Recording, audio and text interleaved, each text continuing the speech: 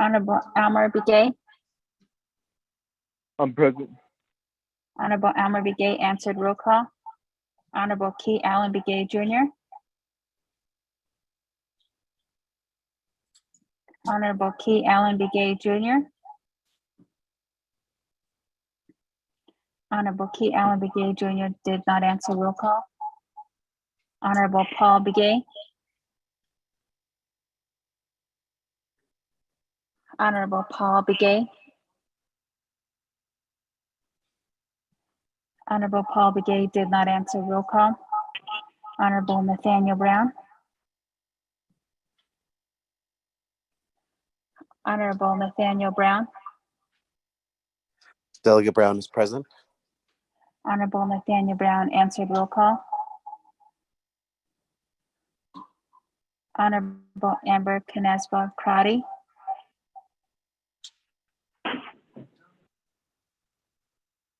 Honorable Amber Canespa Crotty. Honorable Amber Canespa Crotty did not answer. Roll call. Honorable Speaker Seth Damon. Here. I'm present. Honorable Speaker Seth Damon answered. Roll call. Honorable Herman M. Daniels Jr.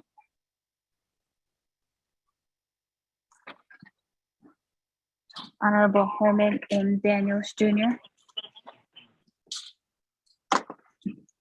Honorable Herman M. Daniels Jr. did not answer. Roll call. Honorable Mark Freeland. Present. Good morning. Honorable Mark Freeland answered. Roll call. Honorable Pernell Halona. Good morning. Hello, is present. Honorable Pernell Halona answered. Roll call. Honorable Jamie Henyo. Good morning, Delegate Henyo, present.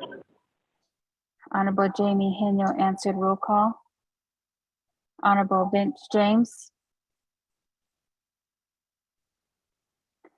Honorable Vince James.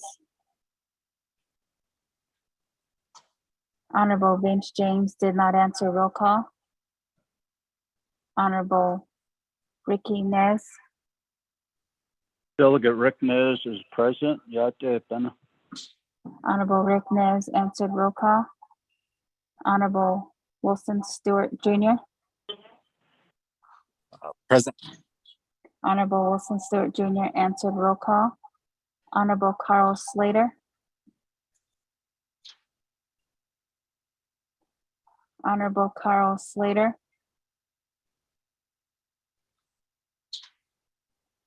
Honorable Carl Slater did not answer. Roll call. Honorable Charlene So.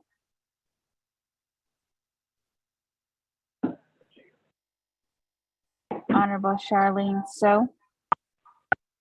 I'm present. Honorable Charlene So answered. Roll call. Honorable Daniel So. Honorable Daniel So. Honorable Daniel So did not answer. Roll call. Honorable Eugene So.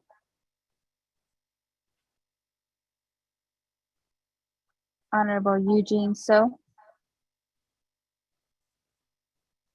Honorable Eugene So did not answer. Roll call.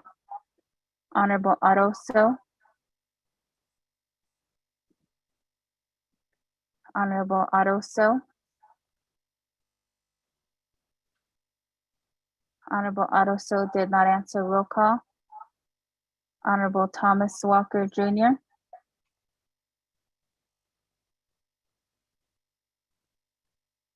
Honorable Thomas Walker Jr.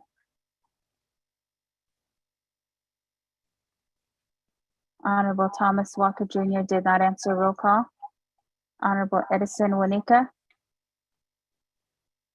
Honorable Edison Wanika answered. Roll call. Honorable Edmund Yazzie.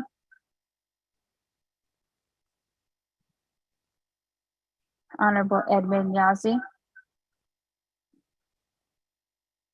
Honorable Edmund Yazzie did not answer. Roll call. Honorable Jimmy Yellowhair. Delegate Yellowhair, present. Good morning. Honorable Jimmy Yellowhair answered roll call. Going back up, Honorable Key Allen Begay Jr. Honorable Key Allen Begay Jr. Honorable Key Allen Begay Jr. did not answer roll call. Honorable Paul Begay Jr. Delegate Paul Begay is present. Honorable Paul Begay Jr. answered roll call. Honorable Amber Canasva Crotty.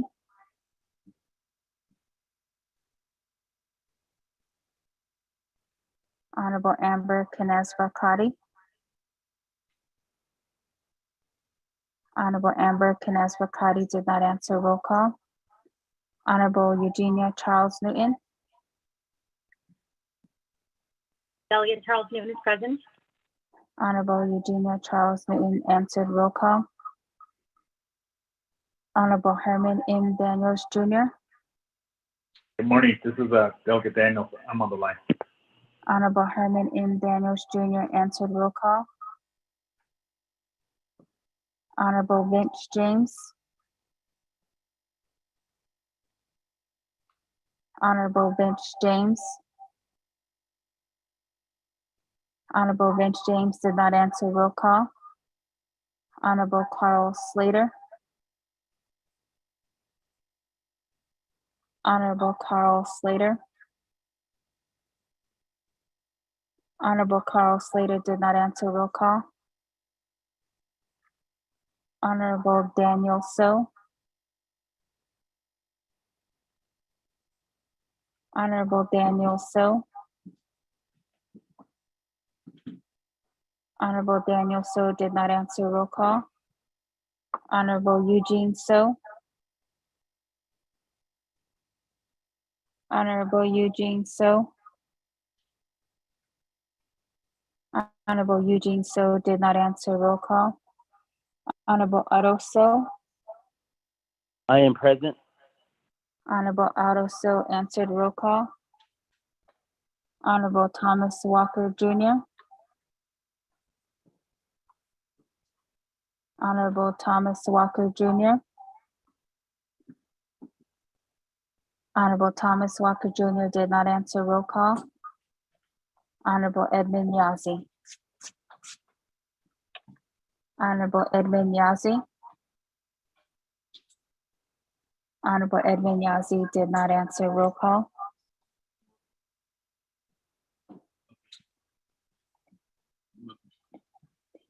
Pro Temp Chair, you have 15 members present, including yourself.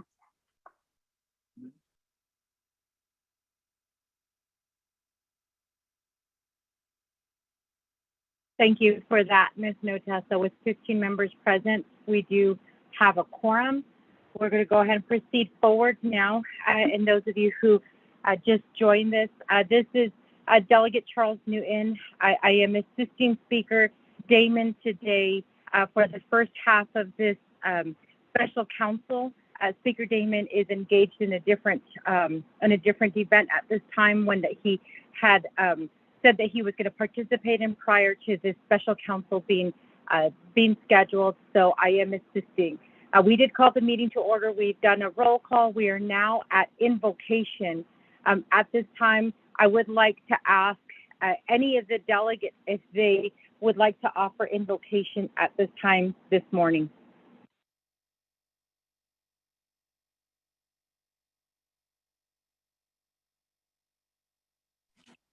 Additionally, this is Delegate Brown. I can offer invocation. Shanella, thank you. Yes, please, if you can offer us invocation this morning. Thank you. The floor is yours. Additionally, Speaker Pro Temp Ado the Nebenal Tekni 24th Navajo Nation Council. Ado yat to all our staff. I'm here at home, so please bear with me with the surrounding noise. It's good to be home and with all this noise, but Hanaot ado Quaggy, Nikenda the Josh and Kenda Hastkin. Eya Kudoba Henits and do Jono Quaggy she Hanada no set nadan set do less kudo. Naltlo shiba ado chel digini question chel tras age ian tras age Quaggy Jono, but ket ona da dotles ado Quaggy did the Tochosil in Linin Kes in Lino left bank Trayahot etoles trash din ado Quaggy no cutting in the nanny Lenny adon Kriashenke where Lenny shim dishin Quaggy joban case ado Kodon Kamanke and Kamasanke che gas swing is on the asked for Benately in Lindo let's trash din Doya on it Edo Kodo Jopa Winson Kodo Wichido a It's a being Kagit Akodo, Kenanish is net, other or a Hashine Lampesella. Kodoshi Hanaot and Lenishin be it. Now out Ash Ado Quaggy Bank Hayada hot Equish Trash again. Kodon get a Jean Dole, don't see clean on less Kodoha after a Sisna Genitzil Adea Kodo. Zesbelet Hatano Shondi in the beyond the no Shon Adakodona Closhi asked for Cheldo. Zedo Bechat not ado Sisna ado Totzel think which a Jean Dole. Aden Kizil, Sitli, Aden Jean Hasling, ado Kodo the Benta ate. The Benta as the Kodo ea to dog or sleep, Kodo after ado Kodoya. Other bank at Hayahot Eto left, it's agency clean on left, not unkit na sleep on left, other Kodo, the Benta now causes a trash begin Kodo other. Yes, nada no, Londo Kodo, ask for Kodo, not betra in Leni Kodo, Ado Kodo, Tron Jonodan, Lemodo, Beck edit it, yes, O Kodo Jo, they hit the neighbor and see case, other Kodo, ya not Loshido, Job and see case, other Quaggy Jo. They the Hada the days Nathan the trash again, other Kodo, ask for Bill days the she. Kodo ado zel endan Lenny Salat and Lenny Salat Sohodan Lenny Adokodo Nele has squisani in dati aje that leshi don't copycat no indo lesh trash din Adokodo Hajon don't lesh trash din Kodaya Hajon Hasli and Tadale cash null.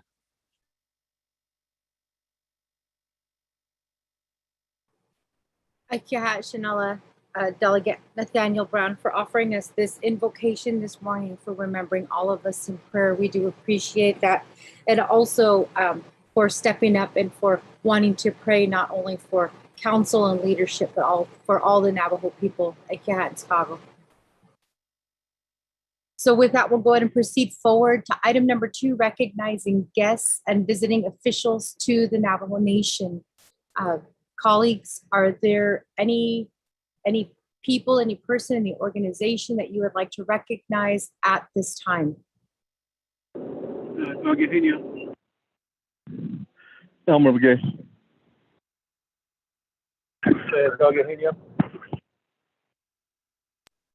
Under recognizing guests, we do have Delegate Chair Hanyo, and then after that, Delegate Elmer Begay. So we'll begin with Chair Hanyo. The floor is yours. Delegate Yell here too.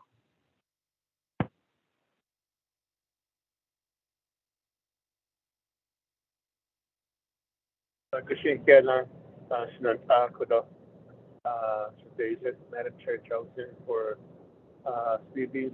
Speaker Pro Tem this morning.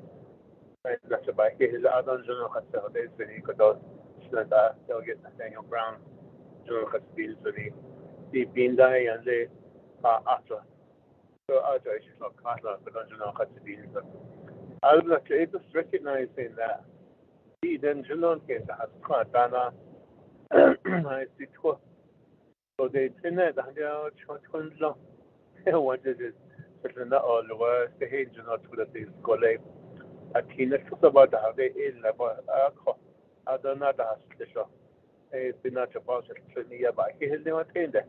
He better he cleaned the butt of the people now. But it's the original that he cleans all young lay. Don't have clean. I don't even say, yeah, funny. Doesn't even say. The thought they need no say. I thought I could be serving in the net. I don't know that could do it. Nature, you not get that kitty. Then you call other things, just say, could just not have a place. The father that Ado na se ko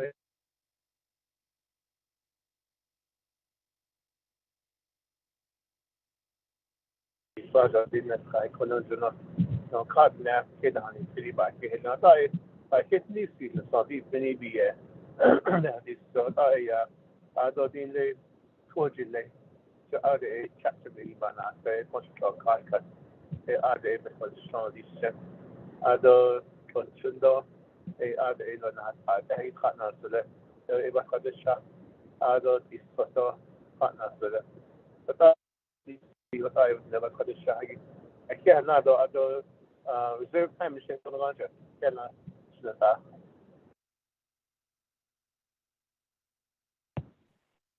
3 minutes reserve time. Yeah, Chair Hanyo, thank you. We have next Delegate Elmer Begay. After Delegate Elmer Begay, we have Delegate Jimmy Yellow here. Delegate Elmer Begay, the floor is yours. Good morning, Shanada. I'd like to say good morning to each and every one of you. I have staff here that are Downtown Wellness Center. I just want to see them to be recognized through this morning, this special session called "They're Here for Recovery."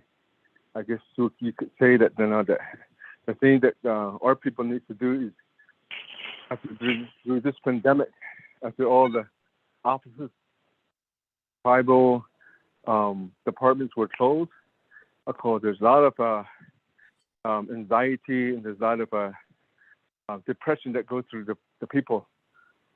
Today it's still like that. So I'm really glad that this staff here at Downtown Wellness Center, they're opened it to the people and the public again. So in about this, I'd like to say thank you to April Sophie, Gwen Charlie, Vanessa Bonnie, so Miss Coombe from a special diabetes program. A lot of people comes over today to restore their health, to think about their health. So I think we should all do that to the Navajo Nation, have these kind of programs to be reopened. So of all the spike of having closure for offices, I think we need to encourage all the tribal offices to reopen. There's a lot of procedures they have to go through. So I wanted them to be recognized this morning. So thank you.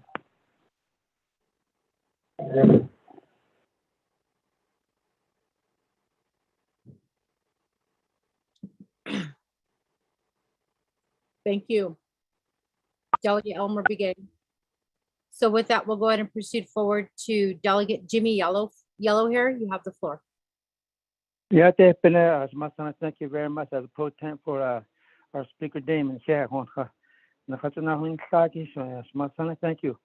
On behalf of 24 Navajo Nation Council, Sheikh Rochester, Magarot, and Shidne, Fab Chatjabana, Shaban, Atani, Slingy, Korochester, Magara, Black Mesa Chapter, Dotlahozehi, Force Slayback, about Hot, Son of Pinion, Ario Story, Tohupawell, Aaron, the Turtle Doing, Heart Russian, Koroya, Yat, Edit, Positive, in Saunders, and Chapter Official, Yon Daz, Nova, Hilo, Nika, not Jahan, Nika, not Yat, Edition. I don't want to say thanks to everybody. Said not the knees and not on by Haley or Aaron from General Head Darkin. He to begin Darkin says not in thought. Or call see pen thought does not take it all in. And the concept in the corner not really be just some middle. General in Darkin of it. A Hajonia. Need high hair only kind of the hot college on an impla. I Haley or the head sound decision napper. Ariat, did you call that is Nikon agenda? I think there's about probably none legislation is coming before us. We'd like to complete one. She'd never cut it. Korea, we are 18 needles now, not in veterans of that 8 hours. So, senior senator in the road, yet 8 paradition shouldn't there. And you know how to be Korea, even you know, or 18 needles, Thank you so much. Sana kung sa hon agi ka plus ajon role. Yeah.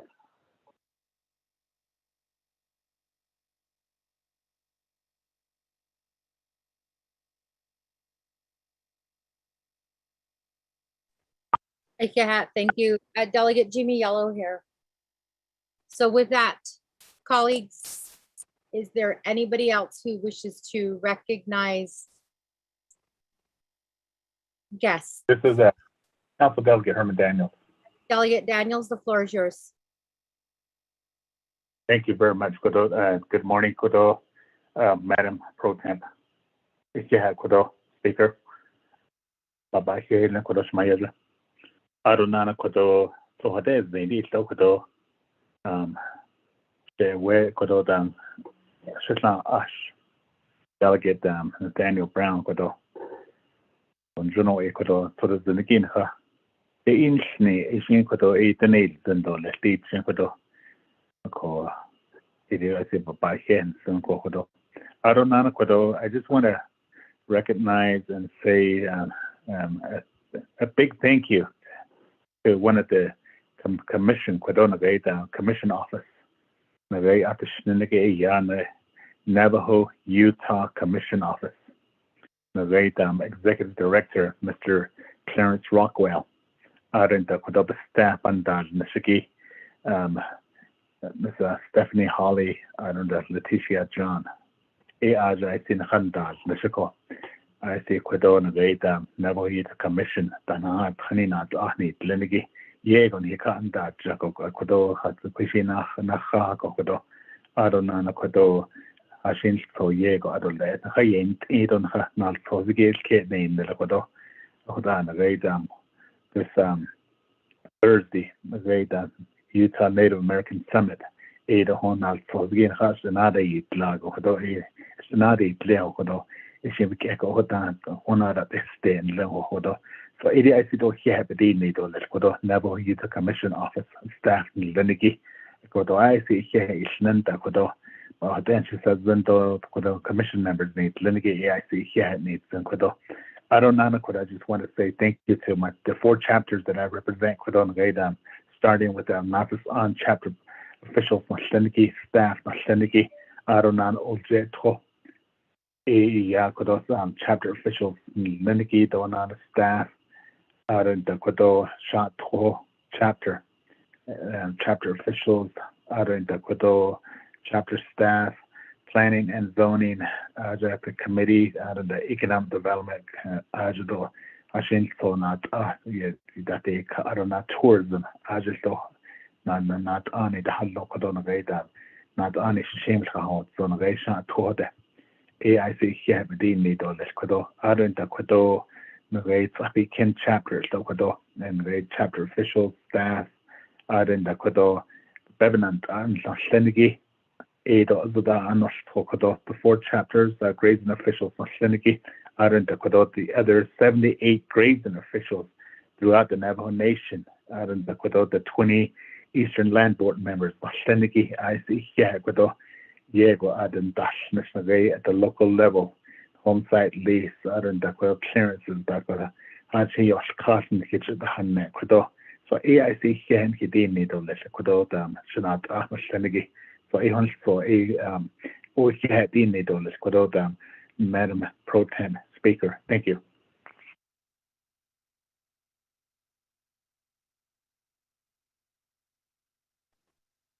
Thank you for that, Delegate Daniels. So with that, committee members, do we have any other delegates who wishes to recognize at this time?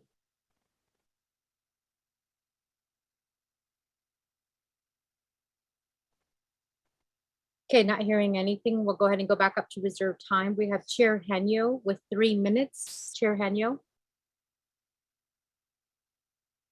I appreciate that, National Speaker for Kansas. For those comments, it's not like our staff that work hard for us as a legislative branch. In the House of Conference, the House is educated that we talk with them. They do like it. No shit in the House over the weekend. So, but I about dito adult collaboration fund dito kahiling ko ito ay so kaya otherwise matay.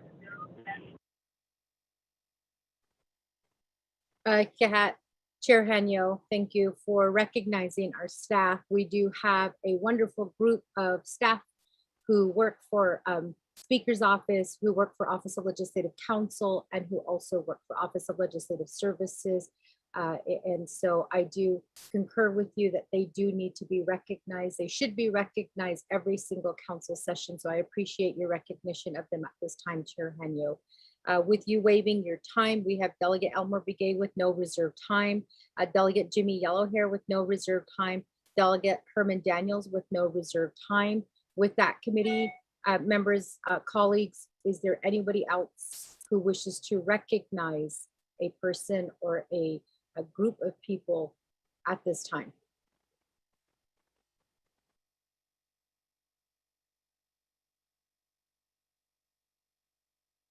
Pro Tem.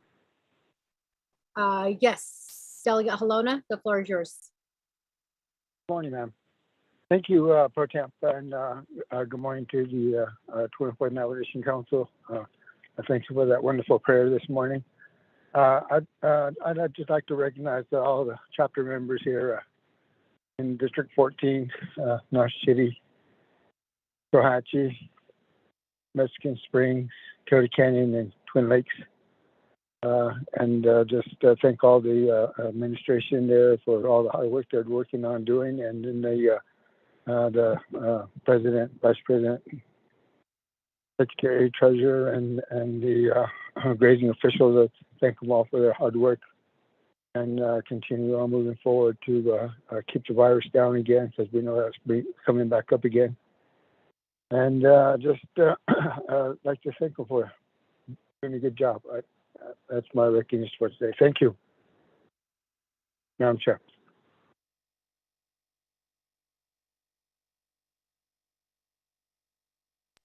Thank you for that, Delegate Halona.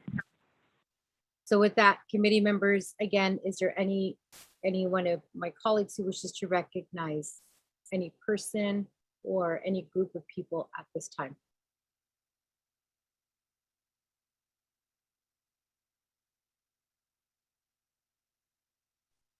Okay, not hearing anything. We have no delegates with any reserved time.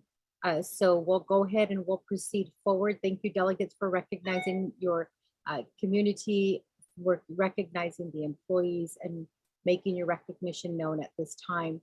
So with that, we'll go ahead and proceed forward to item number 3 on the agenda, review and adopt the agenda. Mr. Rico, can you go ahead and read the agenda into the record, please? Thank you, Madam Speaker Pro Tem. This is the proposed agenda of the 24th Nomination Council Special Session, Tuesday, July 26, 2022. Navajo Nation Council Chambers, Window Rock, Navajo Nation. It is also via teleconference. Presiding, Honorable Seth Damon, Speaker, 24th Navajo Nation Council. 1, call meeting to order. Roll call invocation. 2, recognize guests and visiting officials to the Navajo Nation. 3, review and adopt the agenda. 4, reports. There are no reports. 5, old business. Old business A, legislation 0065-22. 6, new business A, legislation 0066-22. B, legislation 0067-22. C, legislation 0104-22. D, legislation 0106-22. E, legislation 0107-22. F, legislation 0116-22. G, legislation 0024-22. H, legislation 0052-22. I, legislation 0092-22. 7, close of session, announcements, adjournment. Madam Speaker Pro Tem. Thank you for that reading, Mr. Rico. Colleagues, can I get a motion in a second at this time for the agenda? Motion, Delegate Daniel So. Motion made by Chair Daniel So. Can I get a Second, Delegate Brown. Second made by Delegate Nathaniel Brown. So with that, committee members, just for clarification, Ms. Bobroff, are you on the line?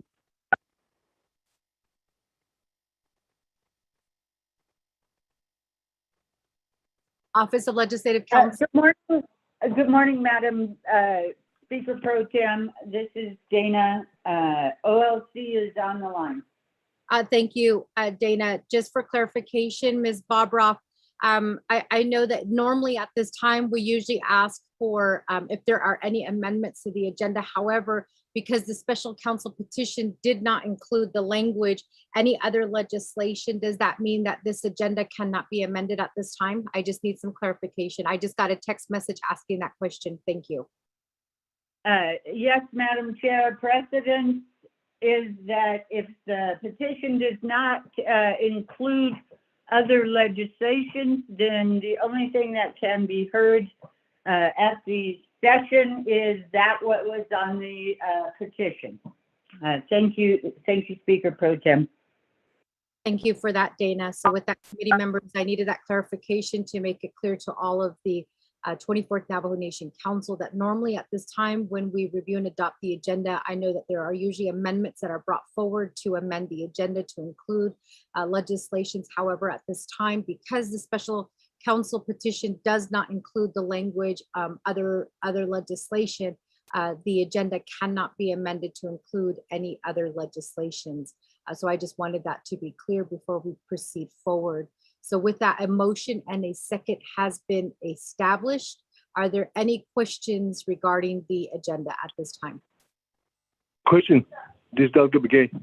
Question, Delegate Elmer Begay, is that a point of privilege that you're raising, Delegate Elmer Begay? A point of privilege, yeah. Delegate Begay, the floor is yours. Okay, another President Pro Tem Chair. My point of privilege is I know that this agenda was just forward from summer session. So we adjourned that summer session, and this is a special session. So I believe that this is a new agenda. So does that mean that the 2/3 votes on this legislation, is it still apply? Because of that is the reason why there was a 2/3 votes at that time was because we added on to the summer session agenda, but we didn't. There was no action on these some of these legislation, so we just moved forward to a special session. So they were already on the agenda right now. So how does that the 2/3 still votes? Does it still apply? That's my question. Another. Chair. Thank you. Thank you for that question. Delegate Elmer Begay, my understanding from reading the Navajo Nation Code is that some of the legislations will still require 2/3 vote, but I'll go ahead and let Chief Legislative Counsel, Ms. Dina Bobroff, answer that question so that she can cite to the actual law. Ms. Bobroff? Thank you. Good morning.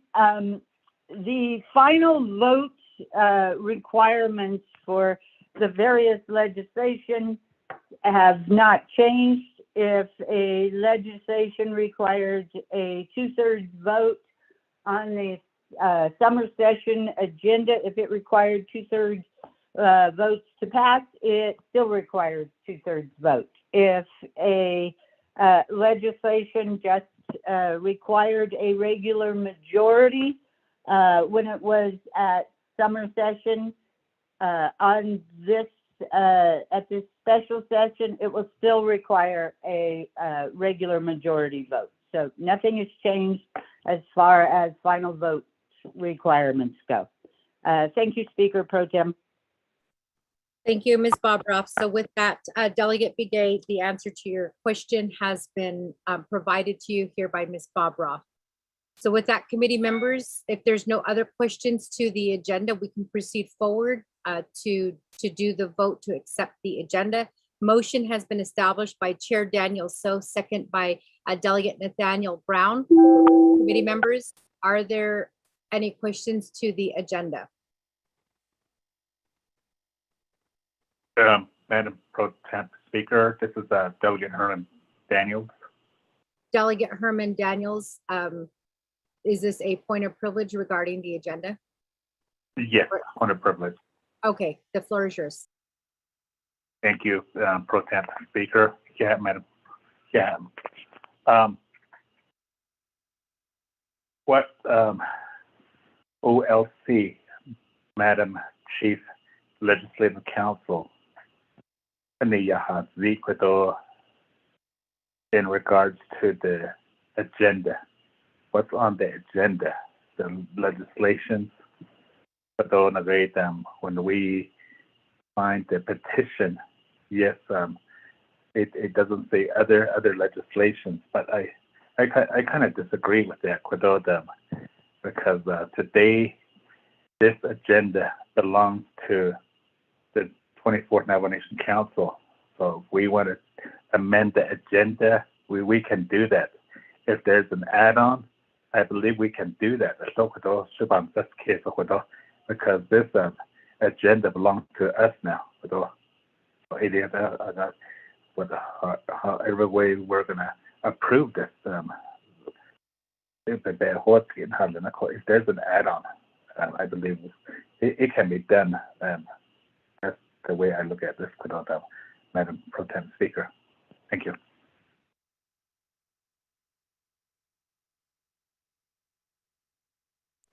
Thank you for that, Delegate Daniels. Was that just a comment that you were making, or was there a question directed to Ms. Bobroff, Delegate Daniels? Madam Pro Tem Speaker, a comment and also a question to either yourself or Madam Chief Legislative Counsel. Thank you. Thank you for that, for that clarification. Ms. Bobroff, can you address the concerns raised by Delegate Daniels? Yes, Speaker Pro Tem and Delegate Daniels. Delegate Daniels raises some good points. However, all I can tell you is that the precedent has been that as far as special sessions go, the petition controls. There is not a specific place in the law, in this code that I can point to. That has been the process. If you disagree and want to change the precedent, then Delegate Daniels can certainly do a challenge, or Madam Chair, as Speaker Pro Tem, you can rule differently. Thank you, Madam Pro Tem. Delegate Daniels.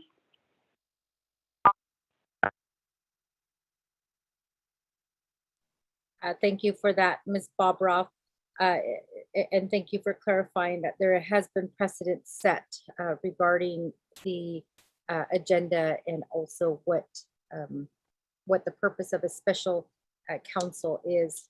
So with that, Delegate Daniels, I do think that because precedence has been set, and we did put this out there to the people, letting them know that this is the purpose of this special council.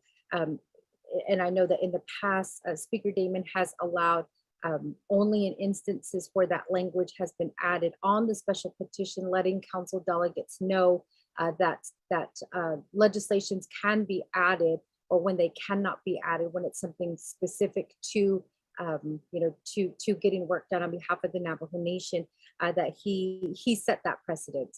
And so at this time, I will respect that the precedent has been set.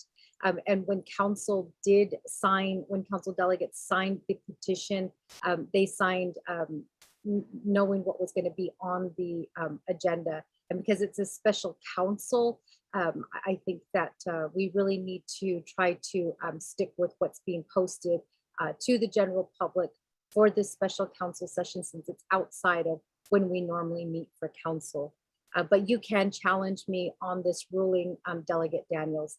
And this challenge can be done with I believe you can actually raise the challenge with a point of order. If you would like to call that point of order on that ruling, Delegate Daniels.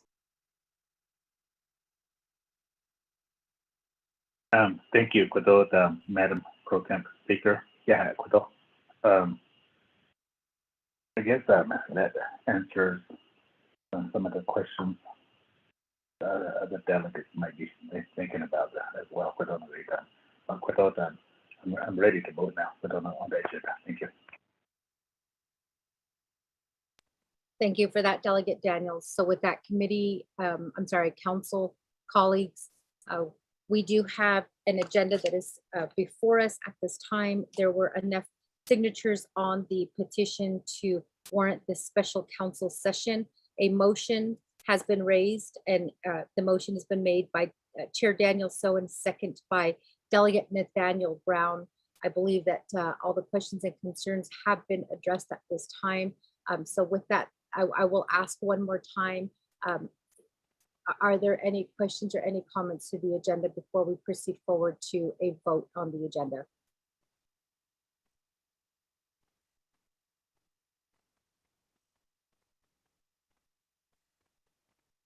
Not hearing anything, we'll go ahead and proceed forward to the vote. Staff, can you assist us with the roll call vote, please?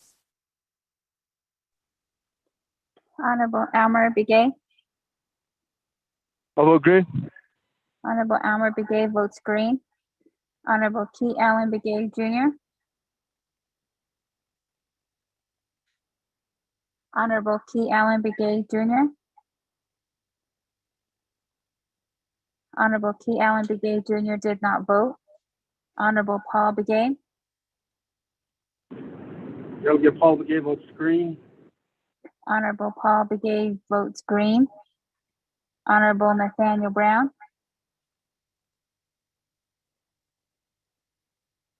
Delegate Brown votes green. Honorable Nathaniel Brown votes green. Honorable Amber Canaspa Cotty. Honorable Amber Canaspa Cotty. Honorable Amber Canaspa Cotty did not vote. Honorable Speaker Seth Damon.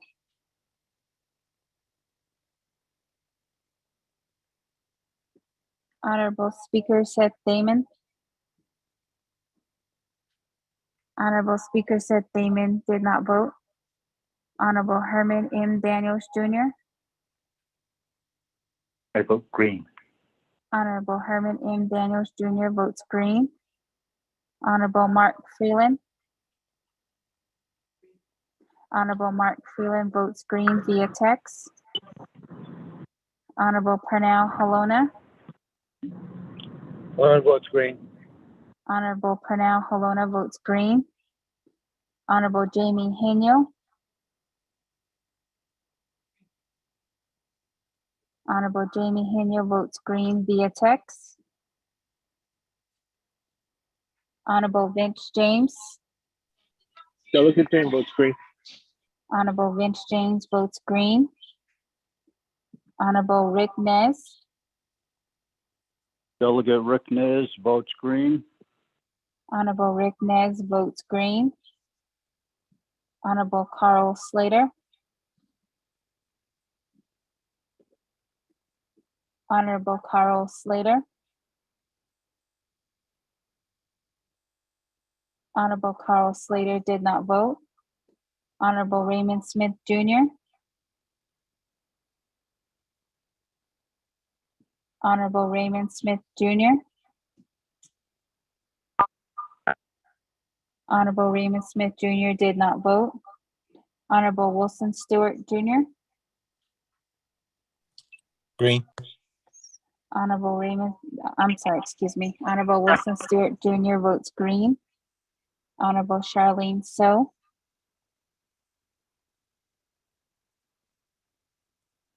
Honorable I vote Charlene. green.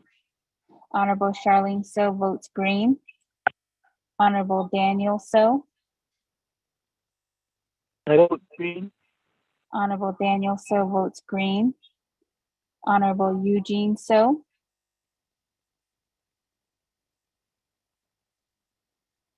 Honorable Eugene So. Honorable Eugene So did not vote. Honorable Otto So.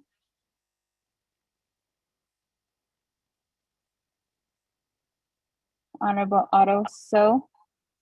I vote green. Honorable Otto votes green. Honorable Thomas Walker Jr. Honorable Good morning, Thomas Vice Walker. Chair. Honorable Thomas Walker Jr. I vote green. Honorable Thomas Walker Jr. votes green. Honorable Edison Wanika. Honorable Edison Wanika votes green. Honorable Edmund Yazzie. Honorable Edmund Yazzie. Honorable Edmund Yazzie did not vote. Honorable Jimmy Yellowhair. Delegate Yellowhair votes green. Honorable Jimmy Yellowhair votes green. Going back up. Honorable Key Allen Begay Jr. Honorable Key Allen Begay Jr. Honorable Key Allen Begay Jr. did not vote. Honorable Paul Begay. Oh, I'm sorry. Excuse me. Honorable Amber Canaz Bakati. Honorable Amber Canaz Bakati. Honorable Amber Canaz Bakati did not vote.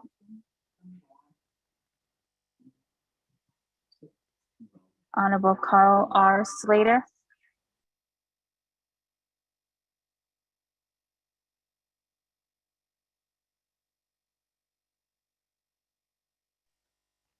Honorable Carl Slater. Honorable Carl Slater did not vote. Honorable Raymond Smith Jr. Present.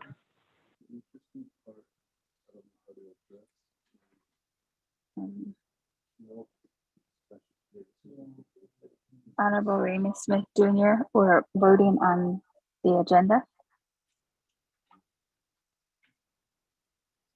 Green. Honorable Raymond Smith Jr. votes green. Honorable Eugene So.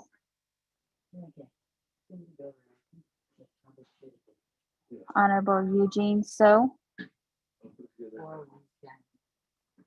Honorable Eugene So did not vote. Honorable Edmund Yazzie. Honorable Edmund Yazzie. Honorable Edmund Yazzie did not vote. Honorable Speaker Seth Damon. Honorable Speaker Seth Damon. Honorable Speaker Seth Damon did not vote.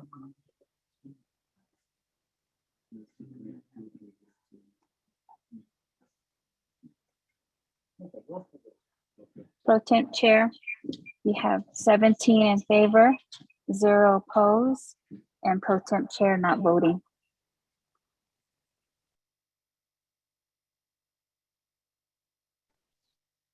Thank you for that, Ms. Nota. Let the record reflect that Speaker Seth Damon did text and ask to be excused as he is participating in an event with his community, which is why I have been asked to sit as Speaker Pro Temp. So he is the only delegate who has contacted me asking to be excused, and he's provided a reason for that excuse. So let the record reflect that Speaker Seth Damon is excused at this time.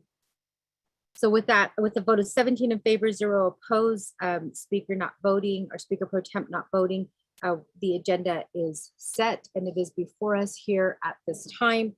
So we'll go ahead and proceed forward to the next item on the agenda. We are on item number 4, reports. There is none. Item number 5, we are at old business. We do have legislation 0065-22 that is on the agenda set as old business.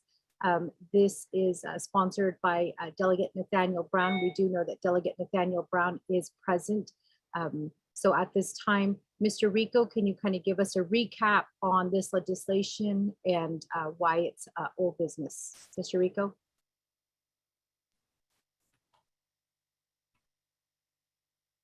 Good morning, Speaker Pro Tem.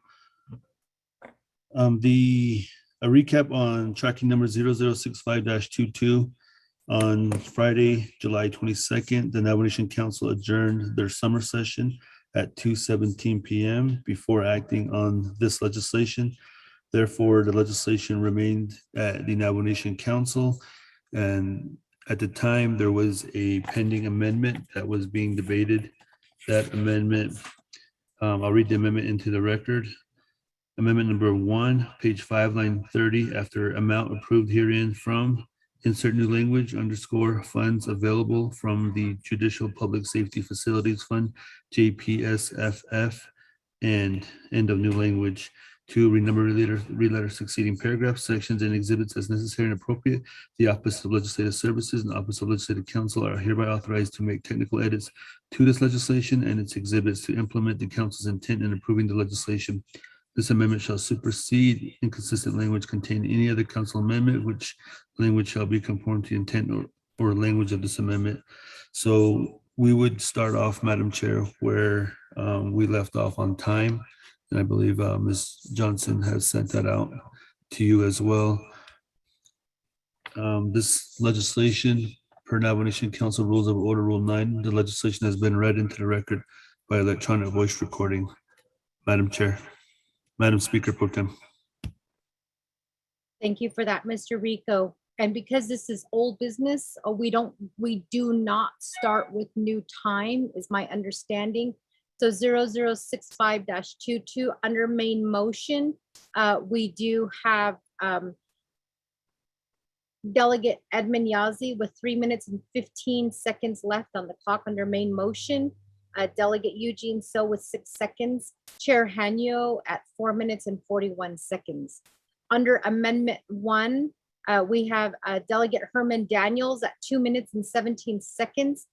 Delegate Raymond Smith with no time left. Delegate Otto So with no time left. Delegate Key Allen Begay with no time left. Delegate Charles Newton with no time left. Delegate Jimmy Yellowhair with no time left. Delegate Elmer Begay with no time left. And Delegate Edison Wanika with no time left. So with that, committee members, that is a recap on the time that has been documented. This legislation was not tabled, so we don't need a motion to bring it back for discussion. I believe that we do proceed forward with the discussion of this legislation. We had a motion that was established by Delegate Wilson Stewart and second by Delegate Jimmy Yellowhair. Delegate Nathaniel Brown.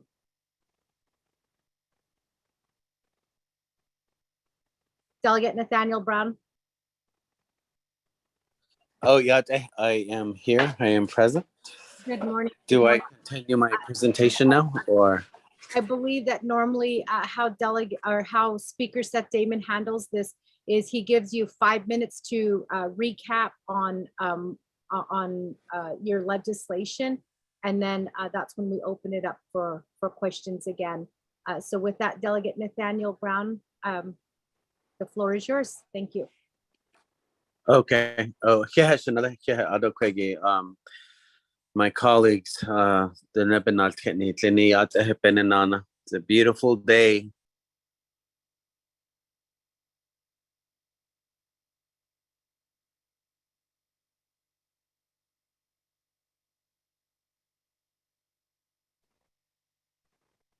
Delegate Nathaniel Brown. Oh, okay. I was talking to it. Can you hear me now? Yeah, the last thing that we heard is it's a beautiful day. Oh, okay. I was put on mute. Okay, I guess. Okay, let me a small quick recap. Last Friday, the last thing that we were discussing was we were on an amendment by Chair Jamie Hineu, and that was to insert the language. And I wanted to speak to that with the email that we received. It was a letter dated to Chair Eugenia Charles Newton. And then also I forwarded an email from Stephen at City from the Navajo Nation Judicial Court. In there, he explains the judicial fund that was pretty much every year. Yes, there is 19.9 million in there. However, because it is used to the $60 million bond for the previous buildings. And according to the email, the Navajo Nation is still paying back over, I think there's still 39 million that needs to be paid. So my understanding after reading I'm reading the amendment and also the email message that I forward to all of my colleagues and to Dana, that 19.9 million, yes, it is there. However, it is used for to pay back about $5 million a year on the bond financing, is my understanding according to the memo. So colleagues, if you can please refer to the emails. But I wanted to give a little bit of time to Ms. Lavon Yazzie if she wanted to add anything. And then I know, actually, let's go to Stephen at City so he can explain the funding and he can explain further. So that way, and that's, I'm asking, Chair Hinio if he could withdraw his motion. The other thing is the other plans are coming forward, as Delegate Chair Charles Newton has explained numerous times very eloquently on some of the future plans for bond financing for the other judicial court buildings. And I think that funding can also be saved for that. So, and then also, right now, the way this route we're going is also, we are not, there's no interest that has to be paid back at this point coming from CHSN. So that would be considered another, a little bit of cost savings. Alcohol. I wanted Chair Pro Temp, can I give Mr. Stephen at City some time to also explain on this amendment and why I'm asking also for, and he can just explain the facts. But for myself as sponsoring this legislation, my request to Chair Hinio is to withdraw his amendment and just to vote on the legislation the way it is at this time because of inflation as well. So Madam Chair Pro Temp, if we can give some time to Mr. Stephen at City and have him explain the funding, the judicial funding that we were talking about last Friday, and then also to this amendment. If we can give some time to Mr. City. Yeah. Thank you. Delegate Brown, normally speaker does give 5 minutes for a recap. So that means that Mr. Stephen at City has 1 minute and 30 seconds to provide information on this recap. So Mr. Stephen at City with 1 minute and 30 seconds, the floor is yours. This is Stephen at City. Can you hear me? We can hear you. Shananta, good morning. Last week when this issue was brought up under this amendment, Shada Delegate Vice Chair Otto So kind of gave an overview of the source of the funding. It comes from the sales tax, and of course, that is accrued every year, then deposited into this fund. When we do request to use funds from this account, we always have to get verification of the fund balance from the Office of the Controller. And I believe there is a letter or a memo that is dated July 5th, 2022 from the Controller's Office, signed by Mr. Robert Willie. And it does reference that the current unaudited balance in this particular fund is almost 20 million, 19.9 million as of May 2022. But there is also the matter of the repayment of the current bond that has provided for the construction of existing facilities that we're paying back. And this payment schedule goes all the way out to 2030, the year 2030. So the average amount of payment every year is about $5 million. So we always have to be careful about requesting large amounts of funding for large capital projects from this fund because of this repayment obligation. Thank you very much. That's my explanation, Shananta. Delegate Brown, Otto Chair Pro Tem, Delegate Eugenia Charles Newton. Thank you. That, Mr. Absidy. So with that, committee members, 5 minutes was provided to the sponsor to give a recap on his legislation. Some of that time was shared with Mr. Stephen Absidy. As was stated, we are on amendment number 1. That amendment was motioned by Chair Jamie Henyo, second by Delegate Jimmy Yellowhair. Again, I did read the time in terms of the amendment. We do have, for amendment number 1, we have Delegate Herman Daniels at 2 minutes and 17 seconds. But before I go to Delegate Daniels, I would like to ask colleagues for amendment number 1, are there any other questions or comments before I go back to reserve time? Delegate Daniel So. Chair Daniel So, we'll go ahead and give you some time. The floor is yours.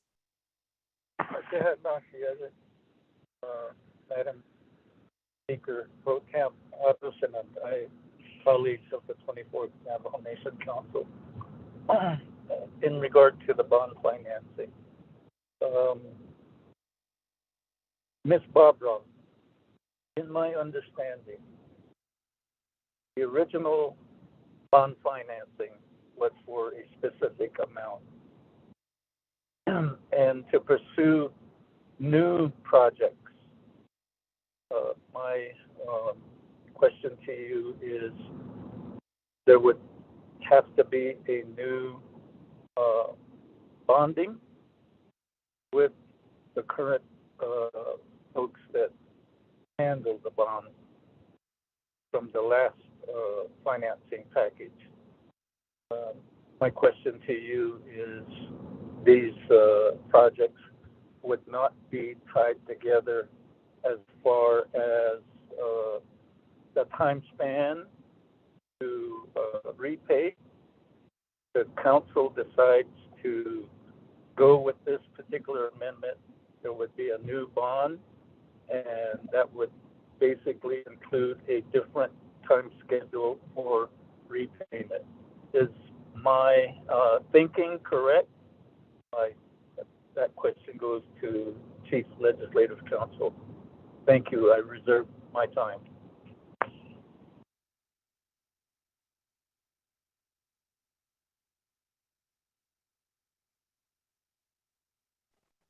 Thank you for that, Chair Daniel. So reserve time at 3 minutes and 26 seconds.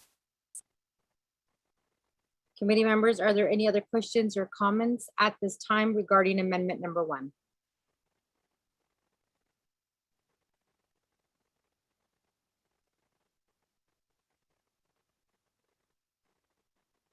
Not hearing anything, I'll go ahead and. I have a question. I'm sorry, Delegate Slater, was that you? Yes, thank you, Speaker. Delegate Slater, yes, go ahead, the floor is yours. My question is, how much revenue goes into this fund each year from the sales tax proceeds? Is there an average over the last few years? Has it varied to a certain degree? And if the fund was depleted by $13 million, is there a forecast from the Controller's Office on continuing to make the debt service payments? I reserve my time. Thank you.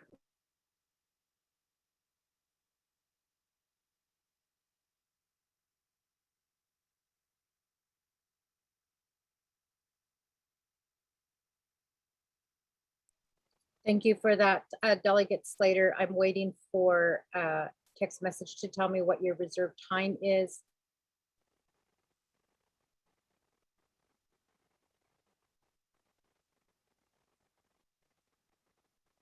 Delegate Carl Slater, your reserved time is 4 minutes and 35 seconds. With that, committee members, are there any other questions at this time regarding amendment number 1?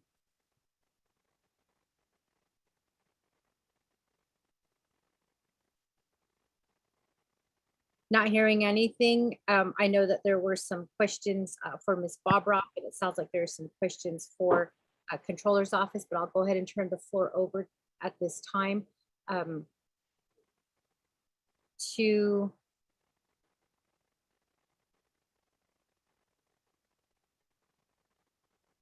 Mr. Rico, I need a little bit of guidance here. So Amendment 1 was motioned by Chair Hanyo. So in this case, I believe it would be Chair Hanyo that would be answering these questions that are posed regarding Amendment number 1. Is that correct? That is correct, Madam Chair. Okay, just need a clarification. So with that, Chair Hanyo, I'm going to turn the floor back over to you since you did offer Amendment number 1. There are some questions that have been posed to you by your colleagues. So with that, Chair Hanyo, the floor is yours.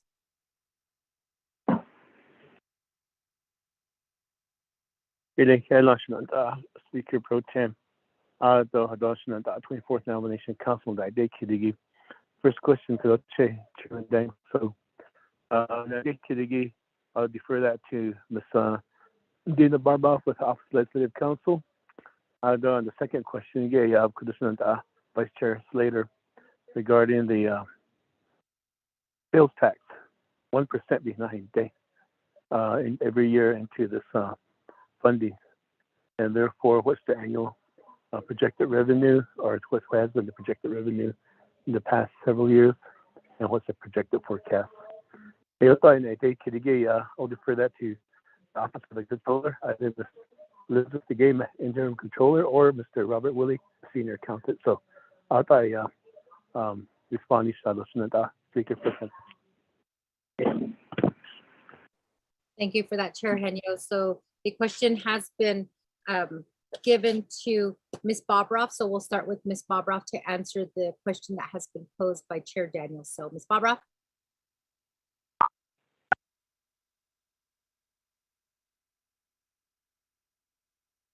Thank you, Speaker Pro Tem and Chair Stone.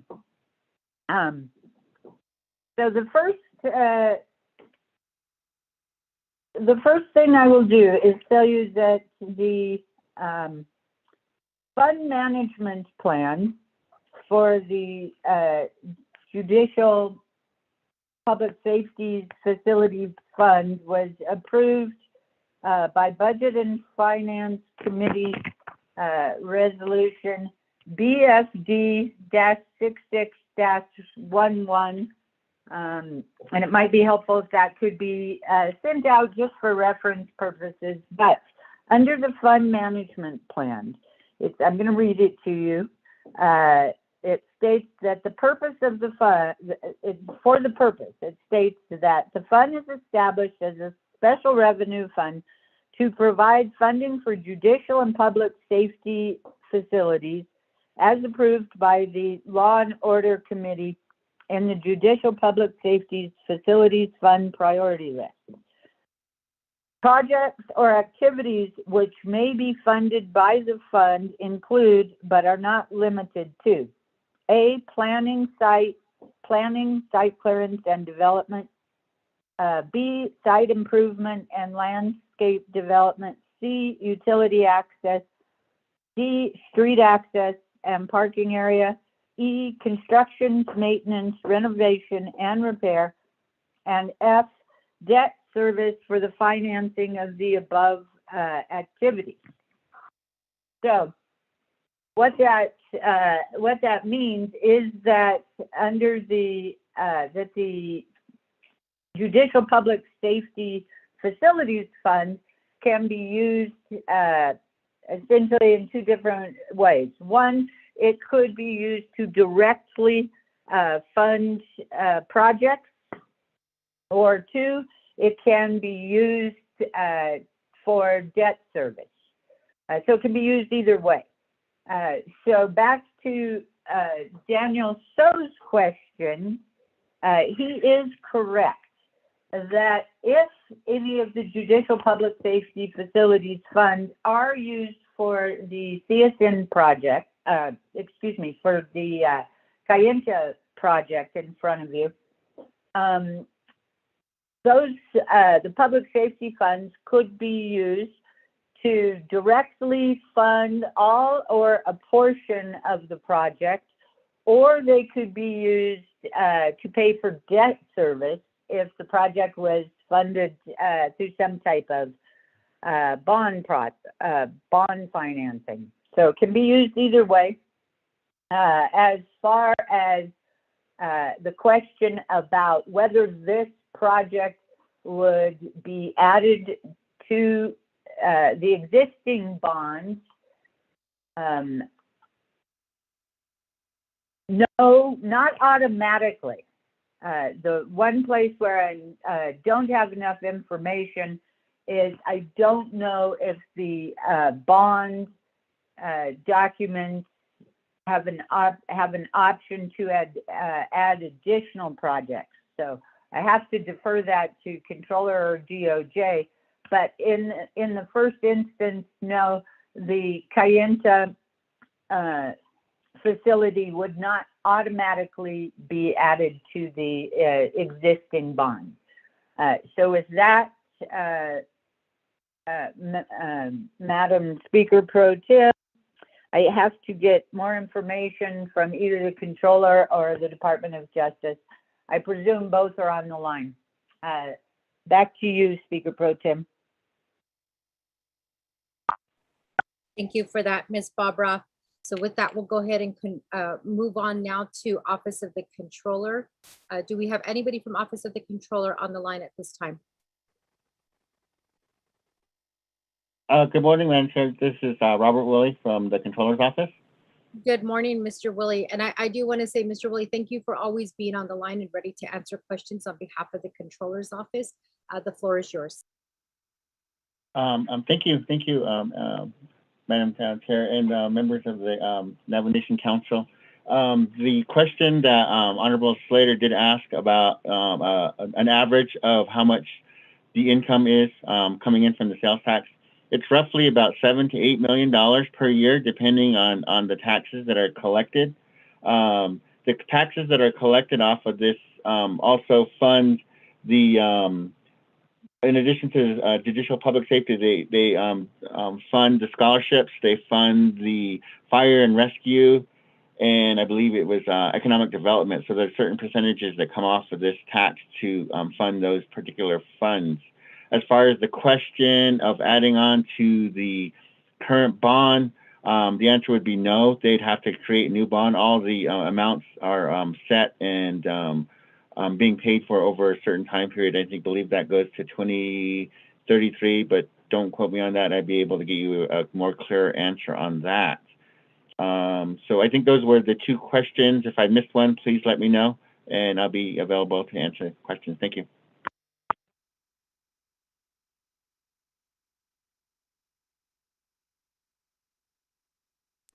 Thank you for that, Mr. Willie. So with that, I believe that we were able to answer the questions brought on or asked of Ms. Bobroff and then Office of the Controller. So with that, I'm going to go ahead and turn the floor back over to Chair Henyo.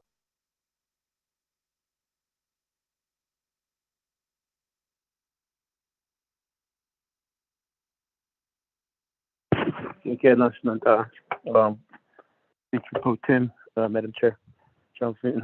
Just one question that I think Mr. Will didn't really answer straightforward was how much is actually going into the Judicial Public Safety Facilities Fund on a yearly basis, or what has been then projected for the future, or what has been received in the past several years. So you just kind of get a broad overview of 7 to 8 million, but it goes to different pots. The question was specifically for the JPSFF fund. And back to you. Thank you, Chair Henyo. So just for clarification, Mr. Willie, can you answer the question regarding the actual amount going into judicial, the JPSFF?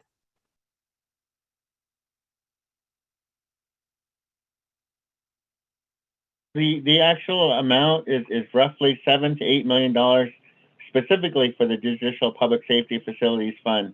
The others, I just include those because they're part of the tax, but what actually goes into Judicial Public Safety average is between $7 to $8 million per year, depending on how the taxes that are being collected. As far as putting together an actual amount, I'd have to create a schedule if you want a 5-year history on that also. Thank you. Thank you for that, Mr. Willie. So with that, Chair Henyo, I'm going to turn the floor back over to you. Speaker Pro Tem. Thank you, Mr. Willie, for clarifying that. Actually, to the fund on an annual basis, utilizing the sales taxes. Therefore, the 24th Nomination Council on this amendment, there is sufficient funding to be. This is what the intended purpose was for. If you look at the listing that Ms. Barba went over, part of this construction of the Gienta judicial building could be utilized for that part, and maybe and the amendment says funds available. So therefore, it could fund 25%, it could fund 50%, it could fund 75% or 100%. But that would be there'd be a compromise because right now we have a lot of bills that are coming in through on this agenda utilizing the citizen funds, and we need to be able to leverage some of the funding that's available to us instead of relying solely on the citizen fund 100%. So therefore, I believe this amendment is a good amendment that we should move forward on, and we could utilize part of the Judicial Public Safety Facilities Fund to fund the Gienta Judicial building. And I do support the main amendment. It's just I feel that we need to utilize different sources that we have available instead of just keeping it and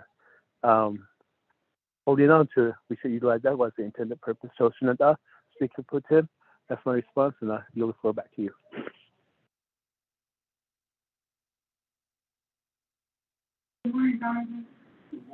Thank you for that, Chair Hanyo. So with that, committee members, are there any other questions or comments at this time from any new players? Otherwise, I'm going to go back to reserve time.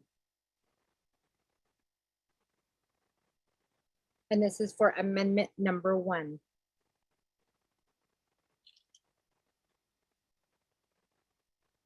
Okay, not hearing anything. We'll go ahead and go back to reserve time.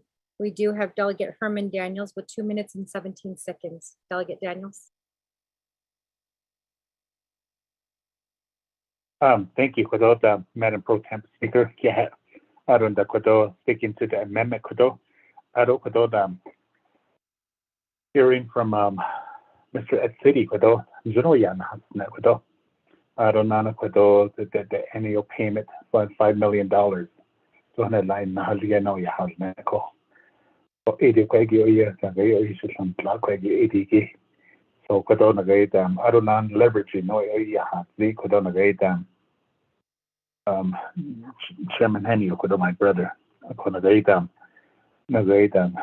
state of Arizona, so I think so, as a bit so, in Nashville, Nana Kodoki and the township, the Quaggy, the Hashing, so Quaggy Beso, the Kodo, so Quaggy, leverage, Nikia, Kodo, Jela Hasi, ADK Kodo, Kodo, so Kwajiki, the great acquisition.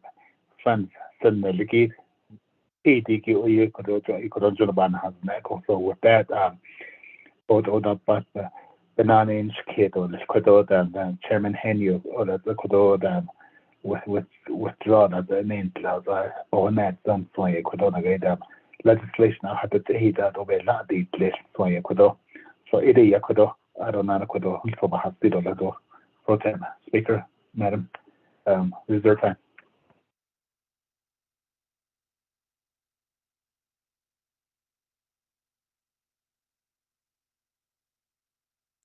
Thank you for that, Delegate Daniels. Your reserve time is 49 seconds. Okay, we go back to reserve time. We have Chair Daniels So at 3 minutes and 26 seconds. Chair So.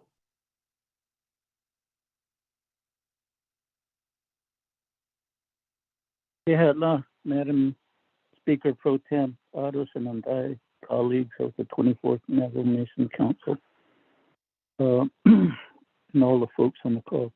There was one question that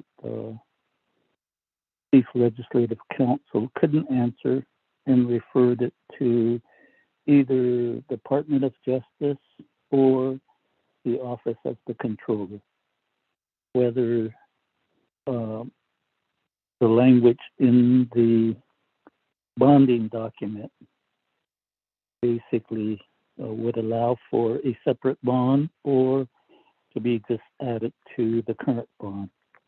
That one is a critical question that I need an answer, and that would drive my vote. Thank you. I reserve my time.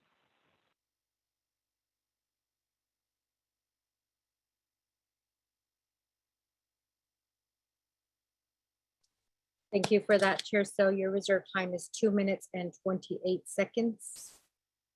Going back to reserve time, we do have Vice Chair Carl Slater, 4 minutes and 35 seconds.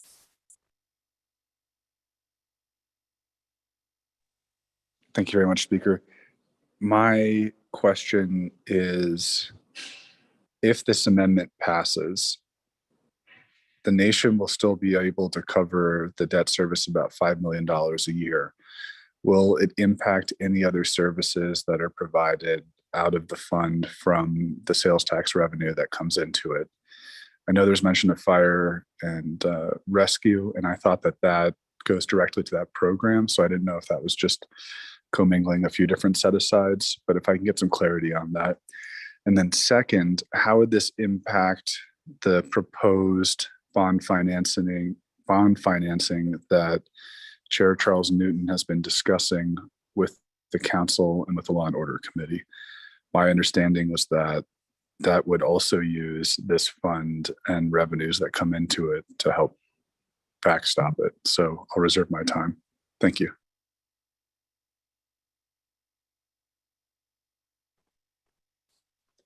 Thank you for that, Vice Chair Slater. Your time, reserve time is 3 minutes and 38 seconds. Before I go back to the sponsor of the amendment, colleagues, are there any other questions or comments at this time?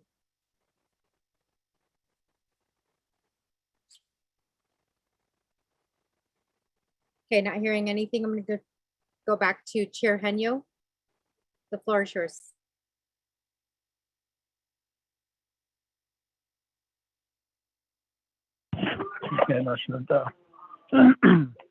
Speaker Pro Tem.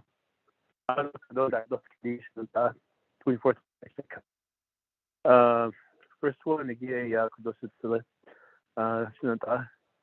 Galget Daniel, Herman Daniel, the Kwesi Lag, John the amendment. And again, as I stated, it says when funds are available, we call available funds, meaning that there already has to be a clear path for the debt reservice payment.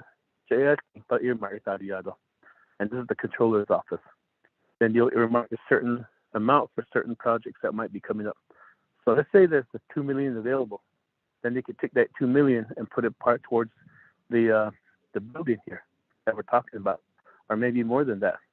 So it just depends on what's available. At the same time, if this amendment should pass, then it is tailored for Judicial Public Safety Facilities Fund and the Kienta Judicial Building. But if this amendment does not pass, either by vote or if I withdraw, it opens the door for other amendments to come in that are not part of the judicial. How can I put? Oh, that's not part of what the intended purpose of this legislation is for, which is to Kienta. I could add on a water project. I could add on a senior citizen project again as we continue our debate. But the way I'm looking at it, is that it'll limit it to this project only, is the way in my opinion. And I don't know, maybe I can get clarification from legislative council. If this amendment should pass, would that happen? It would only limit any amendments to what this purpose is for, is buildings. That's the question that I would have. But going back to Chairman Daniel, so the question is for Ms. Dana Barboff to provide clarification, so I'll defer to her to give a response to Chairman Daniel. So I'll listen to Vice Chair Slater on his question. I would need some guidance.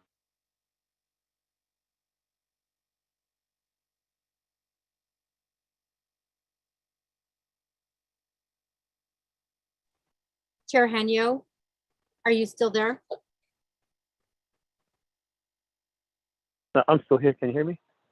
Yes, the last thing that I was able to hear was to turn it to Ms. Dana Bobroff.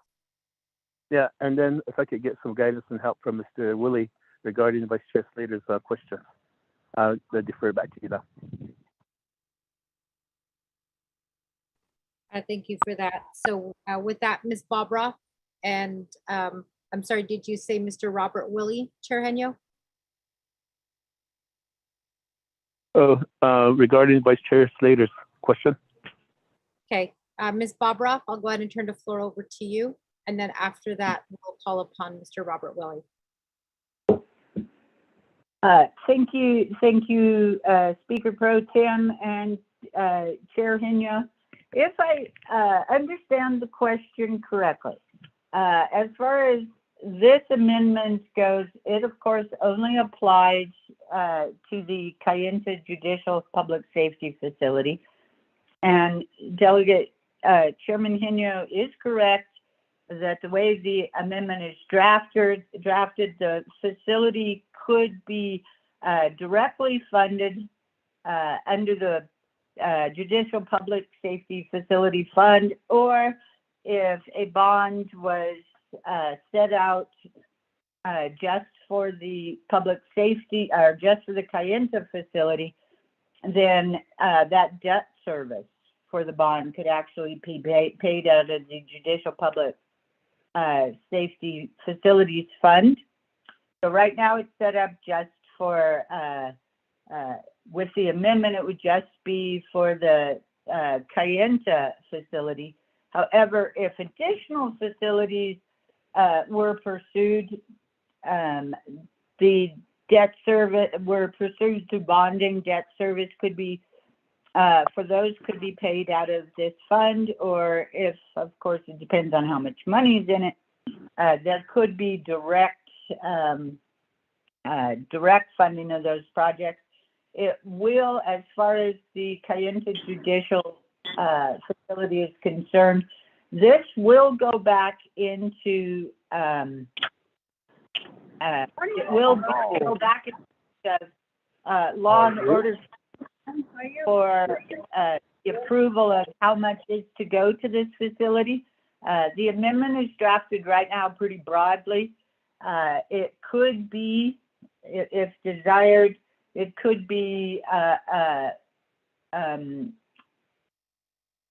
narrower, drafted to be narrower by, and by that what I mean is it could be drafted that each year a certain amount is to go to the Kayenta, or a certain percentage, something along that. That, however, going that direction would take some discretion away from the Law and Order Committee. I hope I answered Chair Henya's questions. Thank you.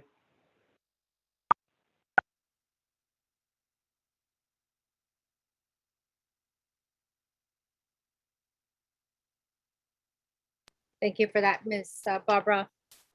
We'll go ahead and proceed forward to Mr. Robert Willie to answer the questions by Delegate Slater.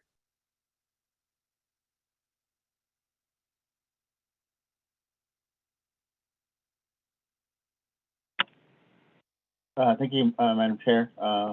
Robert Willie, back on again. As far as the judicial public safety, currently there's about 5.5, maybe 6 million, depending on the fees the bank charges per year that are going toward the previous bond. As far as the bond and adding any other additional items onto that particular bond, the Navajo Nation Council authorized only that certain dollar amount for that particular bond in 2015-16. So they'd have to create a new bond if they were going to go forward with it.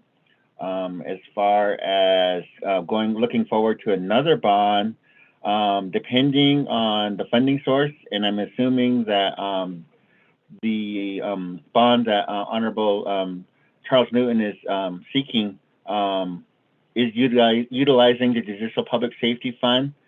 They may look at that balance. I know that when we did go through the financials during the last bonding. They looked at all areas of financing from the Navajo Nation, and the Judicial Public Safety was the logical choice to make payments out of. And as you all know, the permanent fund currently is in a 5-year plan, so that avenue could be explored, but it would have to be everything that's over the 40 million that goes to the general fund. So I hope that helps answer the questions that are at hand, and I'll still be available. Thank you. Thank you for that, Mr. Willie. So with that, committee members, are there any other questions or comments at this time regarding amendment number 1?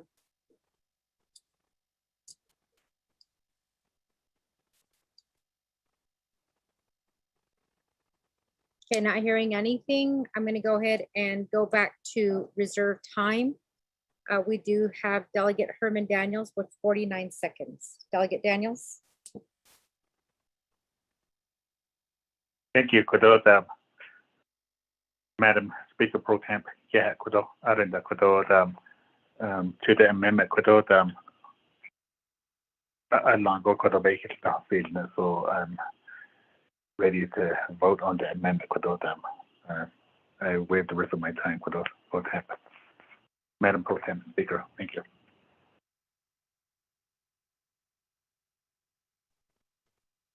Thank you for that, Delegate Daniels. Going back to reserve time, we have Chair Daniel So. Chair So.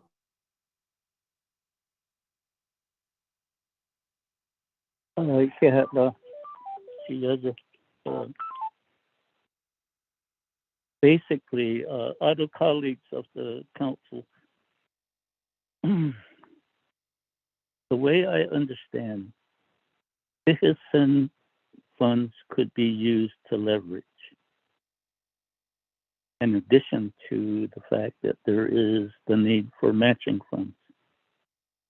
So, ADG, I think what Che, Chairman Hino is trying to preserve the fund, the citizen funds, so that we could leverage it on a separate bonding if necessary.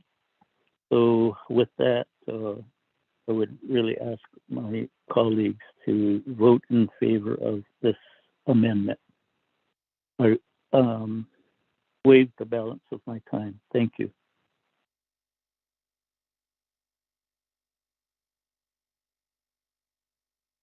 Thank you for that, Chair So. So with that, we'll go ahead and move on to reserve time. Vice Chair Slater, you have 3 minutes and 38 seconds. Thank you, Speaker. The questions, I think, are helping me to understand how this would not interfere. And I want to confirm that based off of Chief Legislative Counsel's response, that if this amendment passes, it could still provide financing for Kayenta, and that could be rolled into either a larger new bond package or refinancing of the existing one for the proposal for this first tranche of projects that Chair Charles Newton is working on. And it wouldn't interfere with the operations of any of the existing programs that receive funding from this fund. So I just want to confirm with Legislative Counsel that it's not going to diminish the ability to move forward on the public safety and judicial projects. I think I have my head around everything right now. I agree with Chair So Shania, his comments on preserving the Csn Fund. And I really wish that the way we had originally scheduled and allocated funding in the 23rd Council for Csn projects would have been based off of a bond offering that would have scheduled funding over a series of years so that we would have a comprehensive approach, one that identifies projected dollar values for each year and what we would move forward on, instead of this haphazard, everyone just goes after Csn dollars. And I think that this council should consider by the time of the fall session, a freeze on going after CSN dollars because, you know, we keep trying to pretend like we can have it all and that the money is going to keep flowing as if we had all the royalties from coal. And you just heard from Robert Willie saying that we're using $40 million each year to make up that hole in the general fund's budget. And that's not going to magically go away and be filled in with other diversified revenue sources. So if we want to preserve this bare bones budget that we have of about $167 million, we need to do something. And there's so many capital outlay needs that we should really consider a freeze on CSN. So with that, Chair, I'd like the question to Chief Legislative Counsel, sorry, Speaker, I'd like the question to Chief Legislative Counsel answered, but I'll waive the rest of my time. Thank you.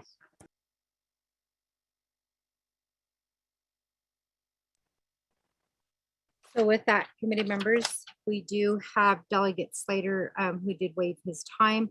We don't have anybody else in reserved time. Are there any other council delegates who wish to speak to this amendment number 1? Madam Pro Tem, this is Delegate Crotty. Delegate Crotty, the floor is yours. And this is to amendment number 1. Yes, thank you. So to the amendment in terms of the bond financing, I'd like to ask Chair Henyo if you could provide what is the timeline in terms of if we approve this amendment, what would be the timeline for this judicial complex, not only to be reviewed and assessed by the bond team, the investment team, and then get to construction?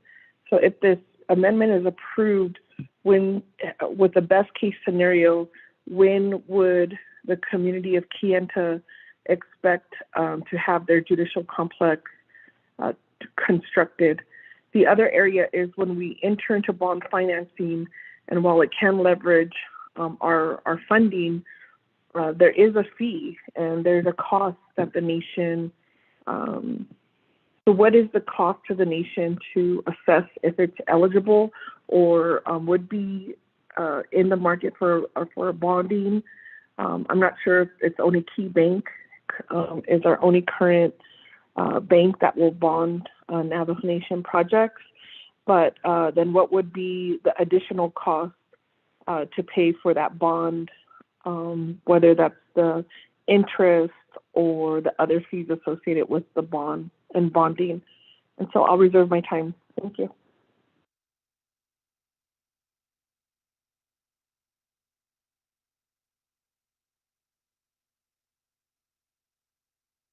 Reserve time at 3 minutes and 30 seconds. Committee members, are there any other questions or comments regarding amendment number 1? This is Delegate Yellow Hair. Masana Shidishna, Madam Chair.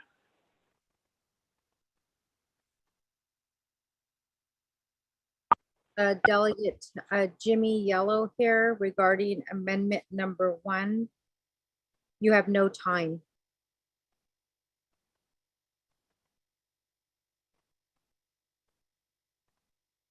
So with that, committee members, are there any other questions or comments at this time regarding amendment number 1?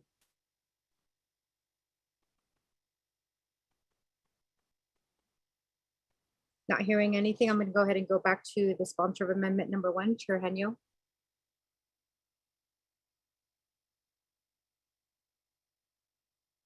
Kushina, Speaker Pro Tem, Madam Chair, Charles Newton. Vice Chair Slater. Requesting confirmation from Chief Legislative Counsel, Ms. Dana Barboff, regarding his question. So I'll defer that question to Ms. Barboff. Regarding the expectations of the bond and the way the legislation is written, it's taking money from the citizen. With this amendment, what it's saying, it will be reimbursed citizen will be reimbursed either through a contribution from the Judicial Public Safety Facilities Fund, or what we're going into now is a bigger picture of bond financing with more facilities. So they when the bond package is presented, judicial reimbursement to citizens will be included in that package.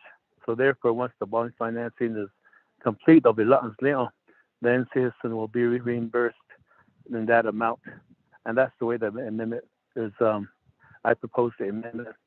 So in a sense, once council passes this amendment, this legislation, they'll be utilizing the citizen fund 100%, but it'll be reimbursed after we go through what's available within the Judicial Public Safety Facilities Funds or the larger fund financing. Yeah, that's Speaker Pro Tem, I would yield the floor back to you.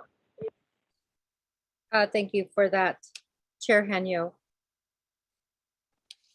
So with that, committee members, colleagues, are there any other questions or comments regarding amendment number 1?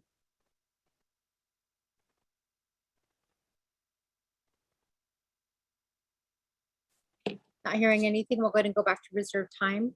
Delegate Prodi, you're at 3 minutes and 30 seconds. Thank you, Pro Tem Speaker. I appreciate the clarification, Chairman Henyo, in terms of how this could be possibly reimbursed in the future. I also think this could be an opportunity, and I'm not sure if judicial branch in your discussions on this project, and now seeing that ARPA has been approved, has any of this legislation or phases of this legislation been reviewed by our DOJ if it's eligible for ARPA funding reimbursement? And so that would be to the main sponsor, Delegate Nathaniel Brown, and his agents. And I'll reserve my time. Thank you.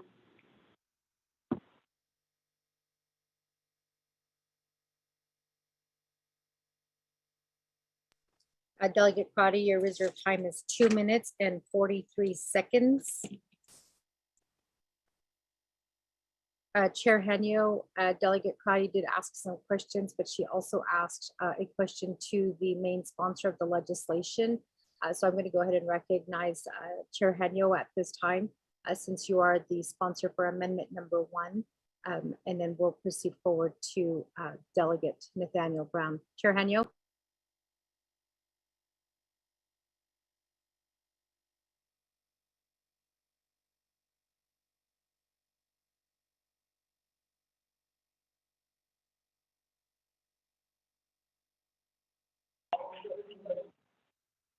Oh, can you hear me? Oh, we can hear you. Okay. Speaker Pro Tem.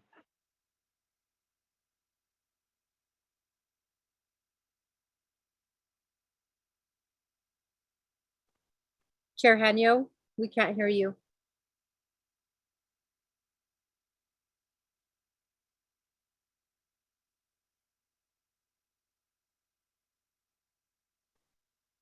Chair Henyo. Chair Henyo, we cannot hear you.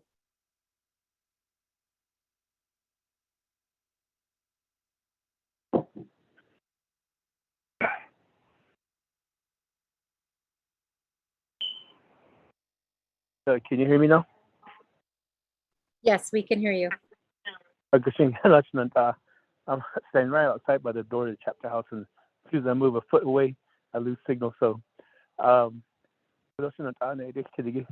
I'll defer that to the main sponsor, Delegate Nathaniel Brown, to respond. Thank you for that, Chair Henyo. Delegate Nathaniel Brown, there's been a question that has been asked of you by Delegate Crotty. The floor is yours to answer.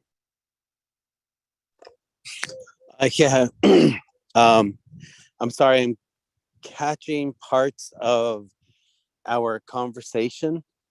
Was that to see if it was the question from Delegate Crotty to see if this could be used with ARPA dollars. Can you reconfirm that? Yes, Delegate Crowdy, without taking any time, can you go ahead and restate your question to Delegate Nathaniel Brown? Thank you, Madam Pro Tem. Delegate Brown, has the judicial branch submitted this proposal to our Navajo Department of Justice to be reviewed if it's ARPA eligible. Thank you. Oh, okay.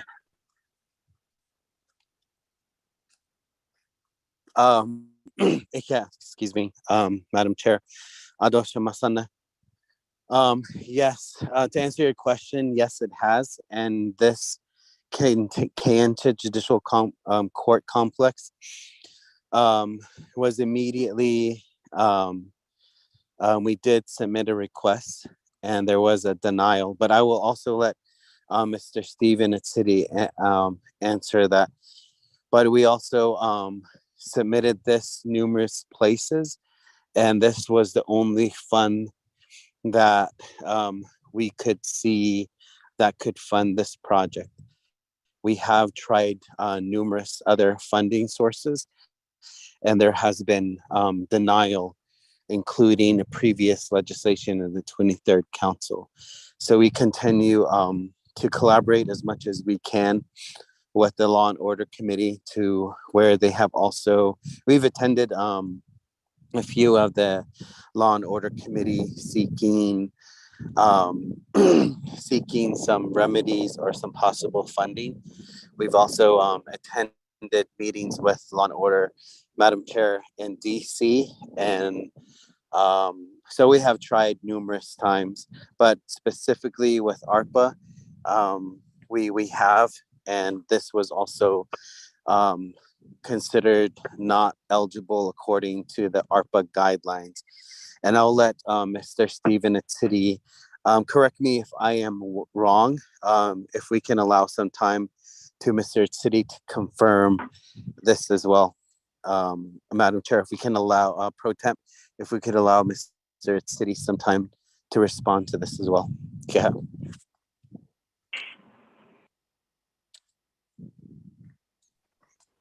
Thank you, Delegate Brown. Mr. Atsity, floor is yours. John, hey, can you hear me? This is Stephen at City. Yes, we can hear you. Thank you. Shema, Delegate Amber Crotty, thank you for your question. Otto, Chair Henio, thank you for the amendment and all this discussion. The question has been put before the council, and it has been spoken to by our chair from the Law and Order Committee. In 2021, we did put together quite a comprehensive listing of construction and major capital projects within the judicial branch and the Division of Public Safety under the leadership of Madam Chair Eugenia Charles Newton. And of course, one of the first things that we did was we wanted to know if these projects and the expense for construction would be eligible for the application of ARPA funding.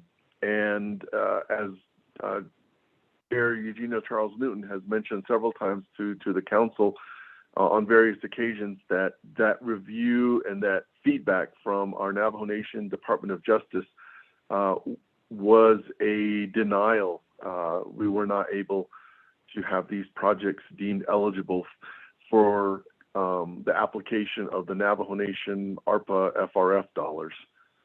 Thank you, Delegate Brown, for the opportunity to respond, and that will complete my response. Thank you. Thank you for that. Speaker. Madam Speaker. Yes. Can you identify yourself? Good morning, Speaker Pro Tem. This is Mel Rodas from DOJ, if I may. Mr. Rhodes, I don't believe that you were called upon to answer any questions. Can I ask why you want to speak on this issue? Madam Speaker Pro Tem, I just wanted to address the statement about DOJ review of this project. Committee members, we do have Department of Justice on the line, although they were not called.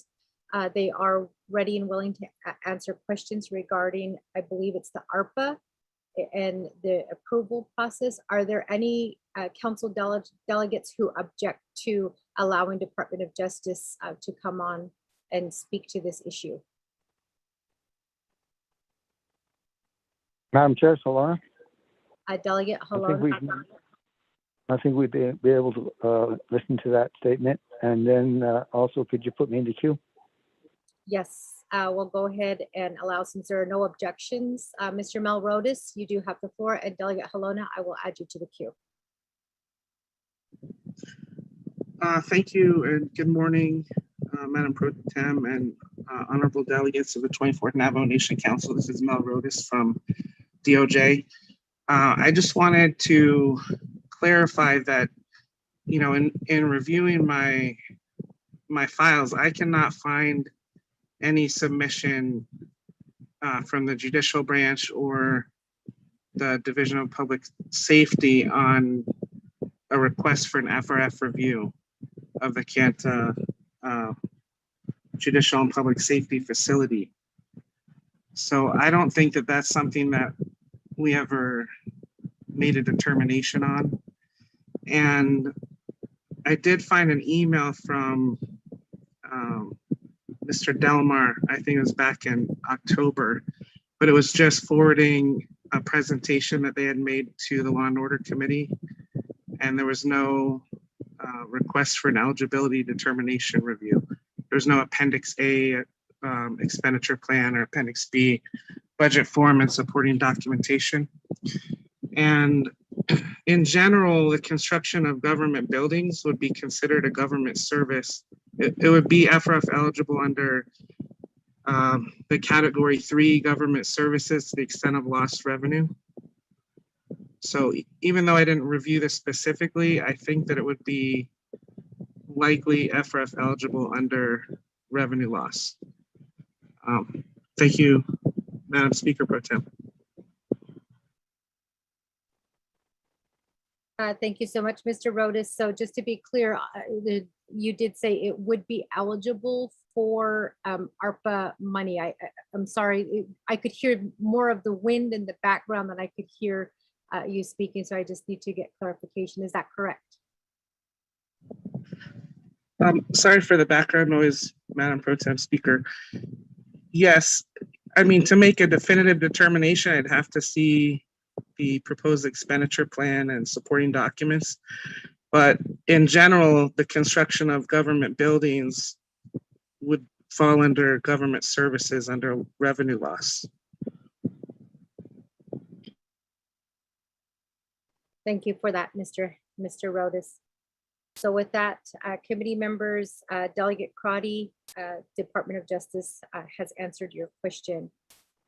So at this time, Chair Hanyo, is there anything that you would like to add to this since you're the sponsor for Amendment 1?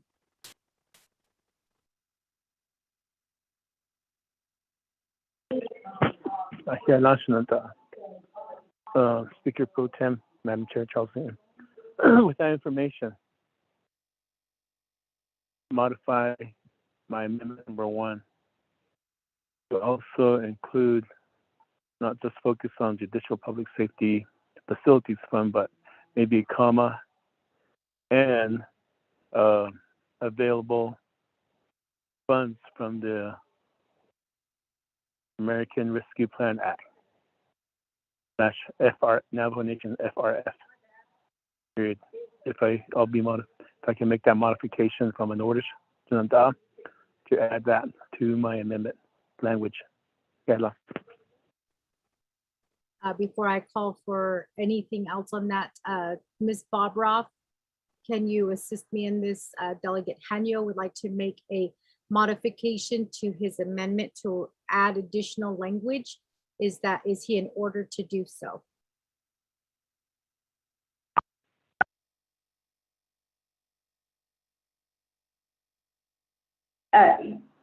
Yes, Madam Chair, we can make that amendment, or we can make that adjustment.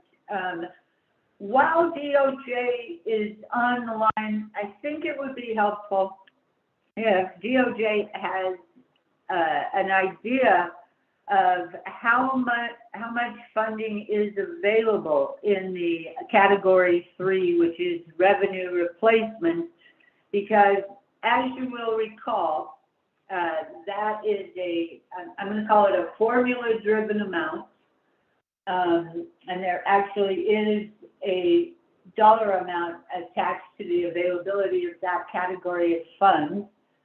And when council passed the regional delegate regions project expenditure plan, it did allow each region up to 9 million of category 3 government services funds. So there is a cap. So really the question I think is important is this just going to be a paper amendment because there are no funds available, or will that amount increase in coming years? I hope I explained what I'm looking for, and I would really like to ask DOJ if I could. Thank you, Madam Speaker Pro Tem.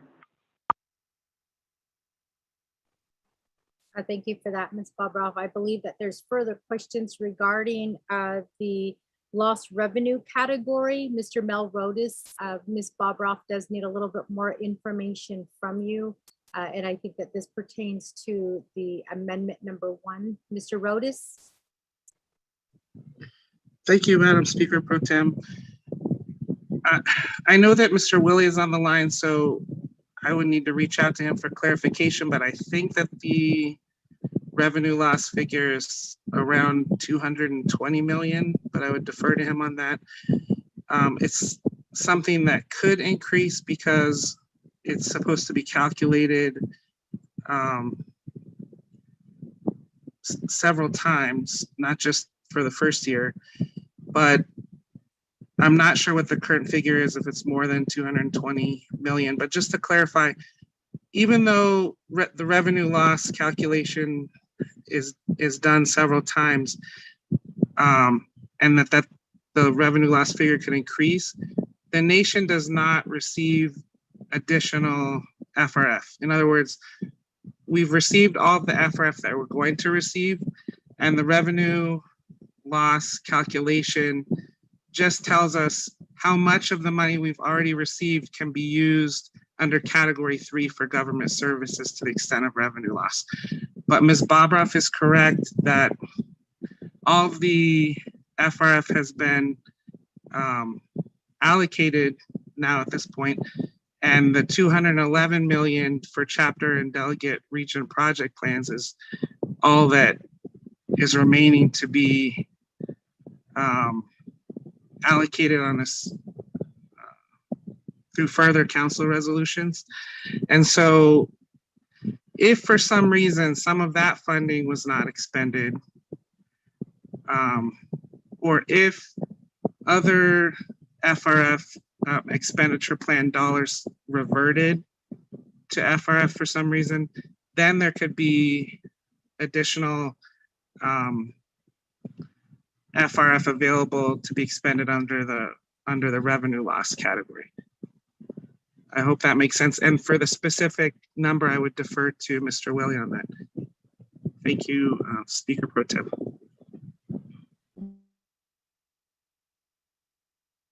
Thank you for that, Mr. Rodas. Mr. Willie, I believe that there are a few questions that have to be answered by Office of the Controller. So can you please assist Mr. Rodas with your response? Yes, thank you, Madam Pro Temp Chair. Robert Willie here again. The last calculation that we did for revenue loss was dated September 30th, 2021. And at that time, the recommended revenue loss was $468,200. We're in the process of trying to gather the audited financials from the entities. We've received 2 so far, and I know we had a time trying to get them for the first time, the calculation. So the calculation has not been updated since last year, and I will be sending this to Manuel, Rico, and Jalissa so they can send it out to the members of the Navajo Nation Council. And if I miss any questions, please let me know. Thank you.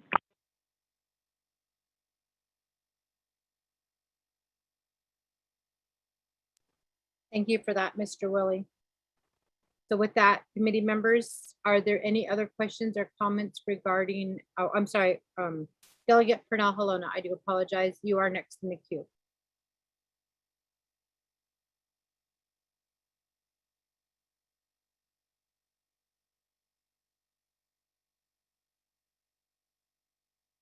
Delegate Pernell Halona. Oh, thank you. Madam Chair, thank you very much for 24 Navajo Council. Thank you. And I just had a couple of questions on this proposals that we're doing when you put bonds and then the repayment that comes back at a later time. Are there deadlines on amount of payments? And then there's probably going to be a lot of interest rates. So those are the kind of questions I have. Also, I'd like to give the rest of my time to Delegate Jimmy Yellowhair. Thank you, Madam Chair.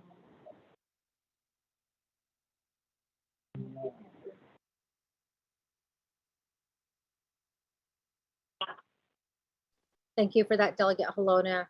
You got 4 minutes and 30 seconds that you are giving to Delegate Jimmy Yellowhair. Delegate Yellowhair, do you accept that 4 minutes and 30 seconds? Yes, I do, Madam Chair. Thank you very much, Mr. Honorable Alona. Go ahead, Delegate Yellowhair, the floor is yours. Okay, we're talking about 2 things. We're talking about citizen funds. We're also talking about bonds money. As some experience I have, this is going to go to Mr. Robert Willie. I know if he dealt with the bonds money, it's very expensive money because if whoever has money to put up money for bidding like this, the bonds, someone won't have to put up money, request for it, to request from the bank, and who put up money for bonds. It costs a lot of money. I know it costs like for 100 million, may go to 500 million. This question goes to Mr. Robert Willie. I know it's better to have bonds to protect your anything disruptions or any financial loss due to a contract, a failure to complete a project, or a failure to meet a project specifications. These are bond constructions that are really depends on the party managing the construction works, that they can complete a job according to the contractual policy. O in the bonds one hello. Cuando ayo no cuando se San Francisco a pesar de safety ni in son in this case. Just go to Mr. Robert Willie. I would like to say thanks to us Honorable Pernell Halona. Thank you very much. You really helped. Appreciate it. Other yes, Annie, Madam Chair, yeah, thank you.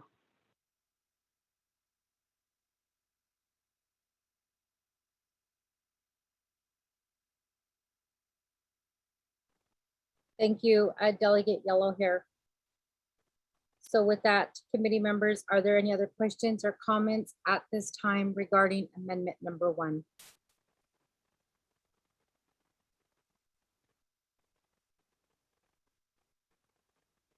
Not hearing anything, I'm going to go ahead and go back to reserve time. Delegate Crotty, you have 2 minutes and 43 seconds. Thank you, Madam Chair. Amended parties, I could see now the intent is hopefully in the future to be able to access some of these judicial dollars. I would also say in hearing from Department of Justice if we could, I don't know if you would want to modify this amendment to include the fiscal recovery funds if they're available. But I think in terms of how we're moving forward with these projects, if we could use the ARPA dollars to cover, even if it's the first phase, that would be helpful to meet the intent of leveraging CEJACEN dollars. So the request would be to modify to include the FRF language. Thank you. I'll reserve my time.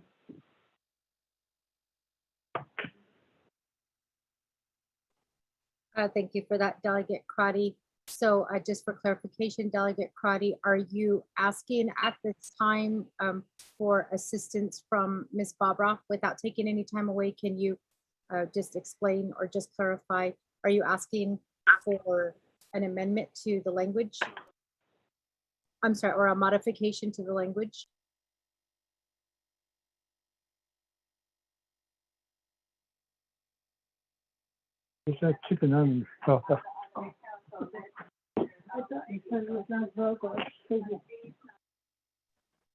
Delegate Crotty.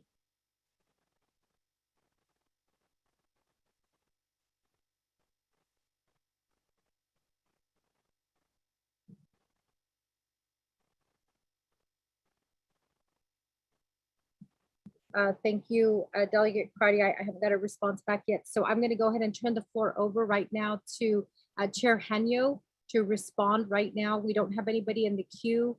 And we also just got a response back from Delegate Crotty. So with that, Chair Henyo, the floor is yours. Thank you, National Speaker Pro Tem. I did make that request to Ms. Barboff earlier at the beginning of my response, because I saw the need to add that language, modify the amendment to add the FRF and ARPA language to this amendment.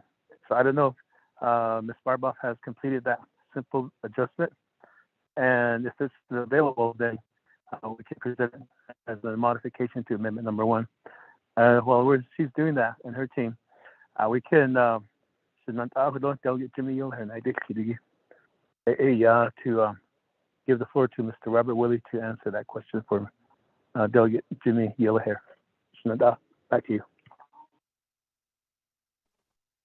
Thank you for that, Chair Henyo. So with that, I'm going to go ahead and turn the floor over right now to Mr. Robert Willie to answer the question for Delegate Jimmy Yellowhair, and then we'll turn the floor over to Ms. Bobroff.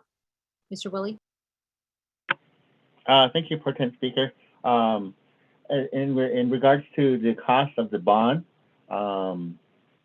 that we got in 2015-16 was $52,900,000. That was the actual cost of the bond.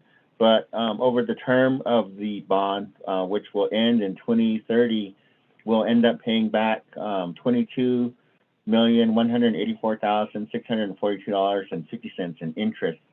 So it is a little costly. Also, I know that there were questions about how much it would cost to actually go out and get a bond. For that particular bond, when we went out, the cost to get the issuance and all the expenses related to it was $2,486,759, and that was added to the cost of the loan, a bond. And so those are the answers to that question.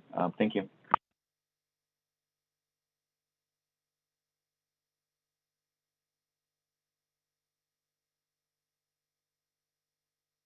Thank you for that, Mr. Willie. Ms. Bobroff, I believe that there was a request for a revised amendment. Committee, 24th Navajo Nation Council, we just received an email from Ms. Julissa Johnson with a revised amendment. I believe that this is the language that has been requested. Ms. Bobroff?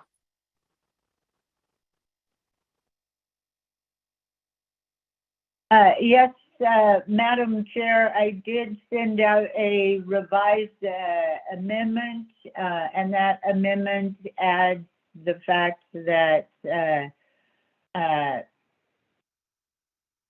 available funds from the Navajo Nation Fiscal Recovery Fund would be eligible or can be used to fund this, fund the judicial complex in Kayenta. And I do think that that got sent out. Thank you, Madam Chair. Thank you, Ms. Bobroff. Mr. Rico, can you go ahead and read the amendment language into the record, please? Thank you, Speaker Pro Tem. The modification to amendment number 1 comes right after the JPSFF, comma, new language and / or the Navajo Nation Fiscal Recovery Fund and end of new language. So the amendment would read, the new language funds available from the Judicial Public Safety Facilities Fund, JPSFF, and or the Navajo Nation Fiscal Recovery Fund and end of new language. Madam Speaker Pro Tem.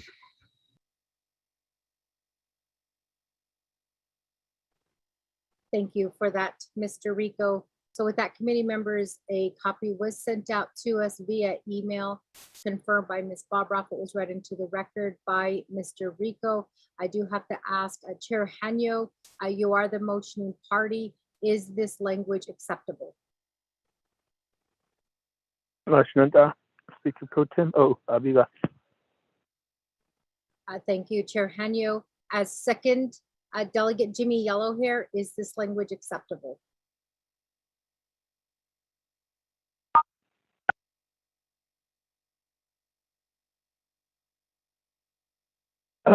Madam Chair, Biwa, acceptable. Thank you for that, Delegate Yellowhair. So with that, committee members, we do have a modification that was made to Amendment 1 to include language. Are there any other questions or comments? Madam Chair, the question of privilege from Delegate Brown. Question of privilege or point of privilege, Delegate Brown, the floor is yours. Yeah, I just wanted DOJ to re-clarify. Mr. Melrodas did state on the record that this has not been through the FRF. However, if he could look back and clarify to council that Navajo Nation Department of Justice with all, and I believe through Law and Order Committee, there was a submission for these projects as a whole Navajo Nation. Yes, it was not submitted individually by Kayenta Judicial Court Complex, and it was denied. So the whole package was denied, and that included the Kayenta Judicial Court Complex. If he can re-clarify that. And I just wanted to make sure that the second part to this is the funding from the FRF funding. According to Mr. Willie, he did state, I wanted to know if there is enough funding. I know Dana, our legal counsel, did also mention the amount that was in there. If they can re-clarify to see if there is enough funding currently also. Yeah.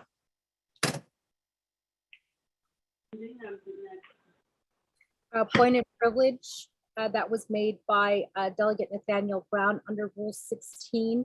I do believe that he is in order with his point of privilege, and that is because he wants to receive additional comments from the statements that were made by Mr. Rodas and also Ms. Bobroff. So with that, Mr. Rodas, Ms. Bobroff,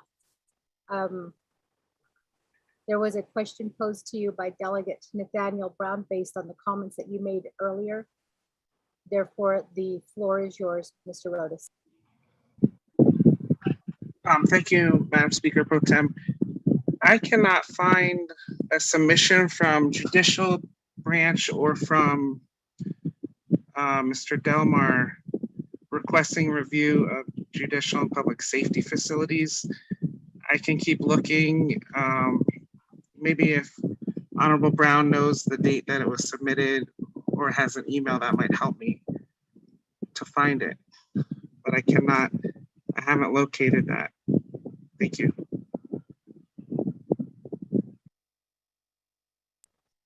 Thank you for that, Mr. Rodas. Ms. Bobroff, I believe there was also a question posed to you as well. Ms. Bobroff?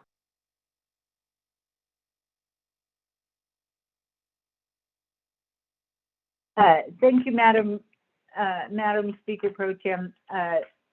As to this question, there's actually probably two parts. First part of the question would be, is the Kayenta Public Safety Judicial Facility, is it FRF eligible? Mr.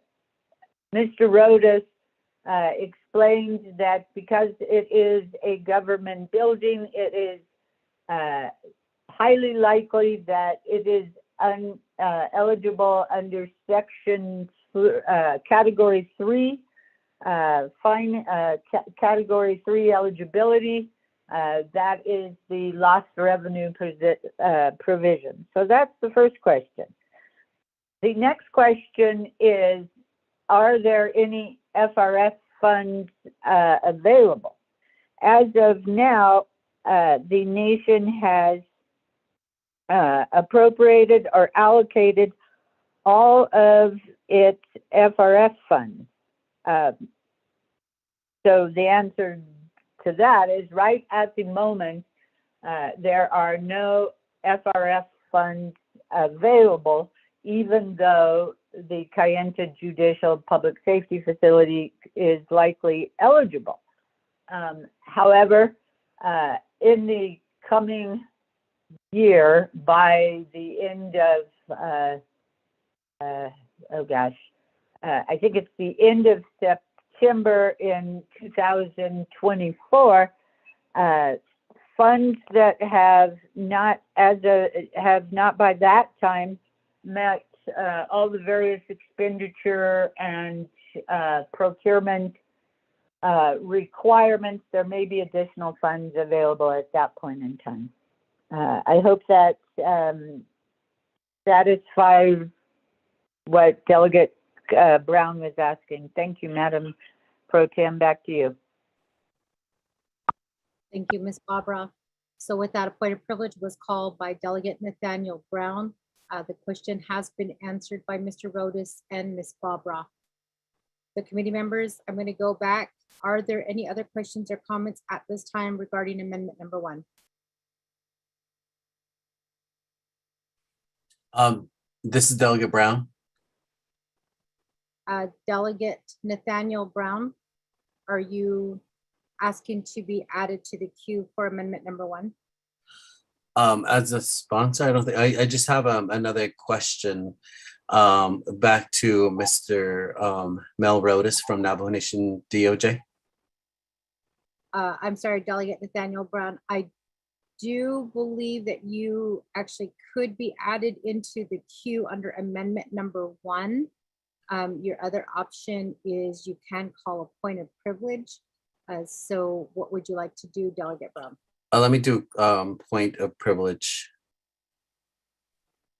Point of privilege has been raised by Delegate Nathaniel Brown. What is your point of privilege, Delegate Brown? Yeah, Madam Chair Pro Tem. Actually, when the response, they're asking Mel Rodas from DOJ is trying to locate the documents. I believe that Mr. Jesse Delmar, Public Safety Director, has submitted that. If he can respond to when and who he submitted that packet to for the FRF funding, and then also the denial information on that also. If he can respond to this and provide insight to the 24th Navajo Nation Council on what's been happening with this whole judicial public safety buildings as well. Yeah, thank you. Thank you, Delegate Brown. I will accept your point of privilege, your question, because you're asking for additional comments that were raised here regarding this legislation and regarding amendment number 1. Staff, do we have Mr. Delmar on the line?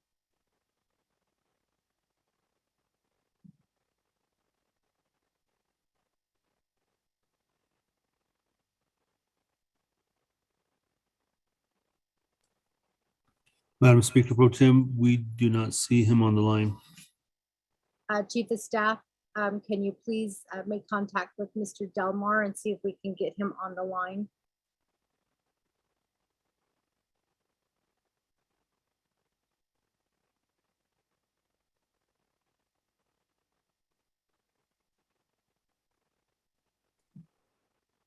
Madam Speaker Pro Tem will reach out.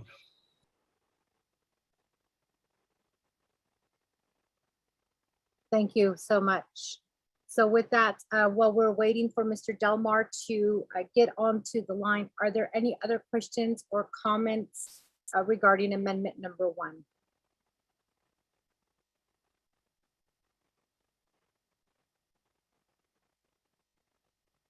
Just so that we are in order here, Rule 16 point of privilege under Rule 16C, it does say that the speaker shall immediately address the point of privilege raised by the delegate pursuant to paragraph B, which is asking for the additional comments. And it does state before proceeding with the session. So at this time, the way that I read this legislation, and I could be wrong, is we do need Mr. Delmar on the line since this is a point of privilege that was called. Is there any word from Mr. Delmar?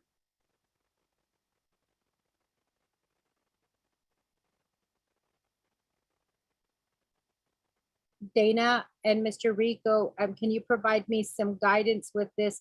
I don't want to proceed forward with the session because a point of privilege was called and we are asking for a person who the staff is currently trying to locate. So at this time, can you provide me some guidance on how Speaker Damon normally proceeds forward in this case when we don't have the person who's being called upon to answer questions on the line? Mr. Rico or Ms. Barbara? Madam Chair, this is Ms. Barbara, and so what it says is the speaker is to immediately address the point of privilege. You did address it by reaching out to get Mr. Delmar on the line or somebody to speak to the question or speak to answer the question. There is nothing else at this point in time that the speaker can do to address the point of privilege. So after that, after the speaker has reached out, not gotten a response, he relays that back to the council that the speaker has address the point of privilege. It's now up to the council to make a determination as to whether they want to do a recess while you try to track down the person who has the answer, or if they don't, if nobody calls for a recess, then you just proceed forward. I would defer to Mr. Rico if he has a different approach.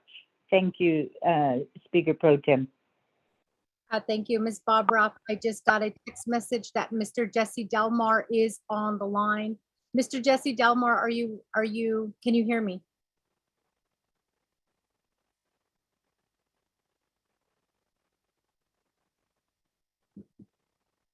Mr. Jesse Delmar, if you can hear me and you are on the line, *6 to unmute yourself.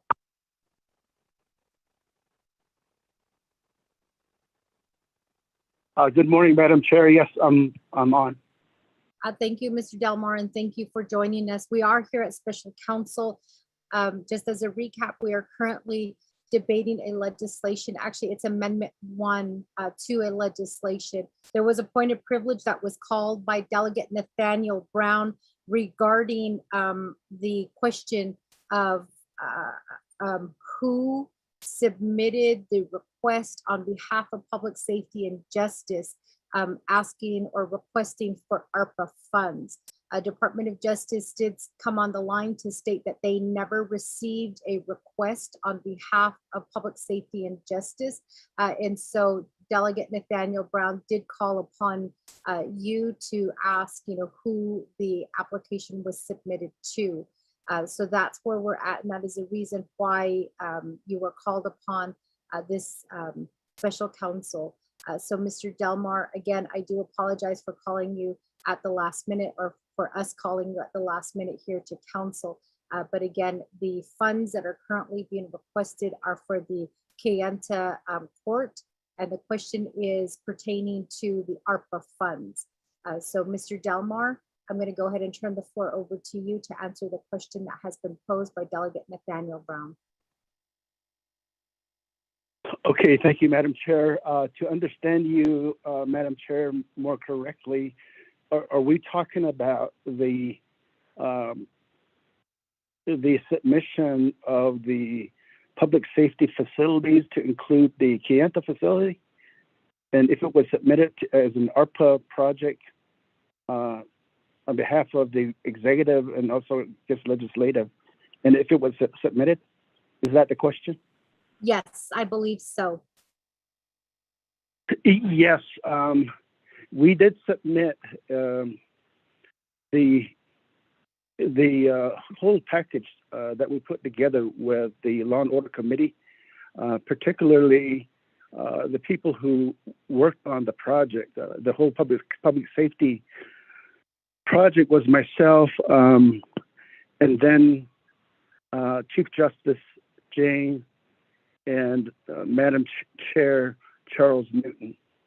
We put together a PowerPoint presentation at the end of our work, and the total sum of the package came out to around about $504 million. This includes all public safety facilities and also all judicial facilities from across the Navajo Nation. We tried to account for all. This included substations throughout the Navajo Nation. We had some input from, at the time, the Chief of Police, Francisco at that time. So I think at the end, we put together a product, and Kayenta Judicial Facility was part of the project, part of the whole package. It was in, let's say, either the top 5 or 6 on the listing that we have, because at the time I understood that the Kayenta Judicial Facility was nearing completion. So it was that high. So I understood that at that point in time, I was told by the Chief of Staff's office from the executive branch that we were informed that the whole project was not eligible for funding by ARPA. So I did check with the technical advisors who were working with us.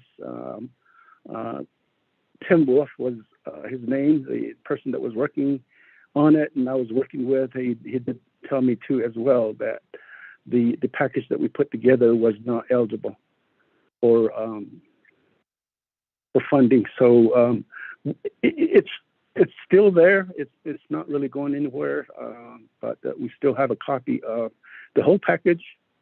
And then later on, myself and Madam Chair Charles Newton wanted to put together a more realistic proposal. So what we included was that we identified those projects that were project ready or construction ready. Then we included some substations too that we thought were ready to go because they had land established throughout. So we said that we want it to be very realistic the second time. So we tried to keep it as low as possible, but at the end, we came around about over 200 million. I think it was around about 204 million. So that is at a standstill too as well. Understanding that the word or the feedback that we got back from those folks who were working on the ARPA money. They did inform us that the buildings that we're talking about were not eligible for funding. Madam Chair. Thank you for that, Mr. Delmore. So with that, point of privilege was raised by Delegate Nathaniel Brown, asking specifically who Mr. Delmore submitted the package to. Delegate Brown, I believe your question has been answered. So with that, committee members, we are still on amendment number 1. Are there any other questions or comments at this time regarding amendment number 1 before I go back to reserve time?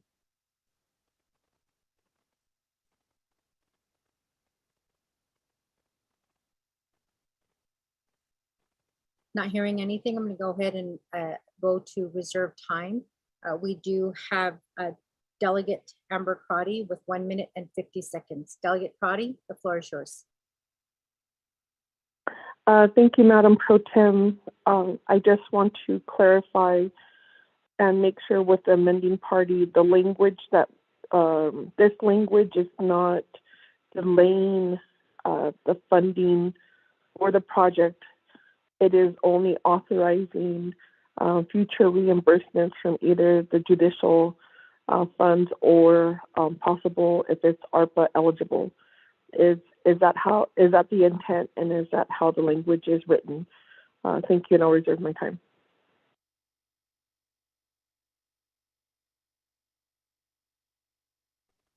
Delegate Crotty, reserve time at 1 minute and 18 seconds. Committee members, are there any other questions or comments at this time?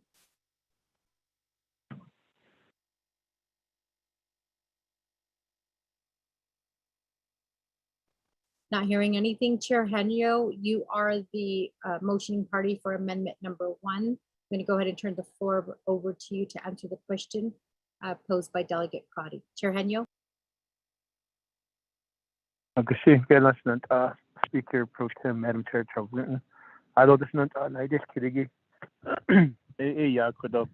Language after reviewing it again. When the modification language was added, it just says to because. So again, could those Ms. Barboff, if you would assist me in modifying this amendment to state that it shall be reimbursed from funds available from the Judicial Public Safety Facilities Fund / the new language that we added with the ARPA. If we could do that simple adjustment, I'd appreciate it. Back to you, Speaker Pro Tem.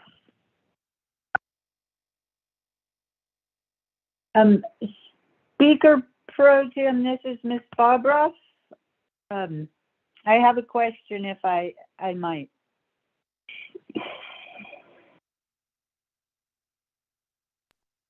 Ms. Barbara, go ahead. The floor is yours. Thank you. So the way the final amendment, as you know, amendments get placed into existing language. So the way, once the amendment is added, paragraph K on starting on page 5, will read, the CSN fund shall be reimbursed the $13,215,000 amount approved herein from funds available from the Judicial Public Safety Facilities Fund and or the Navajo Nation Fiscal Recovery Fund, and from funds available to the Navajo Nation from any and all state and federal sources, including congressional appropriations under the American Rescue Plan Act of 2021 or other COVID-19 related relief, so long as the project expenditures described herein are deemed eligible under such COVID-19 related or other funding sources. And I just read that in its entirety because it does state that the CSN funds will be reimbursed. So because it already states that, I am not sure that I understood how Delegate Henio wants the amendment revised, because it is right now a reimbursement. Thank you, Speaker Pro Tem. Thank you, Ms. Bobroff. And just for clarification, Chair Henio, I believe that Ms. Bobroff just needs a little bit more information. So you heard her response. I'm going to give the floor back to you. Speaker Pro Tem, I don't thank you, Ms. Barbara, for reading the entirety of the paragraph. That makes it a whole lot clearer, and hopes that the 24th Navajo Council, that it's very clear that this is a reimbursement to the Csn Fund based on what we're just adding the Judicial Public Safety Facilities Fund and the ARPA clause. So Delegate M. the intent is to reimburse after the money has been allocated, and so if there's funds available in these areas, they'll be reimbursed to Csn. Thank you. I'll give the floor back to you, Shananda, Speaker Pro Tem.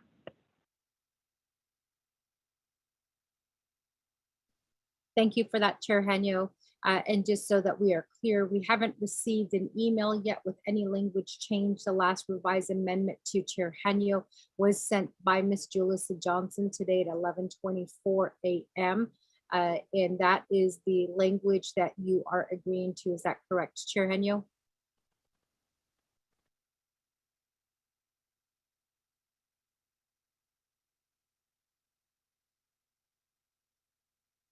The language that was set by Ms. Julissa is the correct one, and that's what Ms. Barbara had just read. Okay, thank you. Thank you for that clarification. So with that, committee members, we do have a modification that was made to Amendment 1. It was read by Ms. Bobroff and it was confirmed by Chair Henio. I don't believe that there was really any changes made, but just in case, let me go ahead and ask the second, the party who seconded the motion, and that's Delegate Jimmy Yellow here. Delegate Yellow here, are you good with the modifications made to the amendment number 1? Madam Chair, this clarity is very fine. I agree with it. Thank you. Yeah. Thank you, Delegate Yellow here. So with that, committee members, are there any other questions or comments before I go back to reserve time? This is Delegate Brown with a point of privilege. Delegate Nathaniel Brown, point of privilege. Yes. I'm consulting with my agent, and the one question that, my point of privilege is, with these amendments, it will not stall the funding source at this moment. Again, colleagues, we are shovel construction ready. We're ready as soon as the funds become available. So I don't know if this will be a question to Controller's Office or OMB. With these amendments, will this stall releasing the funding from CSN, or when will we know the JPSFF funding or the FRF dollars will be made available? So I'm just asking for the timeline on this. Thank you. Point of privilege was raised by Delegate Nathaniel Brown. That is Rule 16 of our Navajo Nation Council Rules of Order. And I believe that this does warrant as receiving additional comments from the sponsor because the amendment was raised. So with that, I'm going to go ahead and turn the floor over to Chair Henio to respond to Delegate Nathaniel Brown's question.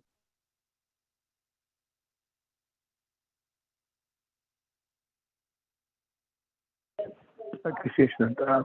This is, I believe, to the controller. So therefore, yield the floor to the controller, the Navajo Nation controller. Thank you, Chair Henio. Controller's Office, can we get a response to the point of privilege that was raised by Delegate Nathaniel Brown? Good afternoon, Robert Willie here again. I guess I need a little bit of clarification. So this is just to the amendment utilizing the judicial public safety or the FRF, correct?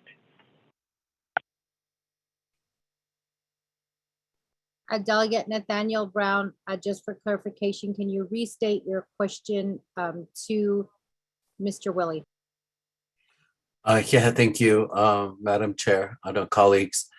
Yes, it would be, our concern is if we're not just going to wait on the FRF funding, if it is deemed eligible, as the amendment states, and then also for the Judicial Public Safety Facilities Fund, to access that. What is usually the timeline?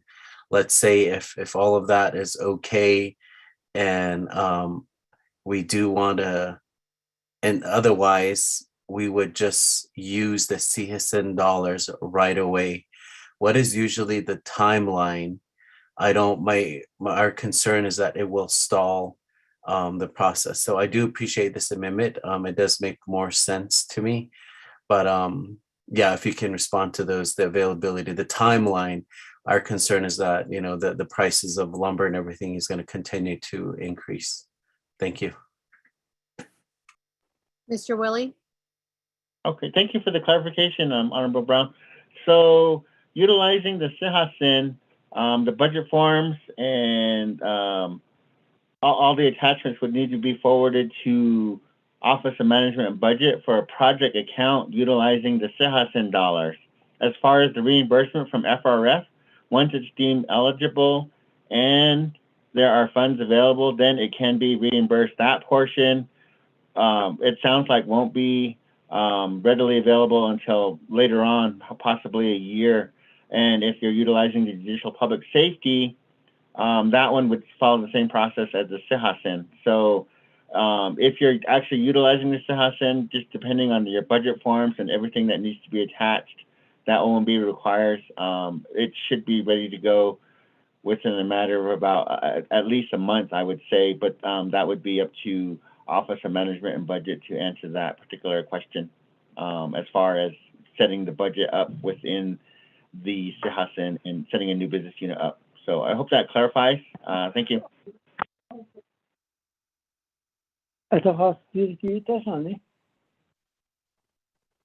Delegate Jimmy Yellow here. Can you please mute your phone?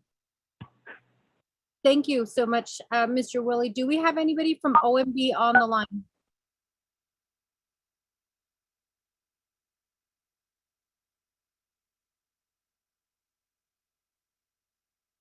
Speaker Pro Tem, this is Dana. Can I interject something? Dana, go ahead. The floor is yours.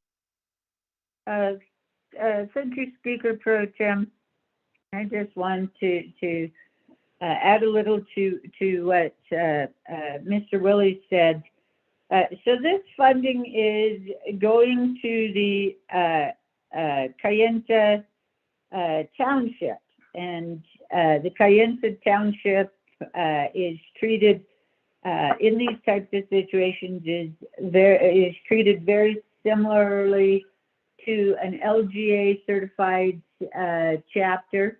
And so then before the funding is released to the township, an agreement of some sort has to be put in place. And if you will look at page 4 of the legislation, line 30, paragraph E, it states that within 30 business days after the effective date of this act, the controller shall begin releasing the CSN funds approved herein to the Kayenta Township, provided that an appropriate grant agreement, memorandum of agreement, or other legal document establishing a project schedule, payment or drawdown plan, fund management plan, or other relevant procedures has been agreed to by the controller and is executed by the Kayenta Township and the Navajo Nation. So that after the president signs this legislation, that is the next step to either get that grant agreement or the memorandum of agreements in place, then the funds can be drawn down pursuant to the project schedule and the payment or drawdown plan that would be included in the agreement. I just wanted to clarify that, Madam Chair, Madam Pro Tem. Back to you. Thank you. Thank you for that clarification, Ms. Bobroff. Chief of Staff Yazi, do we have OMB on the line?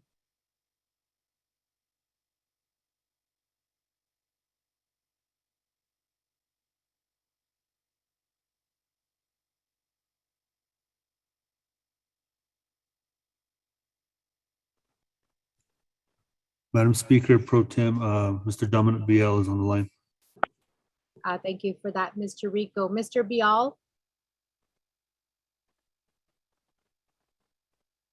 Mr. Bial, if you can hear me, there was a point of privilege raised by Delegate Nathaniel Brown. That point of privilege was answered by the Office of the Controller.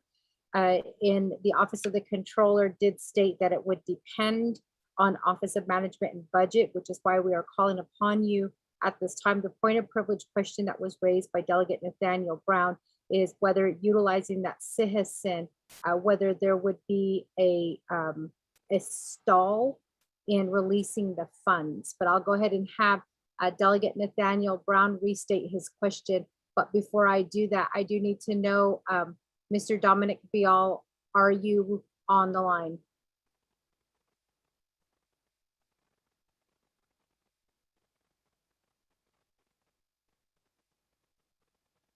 I believe it's *6 to unmute yourself. Mr. Bial, are you on the line?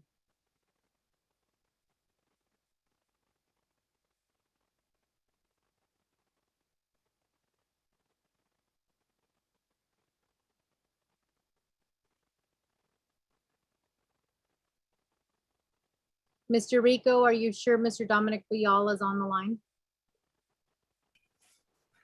Madam Speaker Pro Tem, yeah, I see him on the call.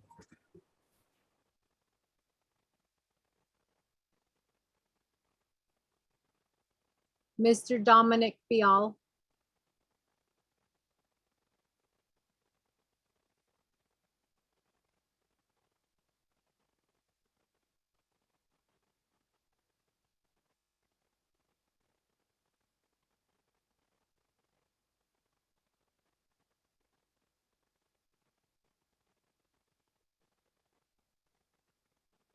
We are not hearing a response from OMB at this time, even though Mr. Rico was stating that Mr. Dominic Bial is on the line. So with that, I do apologize, Delegate Nathaniel Brown. The question regarding your point of privilege that you raised was referred to OMB, but without having OMB on the line. I believe that I did address your point of privilege as was stated by Ms. Bobroff earlier. So what we can do is we can wait till OMB gets on the line and hopefully they'll be able to answer your question. But in the meantime, I'm going to go ahead and proceed forward with this session. So colleagues, at this time, are there any other questions regarding amendment number 1 before I go back to reserve time?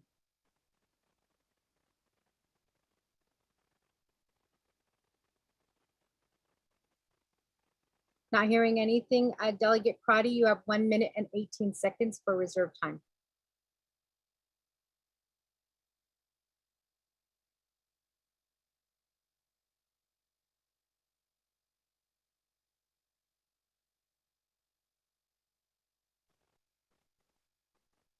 Delegate Crotty, you do have 1 minute and 18 seconds of reserve time. Madam Chair, I will waive my time. Thank you. Delegate Crotty waives her time. Committee members, colleagues, at this time, we do have amendment number 1 that is before us. Before I do proceed, Mr. Dominic Bial, are you on the line?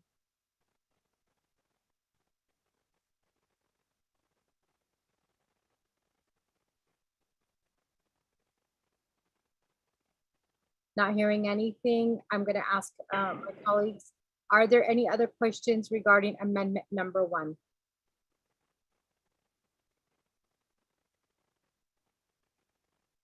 We do not have any more delegates with reserved time. So at this time, since there are no other questions, we're going to go ahead and proceed forward. Are we ready to vote?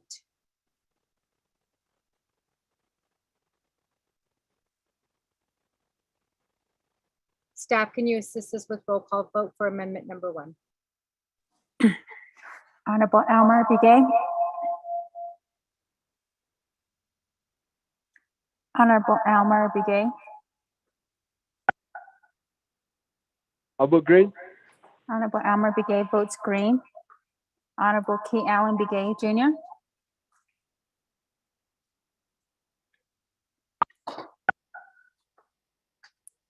Honorable Key Allen Begay Jr.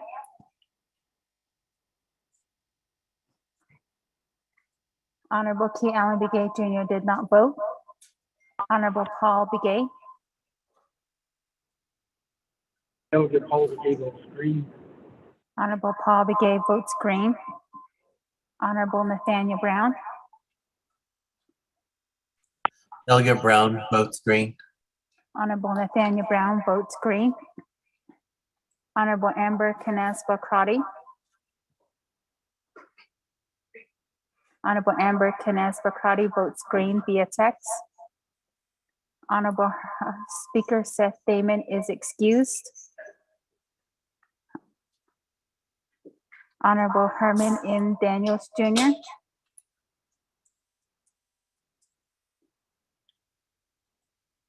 Honorable Herman M. Daniels Jr. I vote green. Honorable Herman M. Daniels Jr. votes green. Honorable Mark Freeland.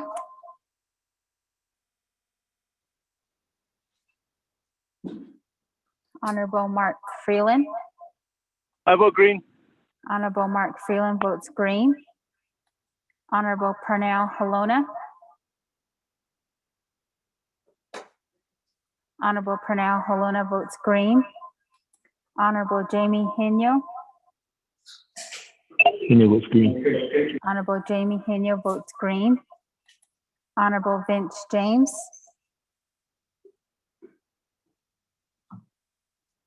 Honorable Vince James.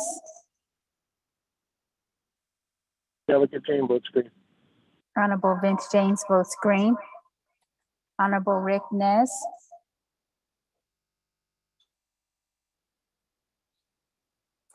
Honorable Rick Nez. Honorable Rick Nez did not vote. Honorable Carl Slater. Honorable Carl Slater votes green via text. Honorable Raymond Smith Jr. Green. Honorable Raymond Smith Jr. votes green. Honorable Wilson Stewart Jr. Green. Honorable Wilson Stewart Jr. votes green. Honorable Charlene So. I vote green. Honorable Charlene So votes green. Honorable Daniel So. I vote green. Honorable Daniel So votes green. Honorable Eugene So.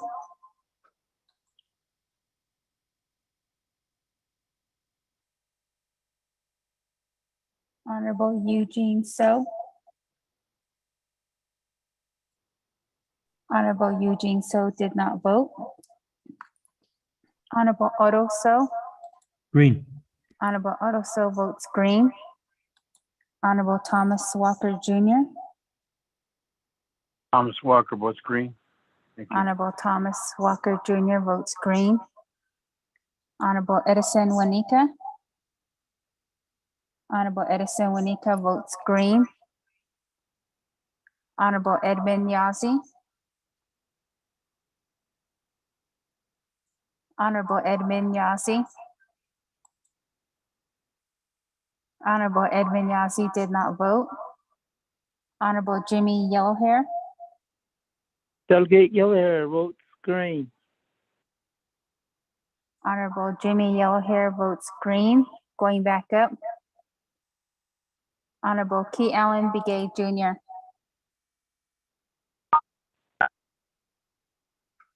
Honorable Key Allen Begay Jr. Honorable Key Allen Begay Jr. votes green. Honorable Rick Nez.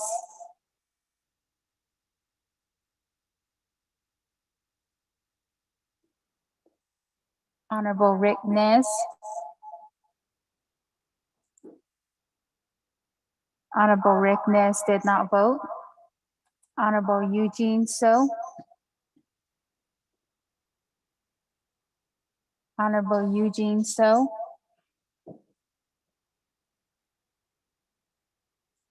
Honorable Eugene So did not vote. Honorable Edmund Yazzie. Honorable Edmund Yazzie.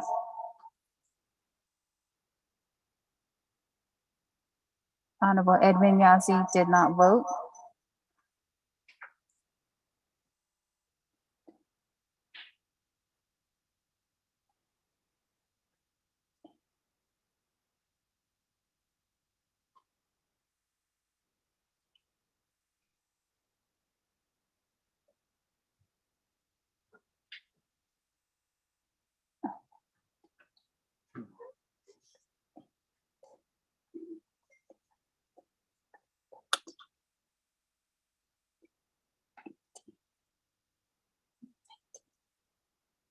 Okay. Speaker Pro Temp with a vote of 19 in favor, 0 opposed, and Speaker Pro Temp not voting.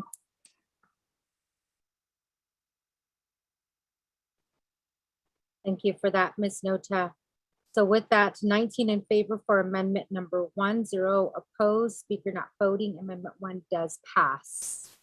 So we'll go ahead and go back to the main motion. And the main motion at this time, we do have Delegate Edmund Yazzie with 3 minutes and 15 seconds, Delegate Eugene So with 6 seconds, and Delegate Jamie Hanyo with 4 minutes and 41 seconds.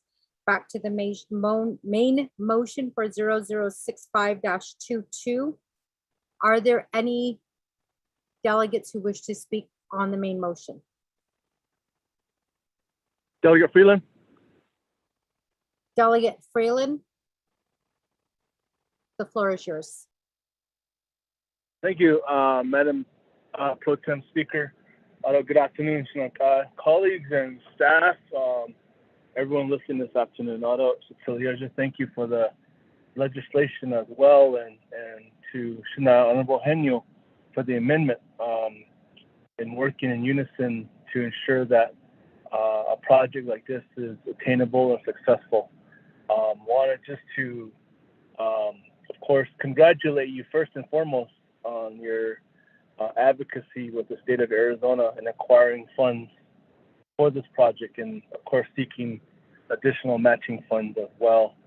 And thank you to the leadership at Judicial, but also to our legislators with the state of Arizona for helping us acquire these funds from the state of Arizona during this time and at this moment.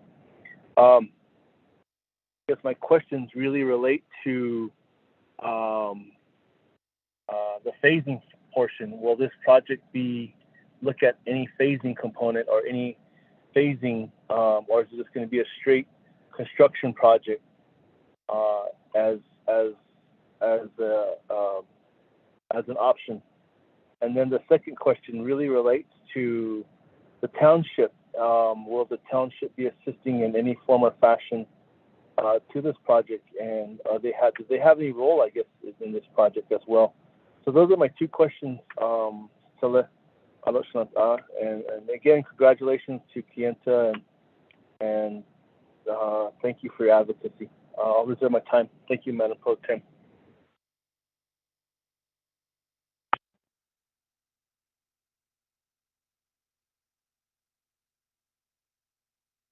Delegate Freeland, reserve time at 3 minutes and 15 seconds.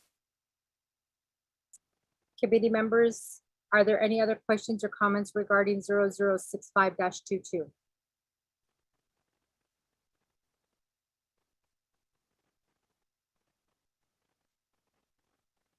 Not hearing anything, we'll go ahead and go back to reserved time. We do have Delegate Edmund Yazzie, 3 minutes and 15 seconds. Delegate Yazzie.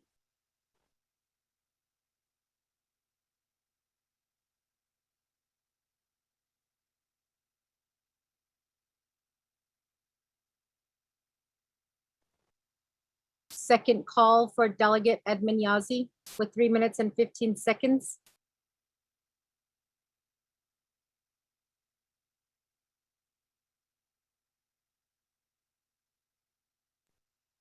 Last and final call for Delegate Edmund Yazzie, 3 minutes and 15 seconds on the main motion for 0065-22.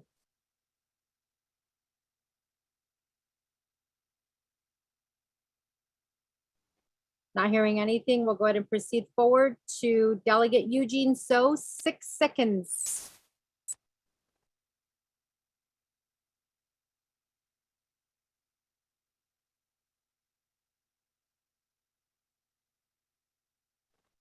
Second call for Delegate Eugene So with 6 seconds on the main motion for 0065-22.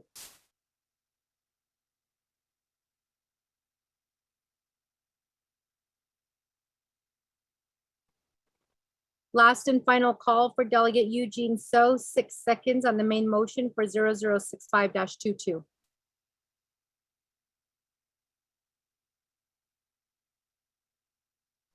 Not hearing anything, I'm going to go ahead and proceed forward. On reserved time, we have Chair Hanyo, 4 minutes and 41 seconds.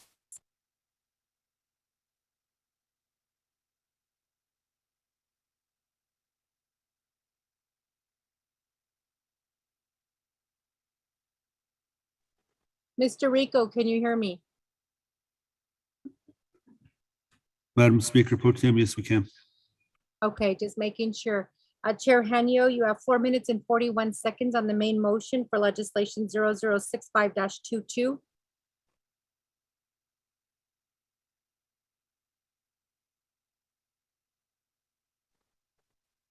Last call, Delegate Jamie Hanyo, 4 minutes and 41 seconds.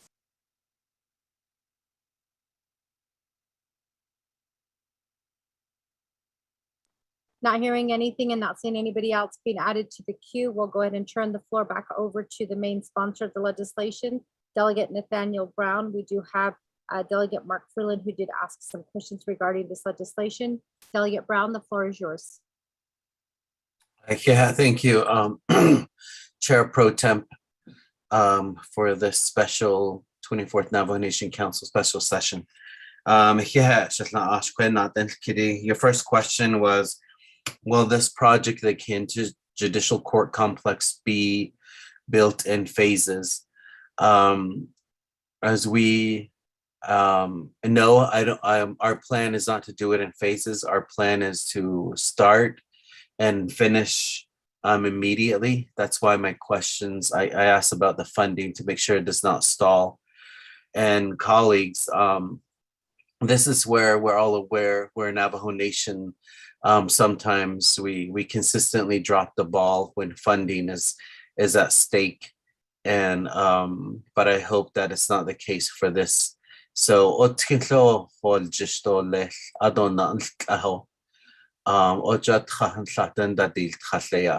so I hope that that's why our staff, and again, Shananta, I just really want to commend all the individuals who made this possible, and it is their work. And if you look at the legislation, all the binders that we've been handing out the last council, the 23rd council, and then the email that we have been sending you, you will find the diligent work that has been done.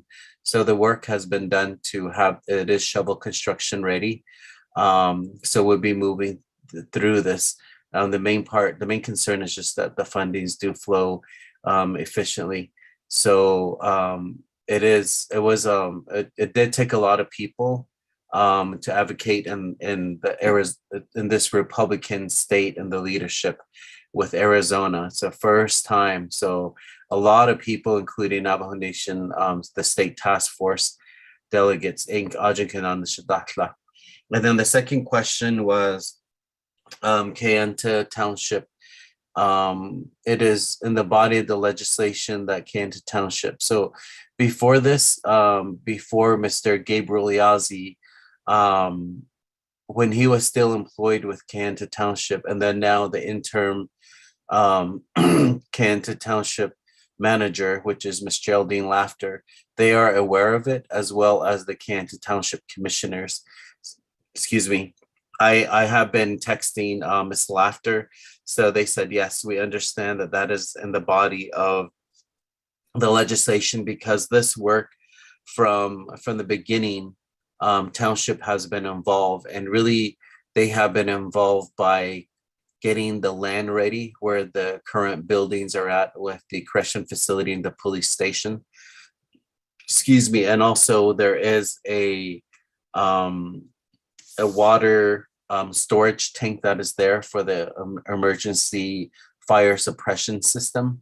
So I know that this council worked diligently through Law and Order Committee as well, through Dr. Gray Eyes' direction. So we were going back and forth on that. So right now it is completely shovel construction ready, the land.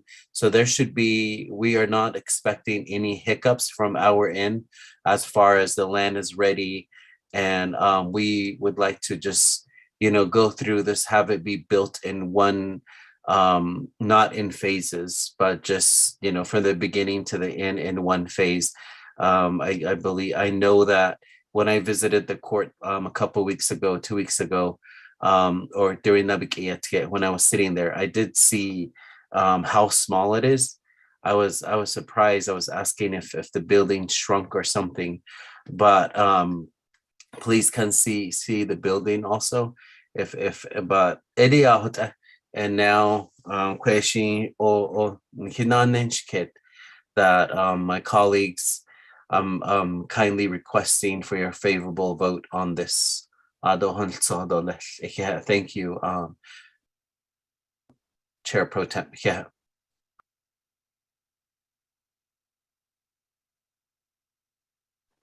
Thank you for that, Delegate Brown.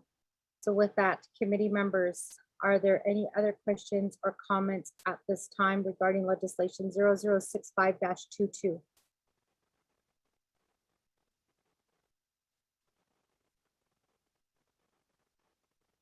Not hearing anything, we'll go ahead and go back to reserve time.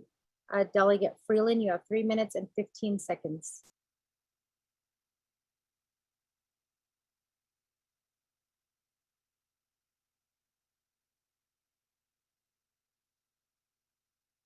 I'll reserve my time, Madam Pro Tem. Thank you for that, Delegate Freeland. Reserve time.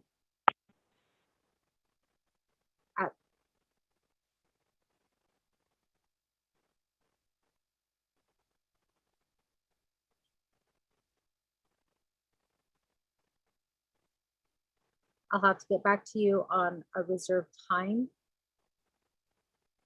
Going back to reserve time, we have Delegate Edmund Yazzie with 3 minutes and 15 seconds.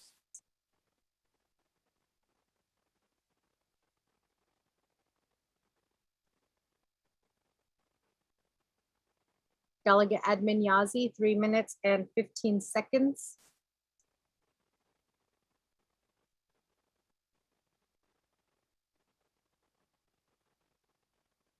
Delegate Edmund Yazzie, last and final call, 3 minutes and 15 seconds.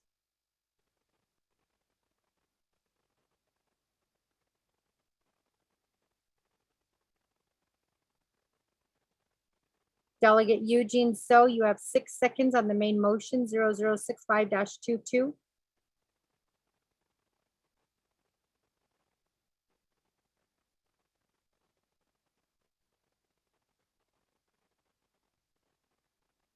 Delegate Eugene So, 6 seconds on the main motion 0065-22.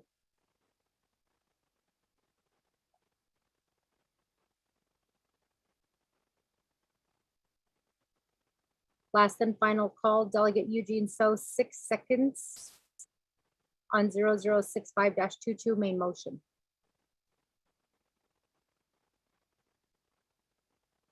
Okay, not hearing anything. Going back to reserve time, we have Chair Jamie Hanyo, 4 minutes and 41 seconds.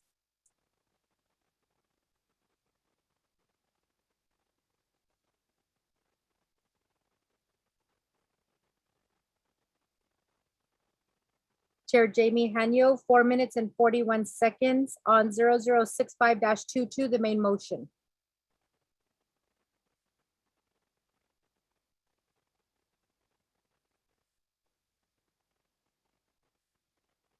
Last and final call, Chair Hanyo, 4 minutes and 41 seconds of reserved time on 0065-22, main motion.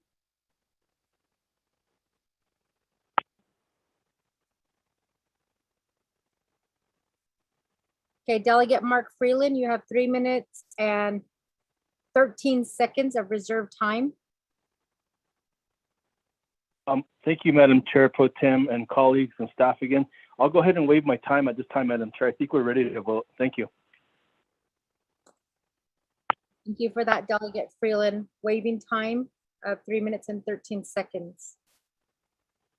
So just for the record, Mr. Rico, were there any delegates who requested to be excused today?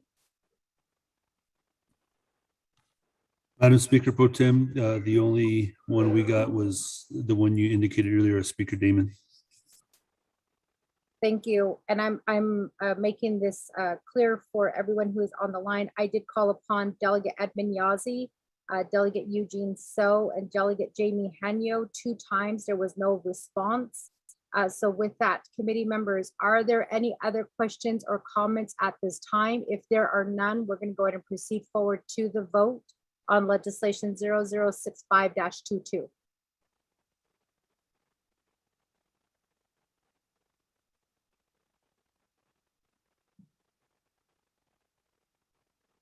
Okay, Mr. Rico, can you go ahead and assist us with the second reading of the legislation, and then we'll go ahead and call for the vote at that time. Mr. Rico?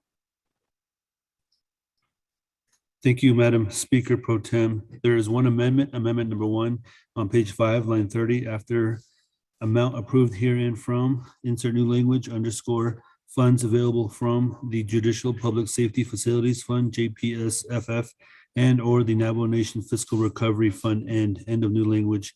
2, renumber or reletter succeeding paragraphs, sections, and exhibits as necessary and appropriate.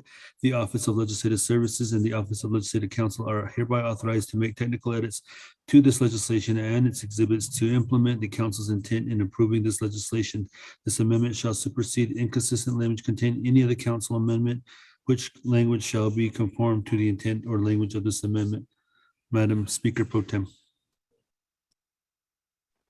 Thank you, Mr. Rico, for that second reading.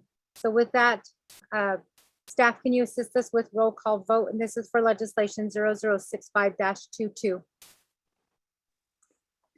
Honorable Elmer Begay. I vote green. Honorable Elmer Begay votes green. Honorable Key Allen Begay Jr. Yellow votes green. Honorable Key Allen Begay Jr. votes green. Honorable Paul Begay. Delegate Paul Begay votes green. Honorable Paul Begay votes green. Honorable Nathaniel Brown. Delegate Brown votes green. Honorable Nathaniel Brown votes green. Honorable Amber Canespa Crotty. Honorable Amber Canespa Crotty. Honorable Amber Canespa Crotty. This is Delegate Amber Canespa Crotty. I vote green. Thank you. Honorable Amber Canespa Crotty votes green. Honorable Herman M. Daniels Jr. Honorable Herman M. Daniels Jr. Green. Green. Honorable Herman M. Daniels Jr. votes green. Honorable Mark Freeland. I vote green. Honorable Mark Freeland votes green. Honorable Pernell Halona. Honorable Pernell Halona votes green. Honorable Jamie Henyo. Honorable Jamie Henyo. Honorable Jamie Henyo did not vote. Honorable Vince James. Delegate James votes green. Honorable Vince James votes green. Honorable Rick Nez.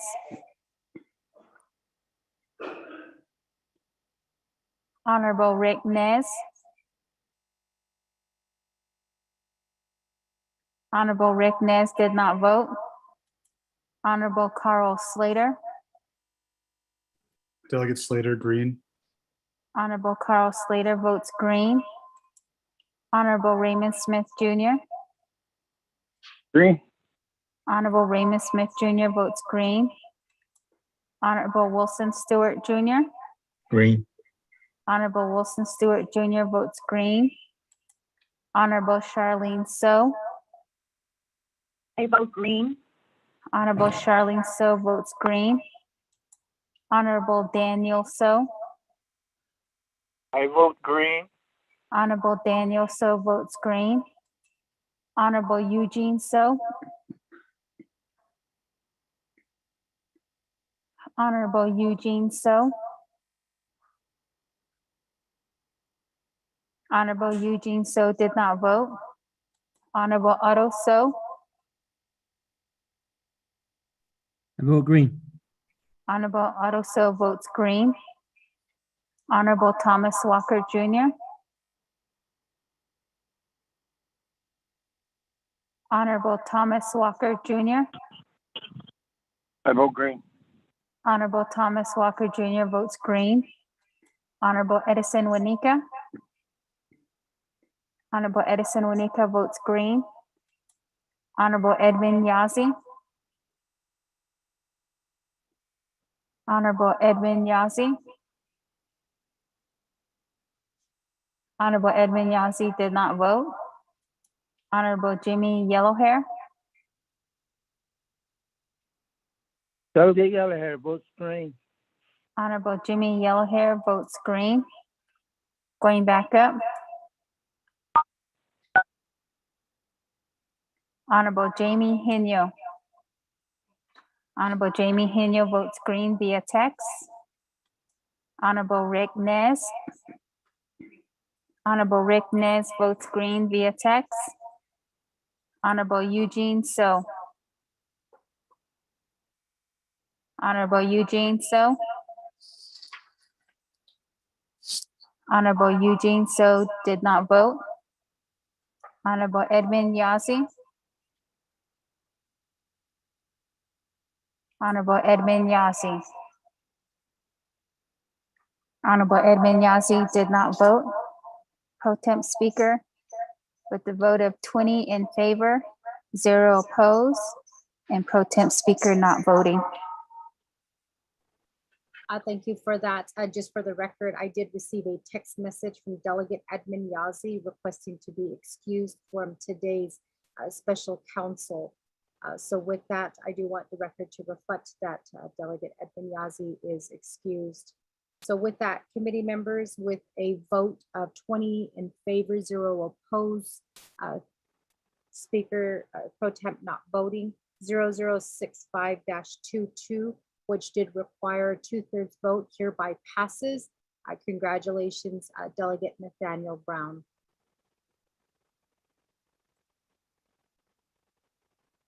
So with that, Speaker Damon, are you back on the line?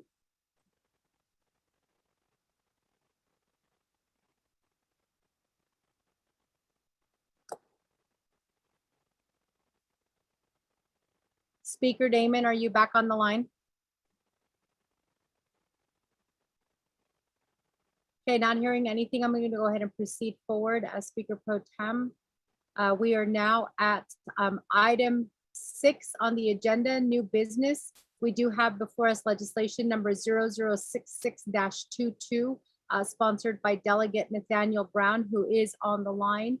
Mr. Rico, can we go ahead and get legislation number 066-22 read into the record, please? Thank you, Madam Speaker Pro Tem. Tracking number 0066-22, an act relating to the Resource and Development, Budget and Finance, and Napakieta Committees and to the Navajo Nation Council, approving $7,650,000 from the Csn Fund for the construction of the Chichimito multipurpose building, approving the related expenditure plan pursuant to 12 NNC, Section 2501 to 2508. This legislation is sponsored by Honorable Nathaniel Brown. There are committee reports from the Resource and Development Committee that recommend it do pass with no amendments. A committee report from the Budget and Finance Committee that recommend it do pass with no amendment. And a committee report from the Nabakeetic Committee that the legislation passed and referred to the Navajo Nation Council. Per Navajo Nation Council Rules of Order Rule 9, legislation has been read into the record by electronic voice recording. This legislation is a 2/3 vote legislation and will move on to the office of the President and Vice President if approved. Madam Speaker Pro Tem. Thank you, Mr. Rico. The legislation has been read into the record. Can I get a motion and a second?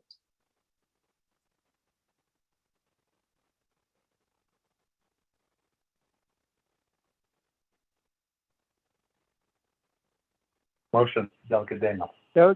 Delegate Yellowhair, second motion. Motion made by Delegate Herman Daniels, second by Delegate Jimmy Yellowhair. This is for legislation number 0067-22. I'm sorry, 0066-22. I apologize. Legislation 0066-22. Motion and second has been made at this time. Committee members, are there any questions to 0066-22? If there are no questions, we will proceed forward to the vote.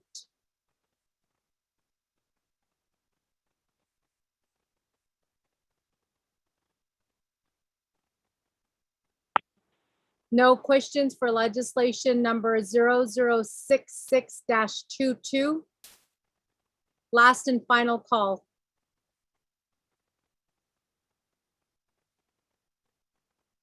Nabi works. Nabi works. Staff, can you assist us with roll call vote, please? Honorable Elmer Begay. How about green? Honorable Elmer Begay votes green. Honorable Key Allen Begay Jr. Yeah, votes green.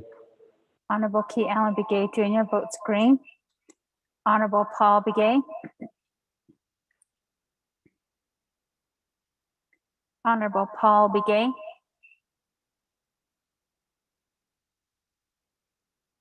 Honorable Paul Begay did not vote. Honorable Nathaniel Brown. Delegate Brown votes green. Yeah. Honorable Nathaniel Brown votes green.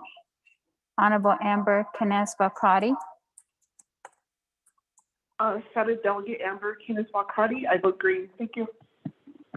Honorable Amber Canes-Valcati votes green. Honorable Speaker Seth Damon is excused. Honorable Herman M. Daniels Jr. Green. Honorable Herman M. Daniels Jr. votes green. Honorable Mark Freeland. Green. Honorable Mark Freeland votes green. Honorable Pernell Halona. Honorable Pernell Halona votes green. Honorable Jamie Henio. Honorable Jamie Henio votes red. Honorable Vince James.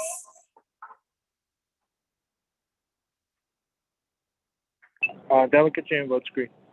Honorable Vince James votes green. Honorable Rick Nez. Honorable Rick Nez. Honorable Rick Nez did not vote. Honorable Carl Slater. Green. Honorable Carl Slater votes green. Honorable Raymond Smith Jr.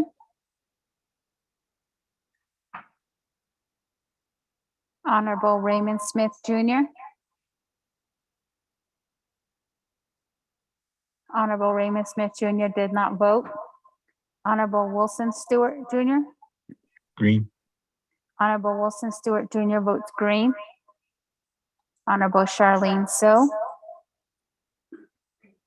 Honorable Charlene So votes green via text. Honorable Daniel So.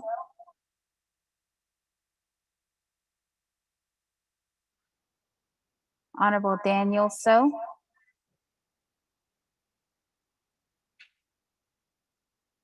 Honorable Daniel So did not vote. Honorable Eugene So.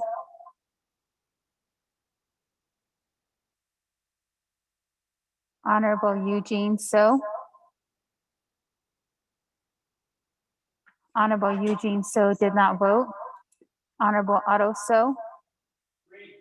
Honorable Otto So votes green. Honorable Thomas Walker Jr. Honorable Thomas Walker Jr. Honorable Thomas Walker Jr. did not vote. Honorable Edison Wanika. Honorable Edison Wanika votes green. Honorable Edmund Yazzie is excused. Honorable Jimmy Yellowhair. Delegate Yellowhair votes green. Honorable Jimmy Yellowhair votes green. Going back up. Honorable Paul Begay. Honorable Paul Begay votes green via text. Honorable Rick Nez. Delegate Rick Nez votes green. Honorable Rick Nez votes green. Honorable Raymond Smith Jr.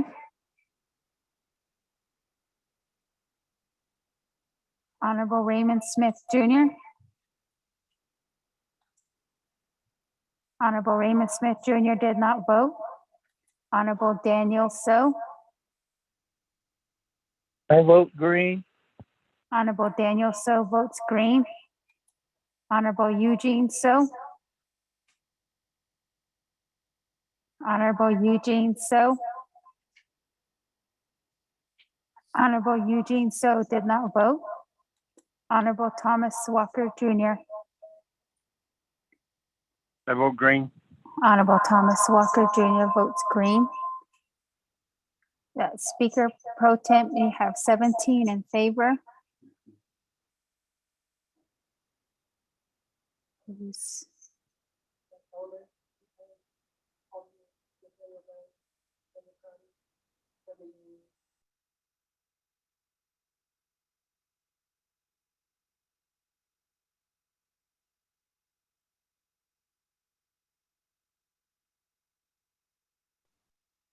Ms. Nota, did you read the vote into the record?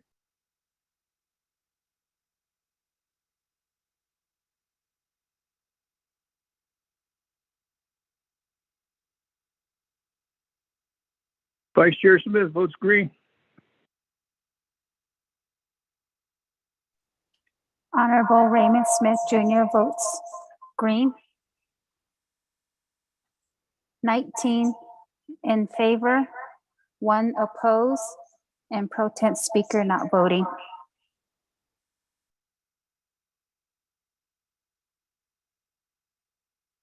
Thank you for that, Ms.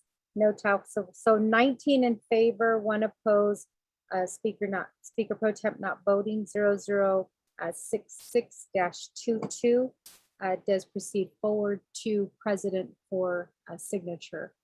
We now move down to item 6B, legislation 0067-22.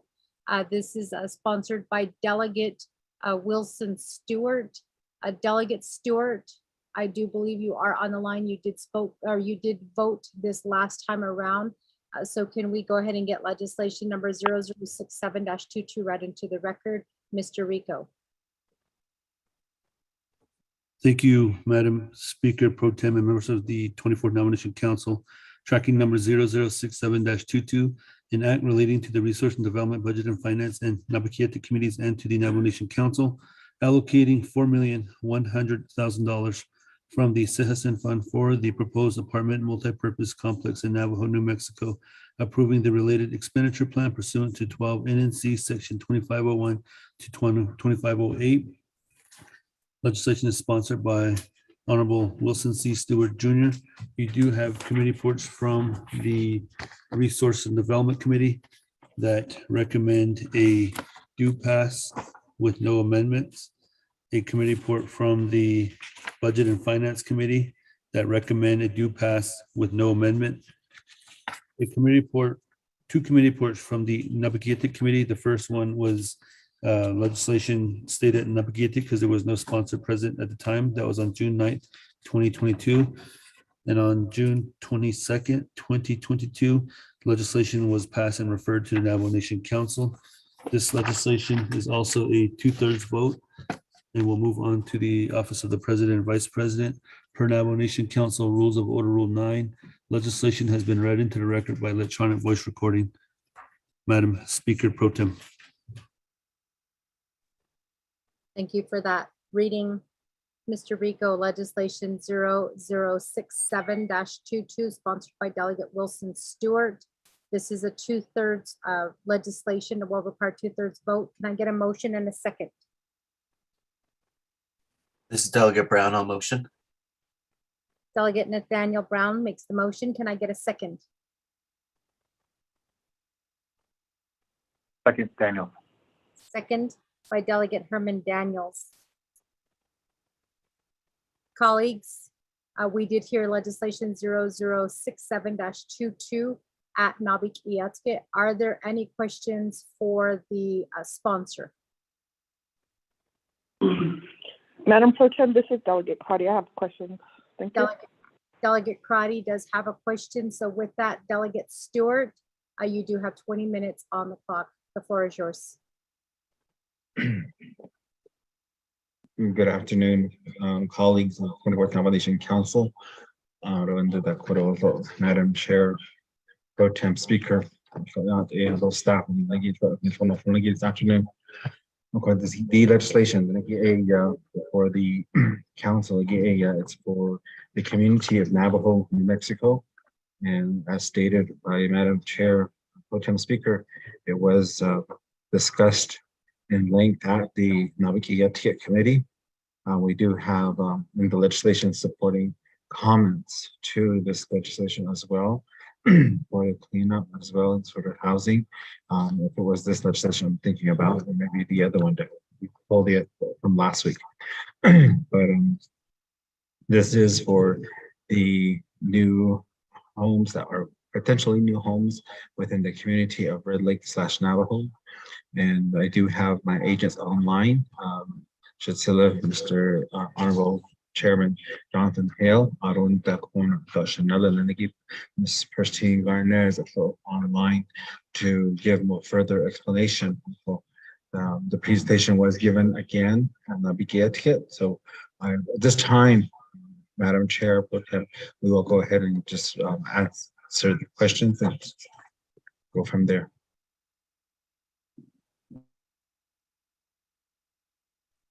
Delegate Stewart, does that conclude your presentation at this time? Yes. Thank you for that, Delegate Stewart. So with that, we do have Delegate Crotty, who is first in the lineup. Committee members, if you could go ahead and text Ms. Julissa Johnson at request to speak, then we can go ahead and get people lined up. If not, then we do only have Delegate Crotty in the lineup. Delegate Crotty, the floor is yours.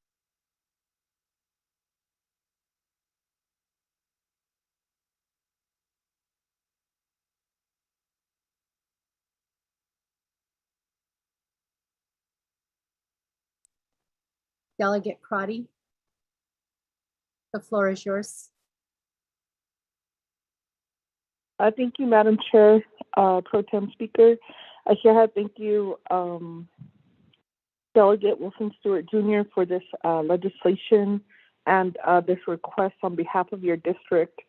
I think in terms of the amount of funding that is being requested and hearing from Navajo Housing Authority, if you could give some insight in terms of why this project wouldn't be considered in the Indian Housing Plan that was passed by the oversight, or what are opportunities to partner with other federal dollars to help the nonprofit develop the apartment complex in your district, and I'll reserve my time. Thank you.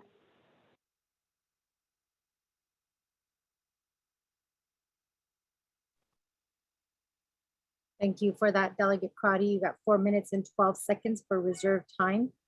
Committee members, are there any other questions or comments at this time for the sponsor?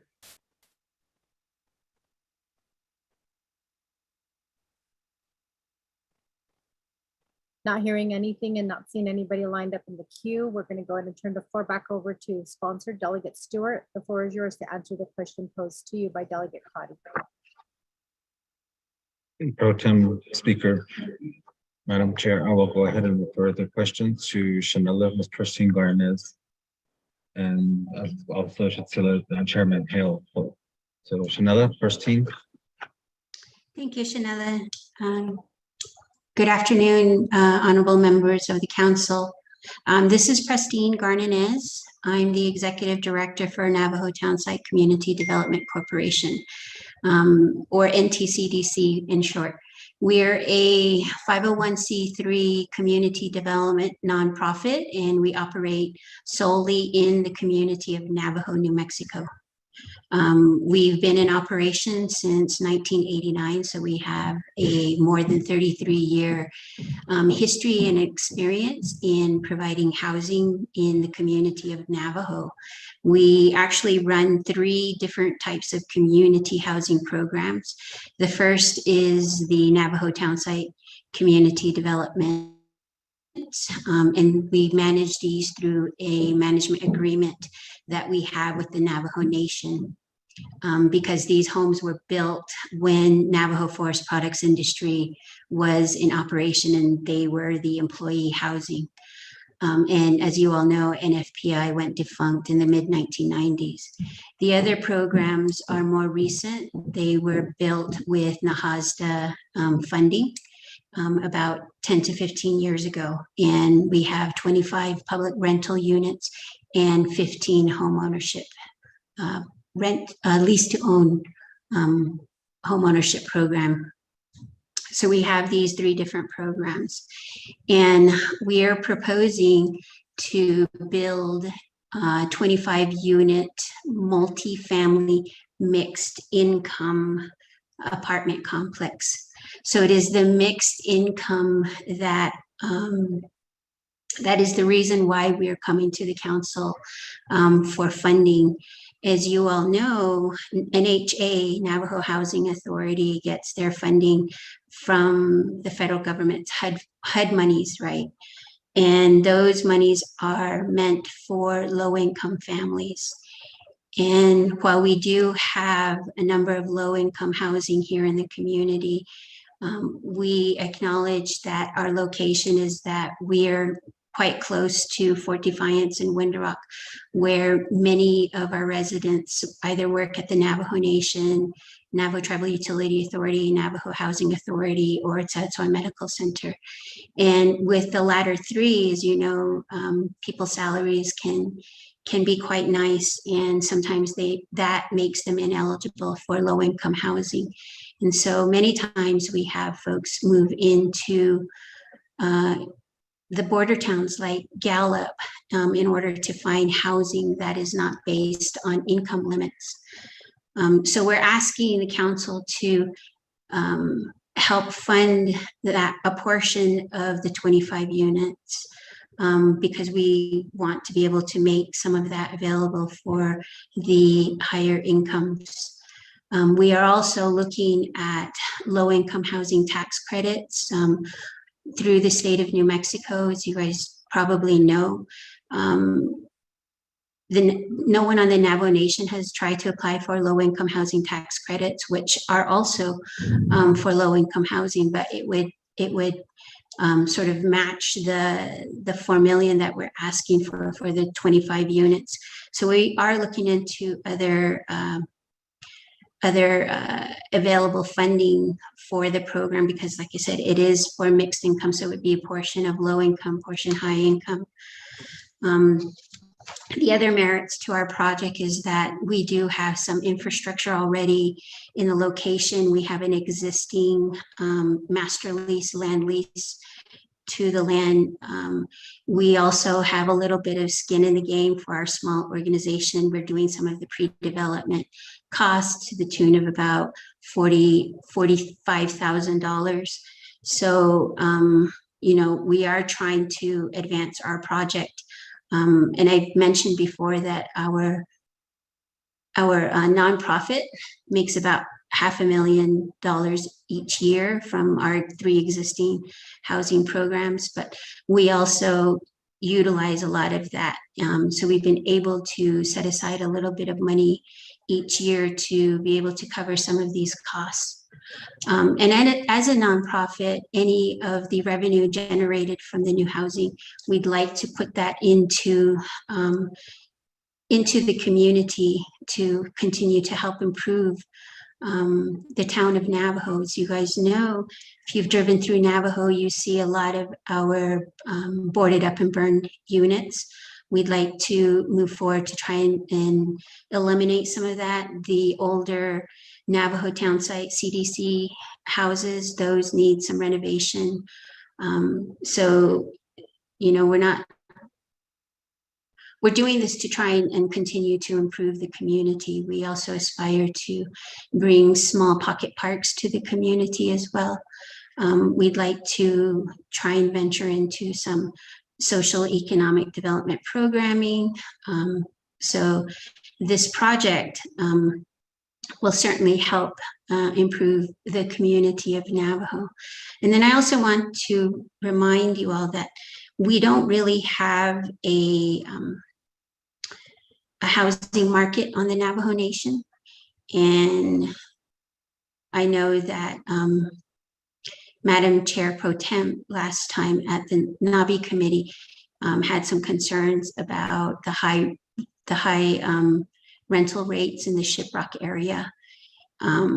Certainly if we were left to leaving that to the public arena, you know, market rate is much higher than what we're proposing for these mixed income multifamily housing that we're wanting to do here in Navajo. So I think, you know, the nation could certainly help with trying to establish a housing market that works for us in the near future. So I hope that answers your question and then some. Thank you.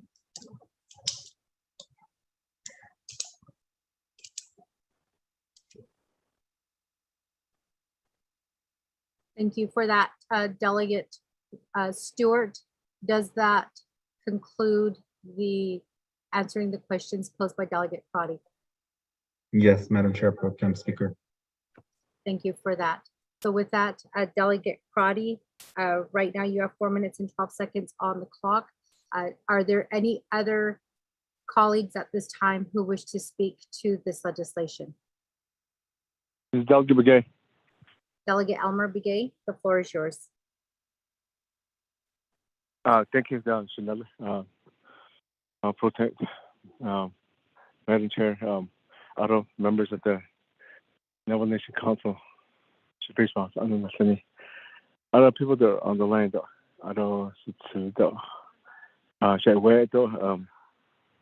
Delegate Stewart, and yes, your agents there. I have a question.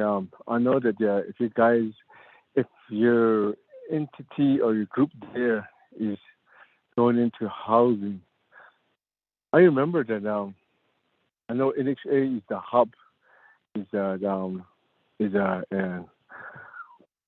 troubled designated housing there for Navajo Nation, and if you're gonna be part of it, housing. To be part of it, I know that there was some housing entity that developed it earlier, and they don't go, but they structure their own. They don't just depend on low income housing. They're separate entity, but they work under the NHA. So there was a Navajo partnership housing and there was some other housing entities that there was a report of it. So I'm not sure why you guys are not organizing yourself like that. Do you know what I'm talking about? Maybe that would be something you could explain it to us why you're not doing to be part of your own housing entity and to be structured under the NFA. Thank you. That's my question. Reserve my time.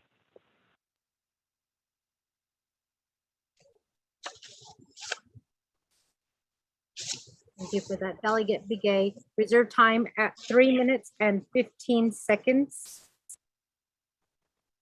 Colleagues, do we have anybody else who wishes to speak on this legislation 0066 I'm sorry, 0067-22?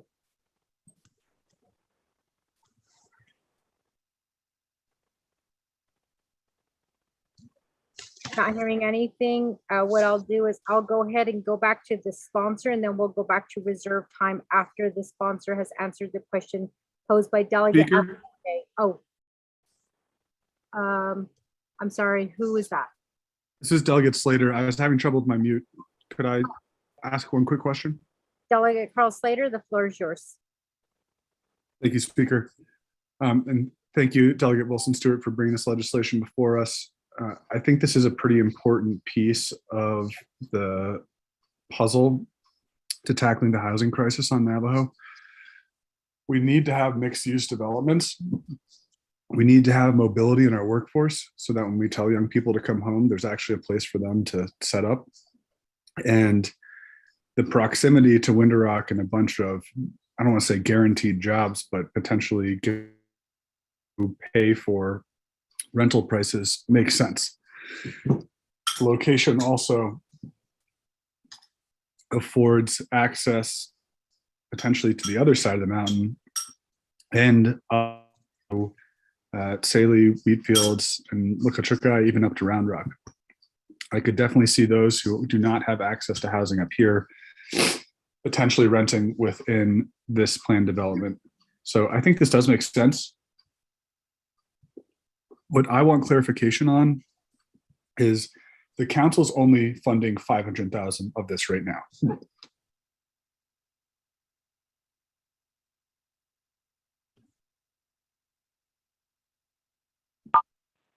Can you hear me? I apologize. I want to confirm that we're not funding the full proposal amount right now, nor committing to it, because I think that additional capital should be sought, and there should be, I'd say, another report back to the council on exhausting all the other funding sources in order to move this forward. So I'll reserve my time, and my question is, I want to confirm the allocation to start this off.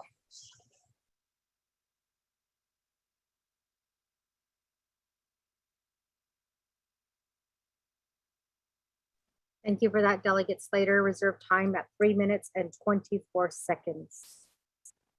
So with that, committee members, are there any other questions or comments at this time? And you may be on mute, so you can *6.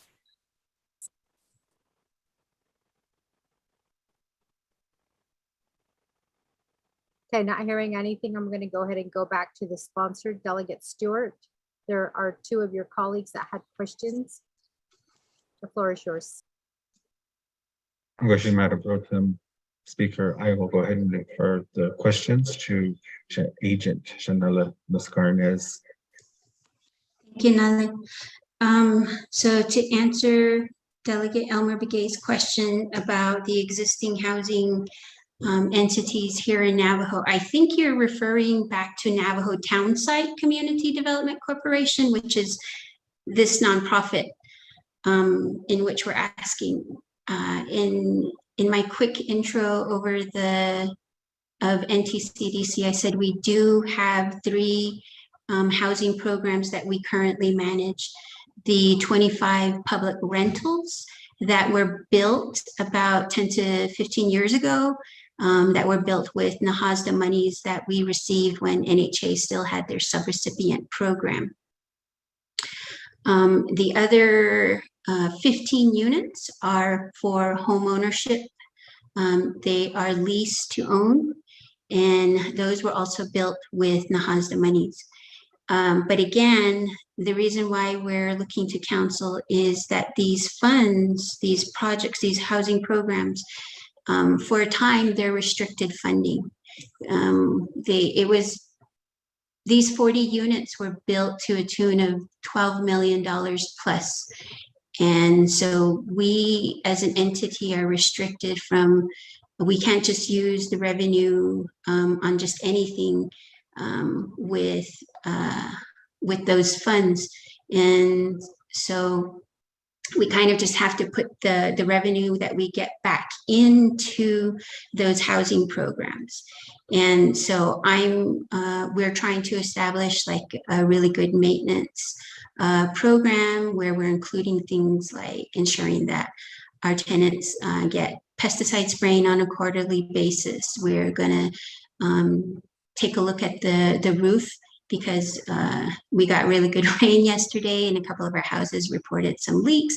So we're putting all of the revenue back into those housing programs. And it's the same way with the homeownership program. Those funds are restricted. We can't just use them for just anything. And so, and even then, on an annual basis, if I don't use all of the funding for our operations, I have to give that money back to Navajo. Any profits we have, I have to give that back to Navajo Housing Authority. So I can't just literally squirrel away funds like millions of dollars to build new houses at the moment. So that's one of the restrictions that we're facing now with the existing housing program. And then the third is through the management agreement that we have with the Navajo Nation. And those houses under the management agreement, I'm restricted from really doing anything. Like I can't tear down those houses without your permission, even though I know they look really bad. I can't make renovations more than $10,000 without the Navajo Nation's permission. So there's a lot of restrictions that we're trying to tiptoe through and around to improve housing on the Navajo Nation. And so that's, I think, the program that you're referring to. And then for Delegate Slater, we're asking for 4.1 million. And no, this 4.1 million is not the entire sum of the project. So based on estimates, it's looking like the 25 units would be about 7.1 million. I was hoping to utilize NAHASDA and or ARPA funding to make up the rest of that. But I'm not, so now I'm looking at low-income housing tax credits and then other funding sources that might be out there. But certainly having the Navajo Nation backing of this 4.1 million makes our our project look even more stable, enticing for other funding entities out there for our project. And so that's why we're coming to the Navajo Nation for this request. Thank you.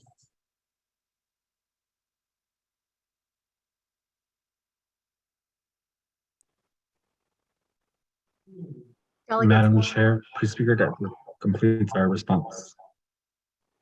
Thank you for that, Delegate Stewart.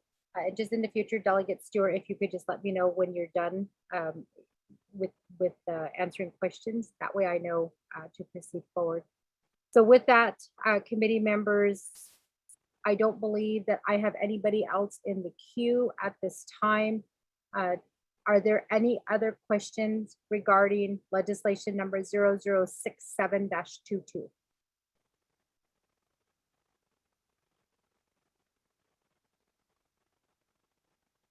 Not hearing anything, I'm going to go back to reserved time. We have Delegate Crotty at 4 minutes and 12 seconds. Delegate Crotty.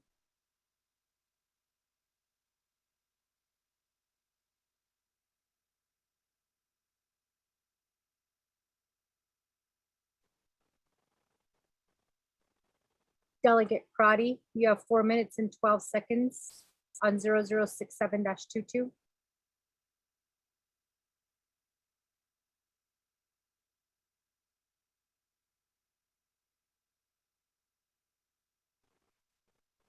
Last and final call for Delegate Amber Canaz Bakpati, 4 minutes and 12 seconds.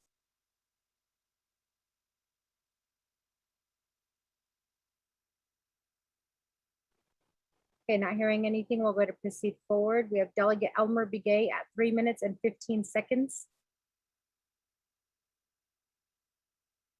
Thank you, Chanel. Pro Temp, Madam Chair. Thank you for the response. I'm talking about these. I think there's a lot of NXA housing entities that were structured under the NXA. I'm pretty sure it was Navajo Partnership Housing Act or something. But I was wondering if you guys are structured like that. But I understand that you said that you have some funding that was given to you under the recapture funds or subrecipient fundings. But my question would be, do you have any outstanding any delinquents with the NXA? That'll be my question. Thank you.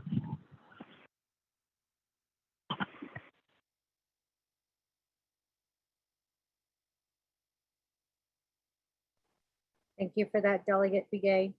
So with that, we'll go ahead and proceed forward to Delegate Carl Slater with 3 minutes and 24 seconds. Delegate Slater. I'll reserve my time. Thank you. Delegate Carl Slater reserved time at 3 minutes and 22 seconds. So with that, are there any other delegates who have any questions regarding legislation 0067-22?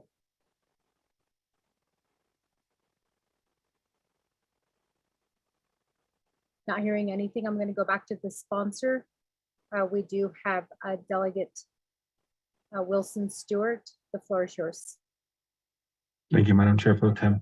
Speaker, I will refer those questions again back to Shanella. Ms. Garnes. Thank you, Shanella. And thank you, Delegate Begay. So as far as delinquencies with Navajo Housing Authority, I am not aware of any delinquencies that we have, outstanding delinquencies that we have with Navajo Housing Authority. We continue to submit our annual income reports, our program reports to Navajo Housing Authority. So we've complied with all the things that they've asked of us. We do our annual inspections. We try to review our program on an annual basis. So I'm not aware of any delinquencies that we have with NHA. And then I also should point out too, Navajo Housing Authority no longer has their subrecipient program. So they closed that out a few years ago, and I was hoping that the NHA board would consider opening that back up to entities like me so we can apply for grant funding to move forward some of our housing programs as well. But the NHA board has not reopened the subrecipient program. Which is also really limiting for us. Thank you. Madam Chair Pro Tem, I'm going to ask Chairman Hale to also respond.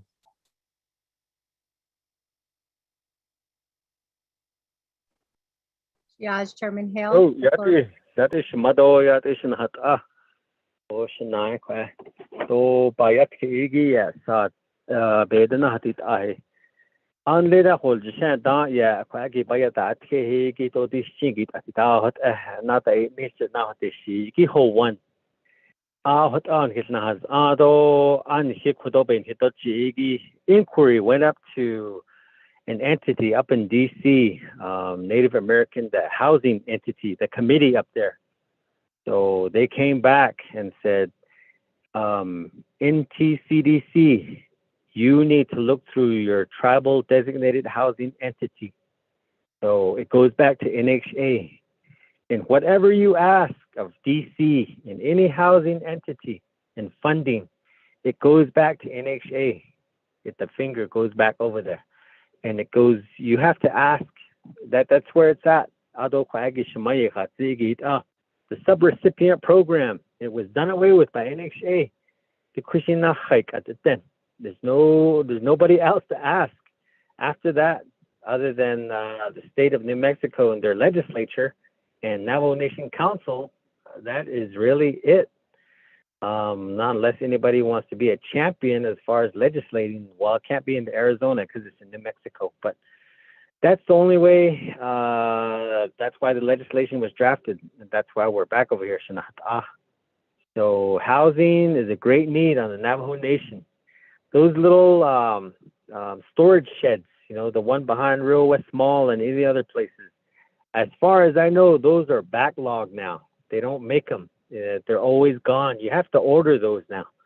So people are still buying those and still making homes out of it. So today we still speak of homes then. And we're reminded, it goes back to your TDHE. This is how many millions you get, allocated every year. So I know there was an Office of Inspector General that did a report on NHA. And that still is still within the nation's record books. It still exists. So they did a report on it, and they found out what the discrepancies were with NHA. And when it comes to housing, public record, it exists. So I don't know, as far as RDC is concerned, if they're going to hear a report from NHA board, what has transpired to this extent on these findings? What have you done to fix it?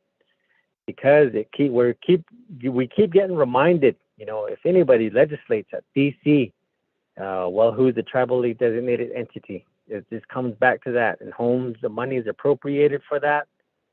And that's where we're back over here at square one. So the nation needs to look at itself. Who is the TDHE? What has been accomplished? I've heard of plans and I've seen plans in communities. We're gonna build this. And I hear that from some chapters. Afterward,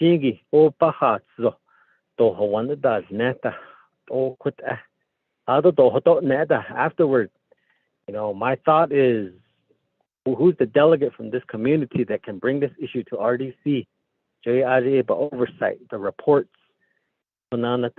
So it's a concerted effort at the end of the day if these homes were to be built. But back to the legislation, and it's open to anybody. The notion that I get is just because it's in Navajo, it's open to people that are from Navajo. It's open to anybody. So Honorable Slater. So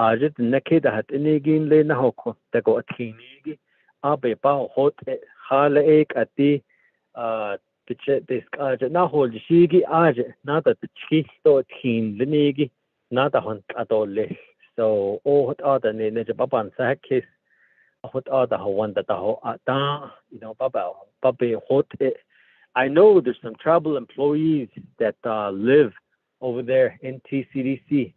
They're not from the community, but they found housing over there.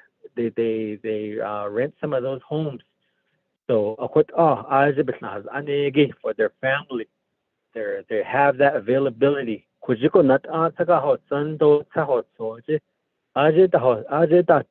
Homes availability. The only other one is Kerrigan.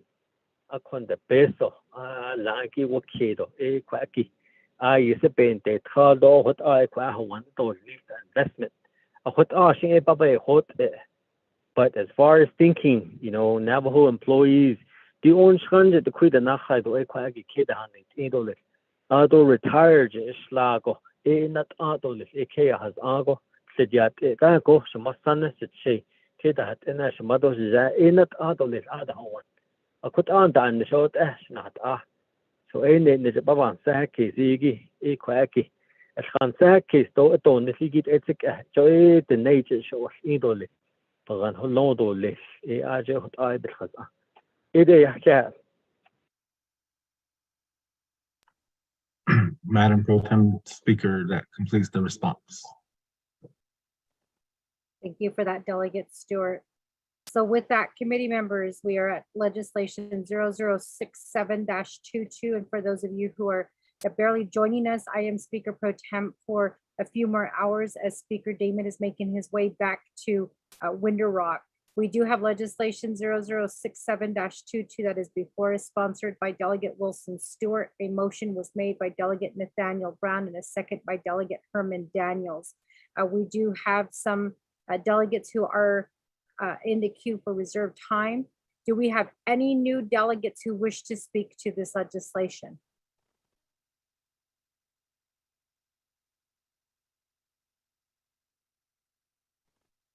Not hearing anything, we're going to go back to reserved time. Delegate Crotty, you have 4 minutes and 12 seconds.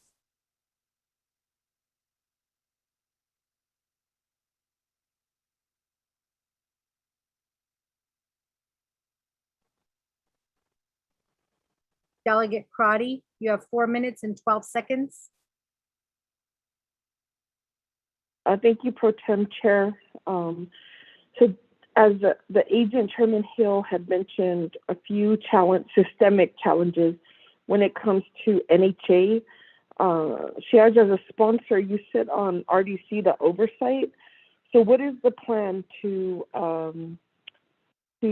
have, or when we met with NHA, what is their plan to provide housing and support the housing needs of our community members? If this is open to mixed income, I don't know. I would assume that there would be at least some NAHASA dollars that could be used, or looking at NHA's rental income. All of the rental income that they receive is not, they do not need to follow federal guidelines on that funding. And so NHA does have funding for other housing initiatives. And I just want to ask if that was a conversation that you had with NHA, and also looking at other grants like the USDA community development grants, because this is a nonprofit, and I'm not sure if this is considered, well, you'll have to generate revenue and some type of to operate and maintain. Has the Division of Economic Development been in discussions in terms of what funding they have to also provide, instead of just solely looking at CHN when it comes to Navajo Nation funds? And I'll reserve my time. Thank you.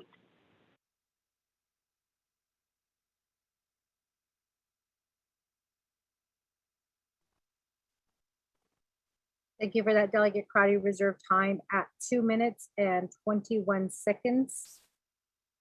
We now proceed forward to reserve time. Delegate Carl Slater, 3 minutes and 22 seconds.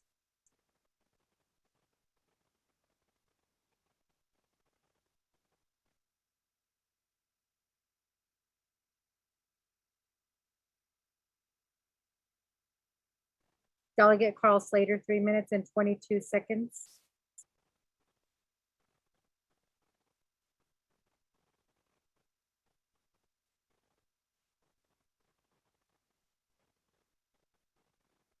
Last and final call, Delegate Carl Slater, 3 minutes and 22 seconds.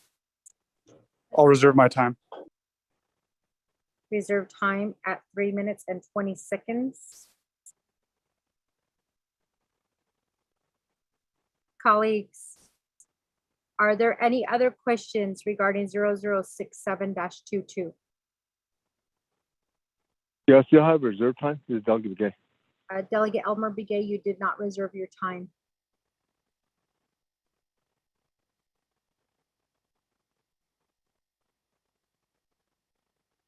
Not hearing anything, I'm going to go ahead and proceed forward to give the floor back to the sponsor, Delegate Wilson Stewart. The floor is yours. Thank you, Madam Chair, Pro Tem Speaker. Delegate Crotty, the response to NHA and the housing and what you were asking for, those plans are still in motion with the new CEO, Ms. Maureen Curley. And then also with the new plan that we have been meeting with them on for the 5-year development plan as well, and the reports getting back in order as well. And those are part of the upcoming legislations. Portions of them are upcoming legislations that we will be addressing, and also within the plans that they have been presenting to us during their meetings that we have, and also their intentions with the funding that they have received and how they want to move forward with the new CEO and also the board included in that area as well. That is my response to that. All of the questions, I will refer those back to Shanella Dorsha. So Shanella, Ms. Garnes. Thank you. Yes. To answer your question about other funding sources, Delegate Crotty, we are looking at the CDBG funding for the utilities portion. There's not, like I said, there's already some existing utility, but if we need to make any additional changes or upgrades to accommodate the 25 units, we're looking to try and access the funding through CDBG when they open that up. And then for the multi-purpose facility, we're in the process of applying to the Economic Development Administration for some potential funding as well. So we're not just looking at the Navajo Nation, we're looking at several different places, including the low-income housing tax credits, which I'm actually kind of excited to explore. It seems like a really challenging process, but I think once we move through the process and learn the ropes, it could be a very powerful addition to funding sources for housing on the Navajo Nation. So we're looking at all of those areas as well. Thank you.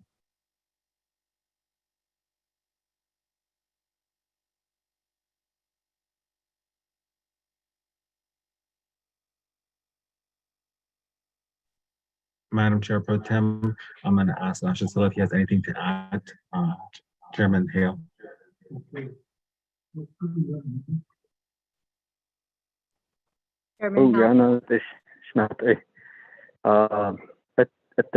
Everything was pretty much answered as far as the direction moving forward, the explanation provided by Shania. But that would be it, my response. Thank you. So with that, Madam Chair, Pro Tem Speaker, that concludes our response at this time. Thank you for that, Delegate Stewart. So with that, committee members, are there any other questions regarding legislation 0067-22?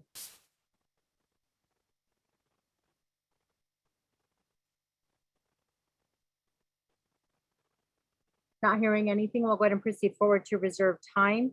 We are at reserve time. Delegate Crotty, 2 minutes and 21 seconds. Yes, thank you, Pro Tem. So in terms of asking questions, now we're on the part of ARPA, or Navajo Nation Fiscal Recovery Fund. Has this project been submitted to Department of Justice to identify or to establish if it's ARPA eligible? In the legislation, there is a supporting chapter resolution. Should we assume that this possibly could be a project that could be covered through the regional, the ARPA regional, regional projects that were allocated to each of the legislative districts?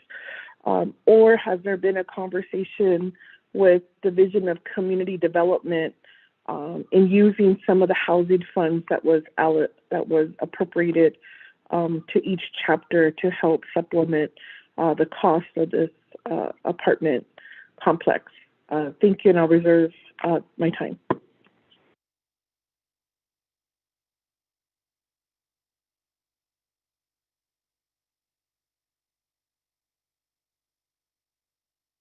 Thank you for that, Delegate Crotty. Reserve time at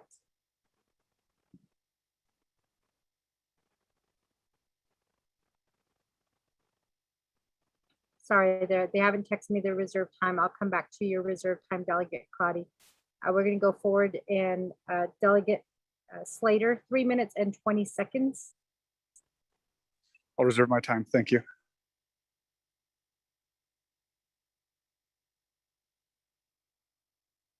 Delegate Crotty, your reserve time is 1 minute and 20 seconds. Delegate Carl Slater, your reserve time is 3 minutes and 18 seconds. So with that, committee members, are there any other questions or comments at this time regarding legislation? Eugene So. Delegate Eugene So, the floor is yours. All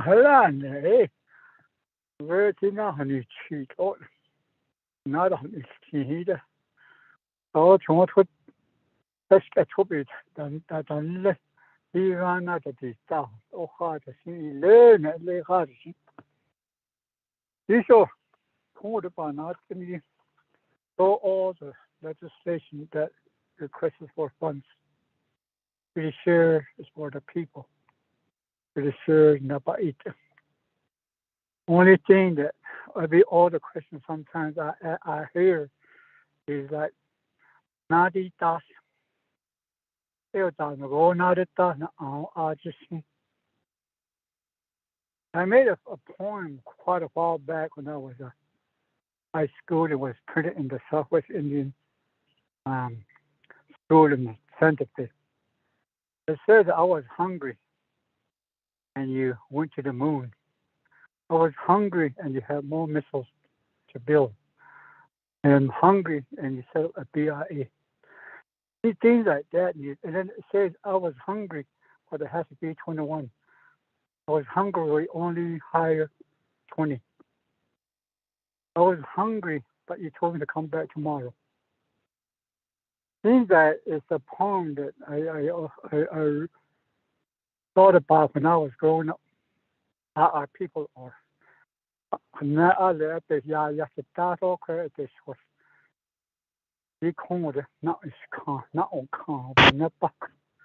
return, even though the laws are in here, and these people that we hired, they're making a lot of money that does these legislation, and also across the street that put all these together, all that money.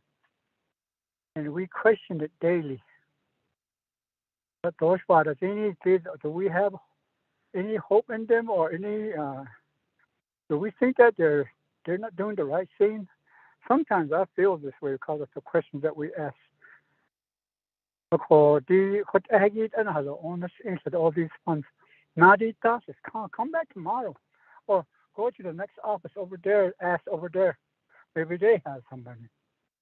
And then when you go over there, go to that one again. Oh, that's hot. You just go to doors requesting for funds for the people. And that's what we are doing in front of everybody that are listening to us. And he's talking. I think because we know the language more than our lawyers within the legislative and judicial and the executive branch. Maybe we are more smarter than they are and know more about the law than they are to question some of these language. I feel that way somehow. I don't know why, but it's constantly we ask these questions. And then some of the laws that we amend from here to go across, and the president signs to be used within the code, and on all these sections, we still question it again. We are the one that push it forward. We know about it. So sometimes I feel that way. We're the one that push that language across for the president to sign and go forward from there. And then they come back with the same language that ask for funds. And then we don't know what the language is. It's constantly like that, and I don't feel good about it. That's one of the reasons why I'm not a candidate for next year, to be on it again. It makes me feel somehow. I'm pretty sure I'm not educated, but at least I would like to keep that one with me, whatever learning I have, instead of putting myself way down So that's how I feel, Chair. I'm very sorry about anybody that's been on national strategy, but I'm sorry about this, but this is what I hear, and that's what I've always struggled during the day when we're going through the legislation, and we sit and we question our own language. That's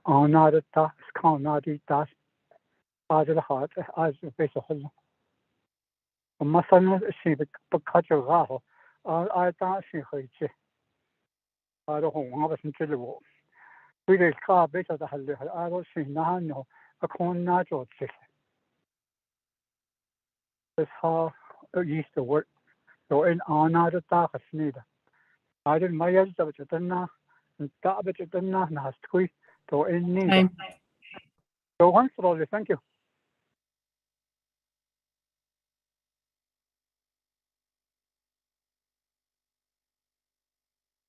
Thank you for that. So with that, Delegate Eugene So, you have no more time. Committee members, are there any other questions or comments regarding legislation 0067-22?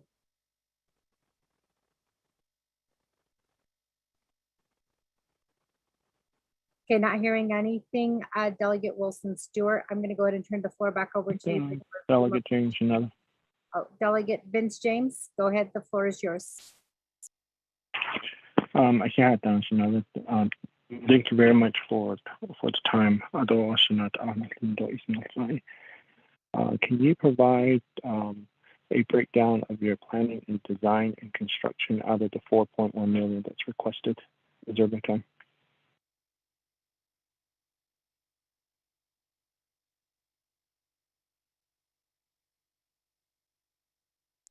Thank you for that, Delegate Vince James. Reserve time at 4 minutes and 45 seconds. Committee members, before I turn the floor back over to the sponsor, Delegate Wilson Stewart, are there any other questions or comments at this time regarding legislation number 0067-22?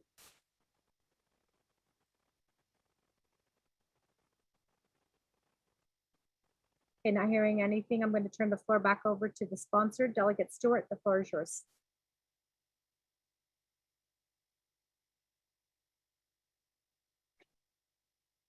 Madam Chair Pro Tem.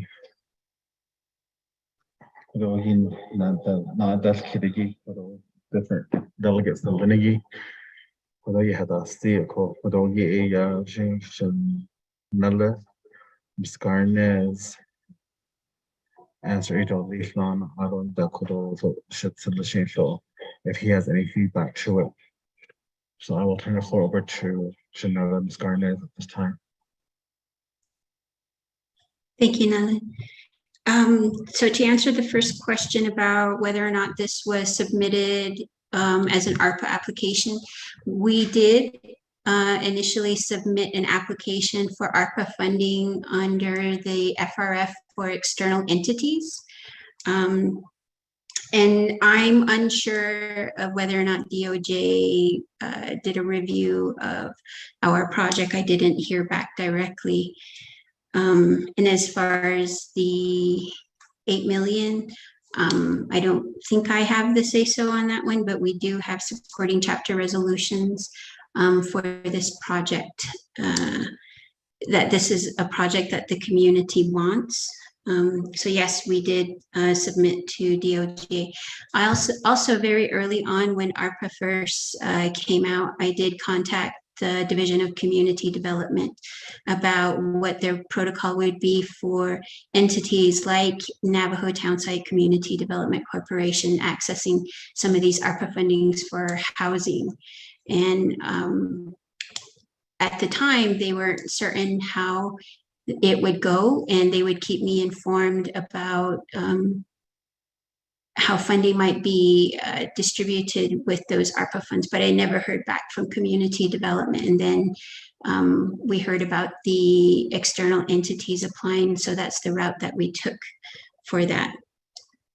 And then as far as Delegate James, the packet that I provided to Delegate Stewart to submit for this, there is a breakdown in that packet of where of the 7.1 million for the entire 25 unit complex. So I'm not sure what you guys receive in your packets for legislation, but that was part of the initial packet that we provided late last year for this funding request.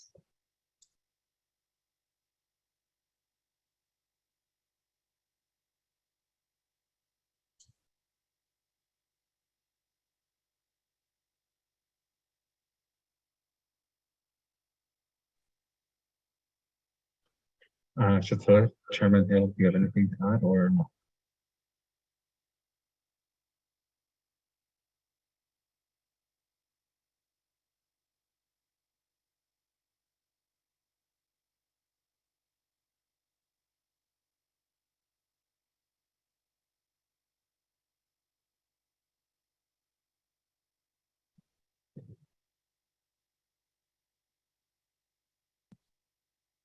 Pro Tem Speaker, Charles, and the response I want to give on behalf of the question as well too. Janela, Eugene, so yeah, saw the hands auto kuro get for a not that kid than the get for the get home the get for Asian for a roll the shit for to hashing so get for Asian and magic was she a but the Agishi get us here the has to get our last week so just a case like now we can just hit the go kill it we put down just kill the left on north side down to that case other area shit clinched so 2000 and the legislation on the negi a behind the state so for a year just case down for the communities in the negi 110 4 chapters for the agency the representation through resource development committee in the for the in the sign that we article Keda had inigid about Tibas case Hala Aya and they Aya as is the Asia the Ket Kadashaho a paper nine a construction a article detail auto very for lane that call a cut our Aya on this case although I thought Chinabas in Bastion Lana High for the which end has a Keda had inigid Asia has a corner so Aya on the Bahatra Bag and that then the kid that then which as a that then that then the reaching out that then the corner for one Jedi Yokero so a condo Kodogi so NHA though Kodogi low income housing area yeah so that case so a condo non so middle to high income so a RG so Hawaii then done that so the non-nation and keep in that so I use it she the corner for Hawaii fluctuation so the be Shagando the machine zarge the auto natural area savings station and a cut out area based on sufficient flow based on the niki as the investment flow could area can the niki Hawaii the niki shandro off the reason echo a cut out area through their working years a cut out check out case law they just save that money while they were retiring going to the going to the higher construction company to build those homes. For a without this case of the Kwagi A the has still around the Korogi A and the ARPA funding she had loaned when the IDA area the job at the thought from executive branch don't hit that for chapters representation immediate for us 24th Nation Council. We have those projects for set up aside. The funding that is being sought after it is a nonprofit. This is to improve a community. This is to help a community. To assist the community members there, even the ones that don't reside there permanently, they reside there for employment. There's a school there. There's the natural gas company there, propane gas company there, employees that work there. We have in-laws that come into the area that work here in Windrock, families that work here in Windrock, or that work over in Crystal boarding school, or within the school district there at Navajo. or even within NHA there in Navajo. So they need homes too. Even here with Windrock Unified School District, with the Telecommunications Center, and also with Frontier, whatever else businesses is nearby. Those are the families that live there. They want to live somewhere closer to home too, rather than driving 2 hours or more to work on a daily basis every other day. Some people probably camp out in their vehicles to get to work, and we don't know the struggles that they have.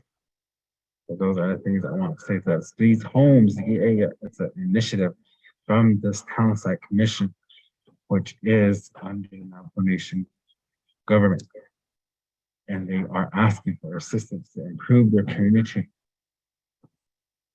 And they're not asking for the full amount of 7.1 million. They're asking for 4.1 million. And there is the plan in there, the budget breakdown in there in the legislation as well, to say this is where those funds are going to go, what's going to be done with the funding. And they do have a good record with the community, within the economic development. If there was anything that was wrong, it would have been already red flagged at the beginning when we were going through the process. Those are the only responses I want to make at this time, Madam Chair, Pro Tem Speaker. Thank you.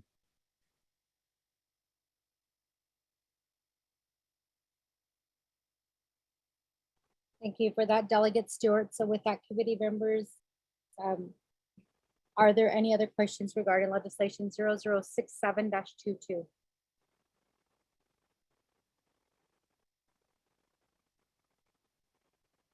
Okay, not hearing Question any. of privilege, Delegate James. Oh, Delegate Vince James, is that, did you say point of privilege? I missed that. Yes, point of privilege, no. Point of privilege called by Delegate Vince James. The floor is yours.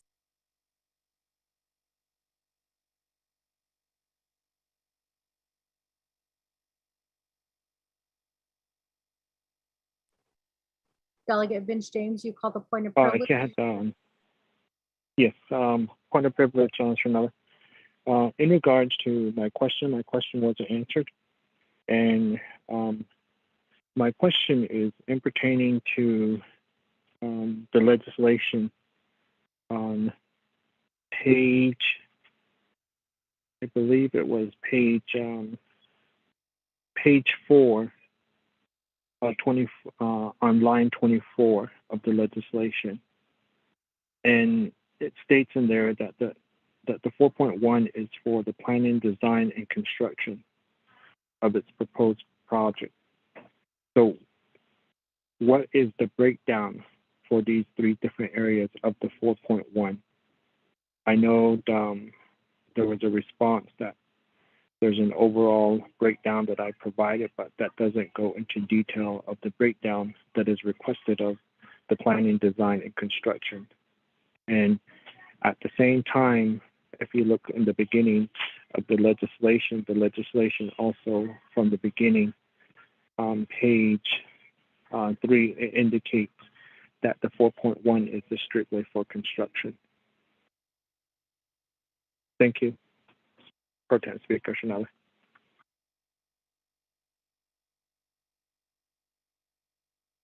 Point of privilege was raised by Delegate Vince James under Rule 16. I believe that this is to receive additional comments from the sponsor. So with that, Delegate Wilson Stewart, the floor is yours to answer the point of privilege that was raised by Delegate Vince James.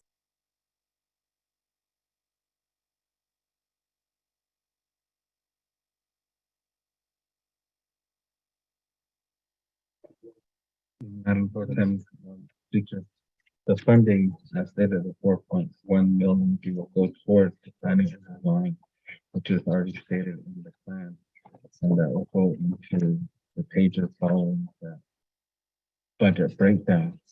And part of the planning and design is going to be related to the construction site to see where these areas are going to be, because within the community of Navajo, we're looking at 2 areas. One across the street, which is on the west side as you drive through Navajo, on the hillside. The other area is going to be on the east side by the old housing complex areas. So those are areas that ones that we are looking at, the community is looking at rather, to redevelop and move in new community members or move community members into these new apartments or multi-purpose areas to move forward in that perspective, so that we can again go towards the other funding to get the other homes on the other area cleaned up and remodeled, and also move into have those community members move into better homes.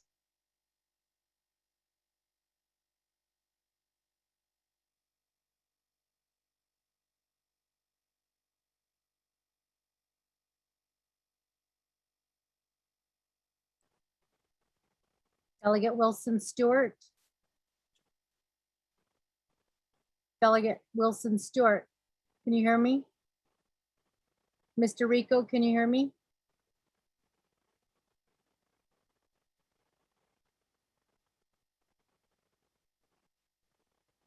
Staff? We can hear you. Okay. Delegate Wilson Stewart kind of dropped off the line there, so I'm not sure. Okay, I just got a text message that the internet has reset. He's getting back online Okay, in a second.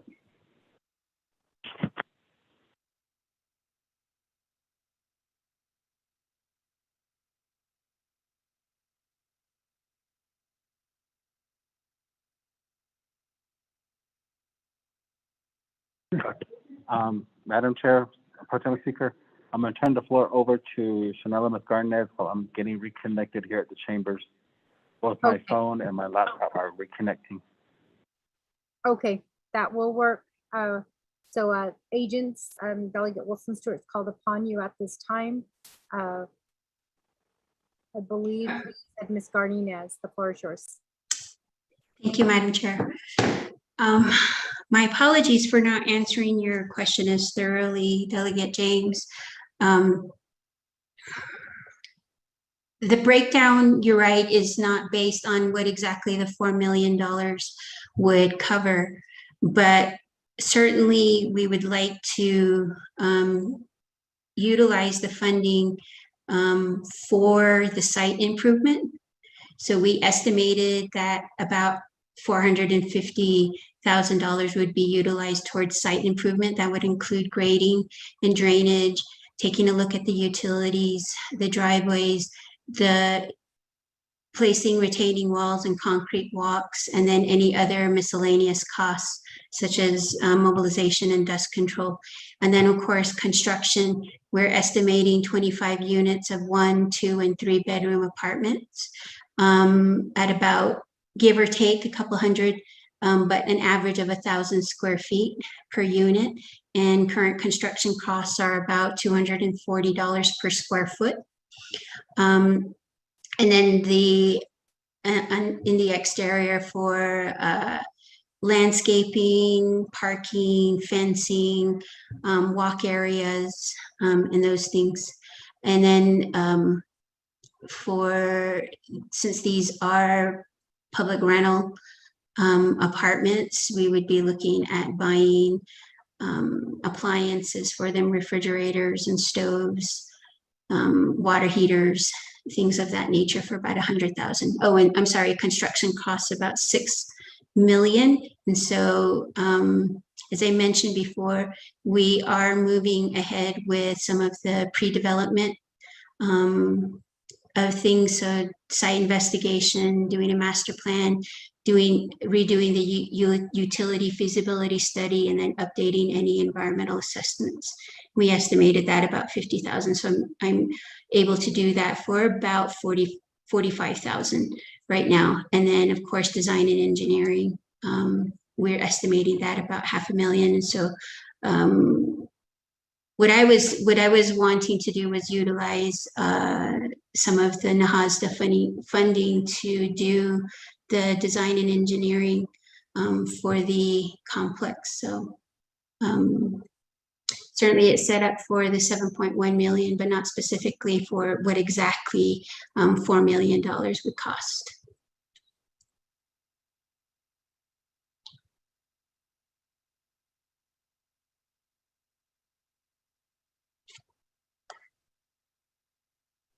Delegate Stewart, I don't know if you are still trying to reconnect, but does that conclude the answering portion of the point of privilege that was called by Delegate Vince James?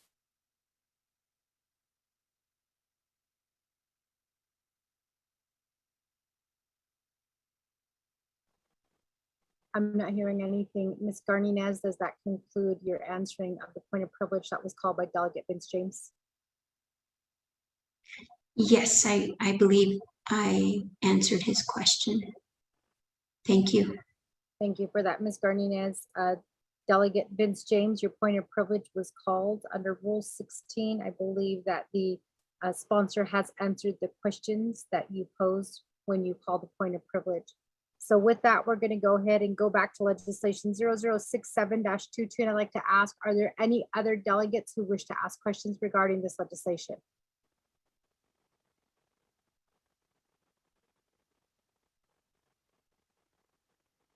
Not hearing anything, we're going to go back to reserved time. Delegate Crotty, you have 1 minute and 20 seconds.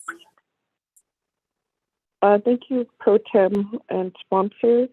My question regarding the FRS funding that has been approved for the housing.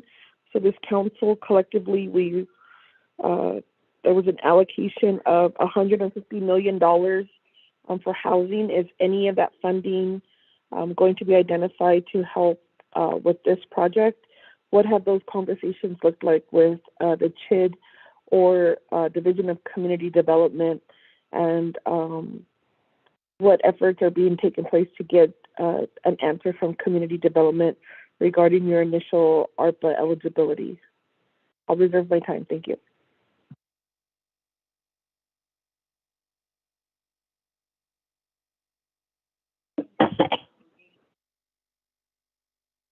Delegate Crotty, you have reserved time at 39 seconds.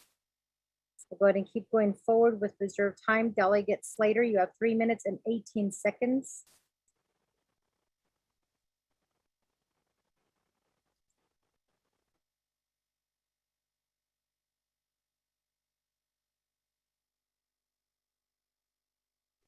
Delegate Carl Slater, you have 3 minutes and 18 seconds.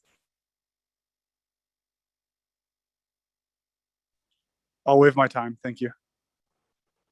Delegate Slater waives his time.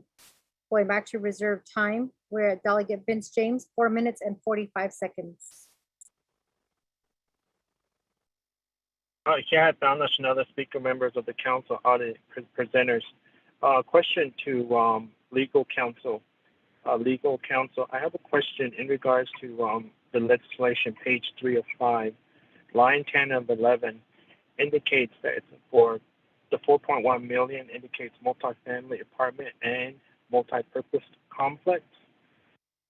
That's a question to, it contradicts the line on page 3 of 5, which is the construction and community development.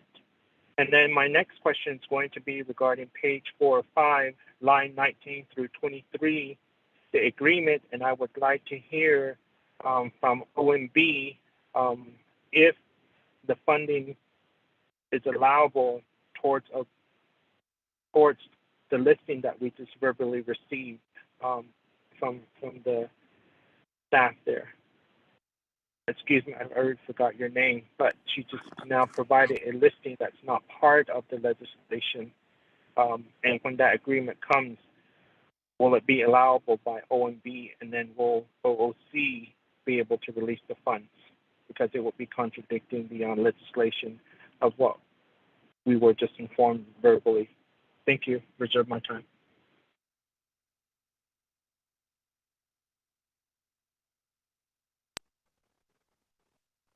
Thank you for that, Delegate Vince James. Your reserve time is 3 minutes and 25 seconds.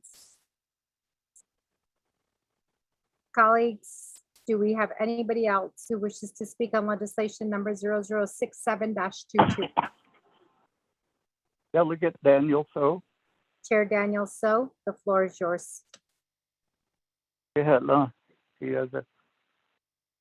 Madam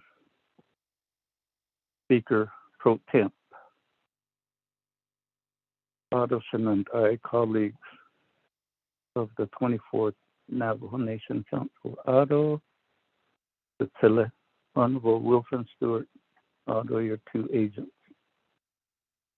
So the first appearance of the legislation, it appeared that all the monies would go to design, planning, and construction. And now there's this new idea about site preparation, 400,000.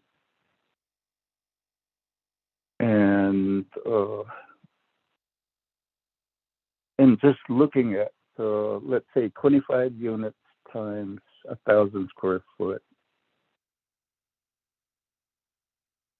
times $250 per square foot construction or development costs, all the way to, it appears you're going to be short funded,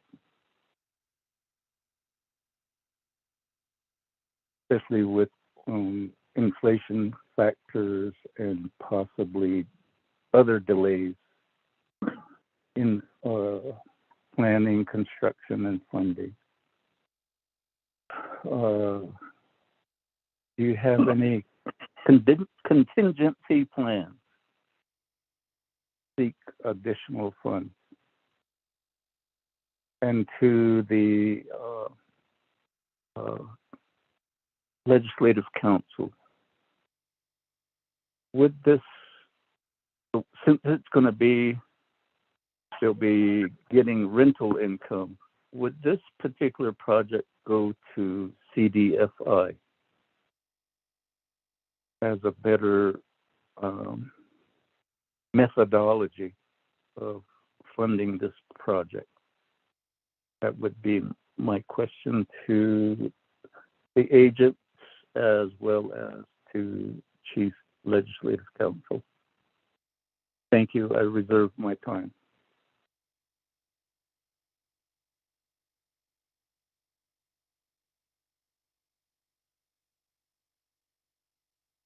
Thank you for that, Chair. So your time reserved is 2 minutes and 31 seconds.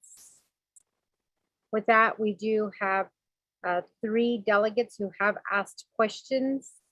Before I turn the floor back over to the sponsor, are there any other delegates who wish to ask questions regarding legislation 0067-22?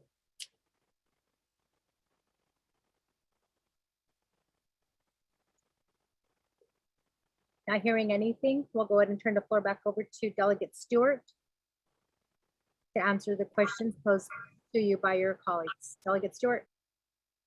Yes, Madam Chair, Pro Tem Speaker.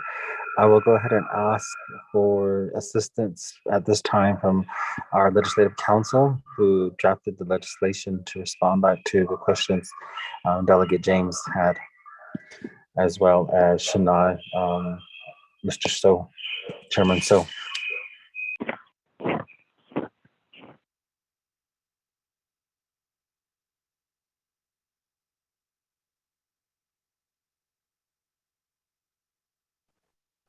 Ms. Garninez, are you still there?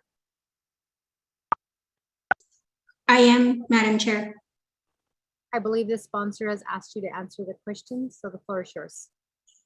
I believe he asked for Legislative Council. I'm not Legislative Council. Oh, I do apologize. That part glitched out a little bit. I thought referring back to his agents. I apologize for that, Delegate Stewart. Do we have anybody on the line who can answer that question? Thank you, Madam Chair. This is Dana Bobroff from Chief Legislative Council. Actually, as I understood Delegate James's question, he was concerned about the inconsistency on page 3, line 10, which speaks that the CSN funds are for the construction of a 25-unit multifamily apartment multi-complex. Contrasting that with page 4, line, now I can't find it. Page 4, line 7, which actually speaks to the planning, design, and construction. And I appreciate Delegate James pointing that out. And so as we speak, I'm preparing a technical amendment, which I will send out directly, and hope that somebody will sponsor that to make them consistent. So the amendment would change all provisions to planning, design, and construction. I did not understand Delegate James's second question, because Office of Legislative Counsel has not received any new documents since the debate on 0067 has started. So I can't respond to that yet. If those could be forwarded to me. And as far as Chairman So's question, as I understood it, he was asking whether this project, whether it would be better to run this project through the CDFI. I can't speak to whether it would be better or not. That's actually a question for the sponsor leadership, but the difference is CDFI would be a loan agreement with repayment provisions. As far as funding from CSN, as this legislation is set up, it would not require repayment. Hopefully, Speaker Pro Tem has answered the question posed. If not, if I missed one, please let me know. Thank you.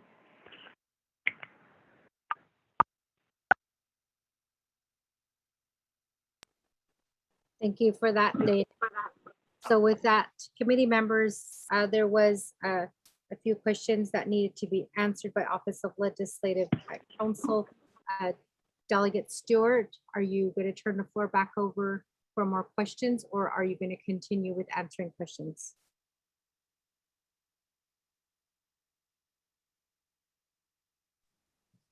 Madam Chair, can you hear? Yes, we can hear you. Okay. Yes, I'll ask Ms. Garnett if she has anything to add to the response to the questions that were raised. I know there was one by Delegate Crotty regarding the housing allocations. Thank you, Shanella. Delegate Stewart.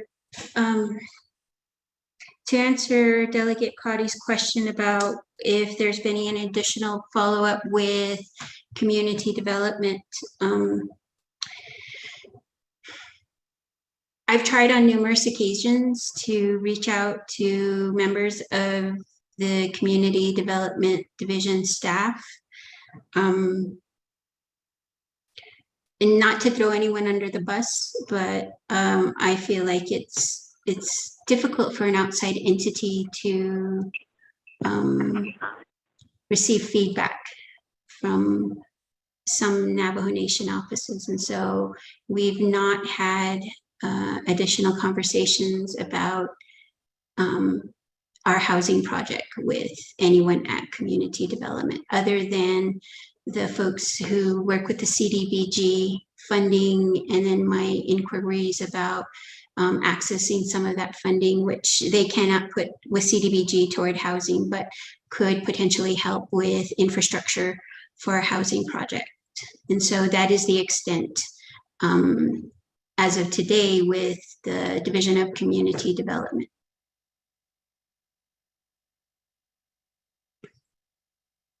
And then to answer Delegate So's question about other funding. Yes, I'm aware that there are other potential funding out there. And as I've mentioned before, for various aspects of the project that we can qualify it for, we're looking at the EDA funding, Economic Development Administration, which is federal funding, low-income housing tax credits through the state of New Mexico. I'm still hoping to, I did put a request to have our project on NHA's Indian Housing Plan for this year, but I was informed that it would not be included. But I've also been inquiring about them, whether or not they would reinstate the subrecipient program, which is essentially a granting program. And you submit your projects, your grant applications, proposals to them for funding. So if NHA decides to reopen their subrecipient program, certainly that would be a source of funding as well. And then I continue to look at other sources of funding, exploring things with USDA,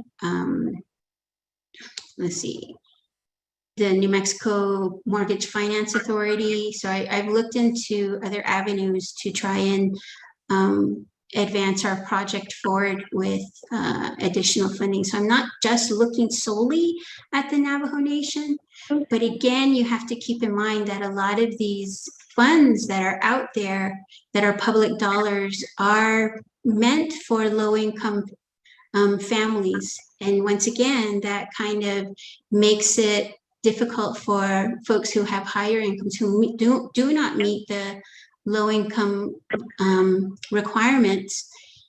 It sort of keeps them out of that picture to get housing on the Navajo Nation.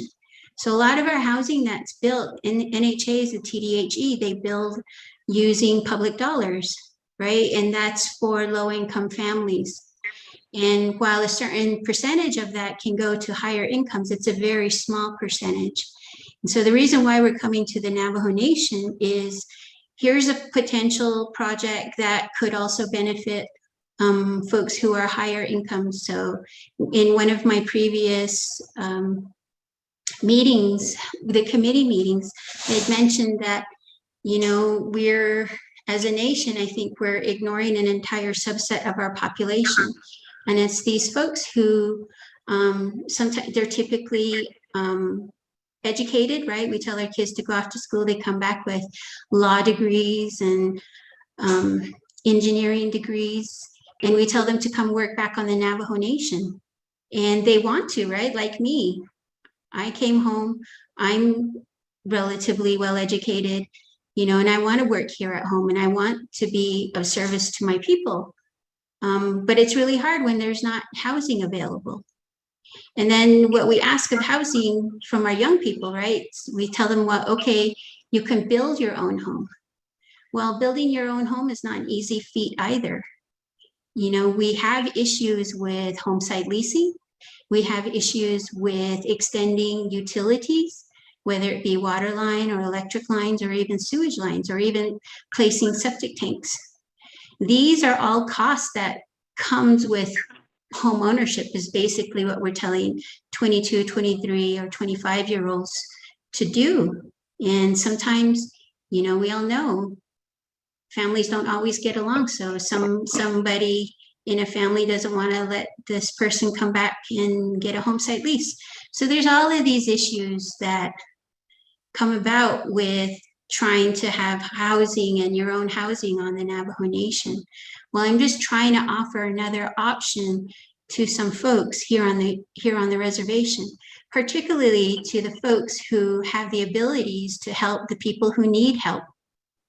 Right? If we keep ignoring that subset of population, what happens? We have what we know as brain drain, right? A lot of our best minds are leaving the reservation to work in Washington, D.C. and Los Angeles and Phoenix and places like that. And you hear it all the time. They would love to move home, but we don't make it very accommodating for them. And so what I'm saying is with this funding as the Navajo Nation, we can help a subset of our population to continue to work to help improve the lives of not just themselves, but of many people on the Navajo Nation. You know, and we could open this up to the private the private sector, right? And have people invest in providing housing on the Navajo Nation. But once again, we leave ourselves vulnerable to whatever the market is. And we're finding out with inflation costs right now and some price gouging from the super rich that they will charge us whatever they think they can while they continue to get rich. Well, I'm thinking like the Navajo Nation has a pot of money and can help with protecting the people who can help the people here on the nation. And so that's why I'm coming to you. There's these reasons that we're specifically asking the nation to help with us. So we're not restricted to just providing housing for the low income. That's what NAHA's the dollars are. That's what the Indian Housing Block Grant fundings are. They're for low income families, even low income housing tax credits.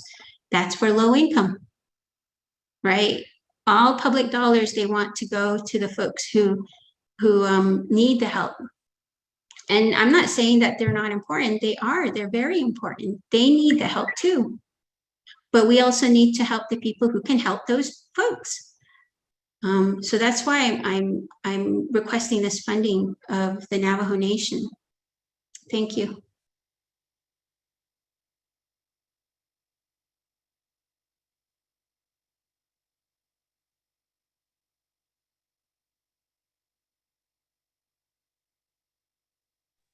Madam Chair, Pro Tem Speaker, that completes the response. Thank you for that, Delegate Stewart. So with that, committee members, are there any other questions regarding legislation number 0067-22? Delegate James, point of privilege. Delegate Vince James, point of privilege. Thank you, Sonata Speaker. I'd like to hear from OMB in regards to the response that we received back from Ms. Inez, the verbal listing of how the 4.1 million will be utilized. Would that be approval from OMB if the legislation reads for planning, designing, and construction? Thank you.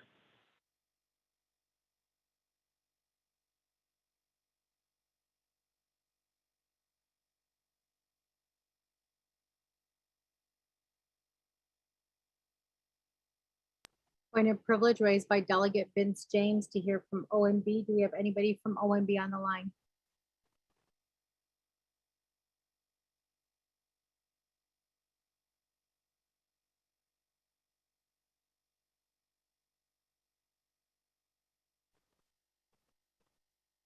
Staff, do we have OMB on the line?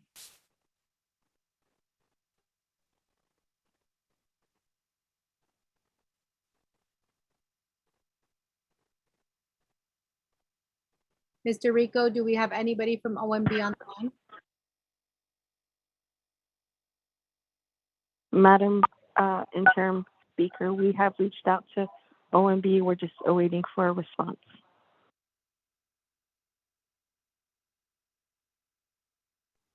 Thank you, Chief of Staff.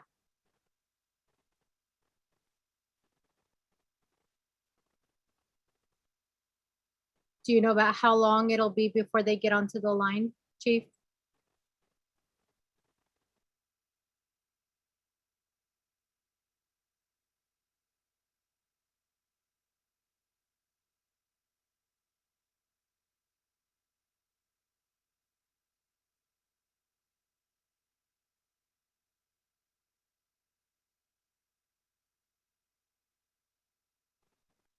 Okay, Delegate Vince James, I know you called a point of privilege. I did address it as was stated earlier by Ms. Dana Barbara. We are working to get somebody on the line from OMB. So when we get somebody from OMB who can answer that question, I'll go ahead and call upon them. So at this time, colleagues, are there any other delegates who wish to ask questions regarding legislation 0067-22? This is Delegate Yellowhair, Madam Chair. Delegate Yellowhair, you have the floor. Okay, can I 220. Tifaan Orishna Tani. I do request for this debate. So they gonna on the delegate on the session and if we on last we out of Finchi Iliad. Just finish this as many legislation as we can. I think we have enough debate on it. We should just cease debate. I'd like to request for cease debate. Let's move on. On that deal keep on the case. Let's take care of this legislation. Let's vote even out law. So yeah. Thank you, Lieutenant Madam Chair. My son here. I reserve my time in case.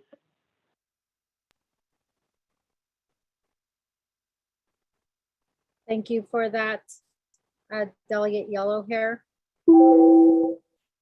Reserve time at 4 minutes and 13 seconds. With that, colleagues, Delegate Jimmy Yellowhair has motioned to cease debate. That is currently in the Navajo Nation Council Rules of Order, Rule 12.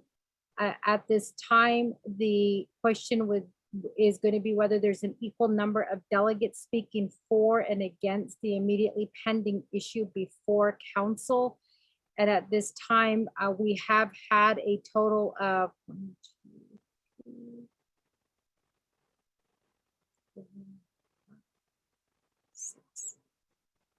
we have had a total of 7 delegates speak on the issue.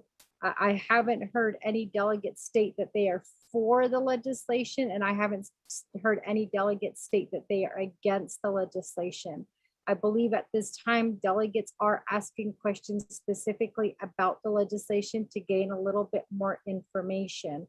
So at this time, delegates,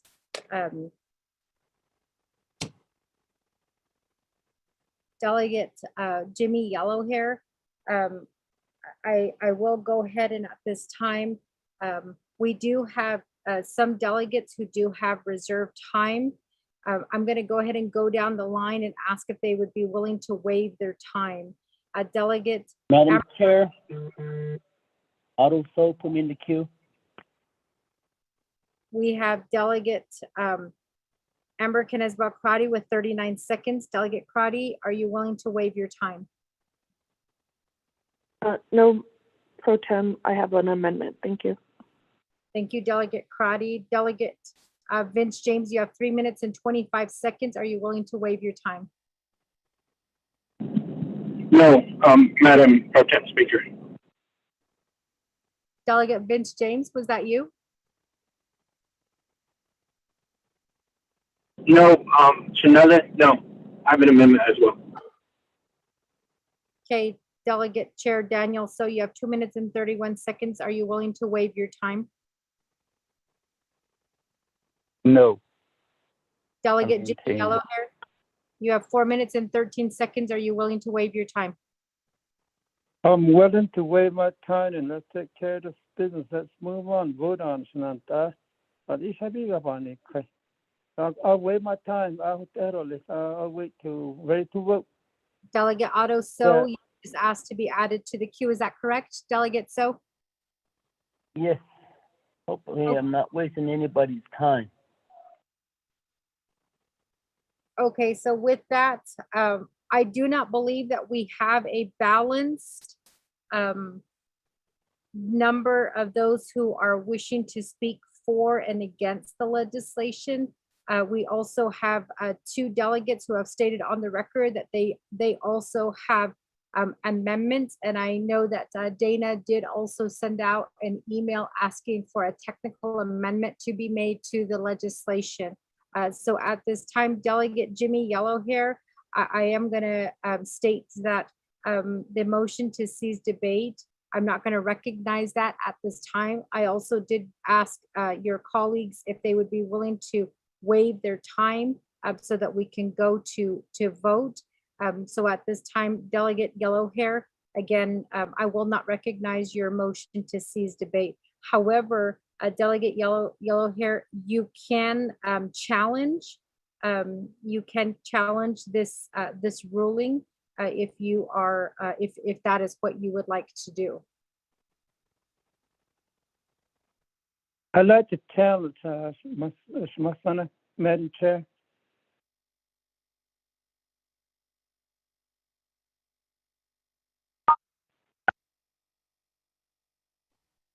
Delegate Yellow Hair.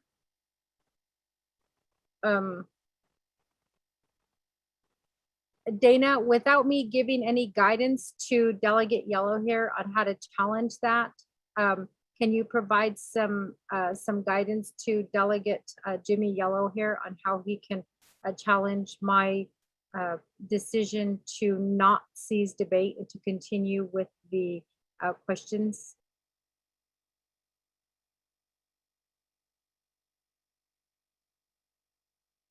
Thank you, Speaker Pro Tem. So we're actually looking at at Rule 25, which speaks to point of order and appeal of decision. And so Delegate Yellow Hair would be appealing your decision as far as calling not calling a cease debate, and the cease debate is Rule 12. So if your decision was not to do a cease debate at this point in time, so if Delegate Yellow Hair is challenging your decision on that, she's actually saying that a cease debate is allowable at this time, or a motion to cease debate is allowable.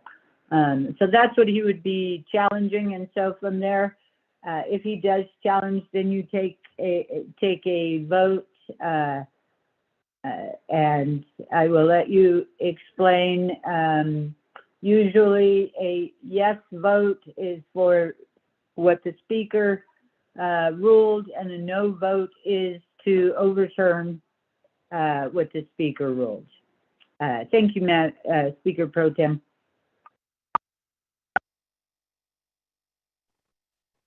Thank you for that, Dana. So with that, Delegate Yellow Hair, information has been provided to you on how you can go about challenging the cease debate.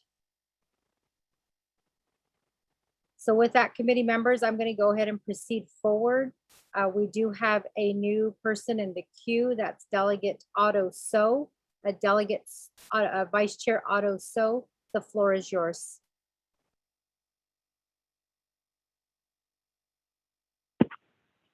Yes, I propose an amendment. I'm sorry, that, Vice Chair Otto So, there was a point of privilege that was called by my time. By Chair Henyo. Chair Henyo, what is your point of privilege? Speaker Pro Tem Kudo. Just point of privilege here is that when the cease debate motion was offered and it was denied, so therefore the delegates, Delegate Vince James and Delegate Jimmy O'Hare, they both agreed to waive their time. Or would their time be restored then, since the motion to cease debate was declined? That's my question, Kayla. Thank you for asking that question. Yes, Chair Henyo, their time would remain. Right now, we do have remaining time for Delegate Vince James at 3 minutes and 25 seconds, and then Delegate Jimmy Yellowhair at 4 minutes and 13 seconds. A question of privilege, Madam Chair. Point of privilege, Delegate J. We do have a point of privilege. On my end, it looks like it was Delegate Eugene So that called the point of privilege first, but it didn't sound like Delegate Eugene So. Who called the point of privilege? Me. Delegate Vince James. It's me. Okay. Delegate Eugene So, point of privilege. What is your point of privilege? What did you base your decision on not accepting the cease debate? That's question 1. Question 2 is, does it conflict a cease debate? This is the Dana also. Is it a conflict if a person asks for a cease debate and then the chair would say that we have no pros and cons equally? what if the cease debate is only the cons or only the pros, and not one of them might be against it or not one of them be for it? What there seems a conflict there to me. Thank you. Thank you. Point of privilege raised by Delegate Eugene So. Delegate Eugene So, in terms of your first question regarding the decision, I did make the decision based on the C's debate rule 12. And that is that the speaker, shall ensure that there's an equal number of delegates speaking for and against the immediately pending issue that's before council. And in this case, I did state that not one delegate has stated that they are for the legislation, and not one delegate has stated that they are against the legislation. And we have had a total of 1, 2, 3, 4, 5, 6 delegates who did speak regarding the legislation. So that was a decision. And I did provide a delegate, Jimmy Yellow here. Actually, Dana provided information on how he can go about doing the challenge. So the second question, is there a conflict? I'll go ahead and turn the floor over to Dana to answer that question. Ms. Bobroff? Thank you, Speaker Pro Tem and Delegate Eugene. So I do not see a conflict as Speaker Pro Tem read Rule 12 as Speaker there when a cease debate motion, before a cease debate motion is recognized, the Speaker has to ensure that there is an equal number of delegates speaking for and against the issue. And as Speaker Pro Tem identified, she does not believe that there is an equal number of delegates speaking for and against the issue. That is why she denied the cease debate. I think that the challenge may be that delegates have not identified whether they are for or against the legislation. So she does not have a lot to rely on in that instance. But the challenge is that her determination that there is not an equal number for and against, so she can't recognize the cease debate. That's what you're challenging, or that's what the challenge would be. I hope that answers your question. Back to you, Speaker Pro Tem. Thank you, Ms. Bobroff. There was also a point of privilege that was raised by Delegate Vince James. Delegate Vince James, what is your point of privilege?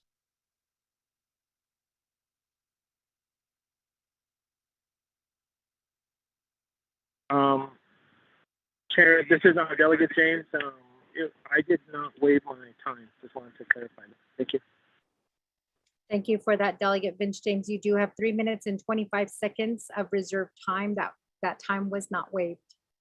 So with that, we are going to go ahead and proceed forward. Delegates or Vice Chair Otto So, I know that you were in the midst of speaking when a point of privilege was called.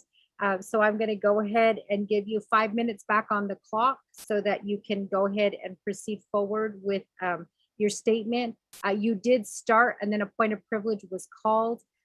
But just for the record, again, just so that it's clear what you are speaking to, that you be recognized at this time. So staff, if we can go ahead and restart Delegate Otto So's time back at 5 minutes. Vice Chair Otto So, the floor is yours. Thank you very much. Dana has sent out an amendment relating to a technical amendment fix. Just would like to motion that and reserve my time, and I believe that's all. Thank you.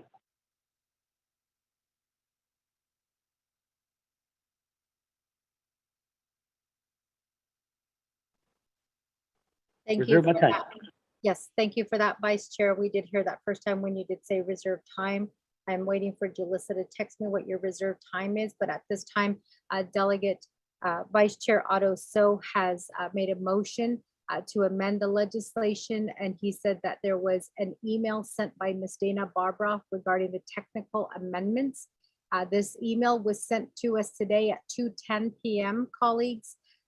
So with that, there is a motion to amend this legislation. Can I get a second? Second, Monica. Second by Delegate Addison Winika. And this is a technical amendment, and it is amendment number 1. So with that, are there any questions or comments regarding the amendment? Madam Chair, this is Manuel. Let me, can I read that into the record? Yes, I do apologize, Mr. Rico. Yes, go ahead and read it into the record. Thank you, Madam Speaker Pro Tem and members of the 24th Nomination Council. This is amendment number 1, page 3, line 10, after for the insert new language _ planning, design, and end of new language.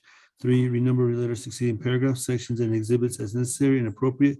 The council and committee hereby authorize Office of Legislative Services and Office of Legislative Counsel to correct technical errors, including adjustment of comprehensive dollar amounts and insertion of adjusted exhibits consistent with the intent of this amendment. This amendment supersedes all inconsistent language in any other committee or council amendment. Madam Speaker Pro Tem. Thank you, Mr. Rico. So with that, with the technical amendment read into the record, the motion was made by Honorable Otto, so second by Delegate Addison Winika. Colleagues, are there any questions, any comments, or any modifications that need to be made to the amendment?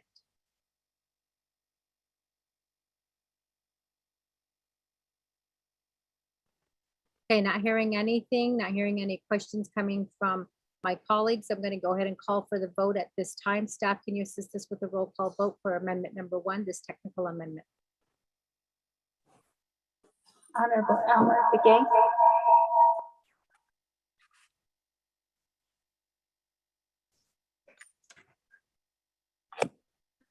Honorable Elmer Begay.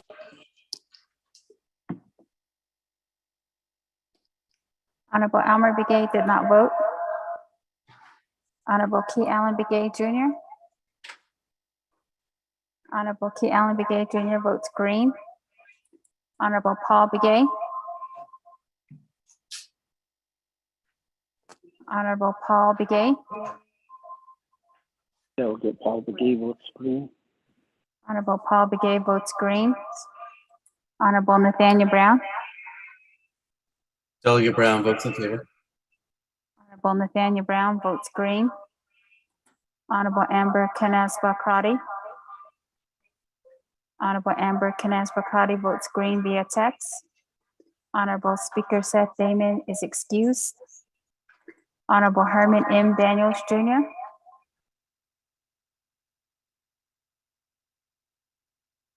Honorable Herman M. Daniels Jr. Honorable Herman M. Daniels Jr. did not vote. Honorable Mark Freeland. I vote green. Honorable Mark Freeland votes green. Honorable Pernell Halona. Honorable Pernell Halona votes green. Honorable Jamie Henyo. I vote green. Honorable Jamie Henyo votes green. Honorable Vince James.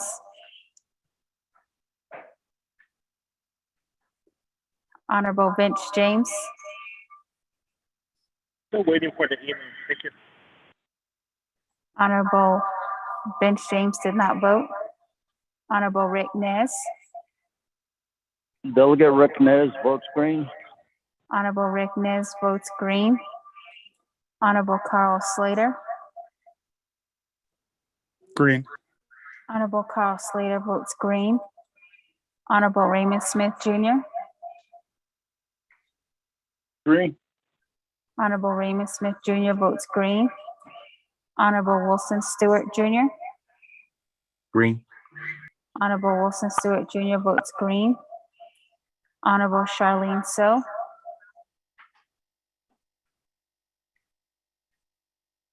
Honorable Charlene. I vote green. Honorable Charlene So votes green. Honorable Daniel So.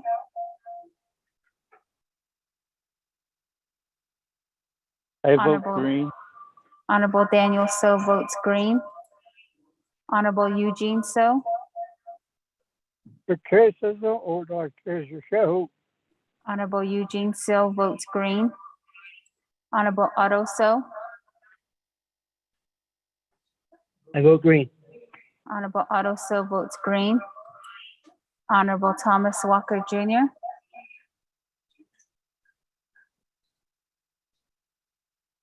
Honorable Thomas Walker Jr., Honorable Thomas Walker Jr. did not vote. Honorable Edison Winika. Honorable Edison Winika votes green. Honorable Edmund Yazzie is excused. Honorable Jimmy Yellowhair. Honorable Jimmy Yellowhair. Honorable Jimmy Yellowhair did not vote. Going back up. Honorable Almer Begay. Honorable Almer Begay. Honorable Almer Begay did not vote. Honorable Herman M. Daniels Jr. Green. Honorable Herman M. Daniels Jr. votes green. Honorable Vince James. Delegate James votes green. Honorable Vince James votes green.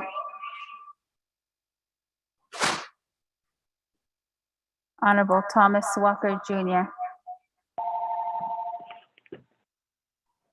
Honorable Thomas Walker Jr. Honorable Thomas Walker Jr. did not vote. Honorable Jimmy Yellowhair. Honorable Jimmy Yellowhair.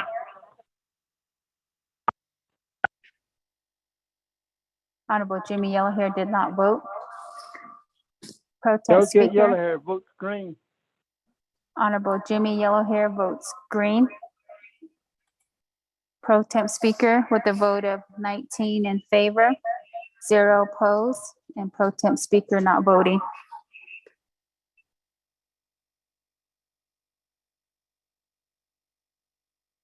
Thank you for that, Ms. Notas. So with a vote of 19 in favor, 0 opposed, 2 not voting, we'll go ahead and amendment number 1 does pass. So we'll go ahead and proceed forward back to the main motion. At this time, are there any new delegates who wish to speak to the main motion on legislation 0067-22?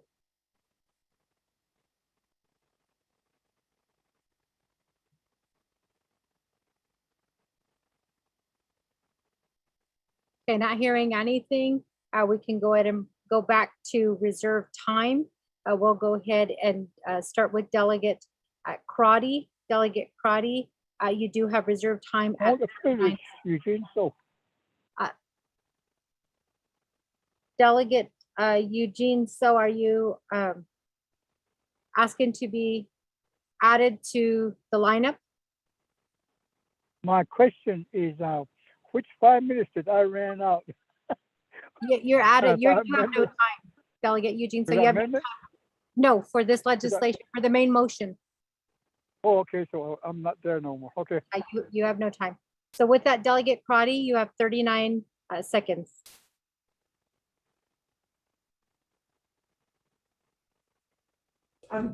If he adopt me. Madam Pro Tem, I'd just like to offer the amendment. Staff, if you could read it into the record. Thank you. I'll reserve my time.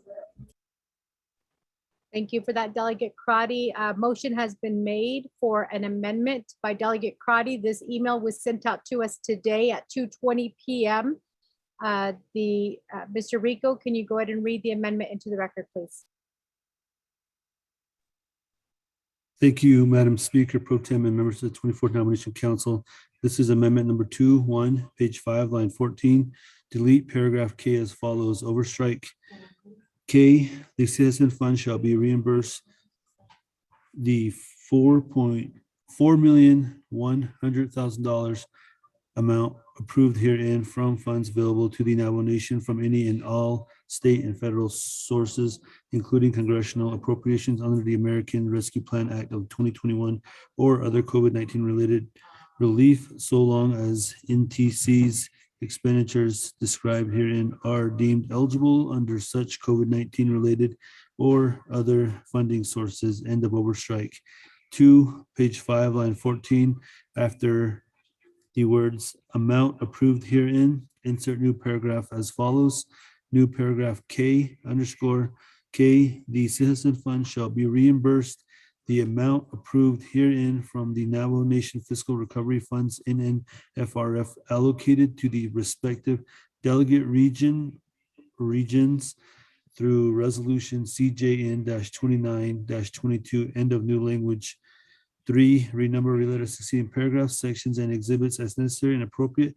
The council and committee hereby authorize the Office of Legislative Services and Office of Legislative Counsel to correct technical errors, including adjustment of comprehensive dollar amounts and insertion of adjusted exhibits consistent with the intent of this amendment. This amendment supersedes all inconsistent language in any other committee or council amendment. Madam Speaker Pro Tem.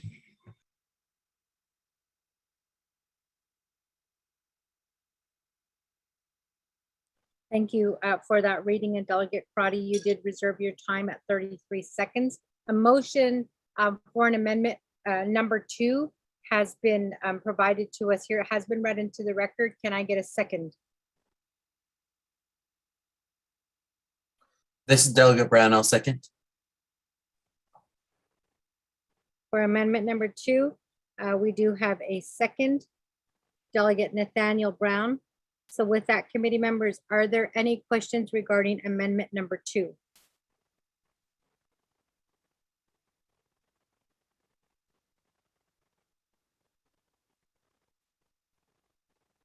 Not hearing anything from any of my colleagues. We do have a motion and a second established. The amendment has been read into the record. Madam Chair, this is Delegate Brown with point of privilege. A point of privilege raised by Delegate Nathaniel Brown. The floor is yours. Oh, okay. Yeah, thank you. I'm reading this legislation. I'm sorry, I'm having technical difficulties. I'm trying to read this. It's really small. So this is in case if it is eligible for, thank you for zooming in. If the funds are, if it's allowed through the FRF, is it the delegate? Oh, the delegate region. Okay, I'm reading this. Let me withdraw with my second at this moment. Thank you. Second has been withdrawn by Delegate Nathaniel Brown. I'd like to ask again, amendment number 2 is being offered here by Delegate Crotty. Is there a second? Delegate Begay. Delegate Elmer Begay seconds it. Committee members, are there any questions or comments regarding amendment number 2?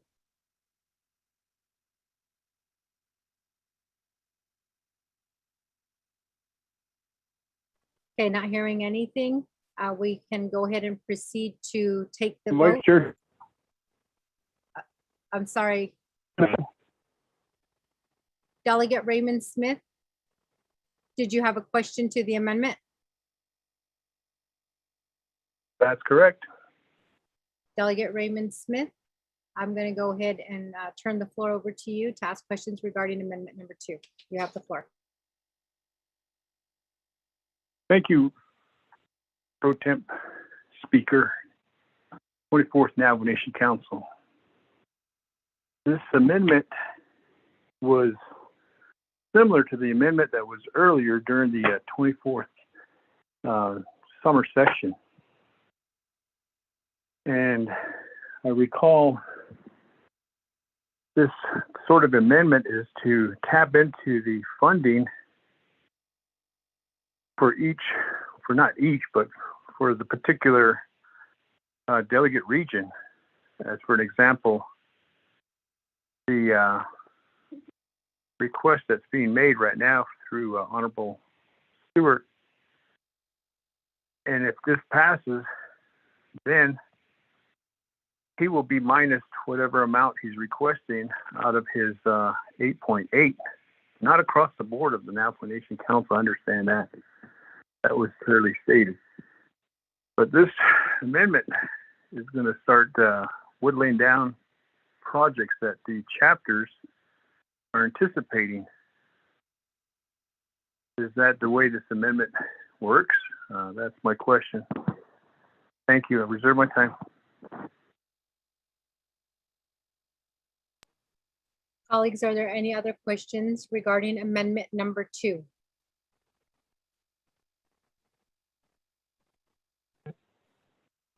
Delegate Raymond Smith, you have 3 minutes and 42 seconds for reserved time. Since there's no other delegates who have any questions, I'll go ahead and turn the floor over to the sponsor of amendment number 2, Delegate Crotty. The floor is yours. Thank you, Madam Pro Tem. Thank you, Vice Chair Smith, for the question. Since the council took action and has appropriated the American Rescue Plan funding, this amendment would be able to, if this project is eligible, to be reimbursed from the respective delegate region. And I could ask Legislative Counsel, Ms. Barbara, if you can provide any clarification that Vice Chair Smith's question in terms of how to the intent or what this amendment will do. There is a supporting chapter resolution attached to this legislation, and just as Delegate Smith, as you received funding for a housing manufacturing site through ARPA, we also need to look at what projects can continue to be funded through that ARPA legislation. But if Legislative Counsel has any other clarification, I'll defer to them. Thank you. Ms. Bobroff, is there any clarification you'd like to provide at this time? Madam Speaker Pro Tem, this is Ms. Bobroff, and really no clarification other than the fact if you recall in CJ 9-29-22, which was legislation 0086, each delegate region was allocated 8.8 million. Under this amendment, the allocation of FRF funds to Delegate Stewart's region would be reduced by the 4.1 million, and so Delegate Stewart's region would have $4.7 million left. Back to you, Speaker Pro Tem.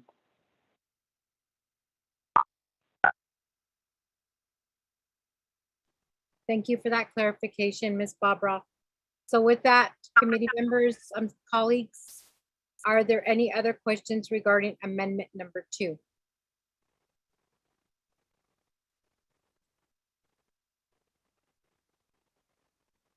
Not hearing anything, we're going to go back to reserved time. Delegate Raymond Smith, you got 3 minutes and 42 seconds of reserved time.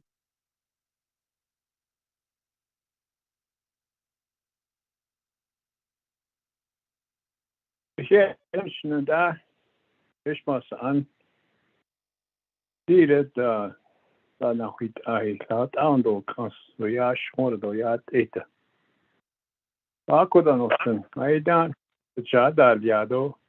Lady Hitanazili, Yard Bendo, Nishigi, Ebitsaha Dotso. Okay, what date all the Yash Water? State of cases either. Selina Aida, Betsada, Yati, Yan Lady, Hitan Quada, the Nishada, Nudge the Sitagido, Kirit the Sitagi, Dated. It's also the Vijik Ida Itla. Okay, Nanda, Zida, the cases either. But she put that needle, Gane, Yal, in the Benach Ayaha, and on the show, her leg, put that egg, ya shmoda ko shade of cases neither. Ala ya aida ko sana wit I. It does it so shla ash. Shade la. Yeah, without data. Who one the we get that did no. Action I didn't have kato and action a nanish katin kado, who one katin kado. Ajta ostkato. E bohonit so e without a yat a ko. E without had this to without back on his need and baby nana the kid be done being as that either. Ko actually one so at this to okay does no sado that egi. Akodanos. Akodoli.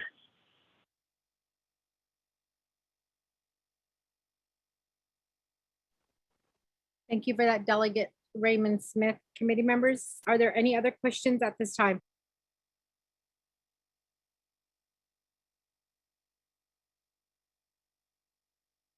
Delegate Delegate Elmer Begay, the floor is yours.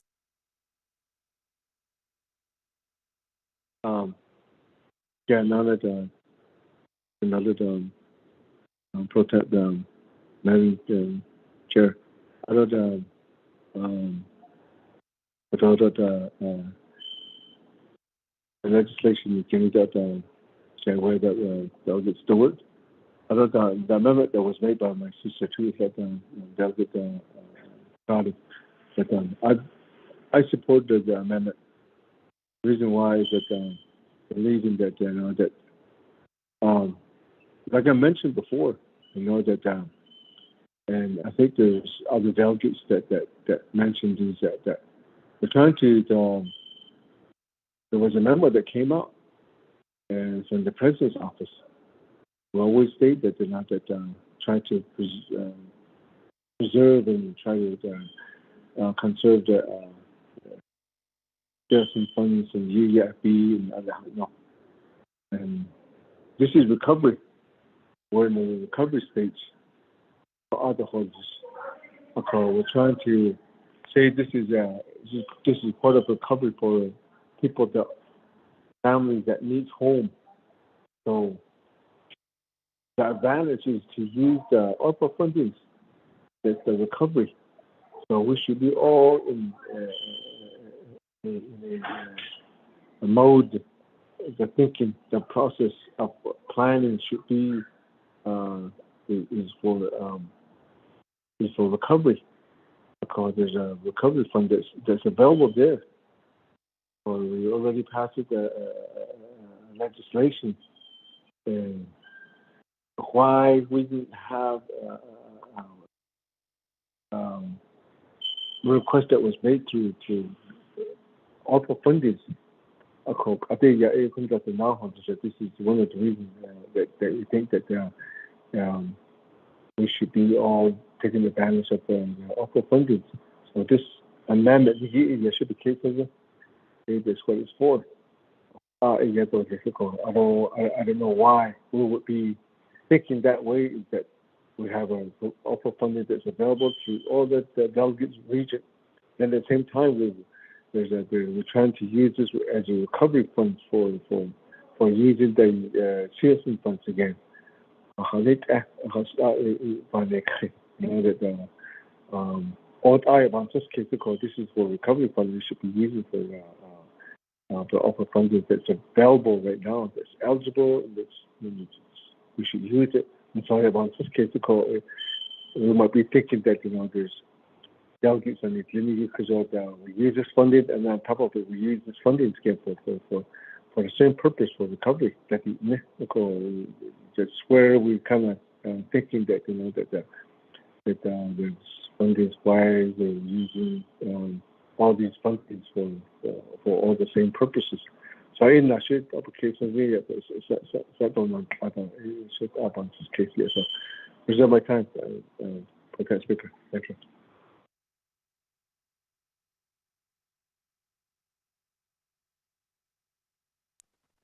Delegate Elmer Begay, your reserved time is 1 minute and 40 seconds. So with that, Colleagues, are there any other questions or comments regarding amendment number 2?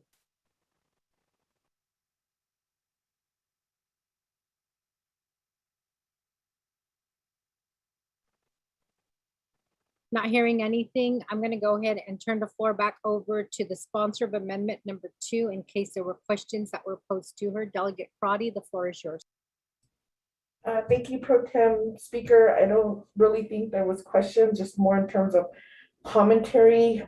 Colleagues, we do have a time frame for the ARPA dollars, and so if there are eligible projects, we should be supporting one another to get these projects not only funded but also reimbursed using ARPA dollars, and that truly can help sustain the Csn Fund, which do not have the same type of timeline or the different type of restrictions that these federal dollars do.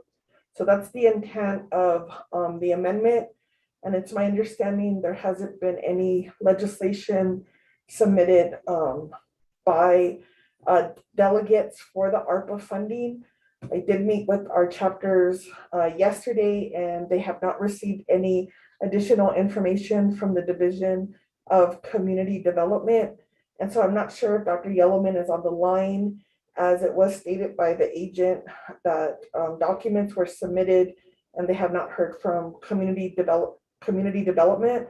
So if there's a possibility to get an update from Dr. Yellowman and how she could support our chapters and our regional projects to get through the process and be eligible so that council can take action. So that's my response, and also the request, Pro Tem, if Dr. Yellowman is on the call. Thank you.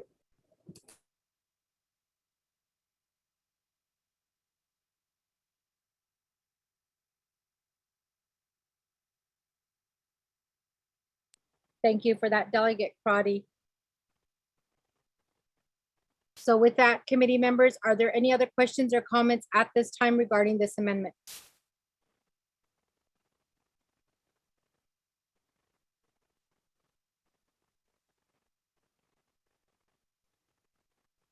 Not hearing anything, I know that there was a request to hear from Dr. Yellowman. Is that, is Ms. Director Yellowman on the line?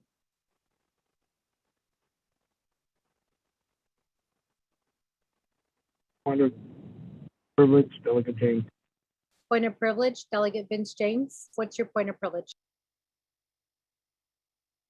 I believe I also made a request to OMB. Thank you. Thank you for that, Delegate Vince James. There was a request by Delegate Vince James to hear from OMB. Do we have OMB on the line at this time?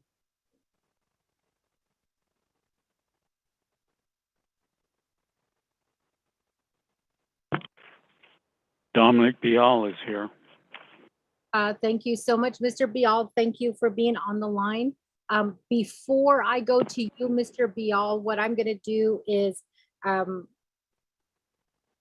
actually, the point of privilege was called, so I apologize. Yes, you are correct.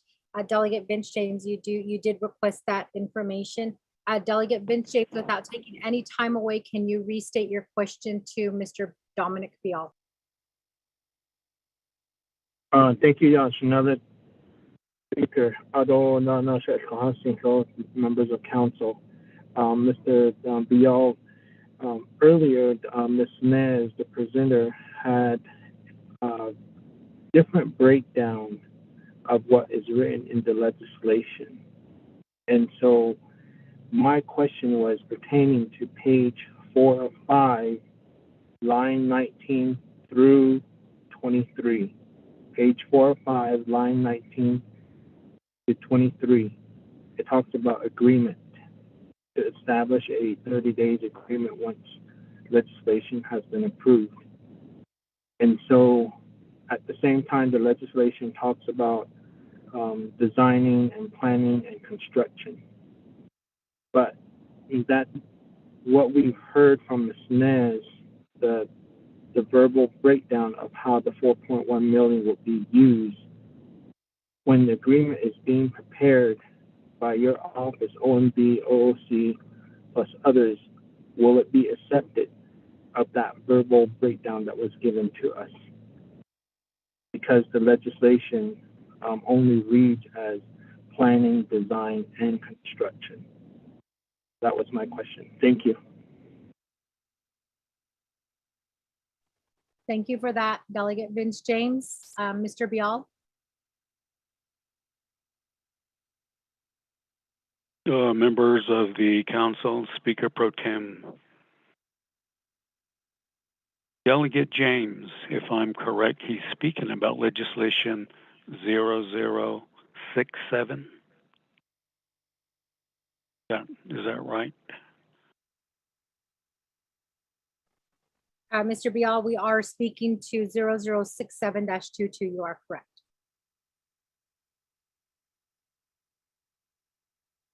Okay, I'm looking it up now on legislative dibs.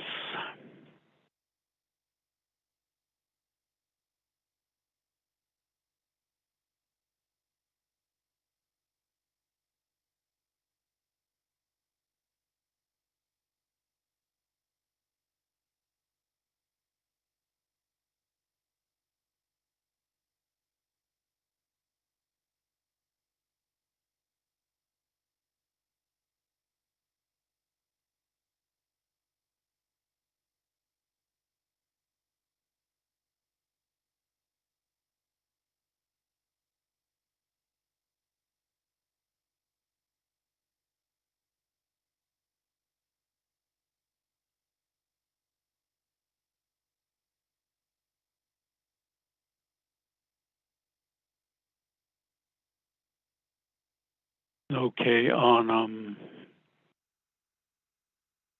Delegate James was speaking about page 4.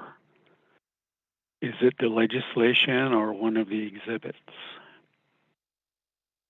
Because I got the legislation up now. Delegate Vince James, can you let Mr. Bial know which page you're referencing? Thank you, Speaker. I'm referring to page 4 of 5, lines 19 through 23.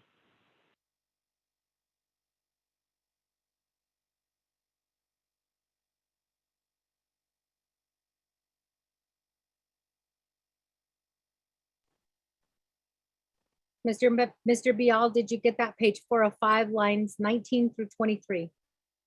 I have.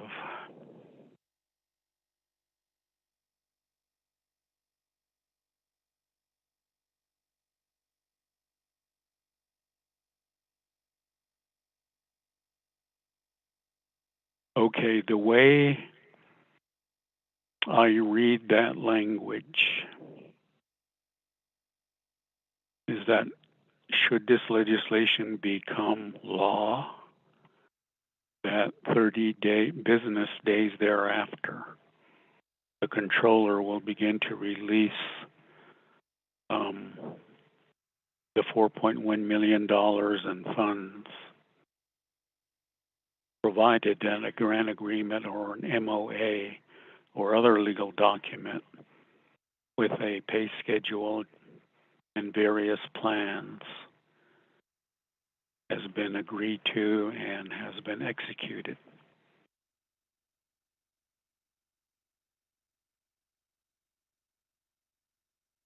So with that language, it's my view or understanding that the Navajo Town Site Corporation, as a nonprofit corporation, there is the requirement for a grant agreement or MOA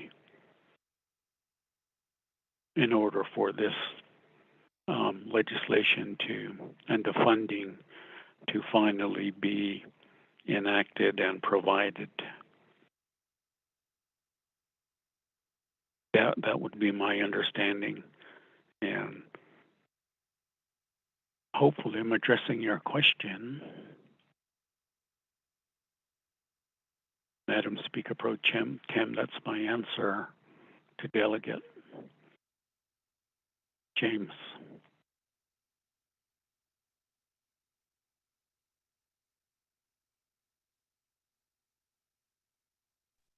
Thank you for that, Mr. Bial. Delegate Vince James, does that answer your point of privilege?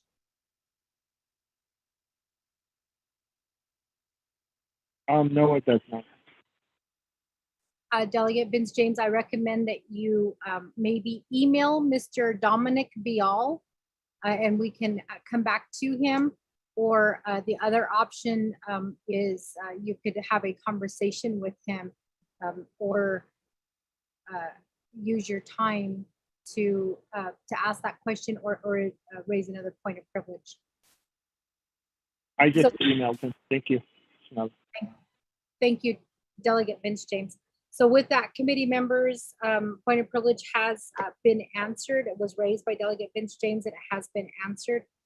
We also asked if Ms. Pearl Yellowman is on the line. Ms. Yellowman, are you on the line?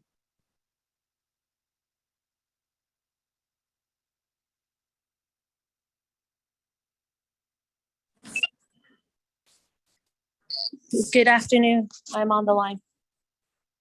Thank you, Ms. Yellowman. I believe that Delegate Crotty, she did raise an amendment number 2 to legislation number 0067-22, and she did refer to you. Delegate Crotty, can you share with Ms. Yellowman information that you need to know as the sponsor for amendment number 2?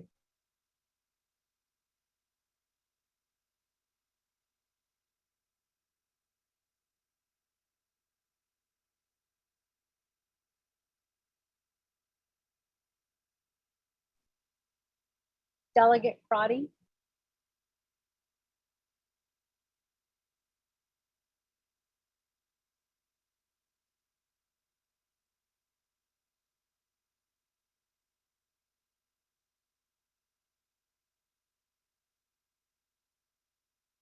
Delegate Crotty? Madam Pro Tem, this is Delegate Crotty. Delegate Crotty, we do have Ms. Yellowman on the line. I did ask, do you want to restate the comment or the reference that you made to Division of Community Development? She is on the line. Okay, perfect. Thank you. Thank you, Dr. Yellowman, for getting on the line. The question that I asked the agent with the housing nonprofit was if a proposal was submitted on this project for ARPA consideration. And in the response, the agent mentioned that the proposal was submitted, but had yet to hear from the Division of Community Development. If you could give the council an update in terms of that proposal, if it was ever signed off and submitted to DOJ, or if there was any type of eligibility response from Department of Justice. And the second part of my question, since council approved $150 million in housing, would this project be eligible for any of that housing dollars that will be directed to the chapters, since this is addressing housing needs and could possibly be partially funded through ARPA funds? Thank you, Pro Tem and Dr. Yellowman. Thank you for that, Delegate Crotty. So with that, Dr. Yellowman, I'm going to turn the floor over to you.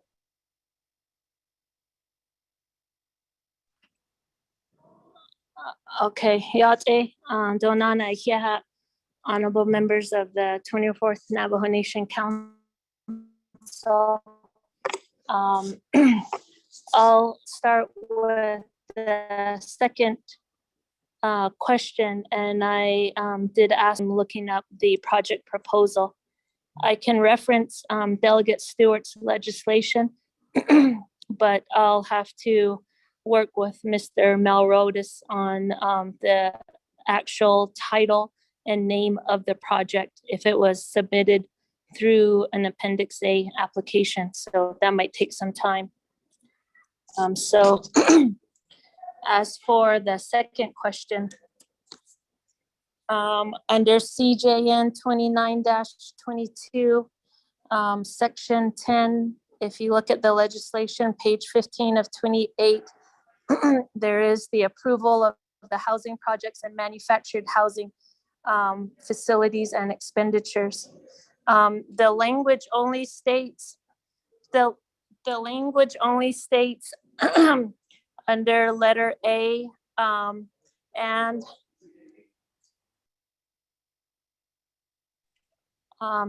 letter A, letter B, and under letter B, number 1 is that 50 million was appropriated to CHID for new housing projects. And this is identified through the expenditure category 2.15. So I'd again have to look at this specific project to see if that project, what the determination, eligibility determination would be if approved by DOJ. And if the delegate would reserve or consider the 8.8 for this, but under the Section 10 for housing, it does state that it's for new housing projects. I'm not finding any additional language where it states that it could be for others. For example, the 15.5 million for the Navajo Hopi land, former Bennett Freeze, that specifically states modular homes, and it doesn't specify any other type. In addition, there's a specific language in Section 10, letter B, number 4, that Nadatsil is to receive some funding for a manufacturing housing plant. So it's specified, or it's specific in CJN 29-22.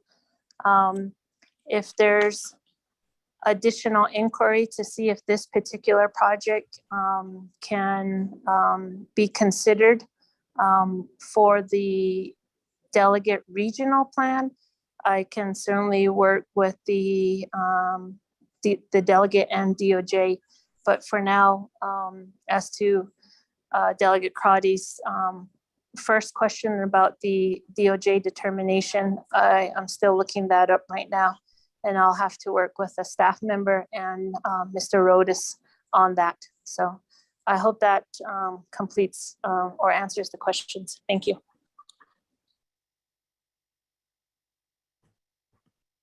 Thank you for that, Ms. Yellowman. So with that, committee members, we are still on amendment number 2 for legislation 0067-22. Are there any other delegates who wish to ask questions regarding amendment number 2?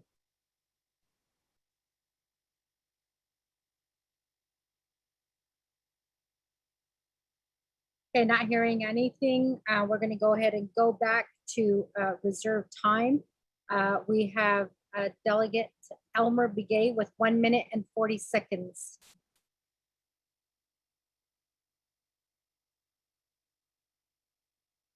Reserve my time.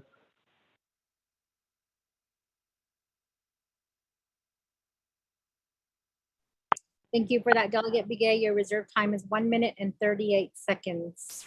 Do we have any other delegates who wish to speak to amendment number 2 at this time?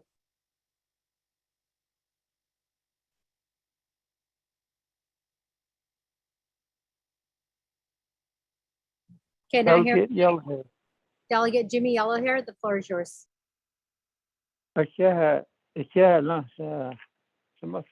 Madam Chair Pro Tem Shahar. Rotat Anigi Ayan Saga this Ashe. So I said, oh, we're going to really mess up the budget with this $1.1 billion $70 million that was already allocated. So I thought for Shatalia. It or Hotatil Chon. It I thought the Nepalese, I don't know, Nisa Nontas. Ebony na Tito ya Shana Shanat Navajo Nation Council.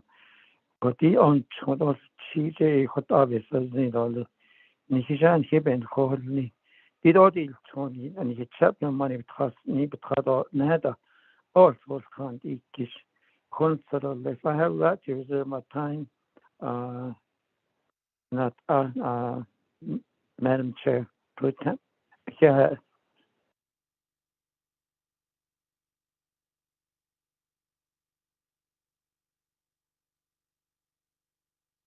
Thank you for that, Delegate Yellow Hair. Your reserve time is 4 minutes and 10 seconds. Committee members, are there any other questions or comments at this time regarding amendment number 2?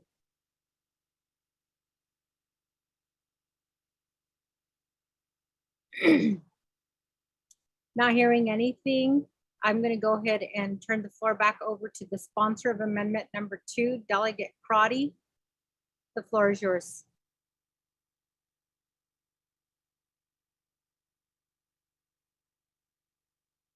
Okay. Thank you, Madam Pro Tem. I apologize. I don't know if there was a question or that was posed to me regarding the amendment, if that could be restated. Delegate Crotty, I don't believe there was any questions, just some comments that were made. Okay, perfect. Thank you, Pro Tem. I think in terms of the response from Dr. Yellowman and the possibility that this project could be ARPA eligible, or at least partially ARPA eligible, depending on the timeline, I just think the amendment is in the best interest. And for all of the other delegates who are looking to fund their projects, that the first route would be to go through the ARPA process. And if we could get some assistance from Dr. Yellowman and her team, or because of the subject matter being housing development, my assumption is because they have CHID that it still would be under Dr. Yellowman's purview. And so how they could continue to assist delegates with their projects that they want to fund through the ARPA legislation. So thank you, Madam Pro Tem Speaker. And I think in terms of the amendment, the intent is to offset the complete drawdown from the CEJASEN, and maybe we can look at what other projects could be used with the ARPA dollars instead of just drawing down all of the dollars from CEJASEN. So this is a similar amendment that was made to Delegate Brown's judicial building, as it identified future judicial dollars or possible ARPA dollars. Thank you.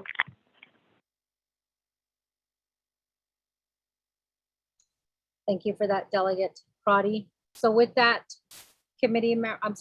colleagues, are there any other questions regarding amendment number 2 for legislation number 0067-22?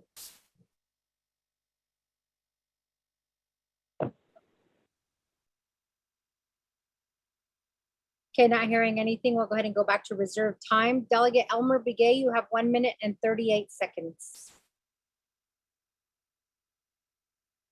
Yeah, Madam Pro Chair, I believe that this amendment is fair for all the delegates that have interest in this Csn funds.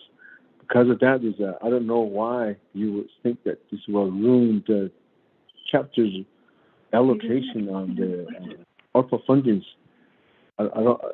If you look at it, I've been contacting CPMD and the CHIP program, wanted to know who's all on the listing. And then that $50 million, and I contacted that person, the person that's designated that submitted the form for the F funds. So I didn't know. Yeah, I asked him, he said, well, how did you come up with the $50 million? Who's all on the listing? Where's it at? And so they're not even giving us definite names and things like that. So I don't know why you as delegates thinking that this amendment will ruin the whole the chapter allocation. Then there's no listing. So I've been calling this person over at the CPND chip program a call. Then today I don't get I need to call Nick because he told us that is that I'm going to wait until the president signed it. Mean that, and we told him that Friday could sign. They give us a date. We need to start working on this. Where's the listing? About this case here. So I believe that this amendment will not ruin your Time.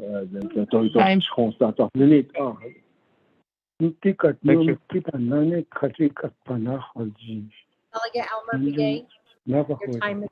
What? Delegate Jimmy Yellowhair, can you? Somebody mute your phone, talking. please?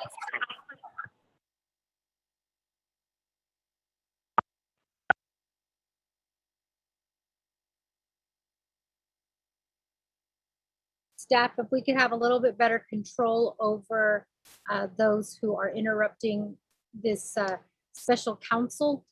So if you need to mute people, I give you, permission to mute them. And hopefully that doesn't continue with the interruption. So with that, Delegate Elmer Begay, you are out of time. The time was called, and then that's when Delegate Yellowhair started speaking. So with that, we do have, going back to reserve time, Delegate Jimmy Yellowhair at 4 minutes and 10 seconds.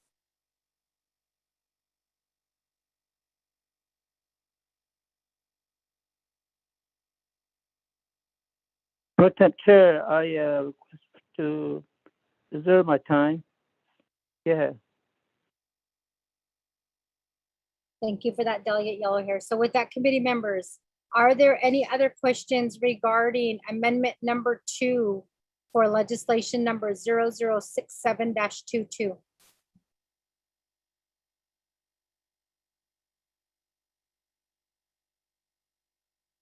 Not hearing any.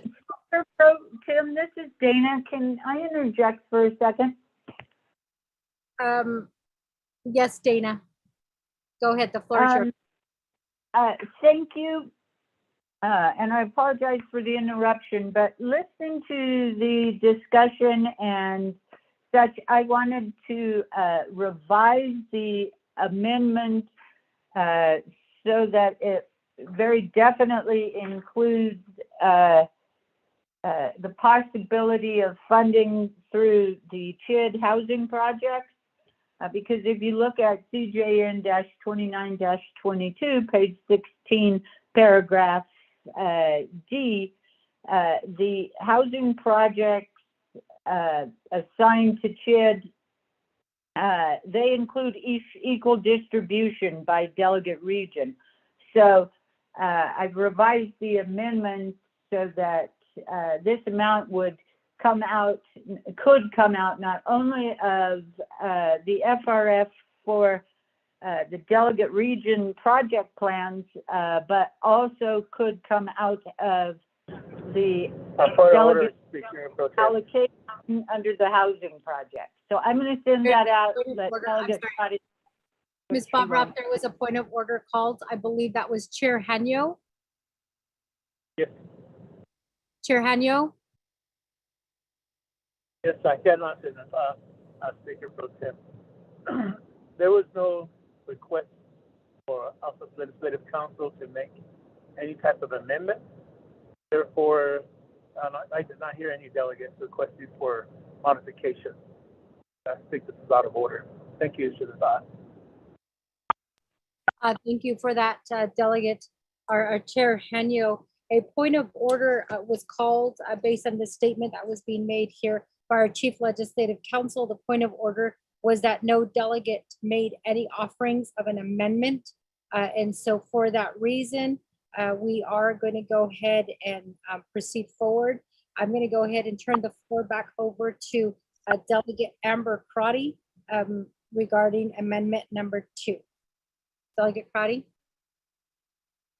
Thank you, Pro Tem. I think in terms of answering the questions or the comments, this is just a way that the council had previously approved Delegate Brown's Kayenta Judicial Complex, similar with just looking at approving the reimbursement of the projects if they're eligible, and also requesting how Division of Community Development or any of the executive departments who need to sign off on the DOJ proposals, how we move forward to finish submitting those projects for the allocation.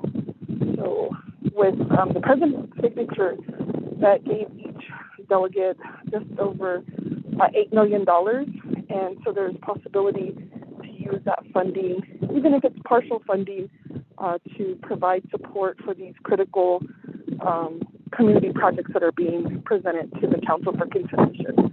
So thank you. I hope this is considered a positive move and a way to help each community with their own distinct areas. And it appears for this community, having the apartment complex and helping the nonprofit is one of their priorities. And they have the support of the Red Lake chapter that's attached to the legislation. Thank you. Thank you for that, Delegate Crotty. So with that, we're going to go ahead and go back to the floor. Colleagues, we are currently debating legislation, or I'm sorry, amendment number 2 for legislation 0067-22. We do have one delegate with reserved time. Are there any other delegates who wish to speak to amendment number 2?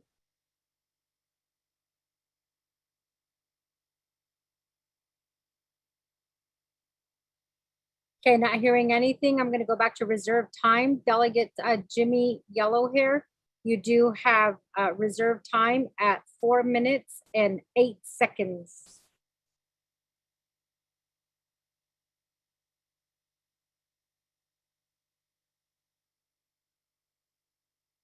Good afternoon, Senate Pro Tem Chair, Madam Chair. Yeah, I just want to waive my time or waive the stakeholders. I'm ready to vote. Thank you for that. Delegate Jimmy Yellowhair waives his time. So with that, we do not have any other delegates in the lineup. We don't have any delegates with reserved time. We do have amendment number 2 that was read into the record. A motion was made by Delegate Amber Crotty, second by Delegate Elmer Begay. So with that, colleagues, I'm going to go ahead and call for the vote at this time. Mr. Rico, does the amendment 2, there was no modifications made, but just for clarification, do you need to reread it before we call for the vote? Madam Speaker Pro Tem, no, I don't. I will read on the main motion. Thank you for that, Mr. Rico. So with that, colleagues, let's call for the vote. Staff, if you can assist me. Honorable Elmer Begay. I'll vote green. Honorable Elmer Begay votes green. Honorable Key Allen Begay Jr.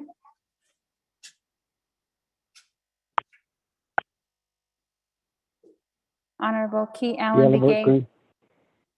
Honorable Key Allen Begay Jr. votes green.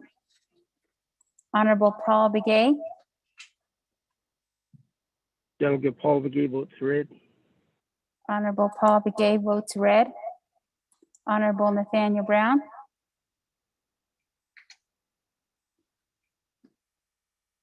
Honorable Nathaniel Brown votes green. Honorable Nathaniel Brown votes green.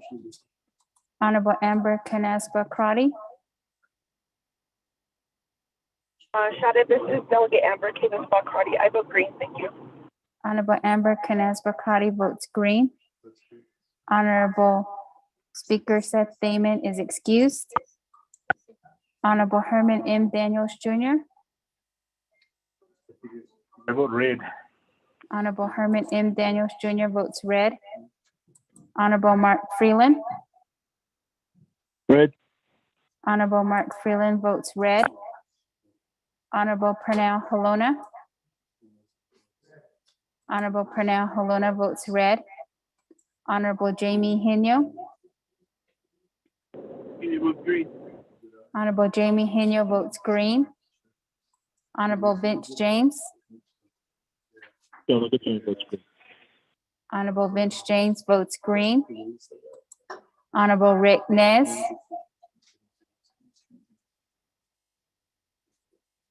Honorable Rick Nez. Honorable Rick Nez did not vote. Honorable Carl Slater. Honorable Carl To Slater. confirm, this is for the amendment, correct? Yes. Delegate Slater, this is for amendment number 2. That was motioned by Delegate Prodi and second by Delegate Elmer Begay. Yes, thank you. I'll vote green. Honorable Carl Slater votes green. Honorable Raymond Smith Jr. Green. Honorable Raymond Smith Jr. votes red. Honorable Wilson Stewart Jr. Red. Honorable Wilson Stewart Jr. votes red. Honorable Charlene So.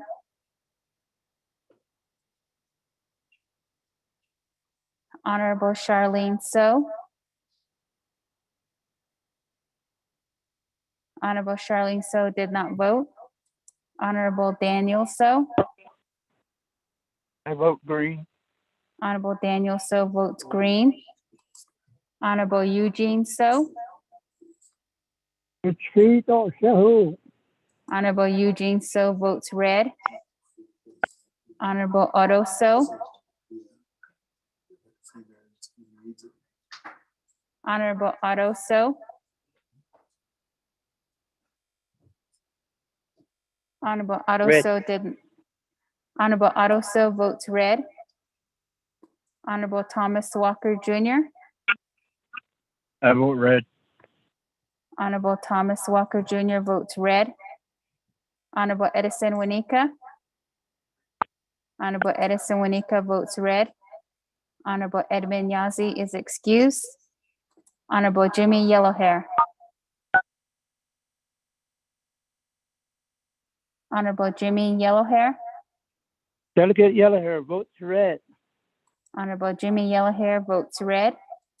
Going back up. Honorable Rick Nez. Honorable Rick Nez. Honorable Rick Nez did not vote.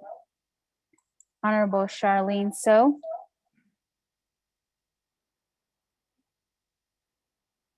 Honorable Charlene So. Honorable Charlene So did not vote.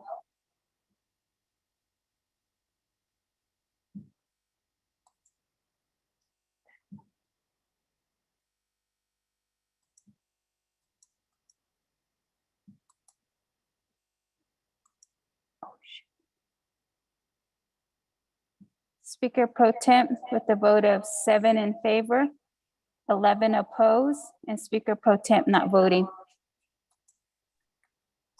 Thank you for that. Amendment number 2 fails with a vote of 7 in favor, 11 opposed, and 2 who are excused. It is 8. 2 who are absent. 8. And I'm sorry, Speaker Pro Temp. It's 8 in favor, 11 opposed, and Speaker Pro Temp not voting.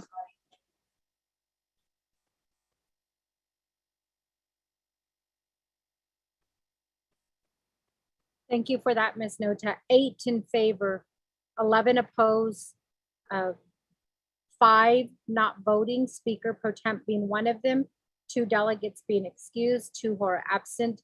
Amendment number 2 fails. So with that, we'll go ahead and proceed forward. Back to the main motion on 0067-22. We do have, I believe we have a Delegate Prodi at 33 seconds. Delegate Carl Slater waived his time. Delegate Vince James at 3 minutes and 25 seconds. Delegate Vince James You are next in the queue. The floor is yours.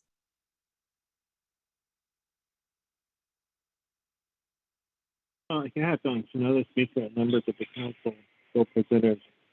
I did shoot an email to Mr. Dominic Dial from OMB, but it returned back as non-deliverable.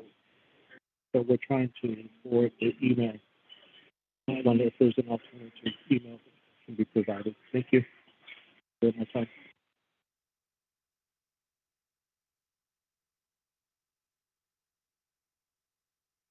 Delegate Vince James, I do apologize. I could barely hear you. I'm not sure if I was the only one that was having issues on my end. Without taking any time away from you, can you restate what you just now said?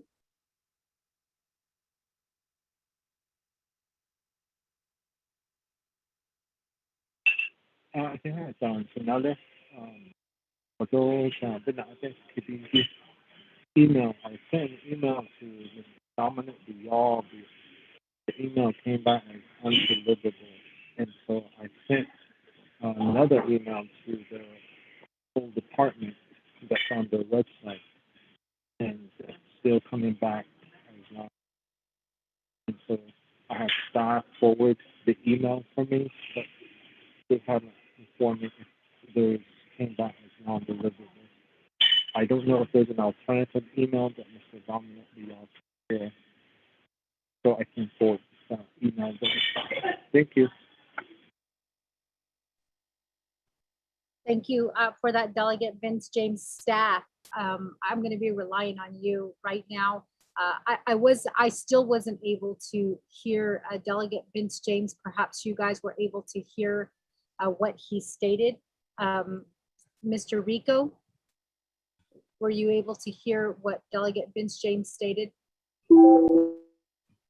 Madam Speaker Pro Tem, Delegate James is requesting for an alternate email from Mr. Biel, as Mr. Biel's emails have been just getting kicked back. We haven't been able to send him an email. So if Mr. Biel can provide an alternative email so Vince James can send his questions to him. Madam Speaker Pro Tem. Thank you for that, Mr. Rico. And for the record, Delegate Vince James, your time remaining is 2 minutes and 34 seconds. Mr. Bial, I hope that you're still on the call. Can you please email Delegate Vince James so that he can respond to your email and send you questions regarding this legislation and questions that he may have in general? We'll go ahead and proceed forward at this time. We do have Chair Daniel So at 2 minutes and 31 seconds. Chair So.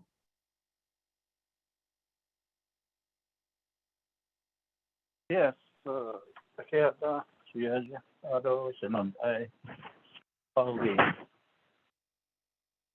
and all the folks on the call. The one thing that really concerns me is the prospects that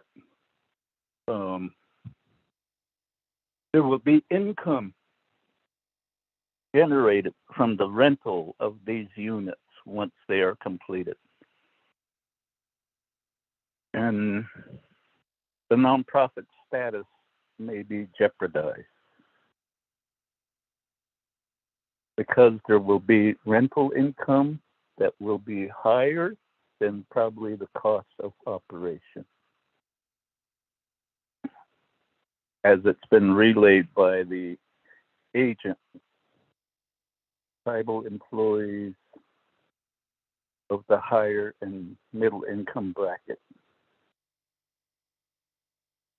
are basically looking for rental housing. So that's the part that I'm really concerned about. And the other is the aspect of the project running higher costs than what they're asking of council right now. So in that aspect, and I mentioned CDFI in my initial questioning, So I would like to ask Legislative Council to draft a directive to the agents organization to basically seek other funding sources so that the total cost of construction and the other site development costs would be covered. So that would be my comments, and I would ask the council for endorsement of the directive once it's put on record. Thank you. Thank you for that, Delegate Daniel. So you have no more time, but there was a directive that was requested prior to your time being called. The directive can be addressed after this legislation is voted on. And then at that point, you can request for the directive. If I'm not mistaken, is that correct, Ms. Barbara?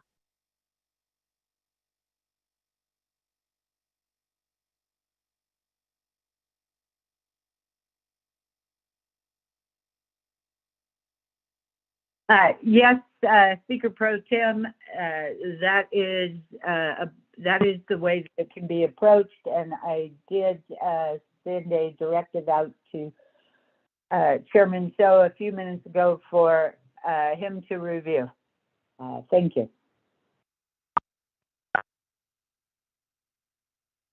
Thank you, Ms. Barbara. So Chairman So, you can call the directive after 0067-22 has been voted on. And then upon the vote, you can then recognize to speak, and then you can go ahead and offer that directive at that time.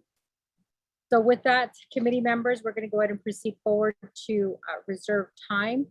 We are now at Delegate Jimmy Yellowhair with 4 minutes and 13 seconds. Delegate Yellowhair.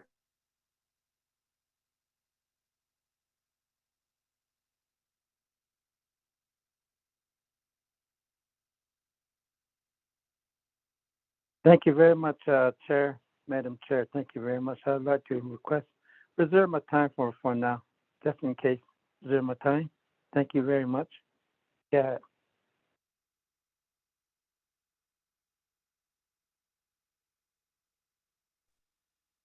Thank you for that, Delegate Yellowhair. Your reserve time at 4 minutes and 5 seconds. Delegate Otto So, you have reserved time at 4 minutes and 45 seconds.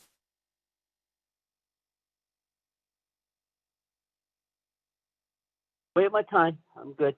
Thank you. Delegate Otto So waives his time. So with that, I'm going to go ahead and turn the floor back over to Delegate Wilson Stewart. There were a few questions and comments that were made. Delegate Stewart, the floor is yours. Question, Madam Vice Chairs, Madam Speaker. Sorry. I'll go ahead and turn the floor over to Shanella Mascarenhas.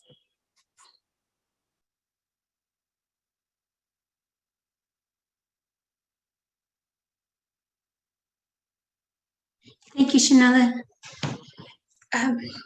Yes, to answer Delegate So's concerns about the jeopardizing our status as a nonprofit with the income, I'm not entirely sure what it is that you mean by that. We are allowed to make a profit. What I'm saying is that our profits don't go into, like a private business, it doesn't go into the business owner or much larger businesses to investors. It doesn't go in their pocket. The nonprofit, the profits that we make from revenue, that goes back into the organization and its operations. And so it wouldn't necessarily jeopardize our organization. And as I've stated before, we are looking at other funding sources. So I think, you know, I hear your concerns about that, and we definitely are. We're not just looking only at the Navajo Nation citizen monies to complete this project. The ARPA project, the ARPA monies was a source that we were also looking to. At the time, I was under the impression too that ARPA funds were for affordable housing, which is another way of saying low-income housing. But if I am wrong on that, and you can utilize the funding for higher incomes, then if there's a way we can utilize the 50 million that's set aside for new housing under community development, I would be totally willing to work with them for that. And if not, I would still like to work with them to access some of that ARPA funding, because that was part of our initial process when we applied as an external entity for that pot of money. So I think what it boils down to is that we didn't just look at this entire project as only the Navajo Nation funding it entirely. Again, the reason why we were looking at citizen monies is that would allow us to provide housing to those folks who are higher incomes and do not qualify for the income restrictions that typically come from public monies, including, so ARPA is public dollars. So maybe Dr. Yellowman can confirm whether or not these funds could be utilized for higher incomes as well. Thank you. I hope I answered your question.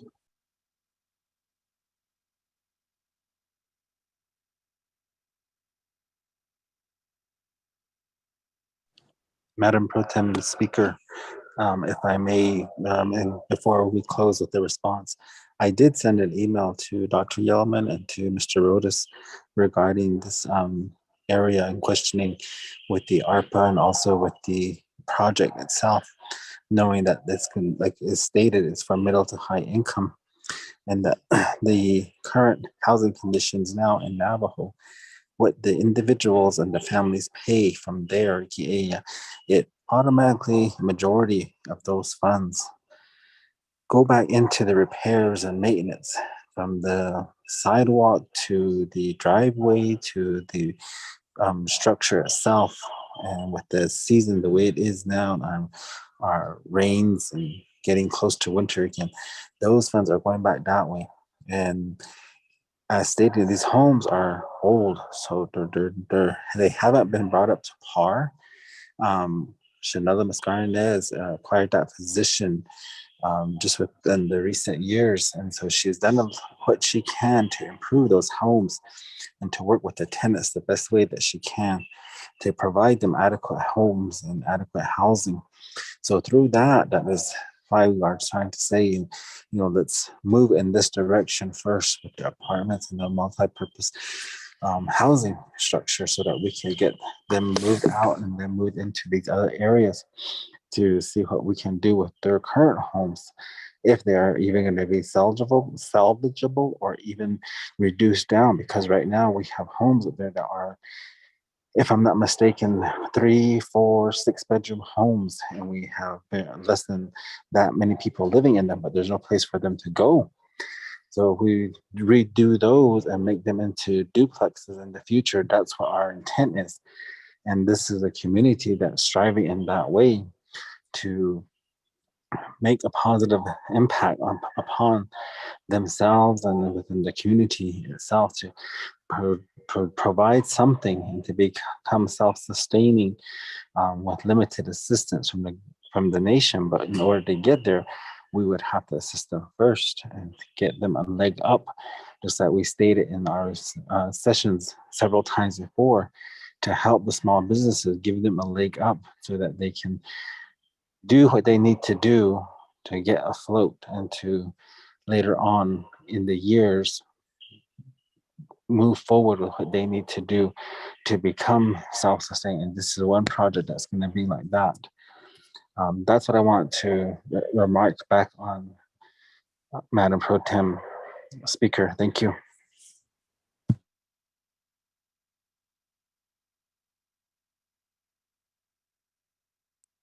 Thank you for that, Delegate Stewart. So with that, committee members, we are still on legislation number 0067-22. We do have the sponsor who responded to the questions that were posed to him by our colleagues. Do we have any new delegates who wish to speak to this legislation?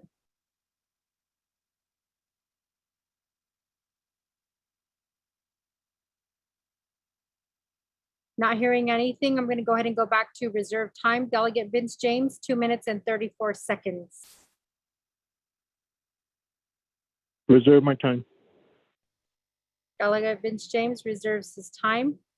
Delegate Jimmy Yellowhair, you have 4 minutes and 5 seconds.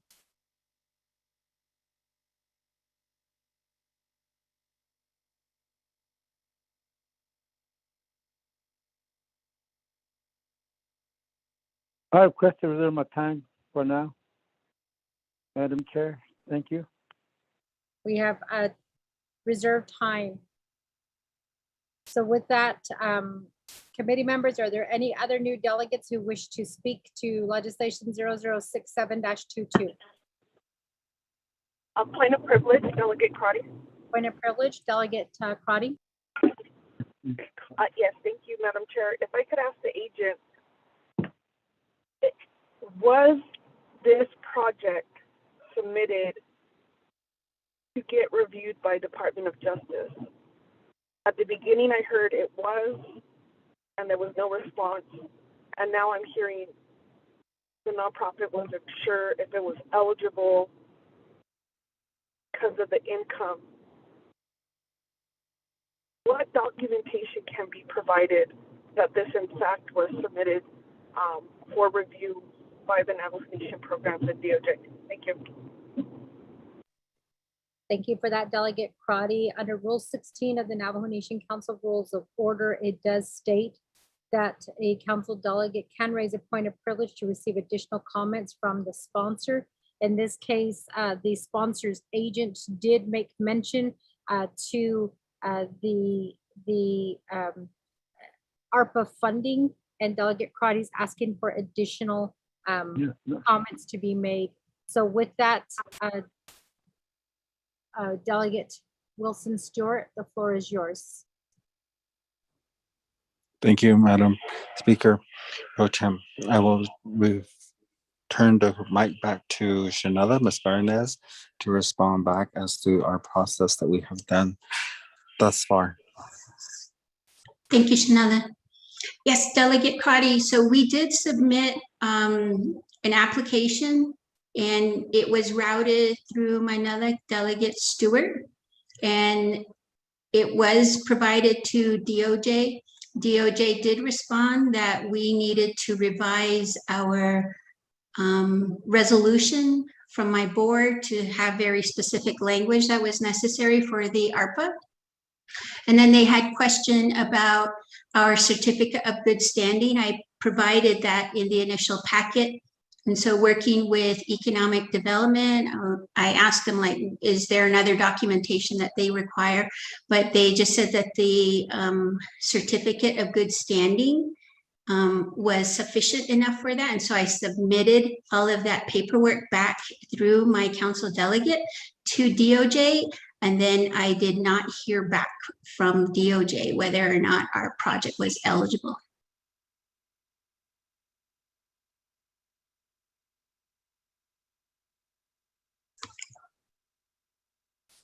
That's it. Madam Pro Tem Speaker, that concludes our response. Thank you for that, Delegate Stewart. Delegate Crotty, you did raise a point of privilege and the question has been answered.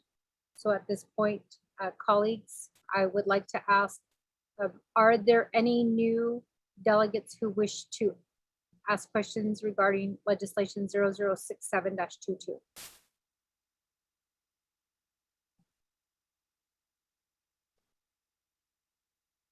Not hearing anything, we'll go back to reserved time. Delegate Vince James, you have 2 minutes and 32 seconds.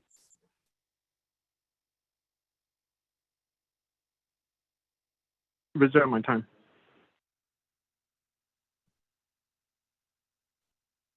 Delegate Vince James, 2 minutes and 30 seconds.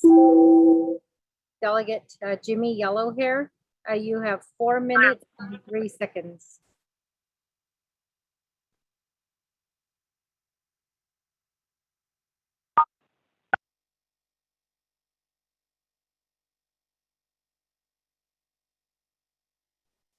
Delegate Jimmy Yellowhair, you have 4 minutes and 3 seconds of reserve time. Madam Chair, thank you very much. I'd like to reserve my time. Madam Chair, go ahead.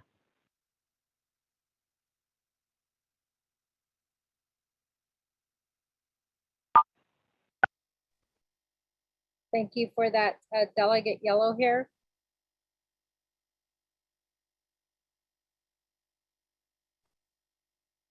Delegate Yellowhair, I believe you have 3 minutes and 58. Oh, I'm sorry. No, I guess you have 4 minutes exact, Delegate Yellowhair.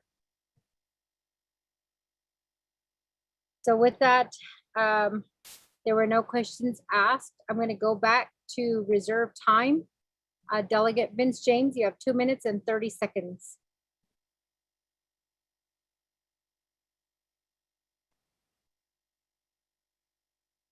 Thank you, Janelle. Since I have not received a response back from Mr. Bial, I'll go ahead and just ask the question here. And the question was, Ms. Nez had provided a verbal listing on record today's meeting to council of a different breakdown utilizing the 4.1 million. The legislation reads planning, design, and construction for the 4.1 million that's requested.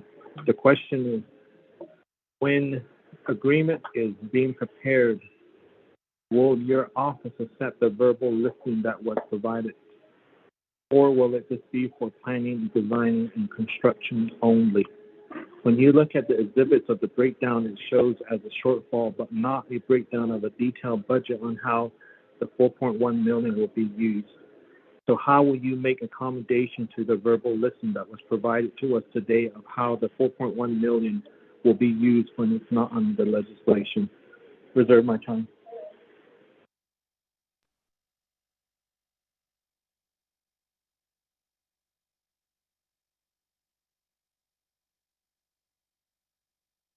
Delegate Vince James, reserve time at 1 minute and 31 seconds.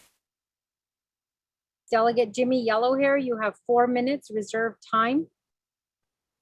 The floor is yours.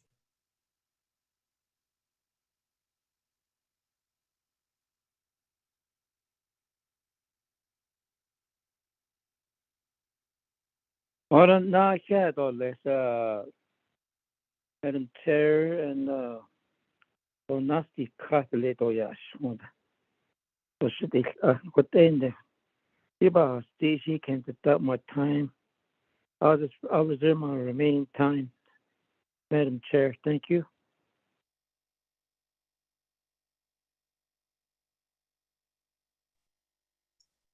Thank you for that, Delegate Yellowhair. Reserve time, 3 minutes and 43 seconds. Are there any other delegates who wish to be recognized at this time to speak to legislation 0067-22?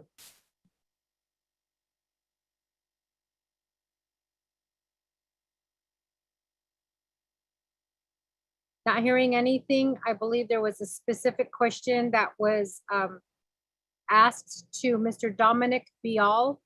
Mr. Dominic Bial, are you on the call?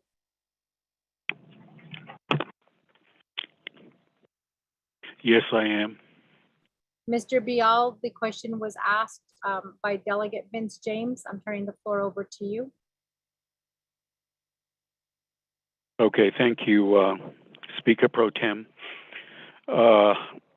This time I was able to hear Delegate James's question more clearly. And the way I understand his question, he's saying that Ms. Nez, representing the town site company,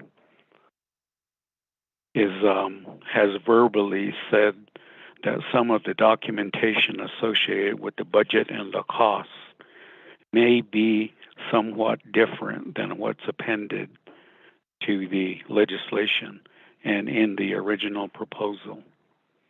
So at this moment, not knowing what changes there may be, it's really hard for me to say for sure. But presumably, I'm not sure who the host division is. If it's DED or DNR, I think it might be DED. I would say this: it would be up to DED to work with the township corporation to finalize everything, as long as it meets the purpose, scope, and intent of the legislation.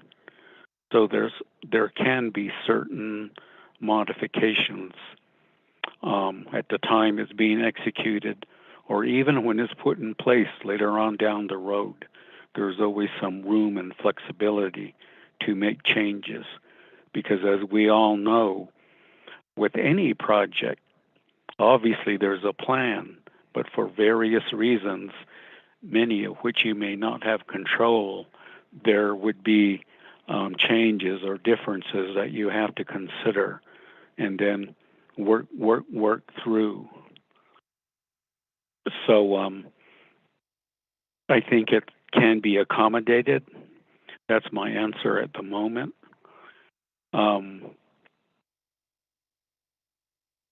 So that's the information I have at this point. I also want to say this to Delegate James, in fact, to all of the council and all of the staff up there. OMB for the past few days, we've really had problems with our network, our systems, our email and internet and everything. And for a number of days there, we were not even able to receive messages. That's what happened just now, this afternoon. There was another short circuit or whatever it is, whatever you call it. So we're off, and we're having staff working to try to get it resolved and fixed. But it's been going on now for almost a week. So Delegate James, that's why we haven't been able to get your messages. And it just so happened that I got back on the line now, just as you repeated your question. So that's the information I have at this point. Madam Pro Tem, thank you.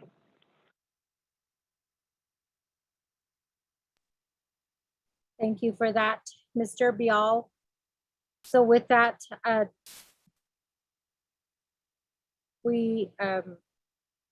there was no question specific to the sponsor, but I'm going to go ahead and turn the floor over to the sponsor at this time if there's anything that he would like to add. Delegate Stewart.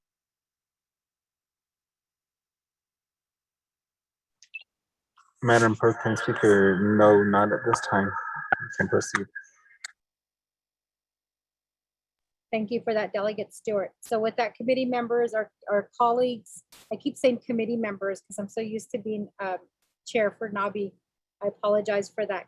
Delegates, colleagues, we are on legislation 0067-22. We currently have 2 delegates with reserved time. Are there any delegates who wish to speak to legislation 0067-22?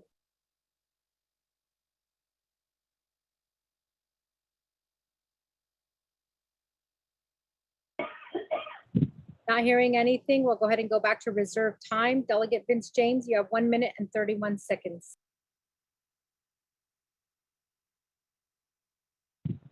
Shahat Shinalit and members of the council, Adol Shinan, Delegate Stewart, Adol Nana, your agent, Adol OMB. The reason why I ask these strong questions to OMB is I know that several legislations that we have passed, it has always been addressed by OMB staff that this is what the legislation reads. This is what is in law. This is what we have to go by. And there's usually no accommodation to any standards that is requested for to use the funds. And then DOJ would come into effect, and then DOJ, OMB's attorney would come into effect, or whoever's at DOJ would come into effect and still say the same thing. This is how it's written. This is what the legislation states. And so I'm trying to get a clarification of how it can how it can be a smooth transition from departments to departments to not prolong the project, because we have a lot of our Navajo families that are in need of homes. And if we're going to just sit here and prolong the projects between departments to departments, and I don't want to prolong the housing issue that our Navajo families are in need of. And that's the purpose of me asking these questions, to see how we can have a smooth transition. It may sound like I'm difficult, but I'm not being difficult. But I just wanted to say that. Thank you very much. You are out of time. With that, we go back to reserved time. Delegate Jimmy Yellowhair, 3 minutes and 43 seconds. Thank you, Chair Nana.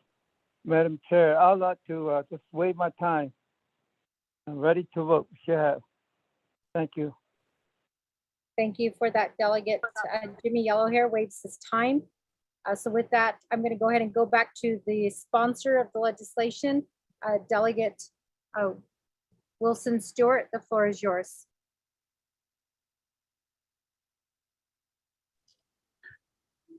Madam Pro Tem Speaker, I'm going to go ahead and ask Shalom Mascarnez or Shitsila if they wish to add anything at this time.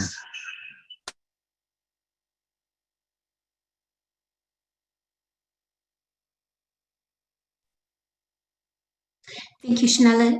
No, I feel like I've said all I could say. Thank you, everyone, for listening.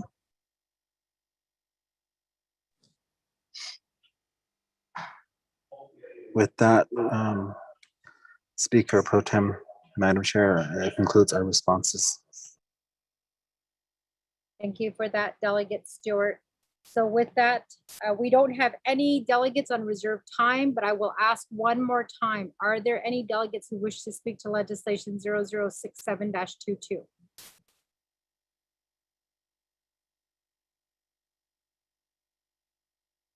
Not hearing anything, I'm going to go ahead and ask Mr. Rico to read the legislation into the record one more time, and then I'm going to call for the vote. Mr. Rico?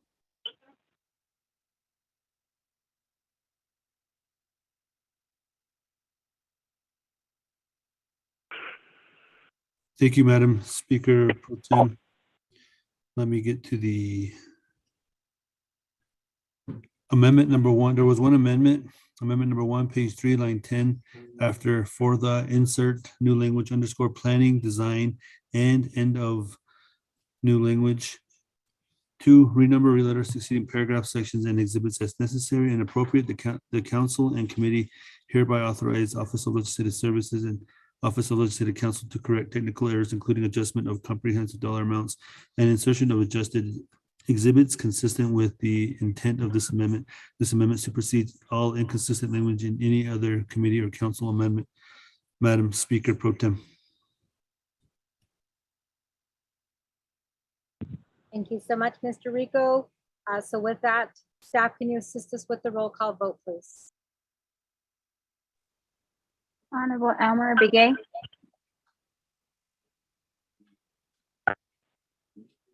Honorable Elmer Begay. Honorable Elmer Begay did not vote. Honorable Key Allen Begay Jr., Honorable Key Allen Begay Chia Jr., votes green. Honorable Key Allen Begay Jr. votes green. Honorable Paul Begay, Delegate Paul Begay votes green. Honorable Paul Begay votes green. Honorable Nathaniel Brown, Delegate Brown votes green. Honorable Nathaniel Brown votes green. Honorable Amber Canaspa Crotty,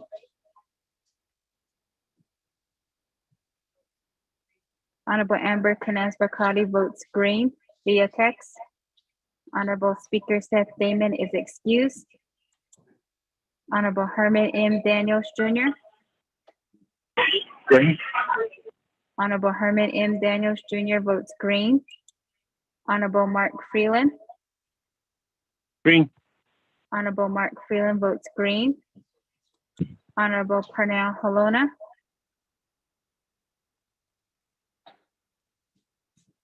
Honorable Parnell Halona, Honorable Parnell Halona, Honorable Parnell Halona votes green. Honorable Jamie Henyo,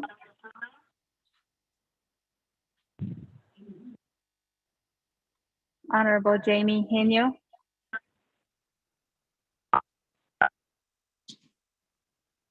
Honorable Jamie Henyo did not vote. Honorable Vince James, Delegate James votes green. Honorable Vince James votes green. Honorable Rick Nez, Delegate Rick Nez votes green. Honorable Rick Nez votes green. Honorable Carl Slater, Delegate Slater, green. Honorable Carl Slater votes green. Honorable Raymond Smith Jr., Green. Honorable Raymond Smith Jr. votes green. Honorable Wilson Stewart Jr., Green. Honorable Wilson Stewart Jr. votes green. Honorable Charlene So, Honorable Charlene So, Honorable Charlene So votes green via text. Honorable Daniel So, I vote green. Honorable Daniel So votes green. Honorable Eugene So,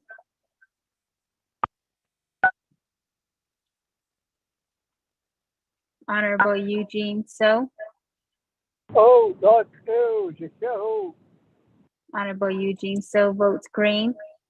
Honorable Otto So, Green. Honorable Otto So votes green. Honorable Thomas Walker Jr.,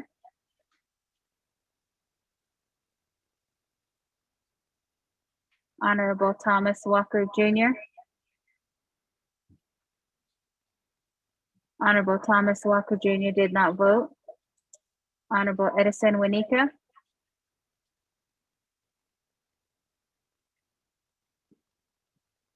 Honorable Edison Winika votes green. Honorable Edmund Yazzie is excused. Honorable Jimmy Yellowhair, Delegate Yeller votes green. Honorable Jimmy Yellowhair votes green. Going back up, Honorable Almer Begay, I vote green. Honorable Almer Begay votes green. Honorable Speaker Seth Damon, I vote green. Honorable Speaker Seth Damon votes green. Honorable Jamie Henyo, Honorable Jamie Henyo votes green via text. Honorable Thomas Walker Jr., Honorable Thomas Walker Jr., Honorable Thomas Walker Jr. did not vote. Pro Temp Speaker with a vote of 21 in favor, 0 opposed, and Pro Temp Speaker not voting.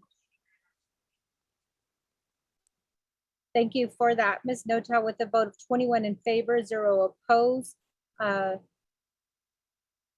believe there is one delegate who is excused and one delegate who is absent. So with that, congratulations, Delegate Stewart. 2/3 vote was required for this legislation, and that was achieved today with a vote of 21 in favor.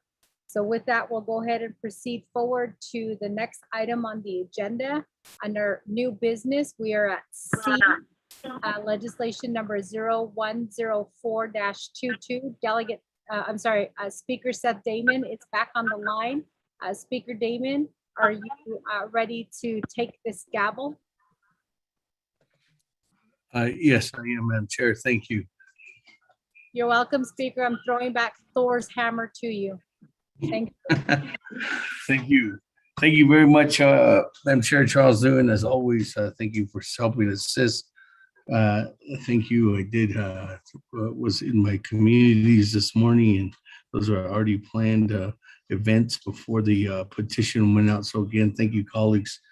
It looks like we have completed 2 legislations on today's agenda, and I'll go ahead and take over at this time. Thank you again, Madam Chair Charles Lewin. Again, we are on new business item number C. Looks like legislation 0104-22.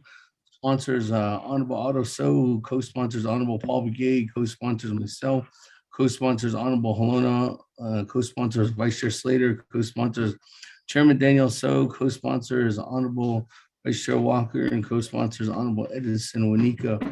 With that, on legislation 0104-22, this legislation is 2/3. Mr. Rico, if you could read it into the record, and then we can continue on down.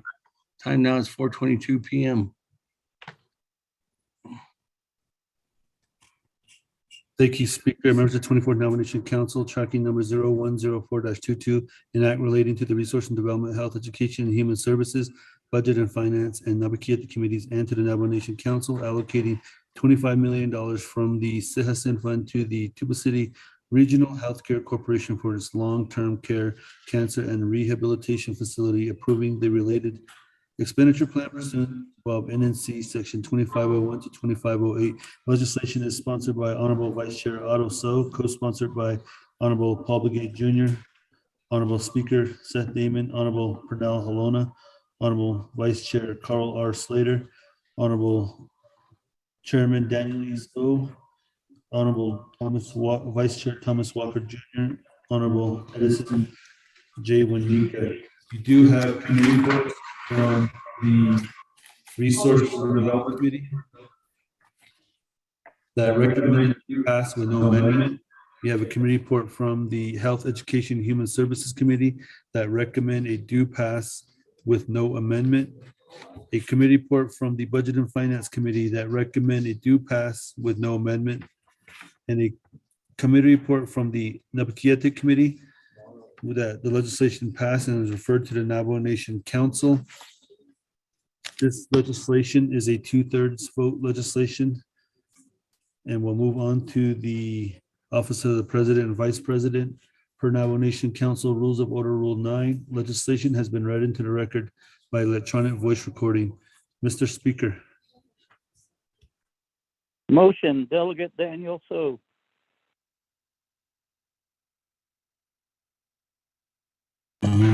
Thank you very much for that, Mr. Rico. With that, second by Chairman Daniel So. Delegate Yellow Hair, second. With that, you get my icon out? Did you get that? There was a motion, colleagues, by Honorable Paul Begay, second by Chairman Daniel So. That, colleagues, any comments, questions? Lobby work.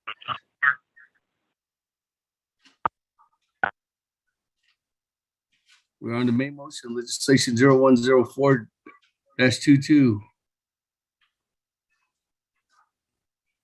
Going twice.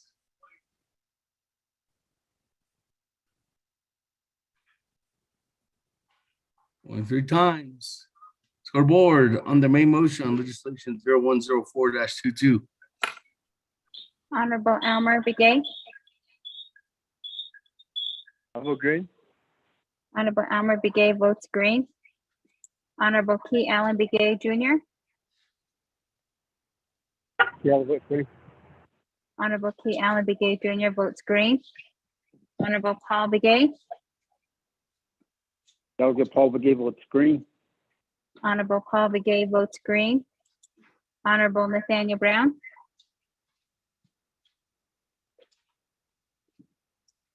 Honorable Nathaniel Brown. Honorable Nathaniel Brown did not vote. Honorable Amber Canespa Crotty.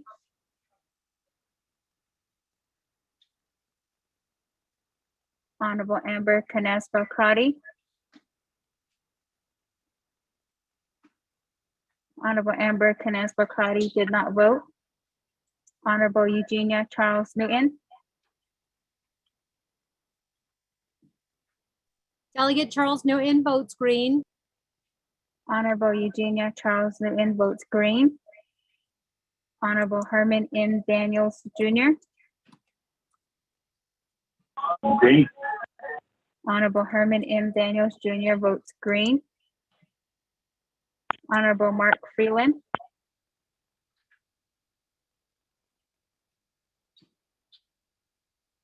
Honorable Mark vote green. Freeland. Honorable Mark Freeland votes green.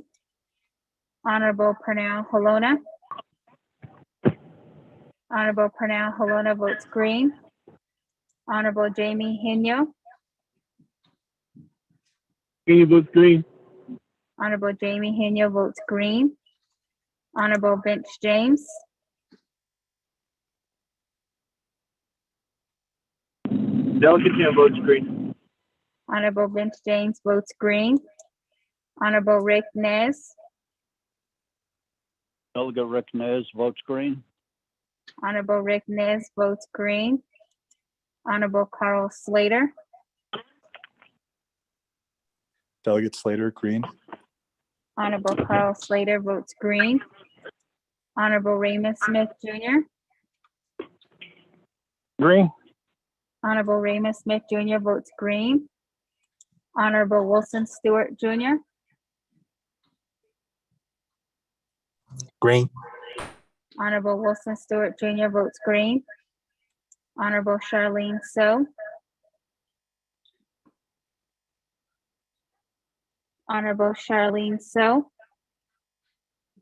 Honorable Charlene So votes green via text. Honorable Daniel So. I vote Honorable, green. Honorable Daniel So votes green. Honorable Eugene So.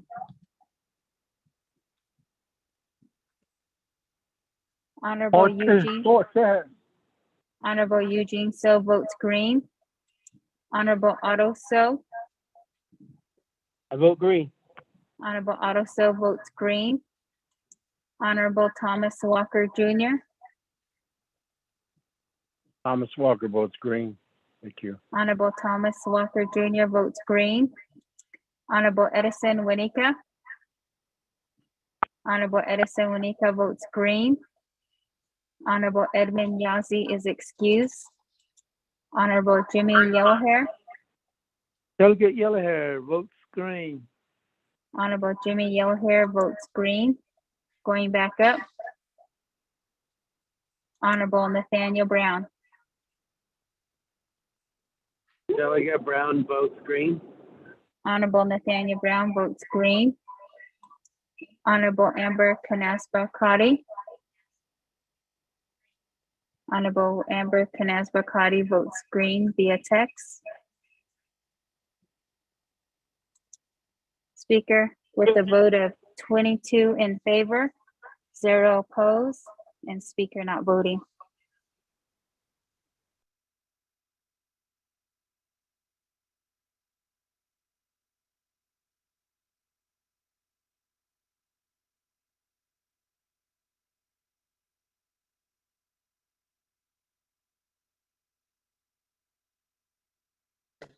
Thank you very much, colleagues.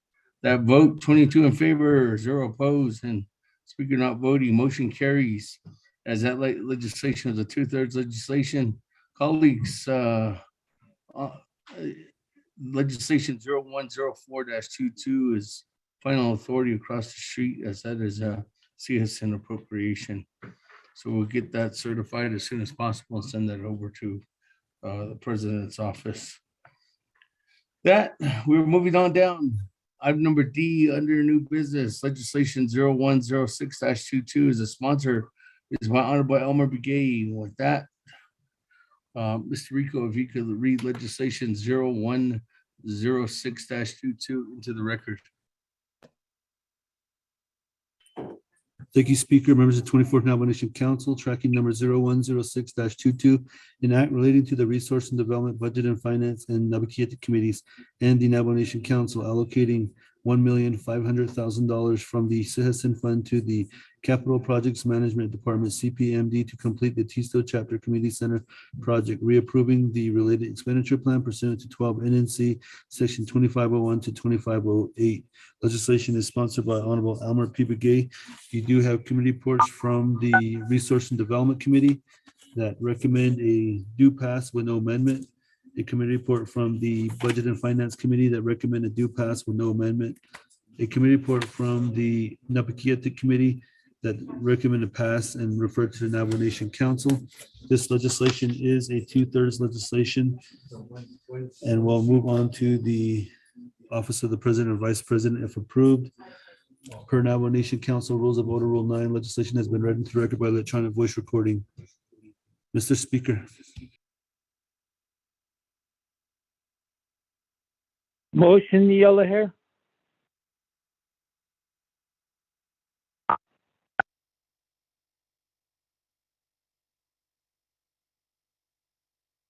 Motion by yellow hair.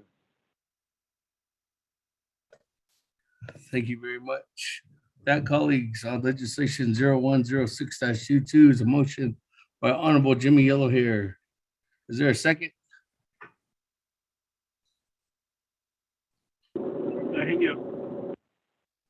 Second by Chairman Inyo. That, colleagues, any comments, questions on 0106-22? This legislation's 2/3 vote as well.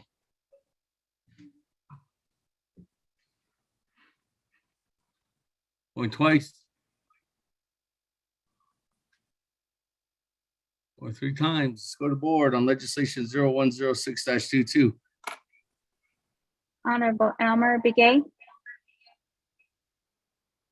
I'll vote green. Honorable Elmer Begay votes green. Honorable Key Allen Begay Jr.,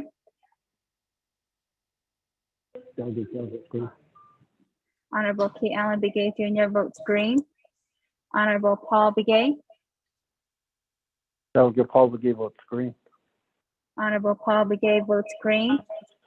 Honorable Nathaniel Brown,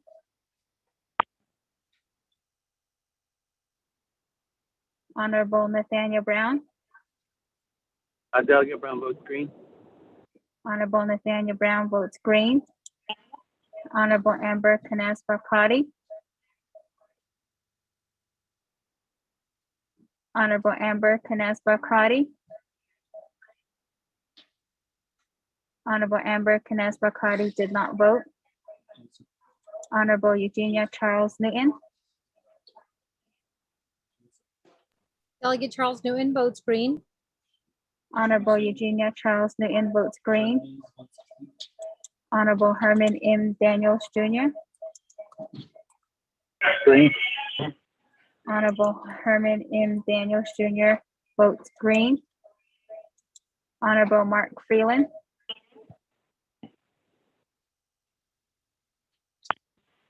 Honorable Mark Freeland, Vote green. Honorable Mark Freeland votes green. Honorable Pernell Halona,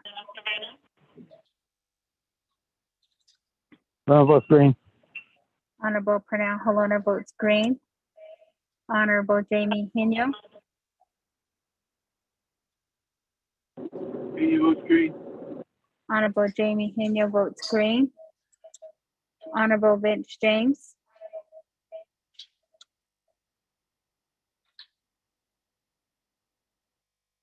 Honorable Vince James, Honorable Vince James did not vote. Honorable Rick Nez, Delegate Rick Nez votes green. Honorable Rick Nez votes green. Honorable Carl Slater, Green. Honorable Carl Slater votes green. Honorable Raymond Smith Jr., Green. Honorable Raymond Smith Jr. votes green. Honorable Wilson Stewart Jr., Green. Honorable Wilson Stewart Jr. votes green. Honorable Charlene So, Honorable Charlene So votes green via text. Honorable Daniel So, I vote green. Honorable Daniel So votes green. Honorable Eugene So, Honorable Eugene So votes green. Honorable Otto So,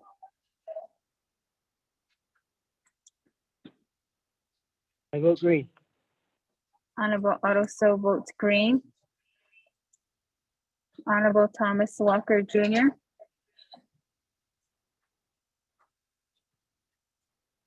Honorable Thomas Walker Jr., I vote green. Thank you. Honorable Thomas Walker Jr. votes green. Honorable Edison Wanika, Honorable Edison Wanika votes green. Honorable Edmund Yazi is excused. Honorable Jimmy Yellowhair, Delegate Yellowhair votes green. Honorable Jimmy Yellowhair votes green. Going back up. Honorable Amber Canes Bakrati, Honorable Amber Canes Bakrati votes green via text. Honorable Vince James, Honorable Vince James, Honorable Vince James did not vote.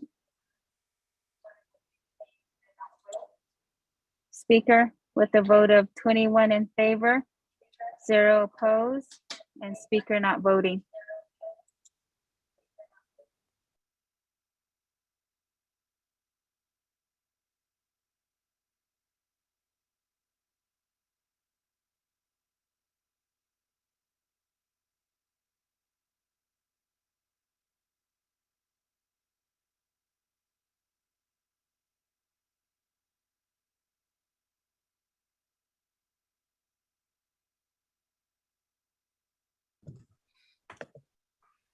Thank you very much.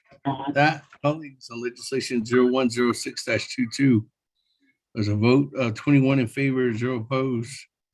And you're not voting. Motion carries.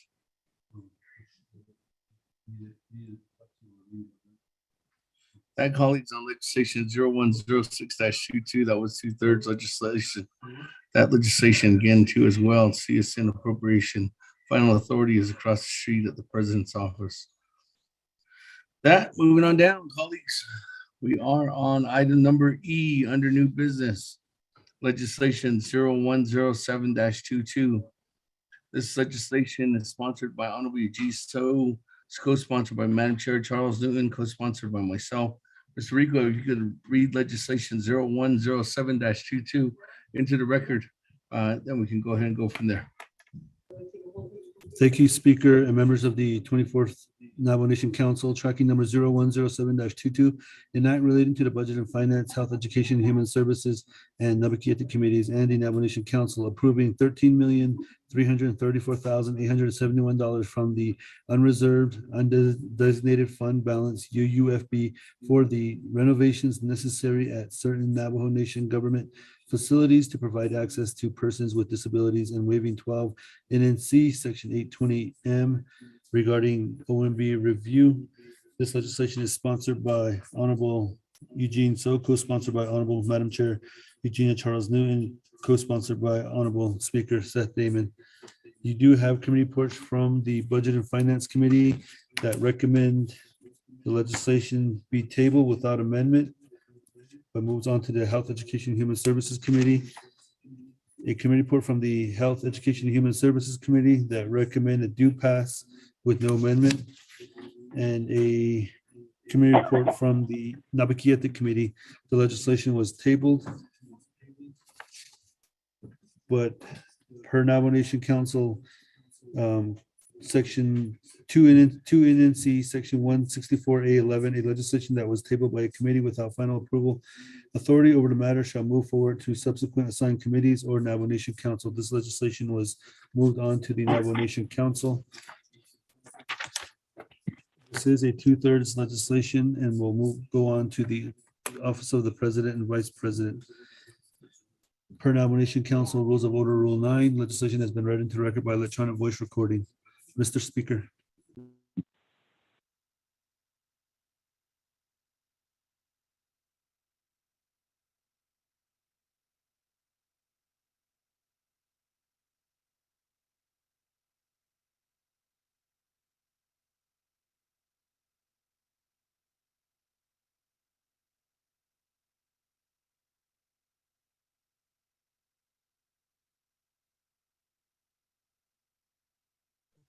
Thank you very much, Mr. Rico. With that, colleagues, on legislation 0107-22, is there a motion?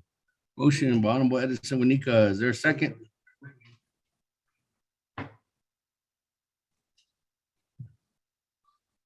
Second, hello. Second by Honorable Holona. That, colleagues, any comments, questions on legislation 0107-22? Colleagues, this is a 2/3 legislation as the funds are coming out of the UUFB, so it's an appropriation waiving 12 NNC subsection 820M. Speaker Damon, this is Delegate Crotty with the question. Delegate Yes, Yellow Madam Hair. Chair, good afternoon. With that, go ahead and put you in the queue, Madam Chair. Crotty, then Honorable Jimmy Yellowhair. Good afternoon, Honorable Yellowhair. With that, let me go ahead and go to the floor. Honorable Eugene So, good afternoon. Floor is yours. You have 20 minutes on the board.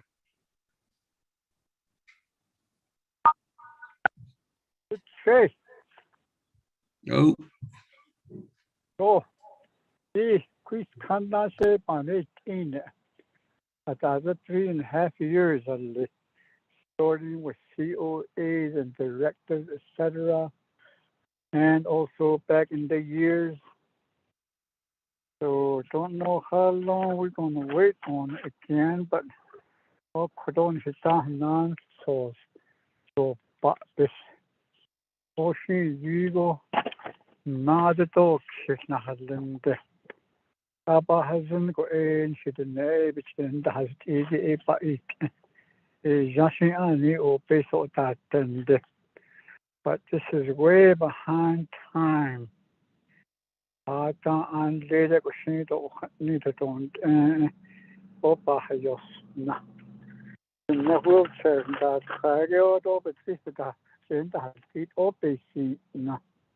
That's the reason I'm trying again to forward this. That's why it's on the floor today. Even I could all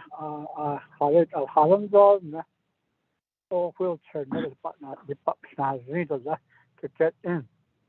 And so could only down so I don't want them to wait any longer outside the office or restroom. Or we're going to keep them waiting there. And so that's the reason why I got this one here. I don't want them to wait out there for a long time. But there's still I read the hard but in the other trouble got all that. Somebody to help them get into the restroom or the restroom is too small. But the hard time with the office all that's in dark.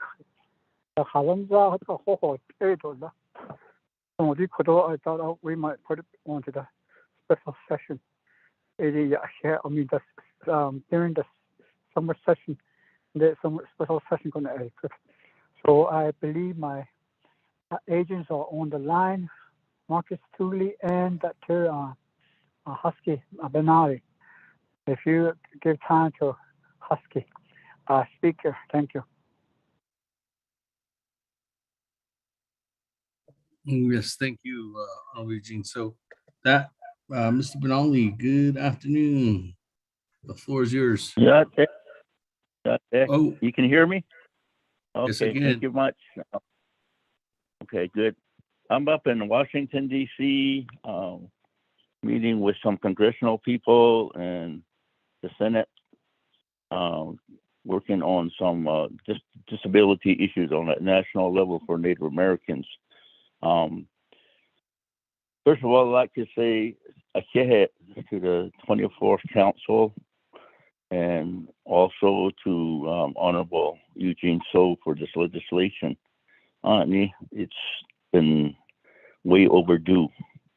And like we said at the Invocation Committee, this was back in 1979 when the Tribal Council at that time passed as part of an affirmative action plan, employment opportunities for people with disabilities and also public building accessibility.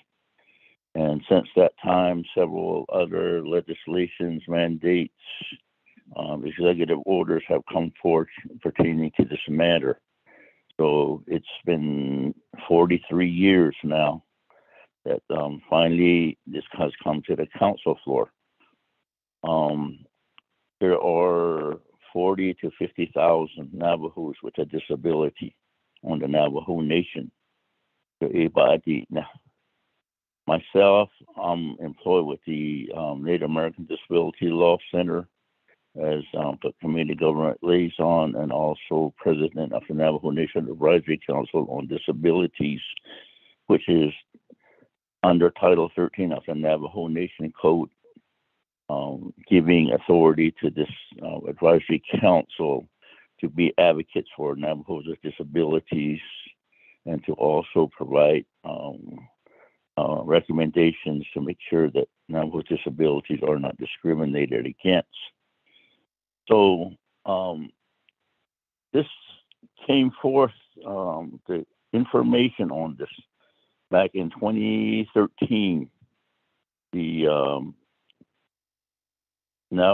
Native American Disability Law Center, the Navajo Nation Advisory Council, Disabilities Office of Special Education and Rehab Center, we conducted surveys, building surveys. We looked at buildings across the Navajo Nation, all 5 agencies, 3 in each agency, to determine the need. Because at 2 years earlier, Navajos with disabilities, we served over 2,000 of them. And we had something like 6 focus groups. And public building accessibility became one of the top 5 issues identified by those with disabilities. So they're the ones that brought this issue forth and said this is one of the top 5 needs that we have. Abuse and neglect was another one, housing was another one, employment was another one, and medical services. But this also was one of the top 5 that came out of that. That's why we did the survey. And so the survey basically, we look at chapter houses, not chapter houses. We look at those that provide services to Navajos with disabilities or programs, and evaluated their building, and with a survey form that we had. Out of that survey form, there was a commonality clear across Indian country in regards to concerns with parking space, with regards to pathways from the parking lot into the building itself, rocky surfaces, uneven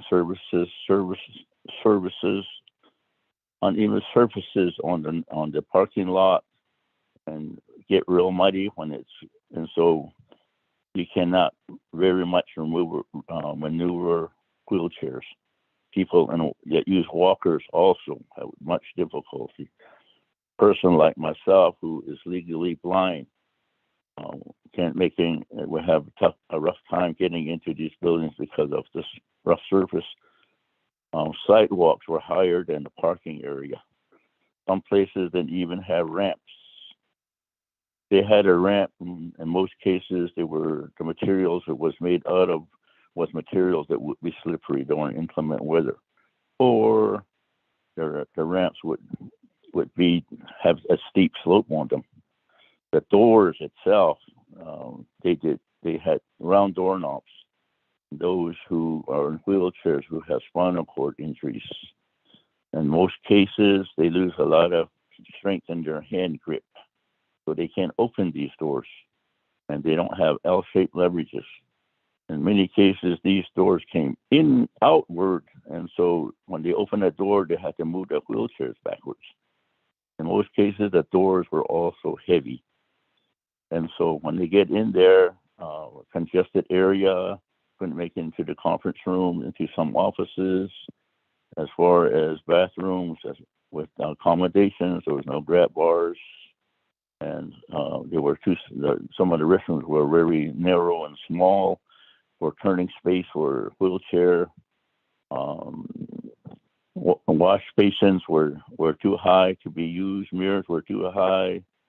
Towel dispensers were too high. And people with disabilities need to get into these buildings to get services. And that's why we looked at buildings who were providing services to those with disabilities. So that still exists today.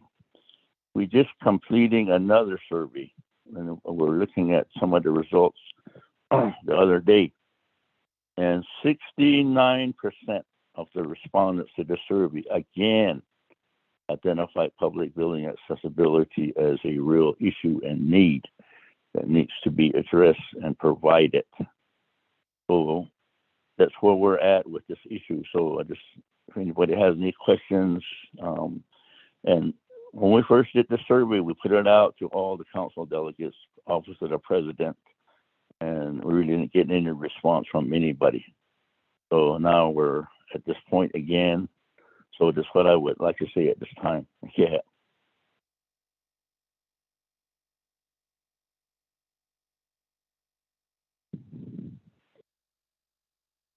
If we can have Marcus Tully also our speaker.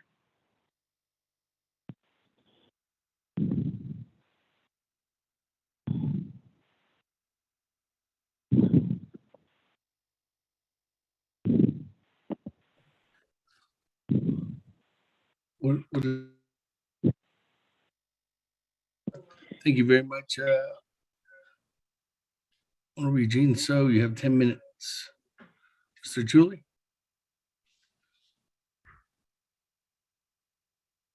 Speaker, if I can have Marcus Tully also present.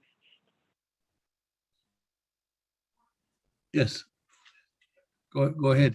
Mr. Chuli, you have 10 minutes.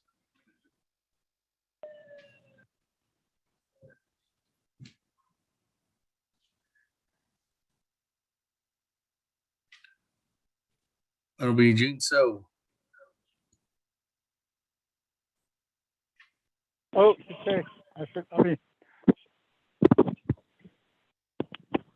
Is he not there? Maybe he'll come on. I call. Okay. Does that conclude your presentation? If Marcus comes back on, we'll let him say a few things regards to some questions too. Oh, one first. Thank you. Call him Mr. Chuli one more time. Mr. Chuli, you there?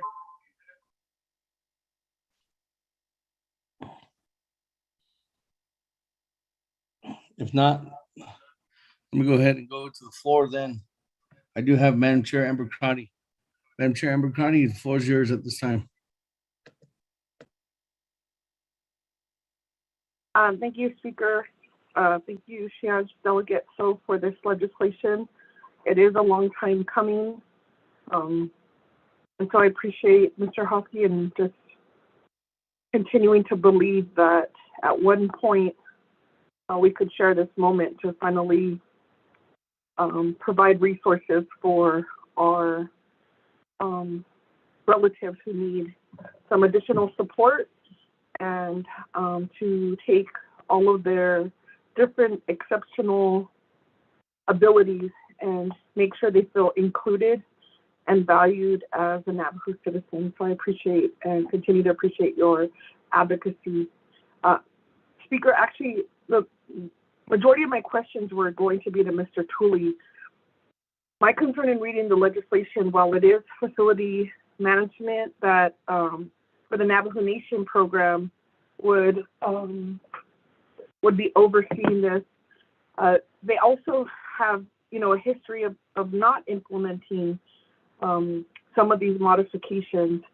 And in looking at what happened to the Permanent Trust Fund, the council had allocated facility maintenance some dollars to work on some of the buildings, and they were never able to properly plan and get that project off the ground, and those fundings were then recaptured and distributed to another program.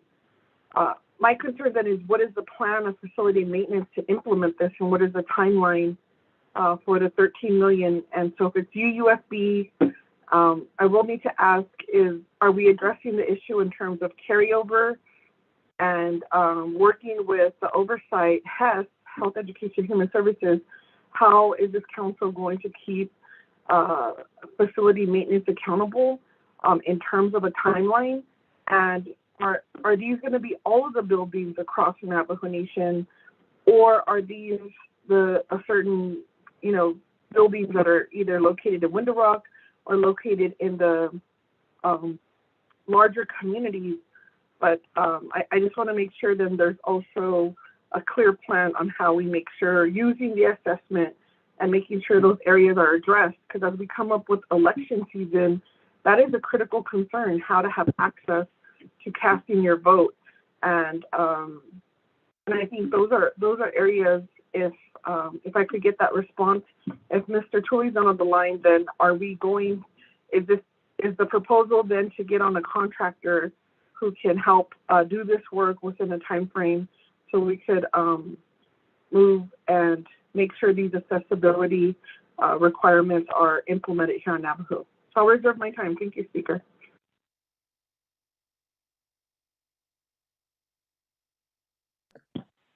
Reserve your time at 1 minute 54 seconds. Let me go back to Honorable Eugene So.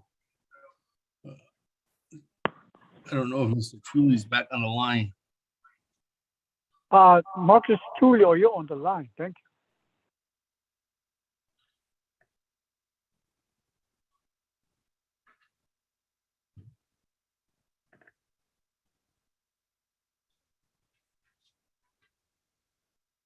He had an exhibit that we needed to introduce regards to location and some of the changes regarding to buildings across the Navajo Nation. We're talking about the whole Navajo Nation. Exhibit where these buildings we're talking about. Maybe he'll tell us more, but whether Joanne's on the line, she can try to get the contact. Thank you.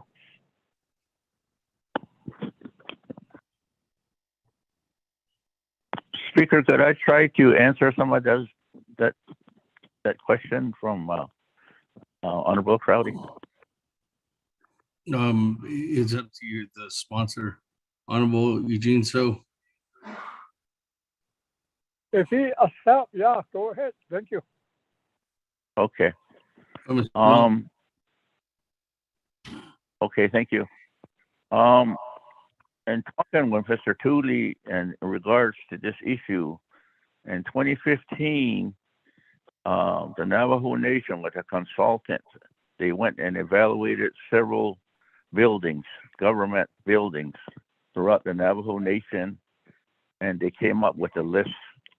I think there's 160 projects at that time that were identified. But there was no monies. My understanding was that that legislation at that time was for $11 million that went to the council, but the council did not approve it. So Mr. Tooley's, I think it's facilities management, took some of their funds and did some minor things like parking pads and also some ramps, and I think some doorknobs.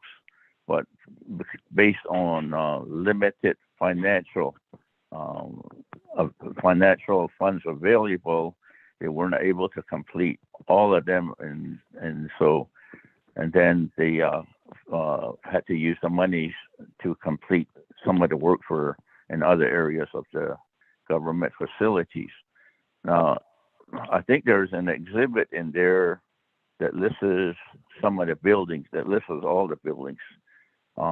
When we talked about this at Nabakiyaki, there was the question about on that list that was provided, some council delegates identified, well, these buildings are not being used now. How come they're on the list?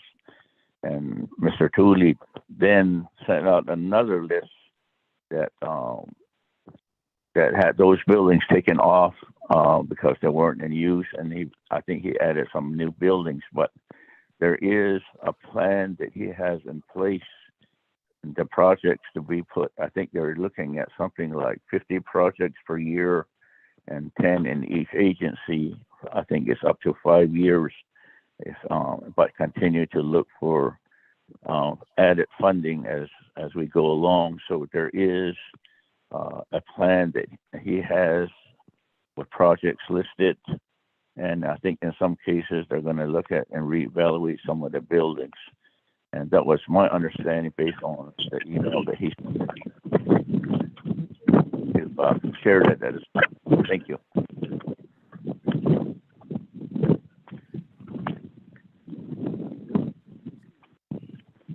Thank you very much. Well, Eugene, so does that conclude your response at this time? Oh, is it a credit by your chance, Mr. Dooley, evaluate night that IGCG Kahayo Nado amendment that it or this or Kahayu talk. I think was in there in the I think the time we were talking about it last week. I tried to find it. It's on there, which building and all that. He's Nate Nilana. If nobody, maybe somebody can find it in the office, and your office speaker. It was sent to us. That list, new list.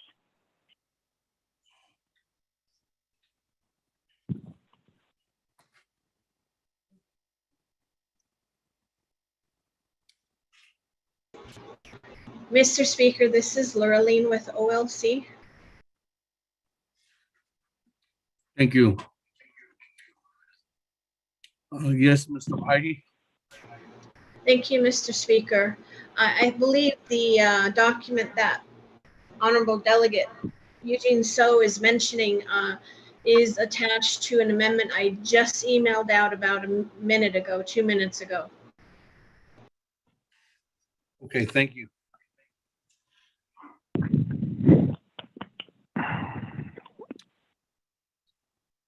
Did you get that email? All right.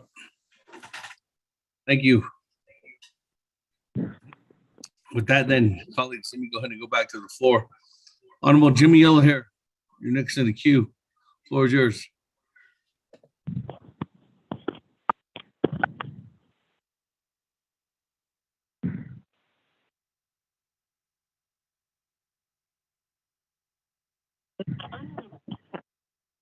Good afternoon, Speaker. Yeah, on the 24th Councilman, it's enough this one came before us already too, and it was being the committee and also the Nabis. My concern was I think it was answered already by Shania Jean. There was just $13,334,871. That was still here as is, as a total amount is not changed. And there's a big two building that's included in here that was made a statement by one of the councilmen. It's a Winderup Court building and also Shipwreck Court building. These two buildings are big, are huge, and they were ready to be demolished or something like that. These are accounted already as inventory that needs for people with a disability, and these are still there. I think it's still there, and it should be counted correctly. That's my concern. And some buildings there not need to be a renovation needed for those disability, and that should be kind of clean up a little bit. Make sure that we don't waste money. And my other concern is why these departments themselves, manager, director, they can't find money. They can't do it, especially in NOSHA. They always close a building, and they're the ones should be working on. These look for other source. That was my concern, and they have opportunity to look for money outside source instead of using UUFB. We're just doing their job for them. They're educated. Director and law that is or one to look for from other source. John Hut Ada should all does digital club basically all the today of under I think education office. Don't remember that, but we use other outside source, and then they had to do a progress report based on that one. So let's get on thought Lady Director and Lenny or start. On show based about the hey, if that's my concern, speaker, I reserve my time. Yeah, thank you very much.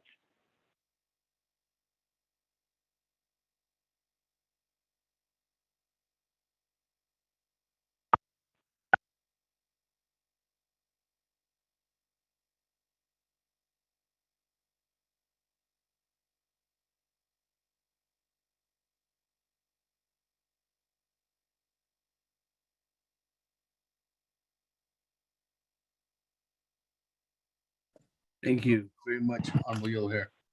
Reserve your time at 2 minutes and 28 seconds. That, colleagues, is there any other one else in the queue or would like to speak on the main motion at this time?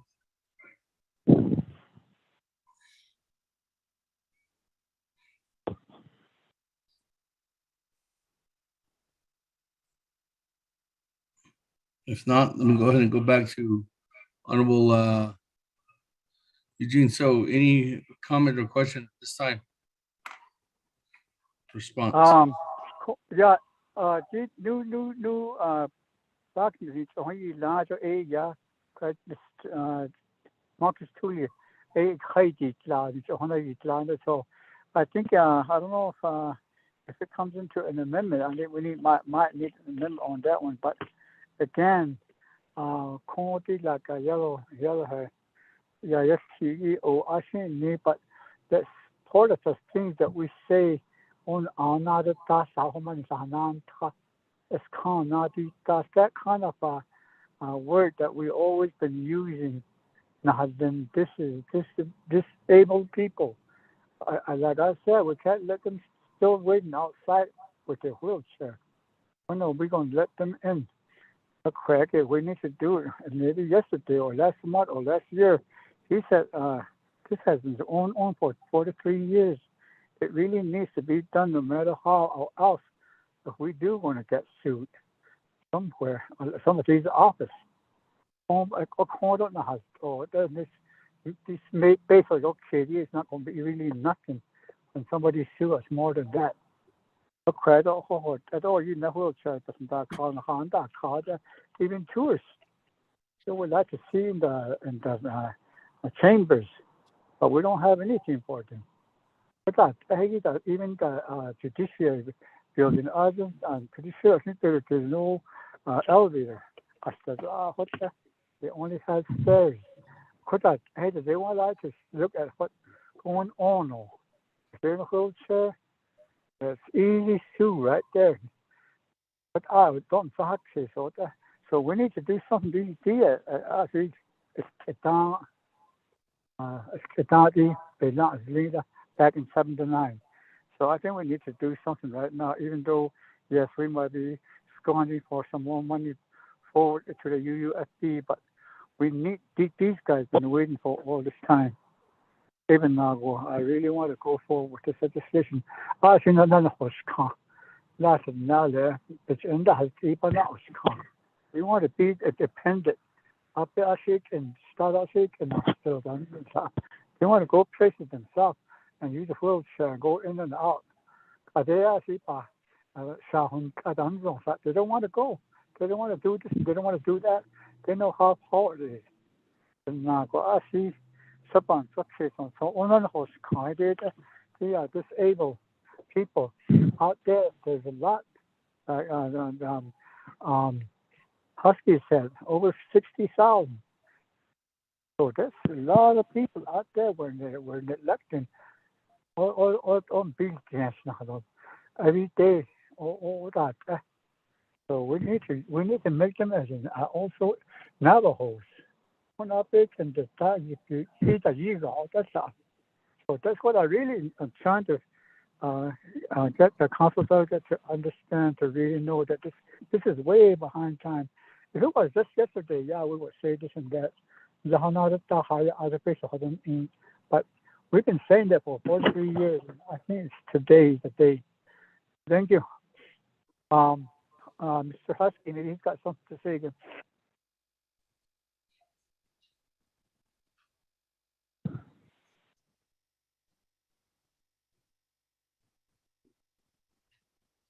Speaker, this is Mike.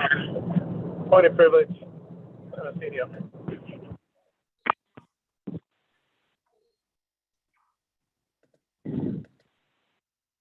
Thank you very much. Please hold on real quick. Point of privilege. Good afternoon, Chairman Hino. What is your point of privilege at this time? Good afternoon, Speaker Davis.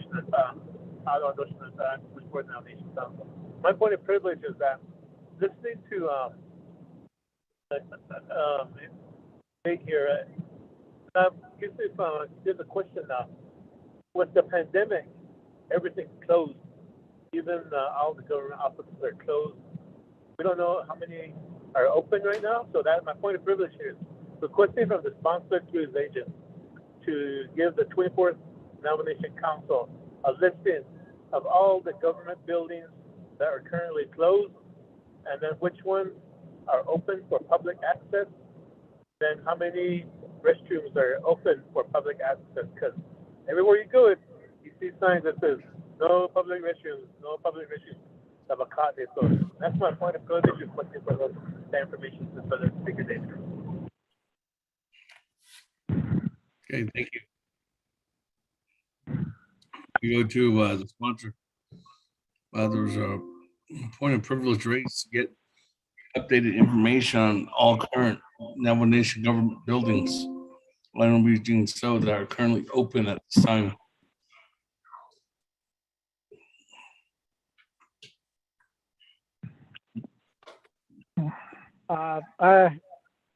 Dr.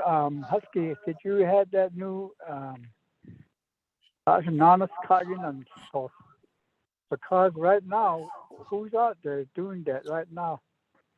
Seems like this question is good, but we're way behind time. We need to get ready. The pandemic might go off a few more days or months or years, but we still need to be ready for the disability.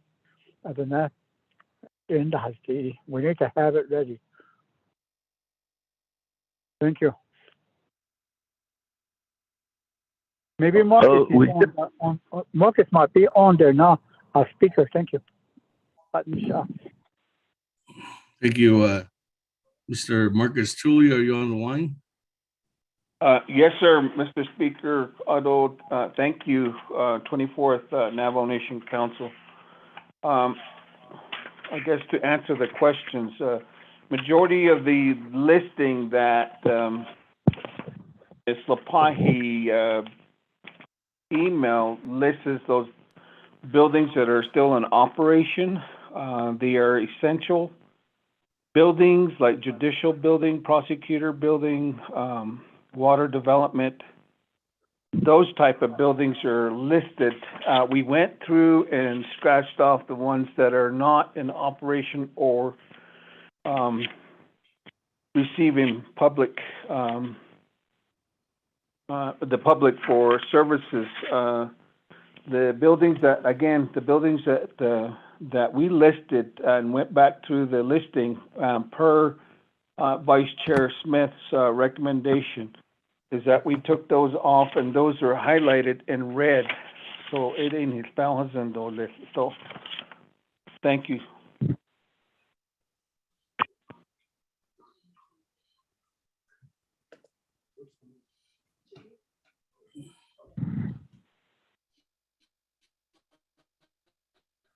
Does Honorable Chairman Henry, does that answer your point of privilege?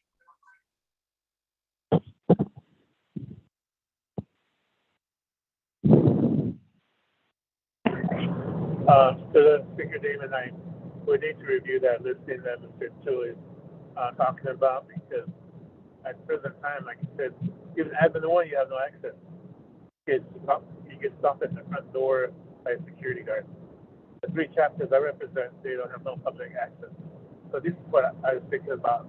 So I'll take a look at that listing and then I'll maybe come back again. Thank you for that, Speaker David.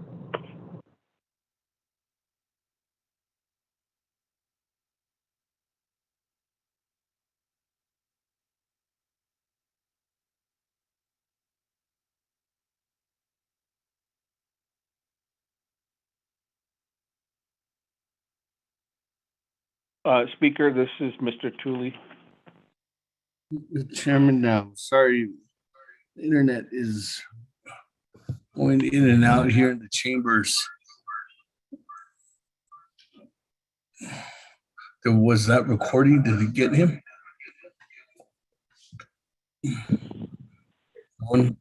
Chairman Henry, you're going to have to repeat your question for the record. I'm sorry. The internet went out totally during your, I guess, while you were speaking. Chairman, I'll go back to you. I'll continue to the Speaker David. My response was that there's a listing that's being referenced by Mr. Tooley, so I'll need to look at that listing, because at the present time, the reason why I made that point is because, for example, admin 1 is not accessible at all. You're stopped at the front by a security guard, and I believe the courthouses are inaccessible too. At the same time, the chapter houses are still closed, and we don't know how long that's going to take. And so I'll take a look at the listing, and then I might come back again with another question. But again, that's for that Speaker David.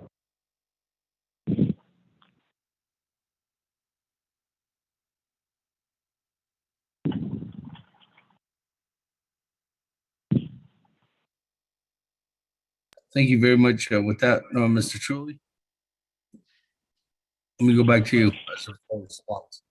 Thank you, sir. And then also members of the 24th Navajo Nation Council, and then those are listening in. The intent of this legislation is to address all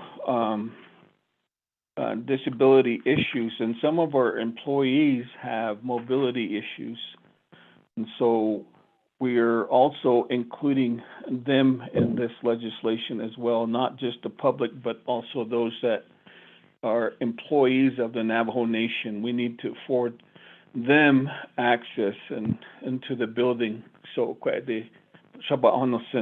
and thank you.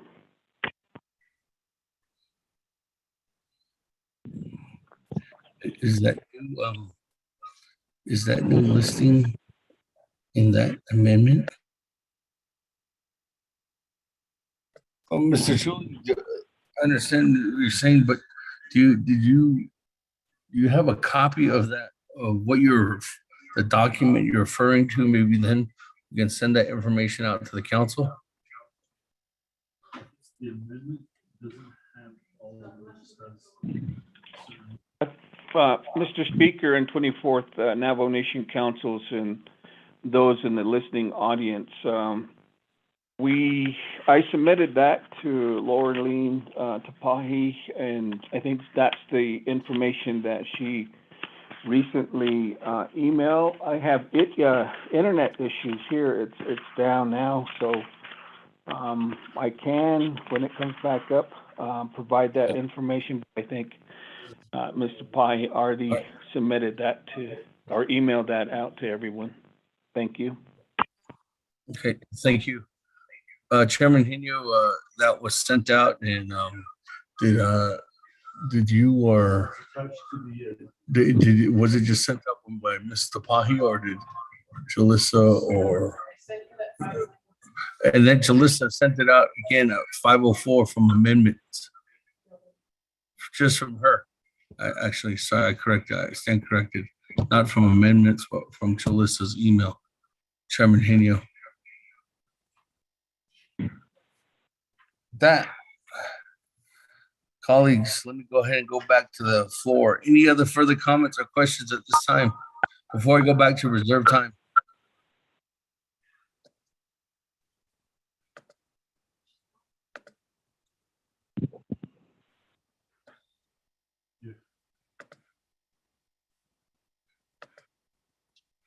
Let me go ahead and go back to reserve time. Good afternoon again, Madam Chair. Amber Crotty, you have 1 minute and 54 seconds on reserve time. Yes, Speaker. So I support this funding. If I just don't know my confidence regarding facility maintenance to actually implement. If I could hear, do we need? I would just say we need consistent reporting to the oversight. How could I make that a priority, or could Chairman So and the Oversight Committee just keep adding it to their agenda so we make sure that this is fully implemented and developed? So I'll reserve my time. Thank you, Speaker.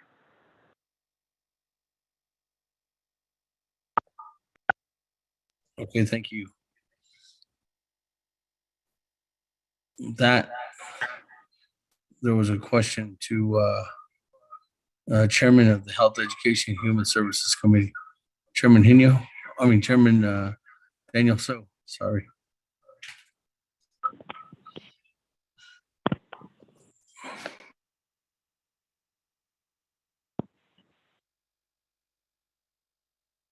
Speaker Damon, do I have the floor? Yes, you do, Delegate Chairman. Daniel. Good afternoon. Good afternoon, Cecilia, auto colleagues.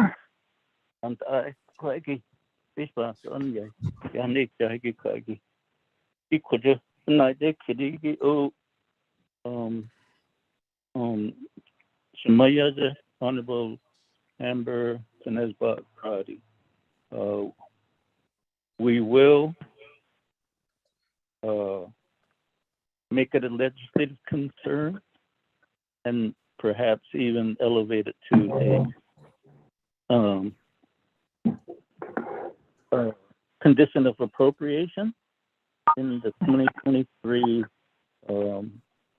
budget hearings. I would respond in that manner. Somebody, thank you for the opportunity to respond. Yeah.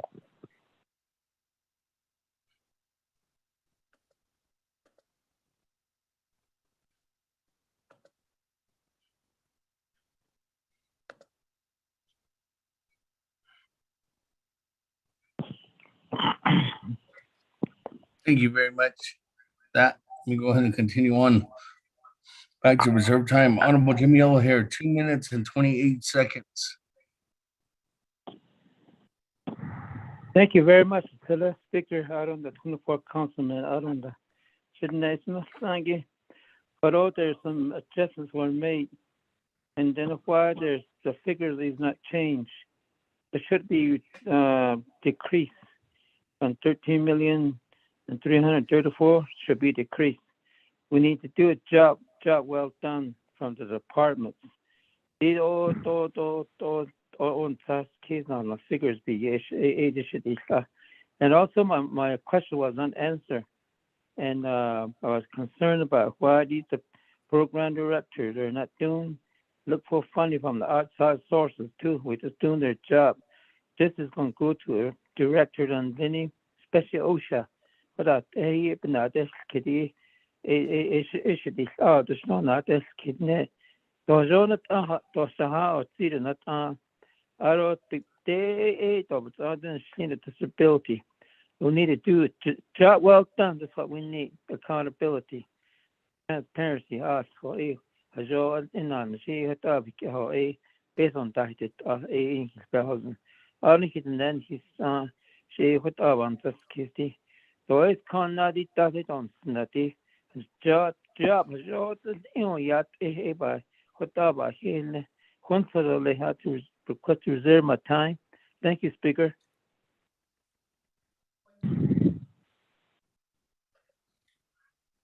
Reserve your time at 1 minute.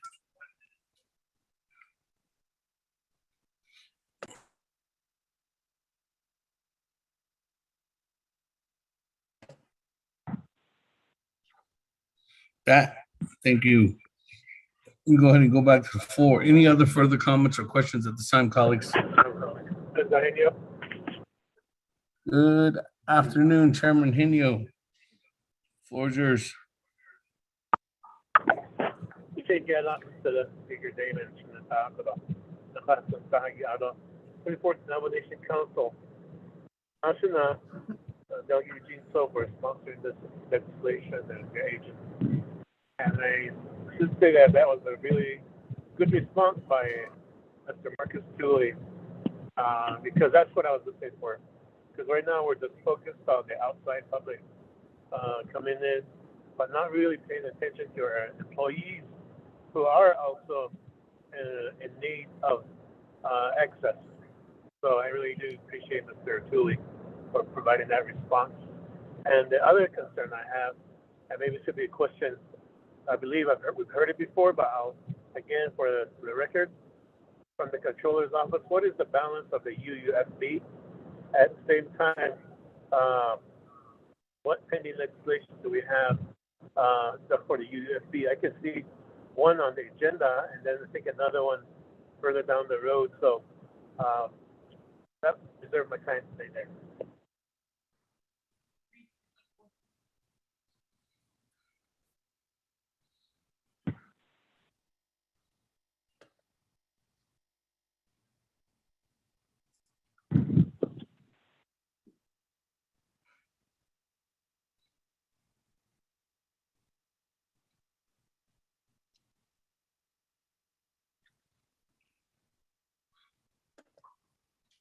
Thank you very much for that.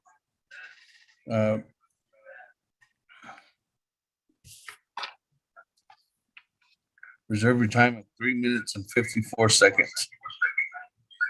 Let me go to the balance of the UUFB. Is off the controller on the line?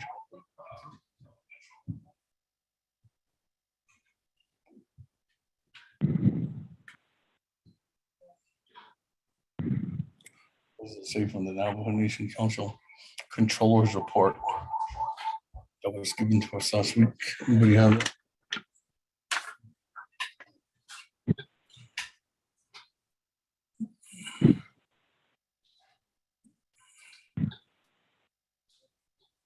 Good afternoon, Mr. Speaker. This is Robert Willie. I'm sorry. I was meeting with someone.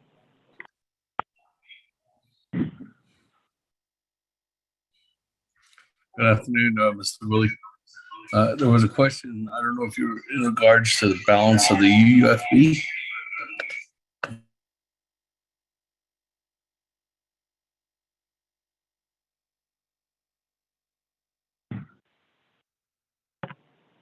Okay. What specifically is the question?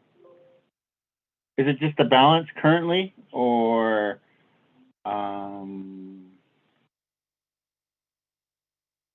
on July 1st, 2022, in the Controller's Report, the UUFB was $15,996,288, and I believe legislation 51-22 for elections was $1,614,018.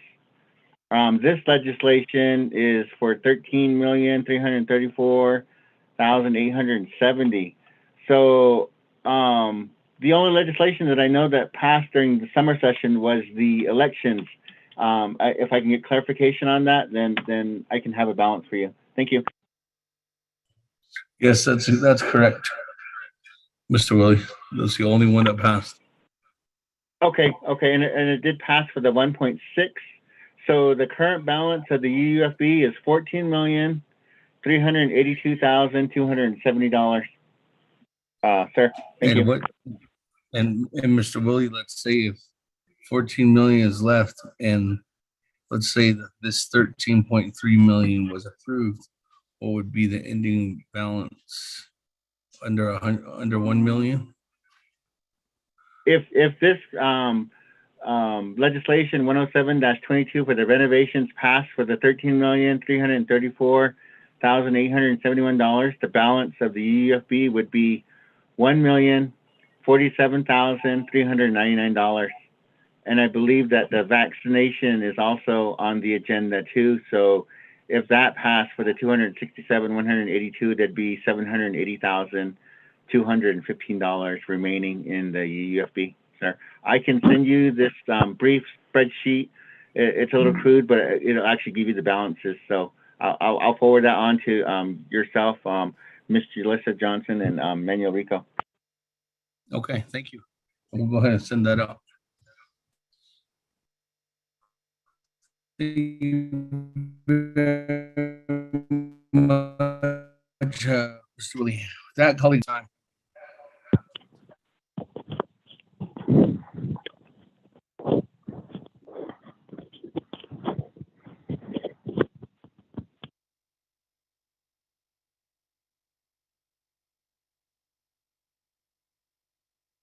With that, colleagues, let me go ahead and go back then to Madam Chair Amber Crotty. Madam Chair, you have 1 minute and 25 seconds on reserve time. Thank you, Speaker. So right now, what my concern is what Delegate Yellowhair has raised in terms of accurate numbers. If we could make sure his concerns are being addressed, we may need some amendments. So I will reserve my time. Thank you, Speaker.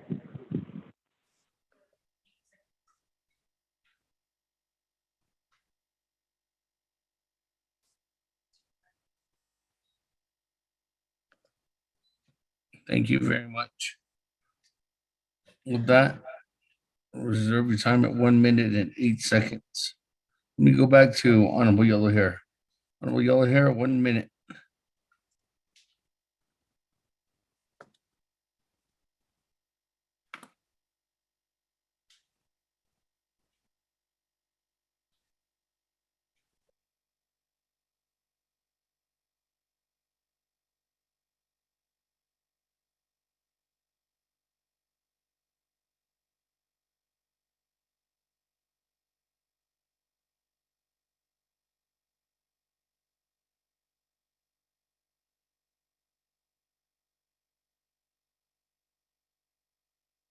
Honorable Yellowhair.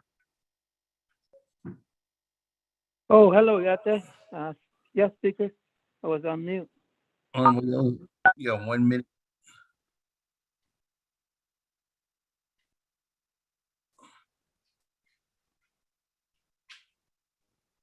Honorable Yellowhair, you have 1 minute on reserve time. I'd like to reserve my time, Speaker.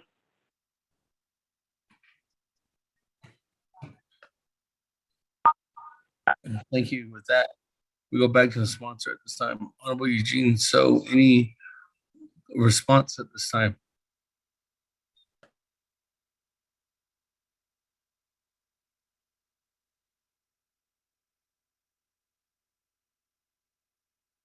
Okay. Okay. Yes. Okay. I was looking through what Marcus sent in a kind of got carried away and what BL sent out to. He could only need Katie, actually need base of it and Hadland, but I'm just really trying to get these buildings. The house, like I said, we're way behind time. If we would have been doing this all along, we wouldn't be asking this much. So they deserve it right now. people out there with disability.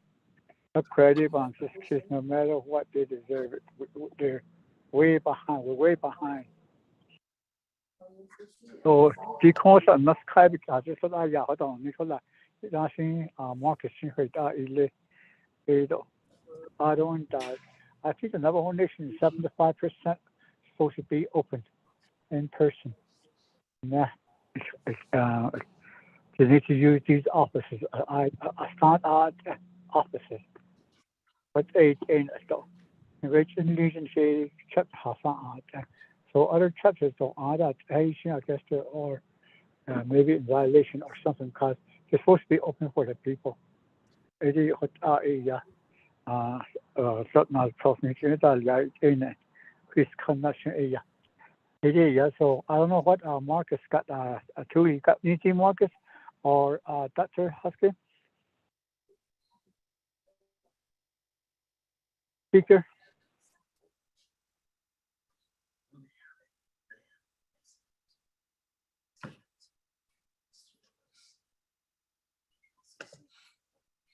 Mr. Truly? Thank you, Speaker, and then members of the 24th Navajo Nation Council, and then those that are listening in. In response to Honorable Yellowhair's question, you may have heard me give a report on when I began working on this particular initiative, and it was during the time of President Ben Shelley's presidency. He gave us a directive to begin addressing these issues. So subsequently, we hired a consultant to do a building assessment.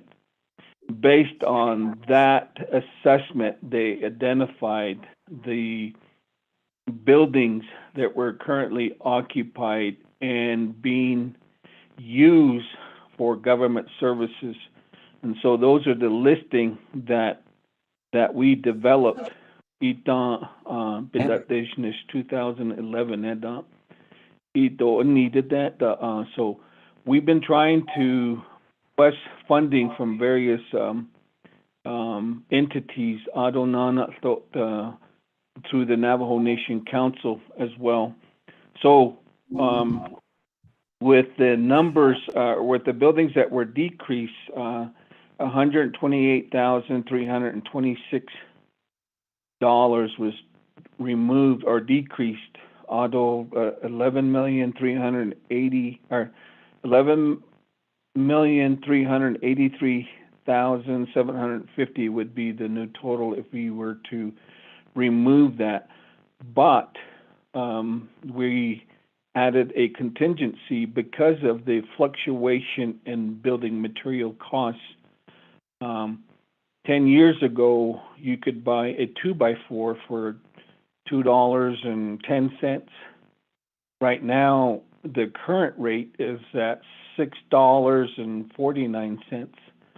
So that's almost triple the cost of material. And this is just to address the fluctuation in the building costs. It may be more, it may be less, and it really depends on the market right now. So so we let that in. So to respond to Honorable Delegate Yellowhair, so thank you.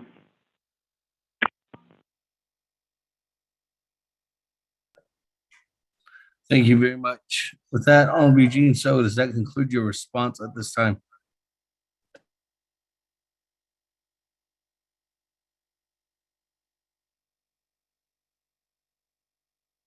Chair. Yes.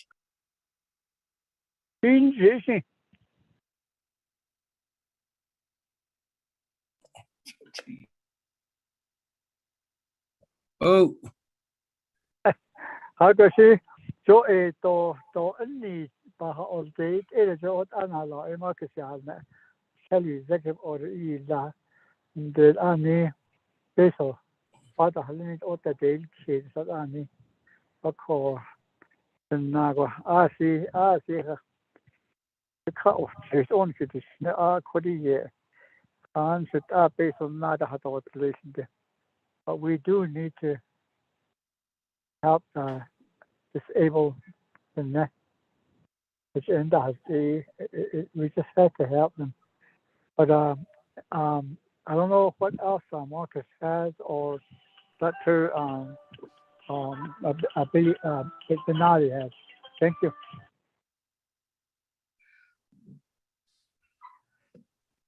Thank you. With that, then let me go ahead and go back to the floor. Any other further comments or questions at this time, colleagues? Before I go back to reserve time.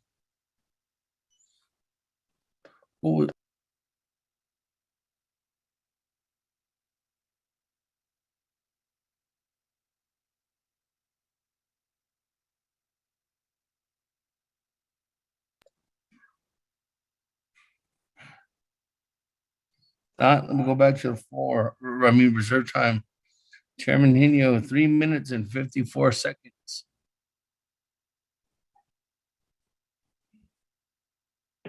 Okay, again, to the speaker David.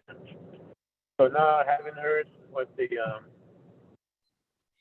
from the UFB after the summer session, and then today is 24th Nomination Council should pass, then the balance would be less over $1 million.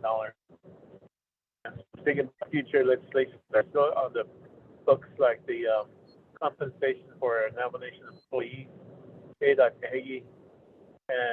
so now since 2011, executive order, we're finally getting to it. And I kind of agree with they will get Jimmy yelling because all you have to eat. They're just waiting around for money to come in, and right now the order is tackle. So, before I say anything, just reserve my time for now.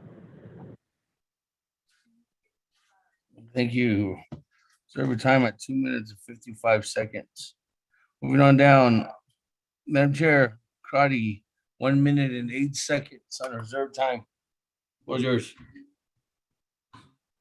Our reserve time, Speaker. Just want to make sure those numbers are correct. Can we get that verified? Reserve my time. You mean the numbers from that Mr. Willie? Is that what you're referring to? No, Speaker. The numbers on the legislation, if buildings were removed, Delegate Yellow Hair asked why then did the amount not decrease. Just need to verify. Thank you, Speaker. That's my understanding. The water department building is condemned, so I'm not sure if they're on the list. Thank you. With that, reserve your time at 1 minute, 4 seconds. Let me go back to Honorable Eugene So.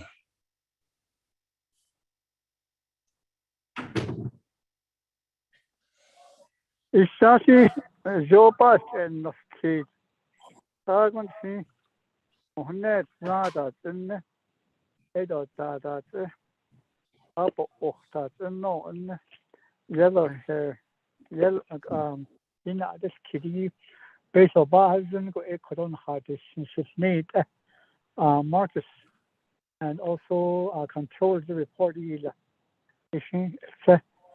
아래 이카도 시도신 이제 전에 이 라시 그도 아래 하나 됐지.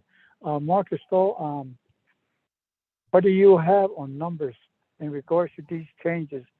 Thank you. Thank you. Let me turn the floor over to you, Mr. Chuli.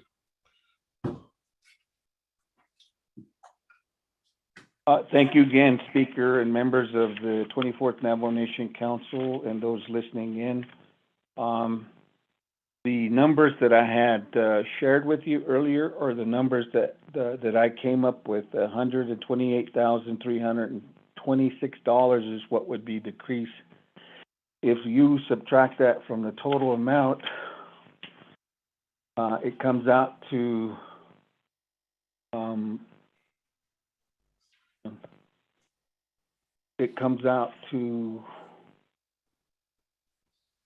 dang, I'm having issues with my internet.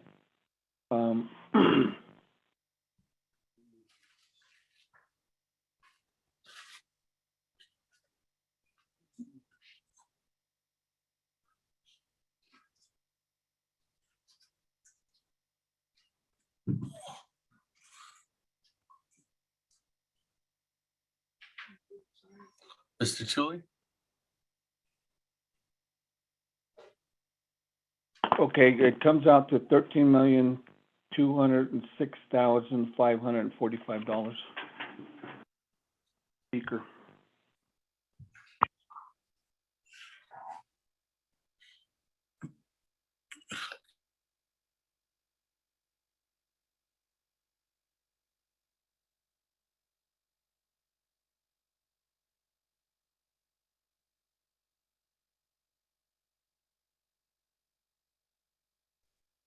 Okay, so that's not what's currently here that I see on legislation. And that's not what I currently see, because what I see on the amendment is the same amount, 13,334,871.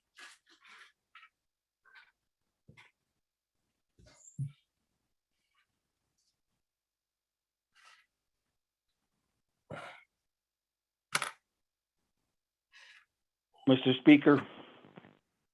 Is that amendment? I don't. Yeah, I need to print someone print that amendment out. Because if that amendment's wrong compared to the math, it needs to be amended. Mine is a little bit, not this one. Mr. Our Honorable Eugene So, does that conclude your response at this time?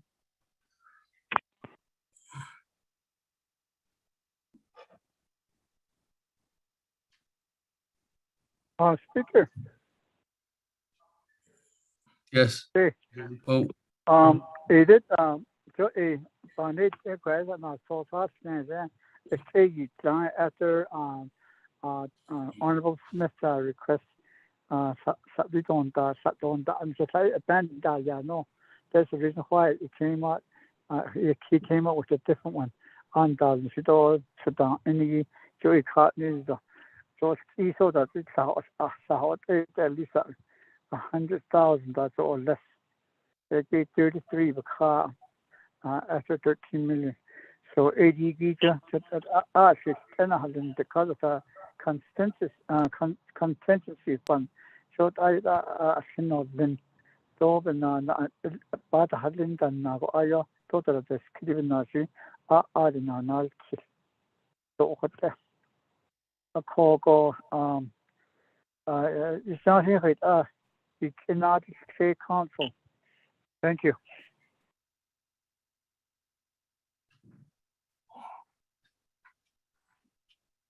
We will need an amendment if this number is different. Should say. Okay. Let me go back to Mr. Pahi, who drafted. I think Mr. Pahi, did you draft the amendment?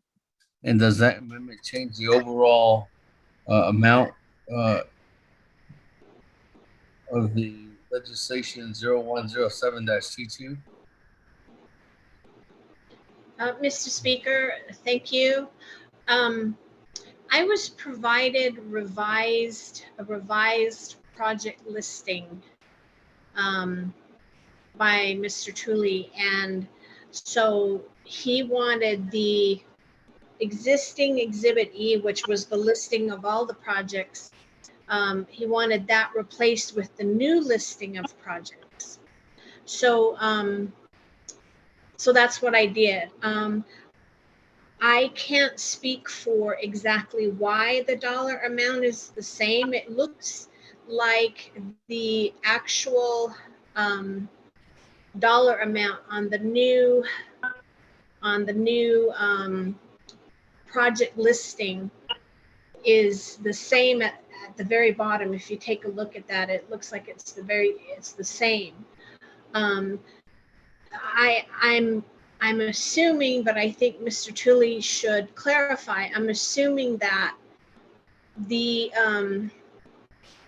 reason the total $13,334,871 is the same is because the contingency amount was adjusted.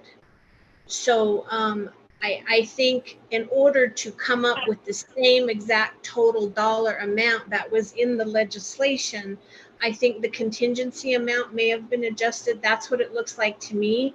But again, I think Mr. Tully is the one who needs to confirm that. Back to you, Mr. Speaker. Thank you. With that, let me go back to Honorable Eugene. So does that conclude your response at this time? Oh, let's see what Marcus would address that one to what OLC had stated. Thank you, Marcus. Okay, thank you, Mr. Tully. Speaker. Yes. If I may address or respond to that question. Earlier, I did mention that, excuse me, because of the fluctuation in material costs, that had a lot of credence to the numbers that the contingency costs. The new total, subtracting those that are not in use, is $11,512,076. And if you add the contingency, it roughly comes out to about 6%. And that total is at $1,822,795. And I mentioned that as a result of these fluctuation in the building material costs, I thought that it would be appropriate to add a contingency. If we were to do the dollar amount, it might increase the costs. So that uncertainty in terms of the building material costs is what drove that contingency cost. So the new total that I came up with is $13,334,871, which is the same as the one that was written into the original legislation, Mr. Speaker.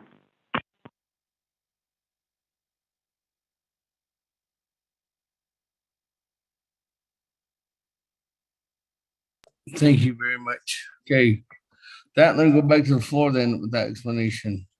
We're on down, Honorable Jimmy Yellowhair on reserve time, 58 seconds.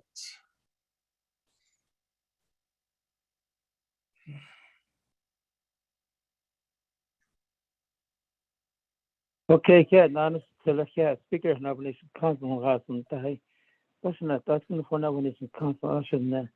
What's he using? It looks like it.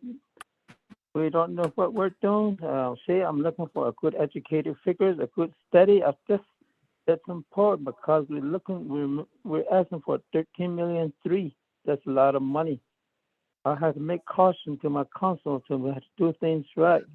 Therefore, I request to have this legislation tabled until they do their job right. Na ato lena kato hinche na niko yate.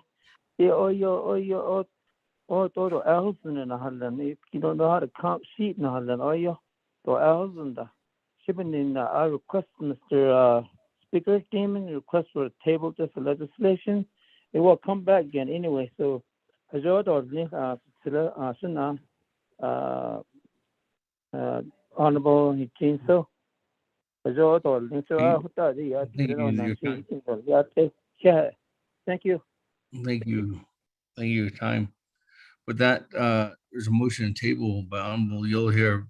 Honorable Yellow Hair, and it seems like your motion, and the reason is to give ample time to the sponsor to get the correct budget form document together.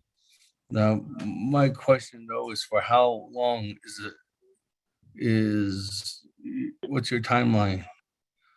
I'd like to give them at least maybe 45 days. Right. Have it back at an nomination council within 45 days? Yes, sir. Second. Hey, there's a motion by Honorable Yellow Hair to table legislation 0107-22 for no longer than 45 days to have correct, but within the 45 days, sponsor will provide correct budget forms to the respected legislation. With that, colleagues, there's a motion by Honorable Jimmy Yellow Hair. Is there a second? Second, Alona.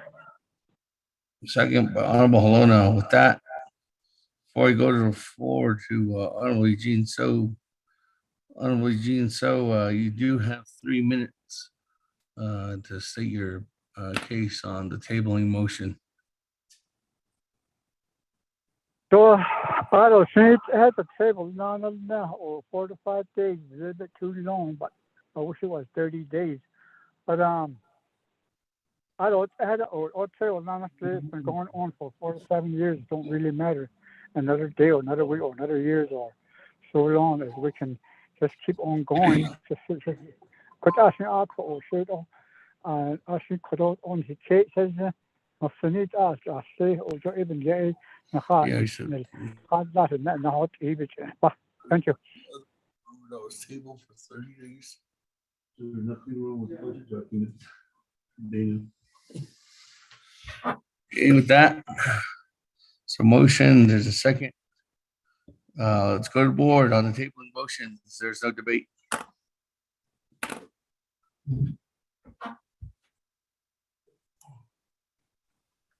Honorable Almar Begay. Honorable Almar Begay.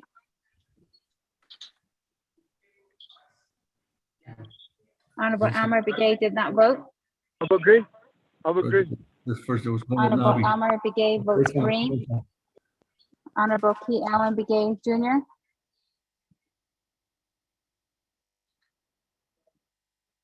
Honorable Key Allen Begay Jr. votes red. Honorable Paul Begay.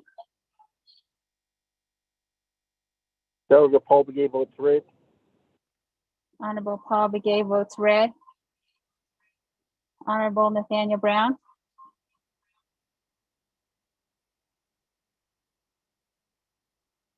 Honorable Nathaniel Brown. Delegate Brown votes green. Honorable Nathaniel Brown votes green. Honorable Amber Canespa Crotty. Sada, this is Delegate Crotty. I'll vote red. Thank you. Honorable Amber Canespa Crotty votes red. Honorable Eugenia Charles Newton. Delegate Charles Newton votes red. Honorable Eugenia Charles Newton votes red. Honorable Herman M. Daniels Jr.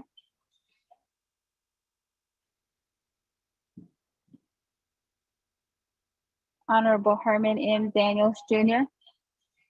I vote red. Honorable Herman M. Daniels Jr. votes red. Honorable Mark Freeland is excused. Honorable Pernell Halona.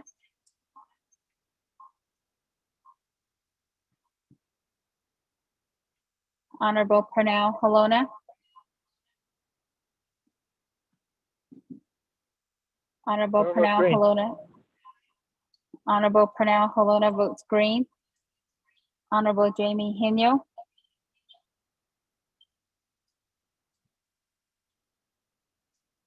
Honorable Jamie Henyo. Honorable Jamie Henyo votes green via text. Honorable Vince James. Delegate Jan votes green.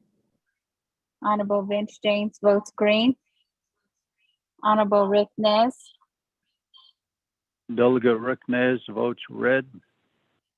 Honorable Rick Nez votes red. Honorable Carl Slater. Red. Honorable Carl Slater votes red. Honorable Raymond Smith Jr.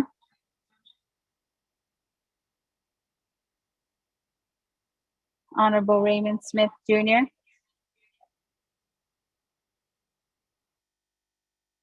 Honorable Raymond Smith Jr. did not vote.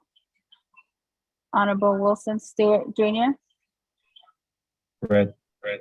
Honorable Wilson Stewart Jr. votes red. Honorable Charlene So. Honorable Charlene So votes red via text. Honorable Daniel So. I vote red. Honorable Daniel So votes red. Honorable Eugene So. Honorable Eugene So votes red. Honorable Otto So. Honorable Otto So votes red. Honorable Thomas Walker Jr.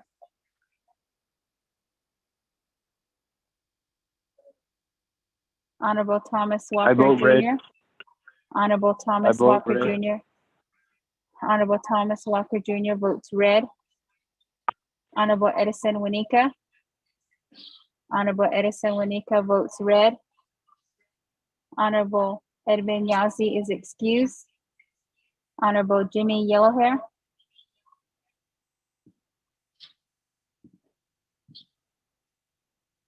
Honorable Jimmy Yellowhair. I vote green. Thank you. Honorable Jimmy Yellowhair votes green. Going back up. Honorable Raymond Smith Jr. Red.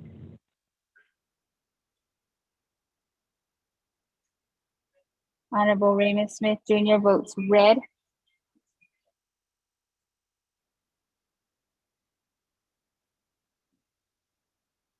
Speaker, with a vote of 6 in favor, 15 opposed, and Speaker not voting.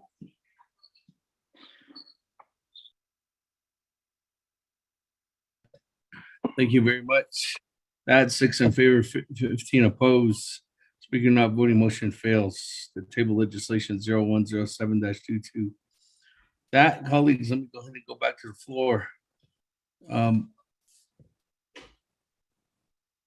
Honorable Jimmy Yellow here, you timed out on your time, so you're having more time on the main motion. Colleagues, is there any other further comments or questions at this time on legislation 0107-22 before I go back to reserve time?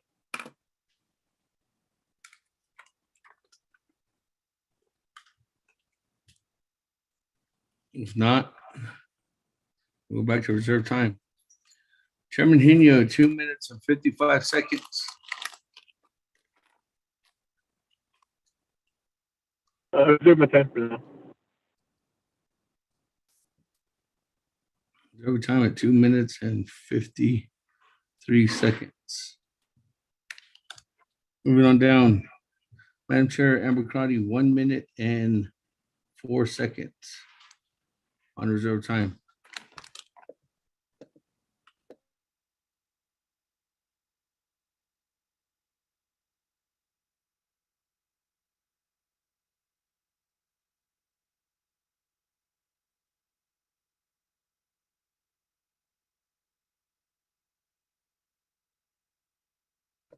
Madam Chair, Amber Crotty. Speaker, thank you. So it sounds like then the budget forms are correct if it's contingency. I wanted to ask, where in the legislation do we address carryover? Since it sounds like a 5-year plan. Speaker, and I'll reserve my time. Thank you.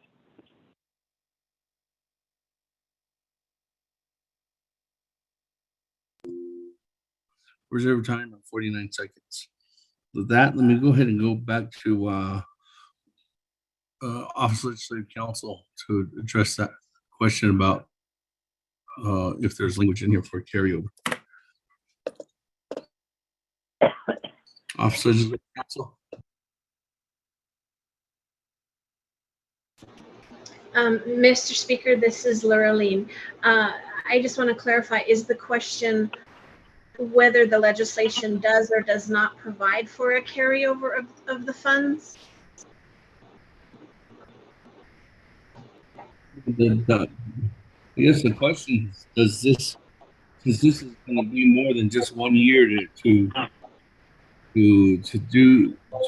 enact this and put this into a project format, it's going to be multiple years. So does in that action, I guess, does this program have to allocate for carryover every year, or is this automatically be carried over? Does that explain it in the legislation? Yes, Mr. Speaker.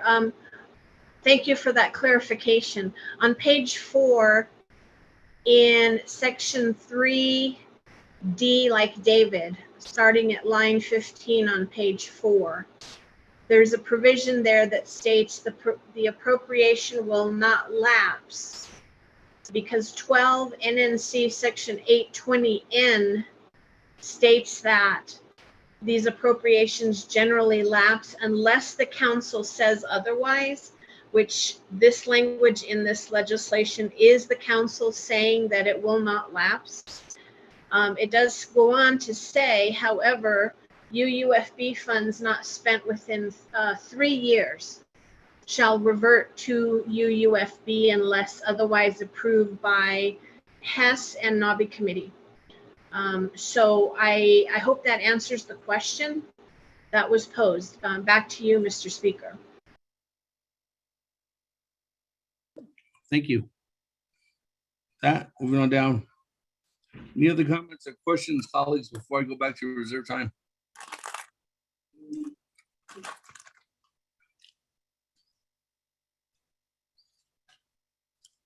Go back to you, Chairman Hino. 3 minutes or 2 minutes and 53 seconds.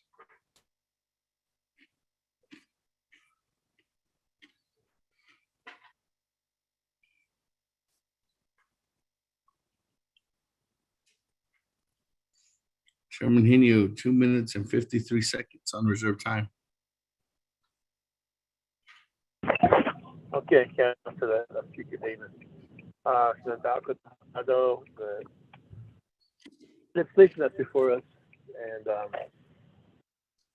really just on the tabling motion of it to allow time to look at the alternatives and how we could make this work, because it's, again, it is in phases, and maybe the council could adjust phase 1 first, which is a top priority needs. On this case me.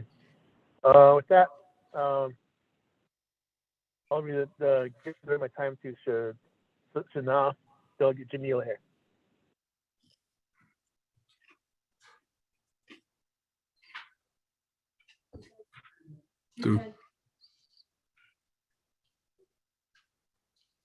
Thank you. With that, Honorable Jimmy O'Hare.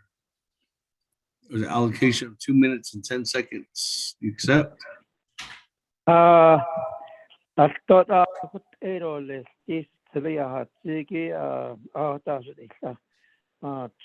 Chairman Henius.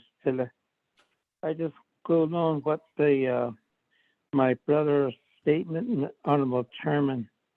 The rest reserve my time. Speaker, yeah.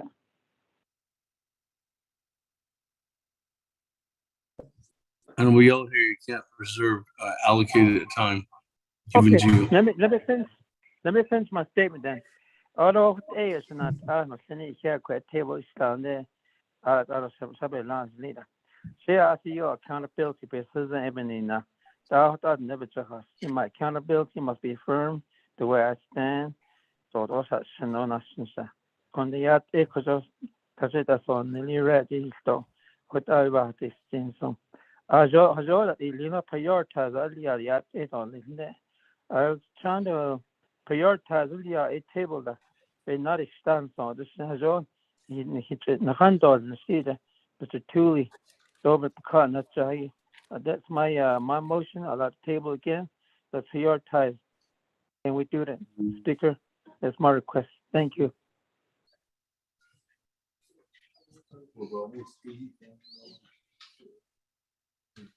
Yeah.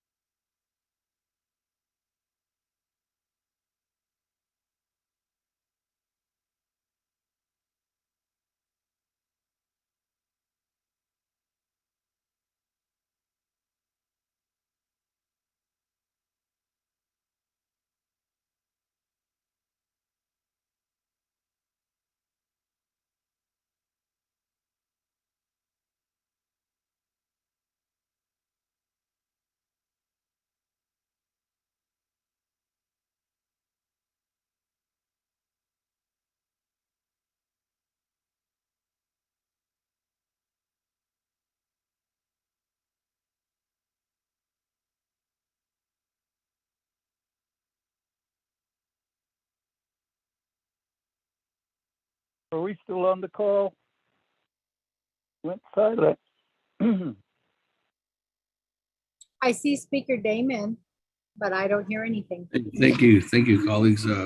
We're just researching, having the Office of Legislative Services, I'm sorry, and off to review the allocation of time and motion to table.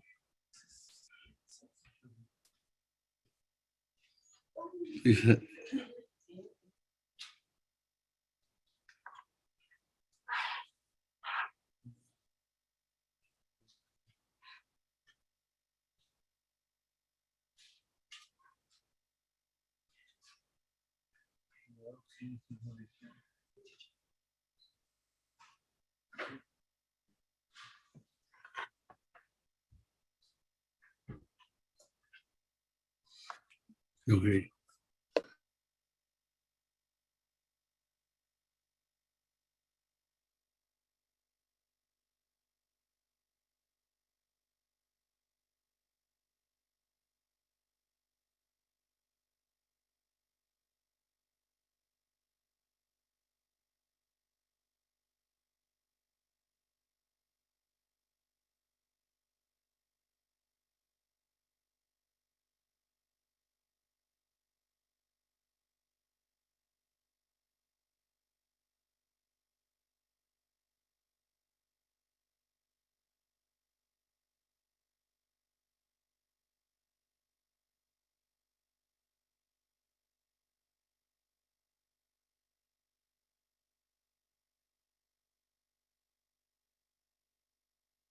Okay, thank you. With that, there's a motion to table by Honorable Jimmy Yellowhead. Before I recognize that motion to table, let me go to Office Legislative Council.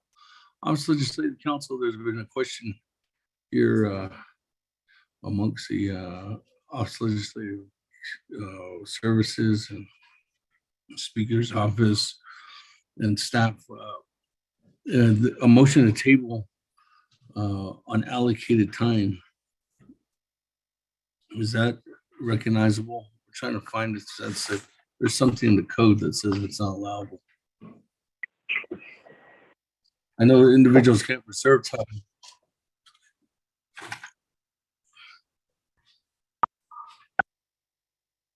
Ms. Barbara? Mr. Speaker, this is Lurleen. Could you give us just a minute? We're checking through the code right now.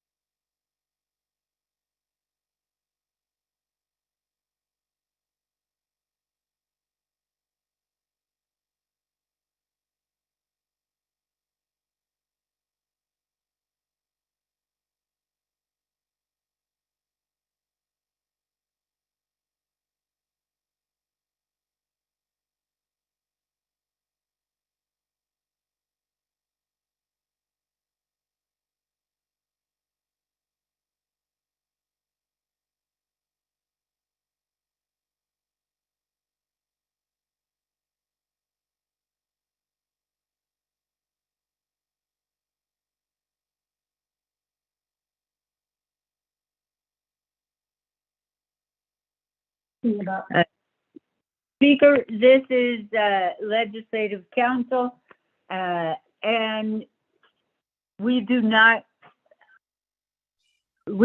find anything that speaks to the allocation, what can be done with the allocation of time. Where we find your time allocations are under rule number 11. And while rule number 11C states that a delegate recognized by the speaker shall be allowed a maximum of 5 minutes to debate the legislation or issue before the council, the delegate may yield his or her remaining time to one other delegate. But that we cannot find anything that speaks to what the delegate can do with the yielded time. Back to you, Speaker. Thank you very much. Let me go back to Honorable Yellow Hair. Honorable Yellow Hair, in the last tabling motion, it was 6 in favor, 15 opposed. Okay. Speaker not voting. And this motion, you're recognizing that you're tabling the legislation 0107-22 for what's the time frame, and what I'm understanding is the purpose is that you're looking to just fund the priority list first and come back with that amendment. Is that what you're saying? Yes, sir. Speaker. Oh. So what is the time frame then? I would like to say probably do it with 30 days because of us. I'm very careful trying to do it the best I can to use our accountability and be honest and give a good educated figures by that time. In each case, Speaker, respectfully, yeah.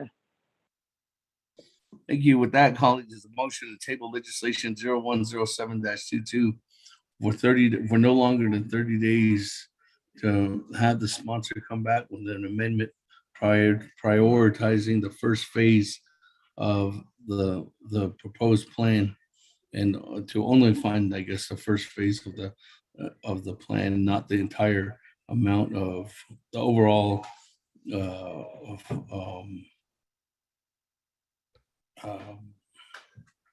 the overall $13.3 million plan, just the first phase of the plan.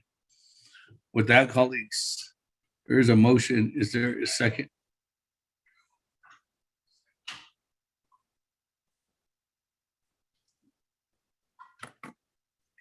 Going twice.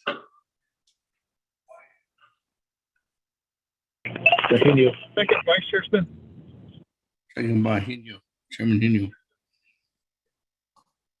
With that, colleagues, we go to Honorable Eugene So. Honorable Eugene So, we have 3 minutes on the board to state, to debate the tabling motion.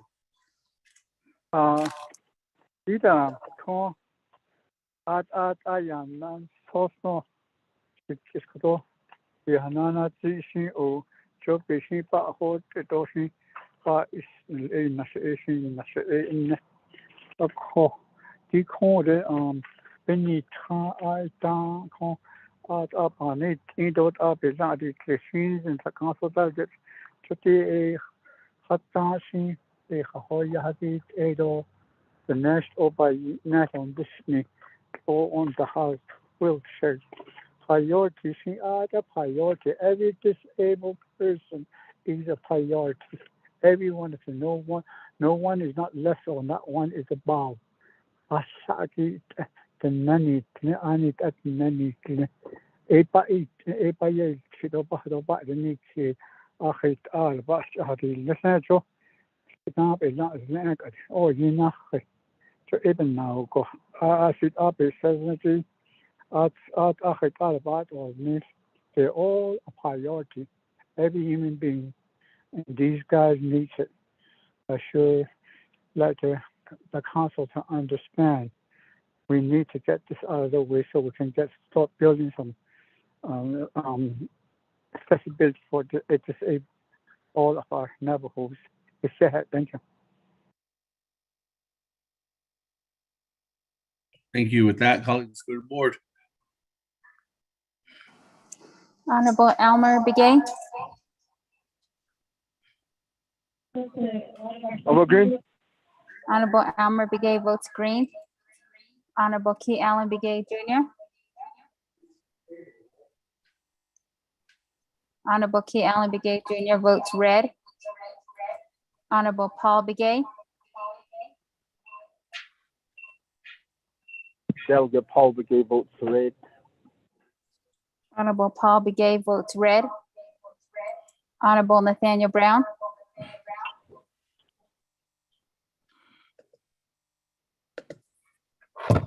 Honorable Nathaniel Brown.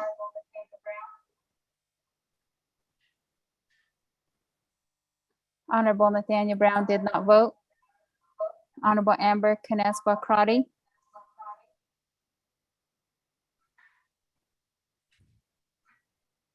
Honorable Amber Canespa Crotty. Honorable Amber Canespa Crotty votes red via text. Honorable Eugenia Charles Newton. Delegate Charles Newton votes red. Honorable Eugenia Charles Newton votes red. Honorable Herman M. Daniels Jr.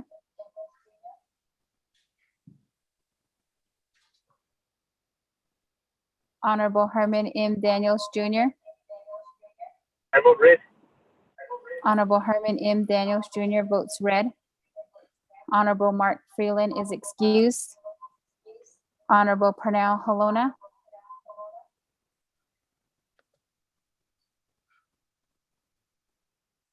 Honorable Pernell Halona.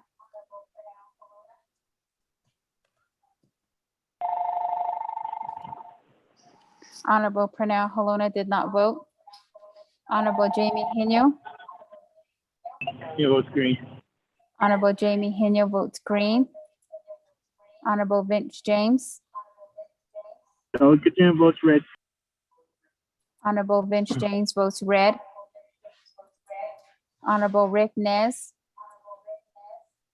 Delegate Rick Nez votes red. Honorable Rick Nez votes red. Honorable Carl Slater. Red. Honorable Carl Slater votes red. Honorable Raymond Smith Jr. Green. Honorable Raymond Smith Jr. votes green. Honorable Wilson Stewart Jr. Red. Honorable Wilson Stewart Jr. votes red. Honorable Charlene So. Honorable Charlene So. Honorable Charlene So votes red via text. Honorable Daniel So. I vote red. Honorable Daniel So votes red. Honorable Eugene So. Honorable Eugene So votes red. Honorable Otto So. Honorable Otto So votes red. Honorable Thomas Walker Jr. I vote red. Honorable Thomas Walker Jr. votes red. Honorable Edison Winika. Honorable Edison Winika votes red. Honorable Edmund Yazzie is excused. Honorable Jimmy Yellowhair. Delegate Yellowhair votes green. Thank you. Honorable Jimmy Yellowhair votes green. Going back up. Honorable Nathaniel Brown.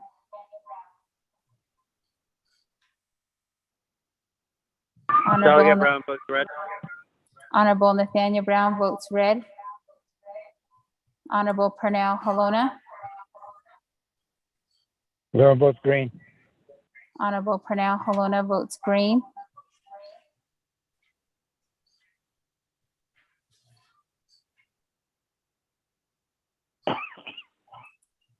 Speaker, with a vote of 5 in favor, 16 opposed, and Speaker not voting. Thank you very much. That 5 in favor, 16 opposed, Speaker not voting, motion fails. Back to the main motion on legislation 0107-22. Moving on down, colleagues, any other further comments or questions at this time before I go back to reserve time?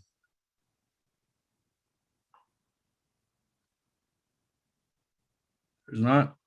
Speaker, this is Delegate Charles Newton. Yes, Madam Chair. Good evening. Floor is yours. Good evening, Speaker, and good evening, colleagues. I've been sitting here listening to the debate, wondering, why we continue to debate this legislation. I understand that the UUFB funding will be I guess brought down to a little over $1 million if this legislation does go through. But if you outweigh the cost of this legislation versus what it will do for our disabled community, to me, it just seems like, it's a no-brainer. We really cannot continue to ignore the ADA compliance laws, nor can we continue to ignore a large portion of our communities. And I say a large portion because there was a percentage that was shared with me at one time of our elders who are disabled, because of their age, because of the fact that they do become elders. A prime example is arthritis. A lot of our elders develop arthritis, and it's difficult for them to open up pill bottles, and it's more difficult for them to open up doors. So I just don't understand why we're going round and round with this legislation. I think that we should be voting on this legislation, and we should be voting in favor.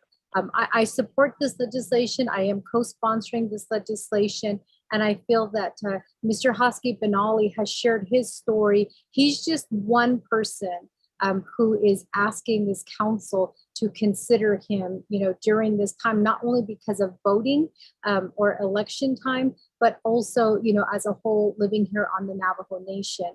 So I'm just asking my colleagues to please, let's vote for this legislation. Let's vote in favor. And if it's a matter of having to go back to look for additional funding, that's our job. That's what we're supposed to be doing. So I am speaking in favor of this legislation, and I hope that my colleagues will understand, how important this legislation is to the disabled community and a large percentage of our elders who will not have access to voting, who will not be able to get into buildings because of these buildings are not being addressed. So with that, Speaker, I reserve my time. Thank you. You don't need a 2/3 vote because everything, we're not waiving. Oh, yeah. FYI, you're not on mute. You can hear your conversation. Sorry, Madam Chair. Go ahead, continue. We stopped the clock. That's fine, Speaker. I did reserve my time. Sorry about that.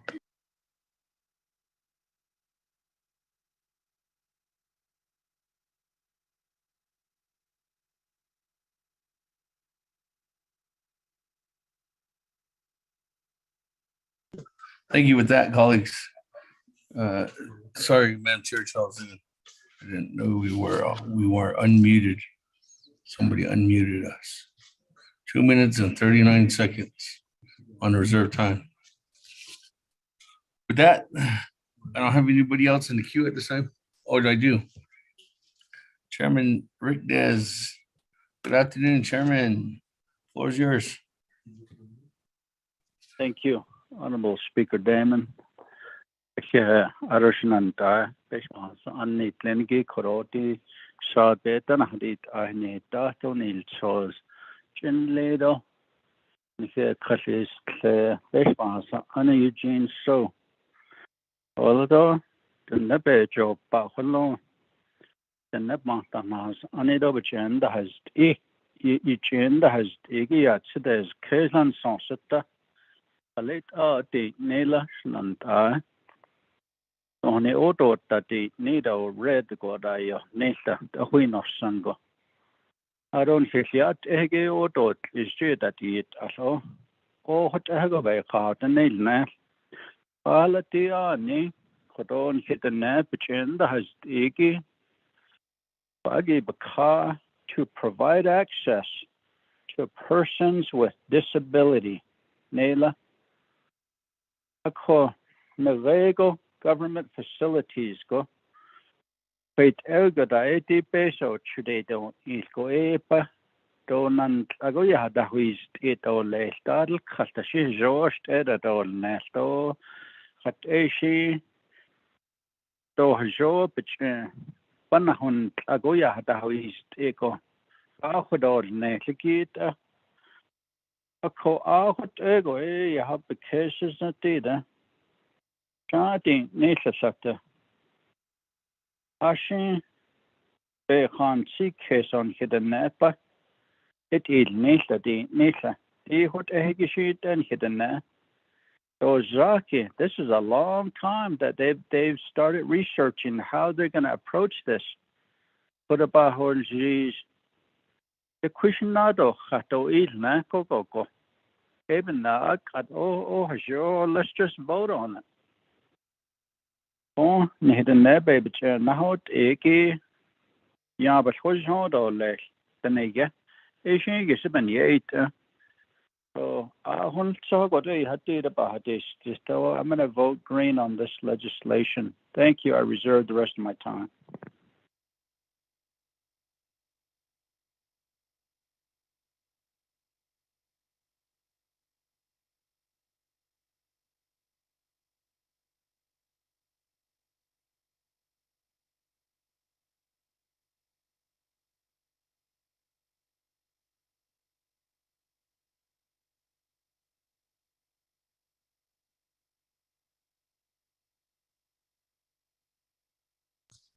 Every time at 2 minutes and 49 seconds, Chairman. That, colleagues, any other comments, questions at this time?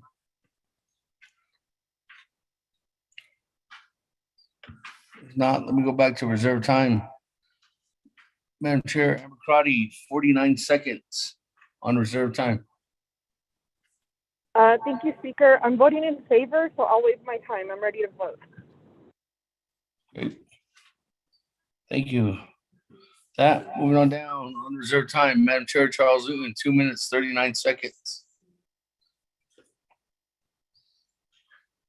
Thank you, Speaker. I do, again, want to ask my colleagues to vote green for this legislation, and I do support our elders and those in the disability community. I think it's about time that we make our buildings accessible and that we hold the Navajo Nation accountable to the laws that the federal laws that have been passed with the American Disability Act. And so I'm asking at this time that everyone vote green in favor of this legislation. With that, Speaker, I waive the rest of my time. Thank you. Thank you. That, moving on down, Chairman Rick Nez, 2 minutes, 49 seconds on reserve time. Floor is yours. I'm ready to vote. I waive the rest of my time. Thank you. And colleagues, any other further comments or questions at this time? Speaker Thomas Walker. Yes, good afternoon, Vice Chair Walker. Floor is yours. Yes, good afternoon, good evening, Speaker, though, colleagues of the 24th Navajo Nation Council, though the listening audience,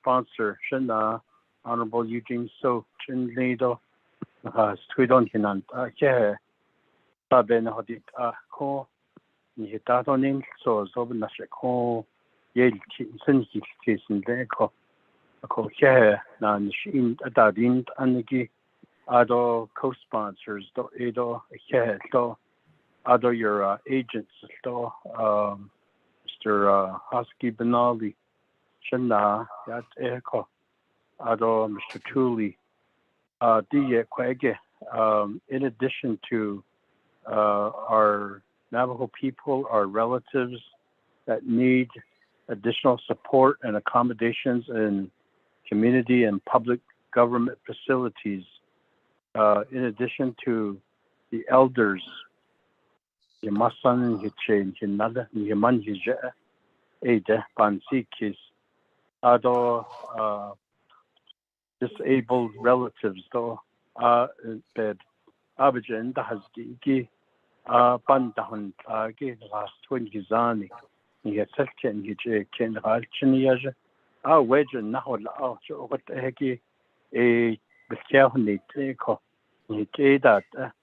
In addition to that, the new emerging issues and matters and concerns, those that are affected by COVID bandas, Abadahti, Satnachedo, Satnakinachego, Akivik Kanashado, Yegobik Kadeya, Nenigi Holo, Akon Hik Edon Hidden Dido, at 8 Johnson, Jananta, Quad Benit, and the Edoban Siki. So just recently, a few days ago, I had the opportunity to meet and interact with 3 individual and separate constituents, and they all had experienced COVID illnesses and are now experiencing long COVID effects.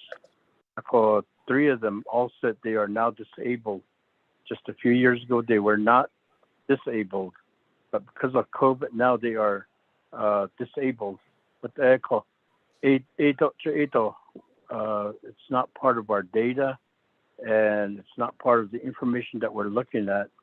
Disabled citizens that the no called Disha, what Egi Katnichaholo, what Abishahanit, Nispeda Husband. So to the ARPA, Peso, a quoted expenditure plan, Bandadil, so Selinko, best of Jadelia, Jadedo, Higit, the question is just stop Johnson Van Station and do quite Dyson. What are you say about this? So I am going to vote green on this legislation. What are the Van so there has stayed or listed. Although as we sit here this evening today, the cost of living, cost of building, materials, labor, fuel is increasing. Dito bela ikleho, the startings cargo da nada that at skillon that the they should that the standards and all the lepo. I cut the initiation yet a quite echo, shinant at ona or cashido, not adol, should never do, not any. At job, but Johnson, the speaker. Thank you for this time. Back to you. I waived the rest of my time.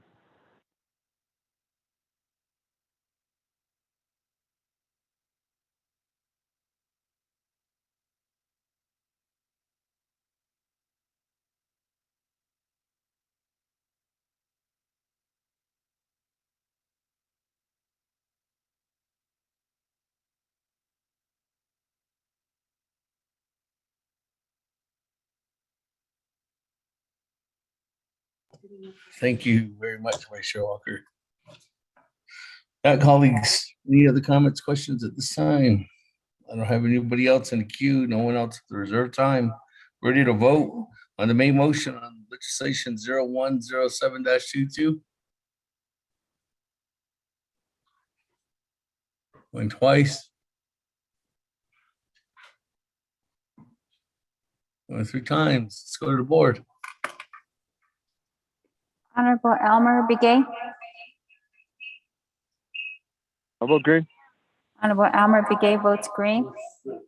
Honorable Key Allen Begay Jr.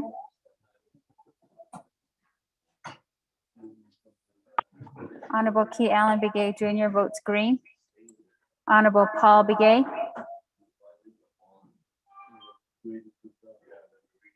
Honorable Paul Begay. Delegate Paul Begay votes green. Honorable Paul Begay votes green. Honorable Nathaniel Brown. Delegate Brown votes green. Honorable Nathaniel Brown votes green. Honorable Amber Canes-Bakrati. Delegate Amber Canes-Bakrati, I vote green. Thank you. Honorable Amber Canes-Bakrati votes green.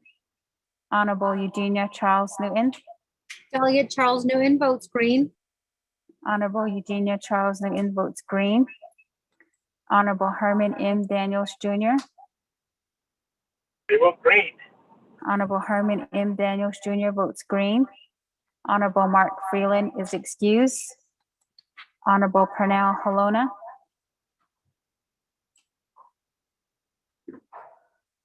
Honorable Pernell Halona. Honorable Pernell Halona did not vote. Honorable Jamie Henyo. He votes green. Honorable Jamie Henyo votes green. Honorable Vince James. Delegate James votes green. Honorable Vince James votes green. Honorable Rick Nez. Delegate Rick Nez votes green. Honorable Rick Nez votes green. Honorable Carl Slater. Green. Honorable Carl Slater votes green. Honorable Raymond Smith Jr. Vote green. Honorable Raymond Smith Jr. votes green. Honorable Wilson Stewart Jr. Green. Honorable Wilson Stewart Jr. votes green. Honorable Charlene So. Honorable Charlene So votes green via text. Honorable Daniel So. I vote green. Honorable Daniel So votes green. Honorable Eugene So.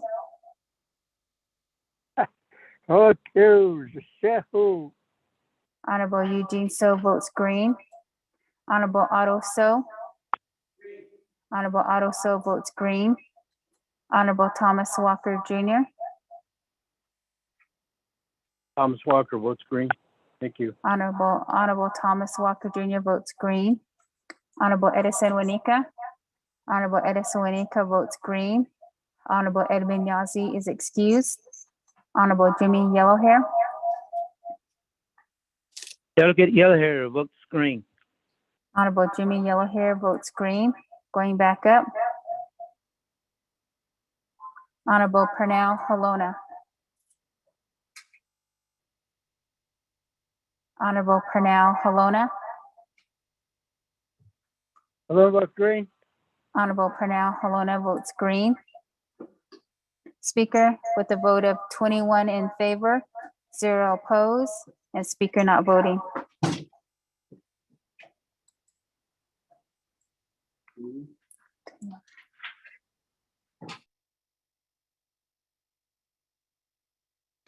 Thank you very much. 21 in favor, 0 opposed, and speaker not voting. Motion carries on legislation 0107-22.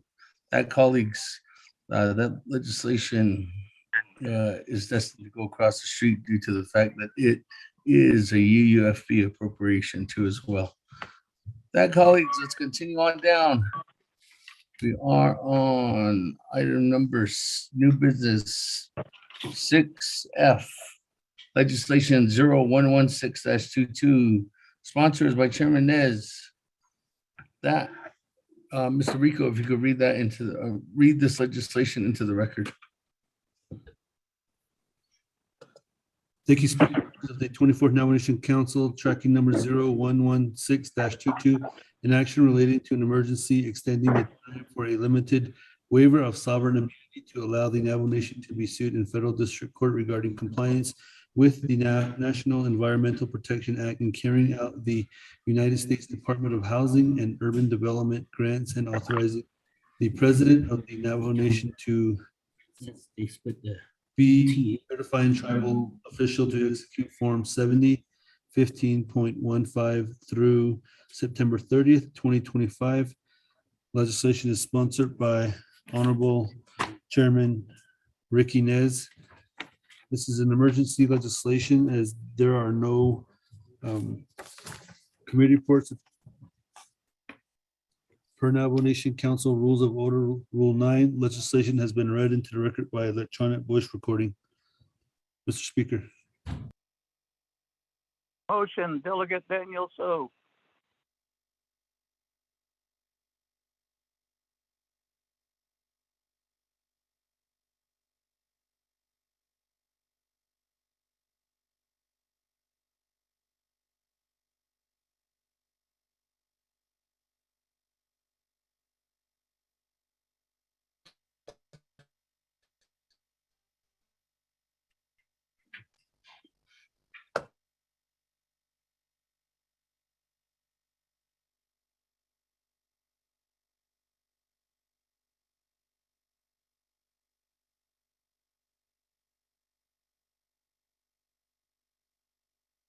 Well, internet's down then because my microphone. Nope, somebody muted me. That on legislation 0116-22, colleagues. Legislation 0116-22, sponsored by Honorable Chairman Nez. This is a 2/3 legislation, colleagues. There's a motion by Chairman Daniel So. Is there a second? Chairman Henio. Second by Chairman Henio. Right, colleagues. Is there any comments, questions on legislation 0116-22? This legislation is final authority here at council. Here at council. Went twice.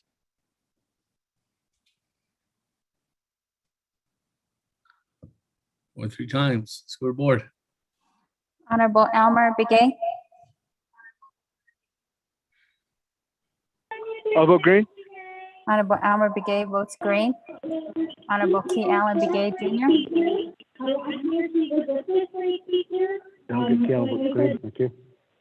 Honorable Key Allen Begay Jr. votes green. Honorable Paul Begay. Delegate Paul Begay votes green. Honorable Paul Begay votes green. Honorable Nathaniel Brown, Delegate Brown votes green. Honorable Nathaniel Brown votes green. Honorable Amber Canes-Barcati, Shada, this is Delegate Amber Canes-Barcati. I vote red. Thank you. Honorable Amber Canes-Barcati votes red. Honorable Eugenia Charles Newton,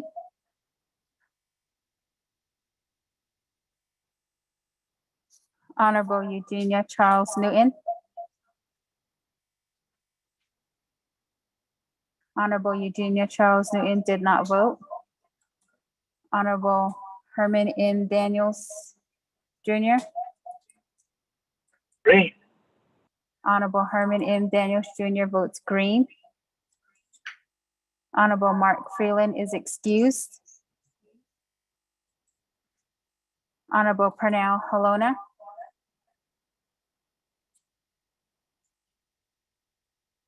Honorable Pernell Halona, Honorable Pernell Halona did not vote. Honorable Jamie Henyo, Henry votes green. Honorable Jamie Henyo votes green. Honorable Vince James, Delegate Dan votes green. Honorable Vince James votes green. Honorable Rick Nez, Delegate Rick Nez votes green. Honorable Rick Nez votes green. Honorable Carl Slater, Green. Honorable Carl Slater votes green. Honorable Raymond Smith Jr., Green. Honorable Raymond Smith Jr. votes green. Honorable Wilson Stewart Jr., Green. Honorable Wilson Stewart Jr. votes green. Honorable Charlene So,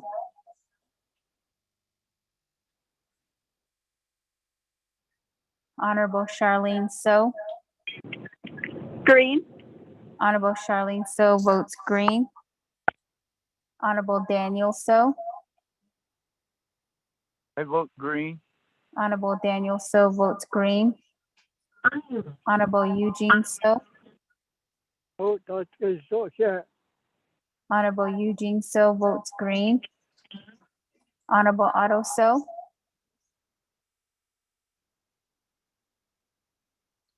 Honorable Otto So, Honorable Otto So did not vote. Honorable Thomas Walker Jr., Honorable Thomas Walker Jr. votes green via text. Honorable Edison Wanika, Honorable Edison Wanika votes green. Honorable Edmund Yazi is excused. Honorable Jimmy Yellowhair, Delegate Yellowhair votes green. Honorable Jimmy Yellowhair votes green. Going back up. Honorable Eugenia Charles Newton, Delegate Charles Newton votes red. Honorable Eugenia Charles Newton votes red. Honorable Pernell Halona, What votes green? Honorable Pernell Halona votes green. Honorable Otto So, I vote green. Honorable Otto So votes green. Speaker, with a vote of 19 in favor, 2 opposed, and Speaker not voting.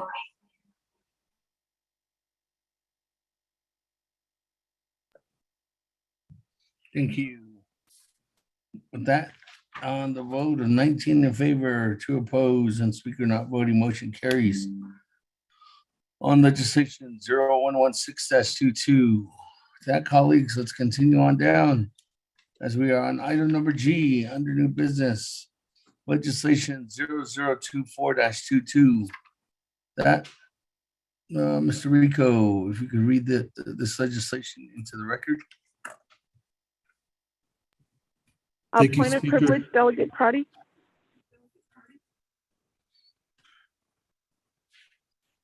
Yes, hold on, Mr. Rico.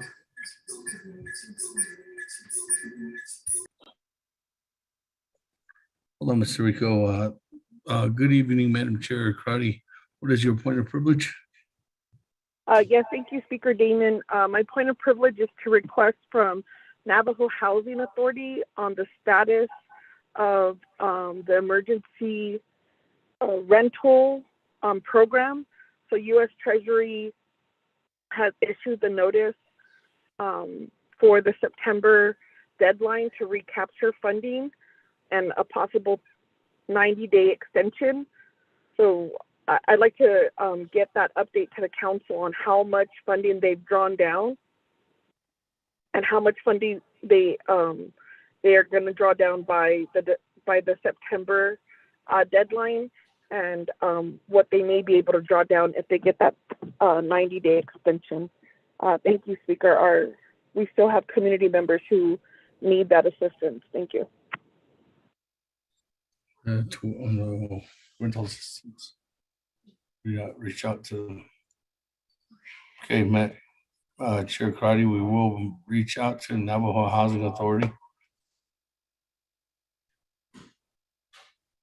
I don't know how soon we can get a response, but as soon as we get a response, I'll ask for a report from them, a written report from them on the deadline and what they're shooting for, or what their plan is to have that drawdown by the September deadline. Speaker Damon. Yes. This is Maureen Curley from the Navajo Housing Authority. Good evening, Ms. Curley. Ms. Curley, do you have a response to that at this time? Yes, I do. Thank you so much for Okay. allowing me to speak this evening. Good evening to Yes, all. go ahead. Yeah, good evening, Shanat Ani, and all those that are listening, and all of the 24th Navajo Nation Council. In regards to Delegate Crotty's question as to the status on the ERP for the deadline of 9/30/2022, we have been able to submit all our reports to the U.S. Treasury as of June 30th, 2022. We did get a letter from the U.S. Treasury as of Wednesday of last week, and the letter itself does state that we do not, U.S. Treasury will not voluntarily take any funds back from the Navajo Nation, but we are required to involuntarily return whatever funds we think that we're not going to use by August 19th of 2022. That letter came from the U.S. Treasury as of last Wednesday. So currently what we're doing is we're getting together with our board of directors, our board of commissioners in the upcoming meeting, which is going to be in August 11th, I believe it was. And we're going to discuss that to see how much of the funding that we have not expended yet will be returned to the U.S. Treasury. Currently, we are spending every month or every week, we are spending close to $1 million a week. We have numerous employees who are working now with the ERAP program, about 30 of them. They're trying to get as many applications out as possible. And so as far as the drawdown that Councilwoman Crotty, has asked about, our drawdowns, again, are about $1 million a week. That's approximate. I don't want to say that that's a firm number, for we're trying to get numbers every day, but I should have a concrete number by the end of the week, so I can make that known to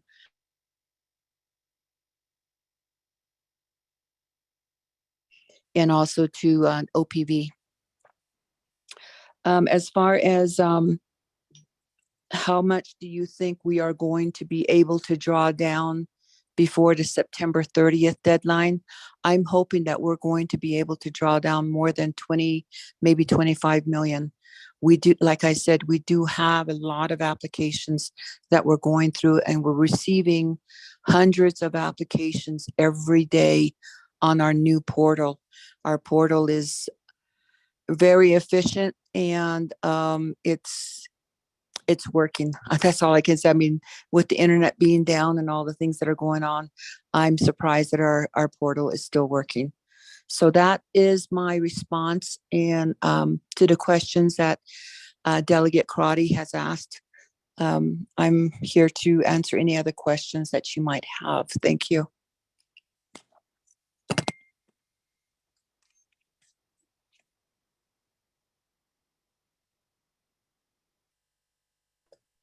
Thank you very much. That, colleagues, we are on to legislation 0024-22. So Thank you, Speaker. Members of the 24th Nomination Council, tracking number 0024-22, an action relating to the Resource and Development, Health, Education, Human Services, Budget and Finance, Law and Order, and Nabakiati Committees, and the Navajo Nation Council, amending the Navajo Nation Veterans Trust Fund at 12 NNC Section 1176 to create separate business unit numbers when funding Navajo veterans organizations. This legislation is sponsored by Honorable Key Allen Begay Jr., co-sponsored by Honorable Madam Chair Amber Knazba-Crotty, co-sponsored by Honorable Vice Chair Carl R. Slater. You do have committee reports from the Resource and Development Committee that recommend a do pass with no amendment. A committee report from the Health, Education, and Human Services Committee that recommend a do pass with no amendment. A committee report from the Budget and Finance Committee that recommend a do pass with no amendment. A committee report from the Law and Order Committee that recommend a do pass with no amendment. And a committee report from the Nabakiati Committee where the legislation was passed and referred to the Navajo Nation Council. This legislation moves on to the Office of the President and Vice President. This is a simple majority legislation. Per Navajo Nation Council Rules of Order Rule 9, legislation has been read into record by electronic voice recording.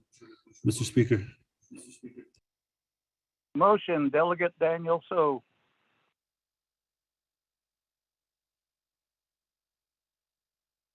thank you very much. With that, colleagues, a motion by Chairman Daniel So on legislation 0024-22. Is there a second?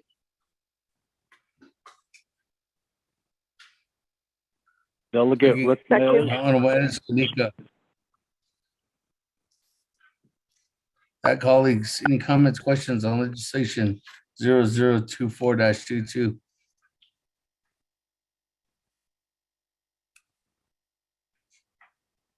Or twice?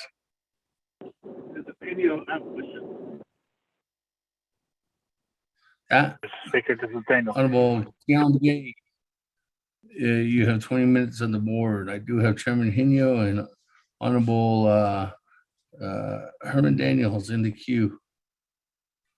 Okay. Good evening. The floor is yours.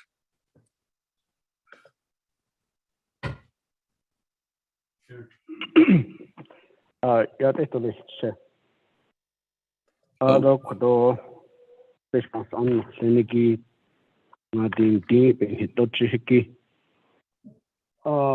believe they won't be able to pull up the PowerPoint that I've been utilizing with the previous legislation speaker. Legislation, the PowerPoint, again, want to stress that we have been presenting these three legislation with a timeline starting in October of 2021. Although working with the Navajo Nation Veteran Advisory Council in December, January, and up to February. Although agency level, although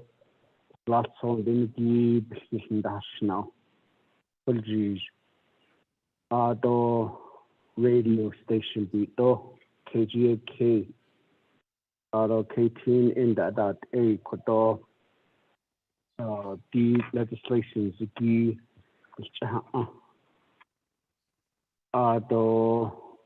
the 45th Veterans Organization A kodo invite that she landed, but that was on February 2nd, 2022. It then other Shabiga Salita. But in the other resolutions, the forward the Daila.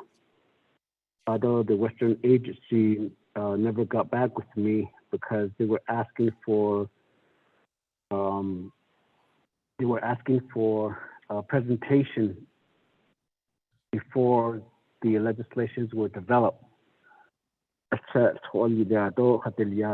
Public comment the other she those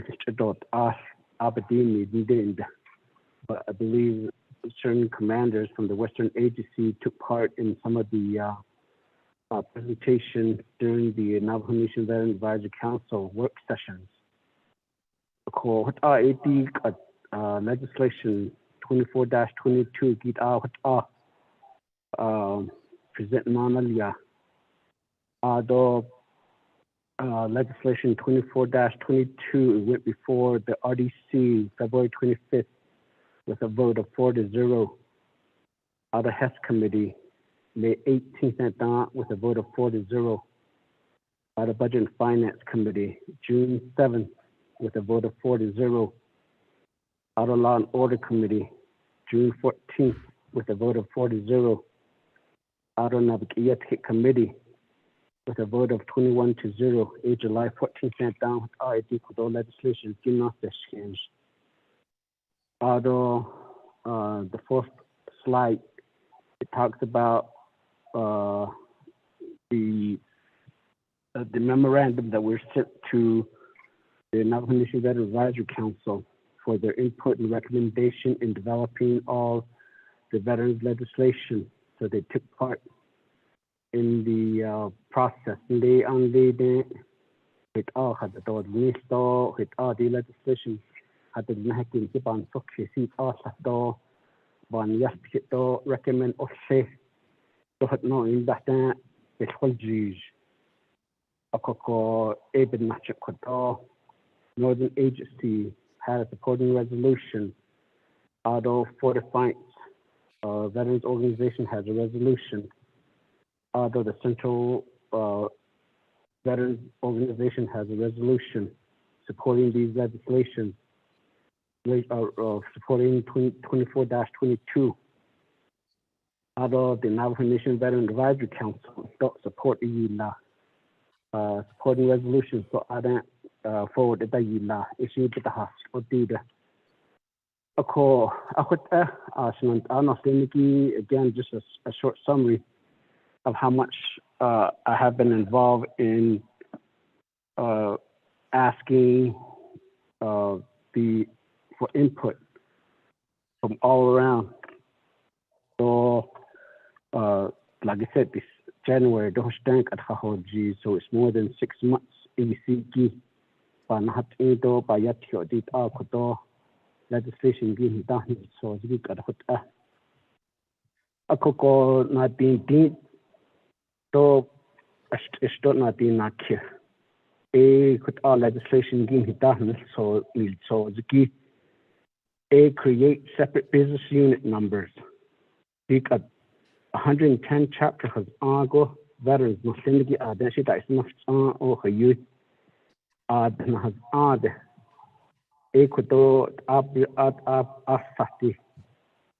by each chapter, veterans organization could business unit number establish a AECTP could legislation so the Navajo Nation Veterans Administration shall maintain a separate business unit for the budgeting purpose for each local chapter veterans organization because Koko 80 at Kwake, Yadante, Do Yadante, Dohit Ada Yal, Bahanet, Do Yad, and Diniki, Kwake, Hajet, Beto, Do Haj, La Hodna, what are the business unit number? No, by Yed Pita. ako 8 A C G D kudo legislation ya yasti ako din na so tribute niki ke hona na kitata kun title 12 but niki je kun egi be based on nante hi kwa egi ba yati fiscal matters ados ke sa change ke nada sha be nada hot sub chapter 8 akwa egi kun Navajo Nation Veterans Trust Funds based on kuja so last on delegate asat based upon not niki akwa egi be has on a be akwa egi be biti. That's where the legislation references the Navajo Nation Veterans Trust Fund. Subsection 1176, expenditure of the trust fund. The Navajo Nation Veterans Trust Fund, based on the dot, don't realize not based on it, after connect based on non-data. In his last song, then he based on the Choto, doing that chapters on the in his last song, could dig at base of deep net land habit agency level. Other commanders, the Sliniki, quite a deep that budget, you had to have Niston, no Baba, though area and Liniki, Bikata, other couldn't the agency didn't need the surgery, other. Shut a quite shut down his aunt, D quite double net, son of than no that he can't change another need to go other. But aunt quite a Corbin now go 80 at yard and Dimiki. I see Hajo add the business unit number established Eliago go Ecuador, Ahosh Beso quite a hord Yagi, Ecuador add yard and Dimiki Ecuador Arjet. Account again happy none that on this business unit number Niki do a doing the cut I down hitch Holia do this I done she the A be not she do this the hard good and not just the hard good the could base of the not to just issue be with that in town of the speed of course at the hot ace the cut yard and then it at 15 that base of the then fiscal year kadan hokone dan no chita in hit no da you alla ndahan hu da ba expenditure to spend da e akodi ka thit da la based on delegate but no also hit other based on delegate anish or stato no net kharji hajo da chi do in zone da shin la so sa hot yan sida case ko out and now got I see that Sahakodo, Beso, Babi Nachi Hiki, Quacky, be a husband door, be back husband door, lift to AC88 at the of course, creating a separate business unit number locally. Of course, I think his back husband could go at online at Anish Shin because on the audit a base of intercast. Look at this year that she hoods on the Kodo, a to his back husband, the Hashina down, is seeking honey jar. Do made down Ecuador chose a other hard with less chateau that such a yos in chateau based on honey jar. So that ego band set that case. Then now go good day business unit number gate Bahazano Koto. Decision and that is to little honey lamp based on Lingi. We need the door honey lamp each not in to little I be at 1,000 for each other 110 chapters to list. A call quietly deep area, Shannon, no Lingi. Kodo legislation lingi dung hita nan so do aro kodo osha zindo open na is kando list to an hit baby hita nil so do sato na so lingi shi jo ad shi no aro sato shi hut adon ni do ad shi sa it is last one lingi baby just shi ta ni hut so that ego kodo zero, as we know. I mean, I can't be at all 110 chapters at one time.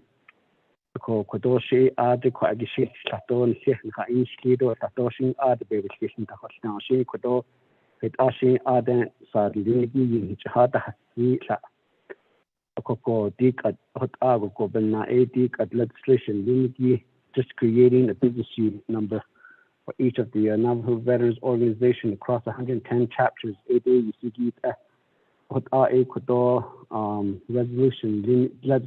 limiki kodo what bana smack to list other kodos na sto so my agent limiki j co-sponsor la sto they'll get Slater they'll get Amber Canals back karate to kodo co-sponsor la asa of course just doing it kodo ba nice scandalous and in kodo legislation gains in hanan shla on chona shla do list ko kodo the last time limiki shito a lot that is shito a lot of shingan yasti ade ko isi be nasiko kodo shi bil zo isan enani ya do list zo shi ban na si do list ko hata kodo dina so limiki bahasi do list na kinga do list sinan ta na limiki so kodo shi on hi chonish la do list kodo to just as we get the shit kodo na speti no illa den each of your veterans organizations asati the business unit number be da hodong ko kwetoi ade tshimit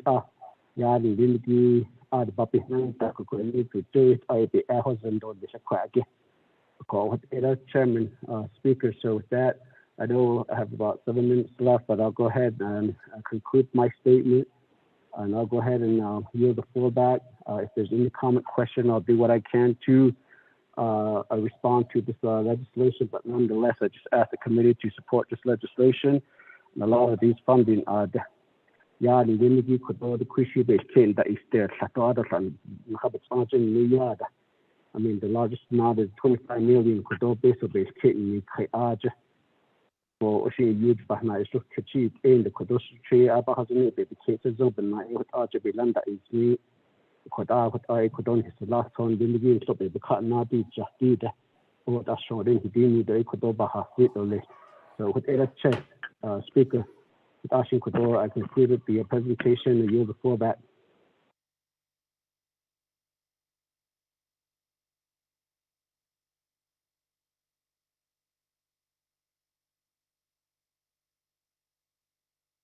Thank you, Kiambi.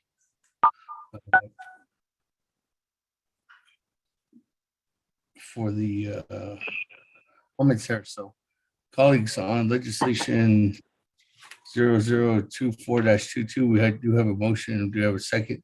So let me go ahead and go to the floor. Good evening, Chairman Hino. Floor is yours at this time on legislation 24-22. Christina cannot Speaker Dave Noroshnata.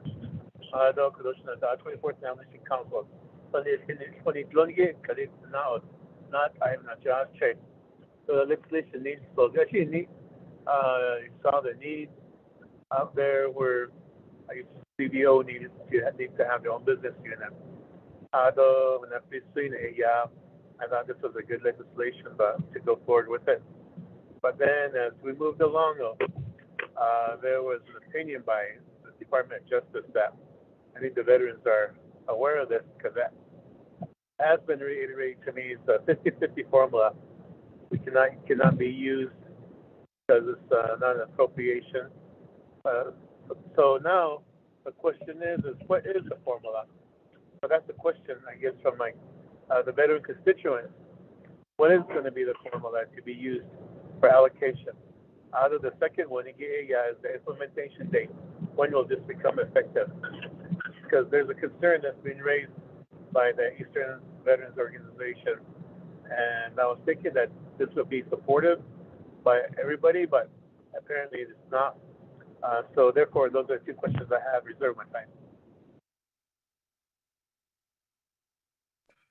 3 minutes and 42 seconds.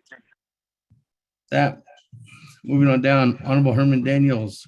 Good evening, Honorable Daniels. At this time, the floor is yours. Shay Kiambi. Mr. Speaker, good evening. Kodo ani hoda. Said east do nana kana nana kodo. Out in honati every day. Kodo. Yeah. Kodo to say kodo legislation kodo. Kita nani to kodo. I think so. to na na ko to by the quail ship hat or the he lot at the tin le as in the I ye go ben asnes to I ya ben send so ko ya si ba he le ko to aron his last ko da is faida so it ko to he ko to win sen le ko a wi cha aron na ko to so the zenda bi is a ni he nei ne ko to in how yo to in ha yi ne to ko to so the zenda be ye ti go e cha to e so the zenda han nei a ko to nai nei ka aron na ko to at the snack ko to na ga at the snake ko to na ga on the council floor the nanny clinicy so is that for him it which is that yel ki as that at le pa ni yel ki aronan fi kesi to akon his last so what atide akon hi ko to spana sahaki ko to na ga western agency ako ajo ya atit adole ya yasti to yan sakhe ko to aronan hitla an siki I see Hallok Kodonagay with the executive director of Veterans Administration as the Sutahiki, Ehitla and Nesiki, Ayego Hallokodo, Ehiotan now, Gehito Hallo, Ako Ecodo E. He did over Pahate Sekodo. So Kodonagay legislation 0021. A Kodosha Ecodo integrate work session, so you hotai by Navagia Pietro Bad Needle Nay. I don't know 002222 8 or that yet it didn't go forward. It didn't pass. But DD kodo kodo ubana oska kodo na gaita. He's a lot so but kodo na gaita Western Agency aja ke that and it on aja saloniki na gaita work session. What are that? Or you banana dish kitten for you, Quato, a Coti, Quato, and a 3 legislations, or you actually does a cop and Nachico. So at the Snaquato and a great your presentation, so you're using one presentation on all 3 of them. Even now, it's not a Yakitas, it's not you could even Bahas, so Quato, a great Zobe is not how these Metonan, his last son, Lenigi, not in his stag on the commanders, vice commanders, that Eki from the 5 agencies. What Ashiboya, Bonet, Zado, Lesico, a quarter has to be Yahadot, oh Yatos, Kikodo, a quarter, Idiasipan of Concert Chekodo, a quarter, Toto, though it that is need a hotel, or the case of Zin, the Kodo, a conagate. Last one, Lenigi, I see he can't bring all the 5 agencies. What I go eat or night the kid or nana, or eat or nana for the deal, Nishkodo.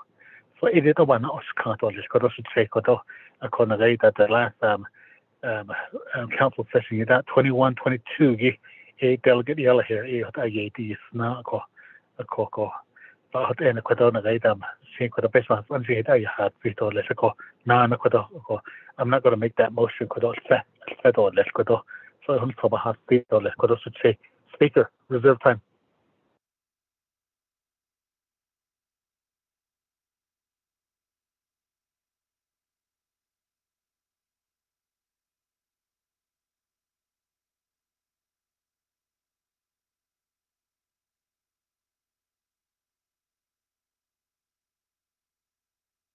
Thank you very much. That is every time at 51 seconds. Let me go to Honorable Slater, and then I'll go back to the sponsor, Che, after Vice Chair Slater. Vice Chair Slater, good evening. Floor is yours. Good evening, Speaker. Thank you, Ash, for the legislation. I did sign on as a co-sponsor.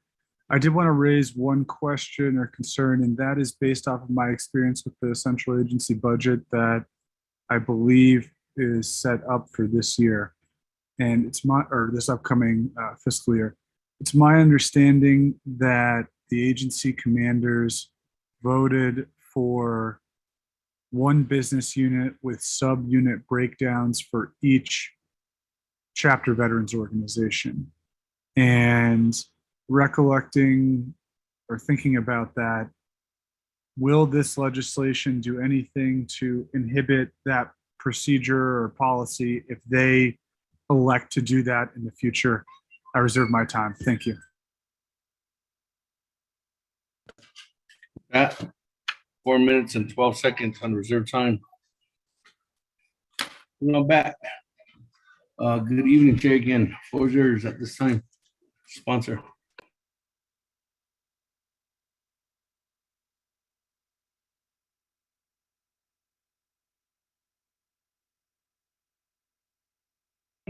Can you clarify that again?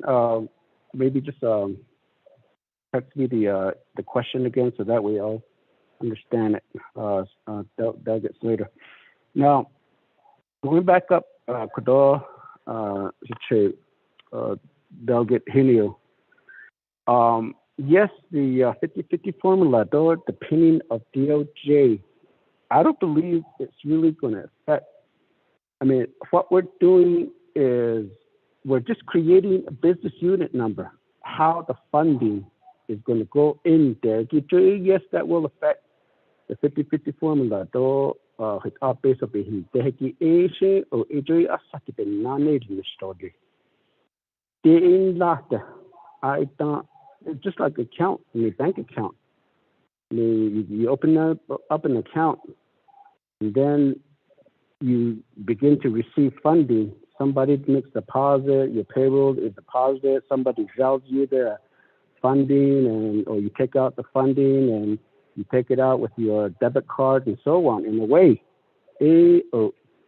but the account is there, how it's being utilized of the funding that contains in there. So the business unit number, get out in test case, how it's going to funding is going to be in there. So by 50-50 formula, by population, by voter registrations, or by actual veterans count. So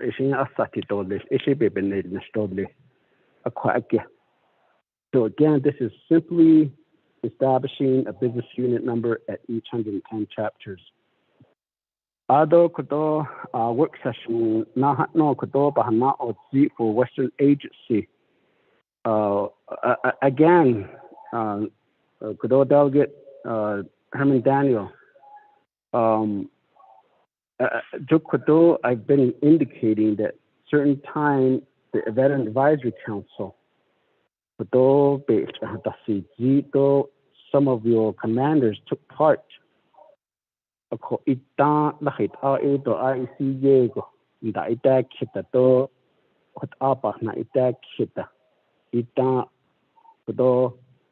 took me almost 3 months to go around asking for input, asking for recommendation.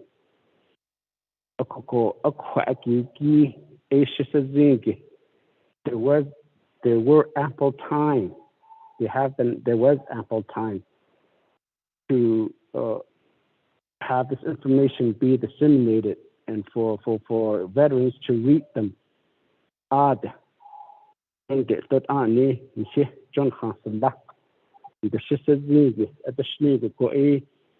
mean, a business unit number created now.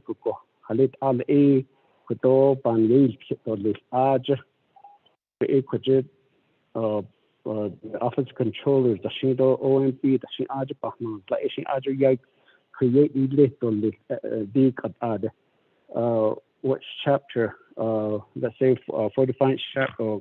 45 chapter. This is your veterans business unit number. Based on the hard schedule at all legislation. Concentrate that Nahati zone his last song Viniki Bat to party list to Sabbath Kate Dinas Ashore, just a zero Obanani's concentrate. Other Kodo as you night death kit he got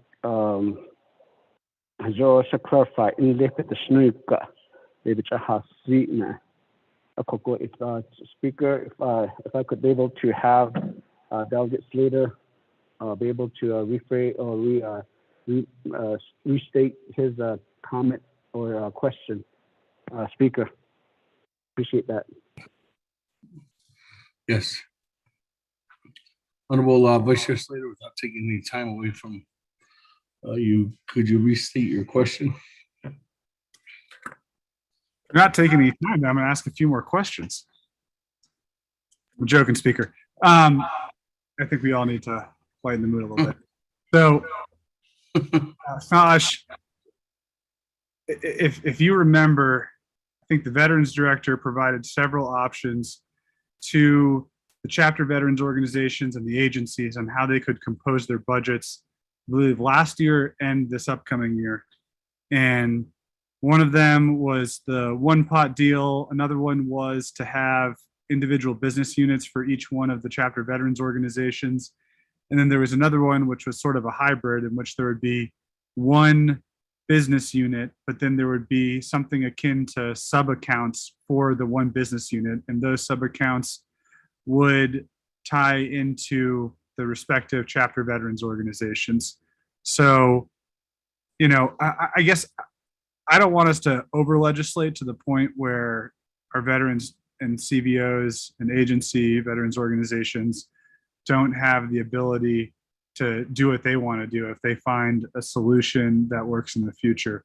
So what I'm trying to get my head around is, does this only establishes the business units for each chapter veterans organization, but the agencies and the individual organizations could still elect to do one of the other options if they so choose in a subsequent fiscal year.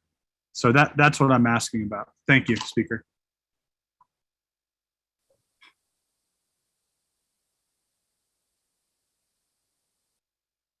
Thank you very much, Vice Chair Slater. Let me go ahead and go back to Honorable Calabigay. Che, good evening again. The floor is yours. I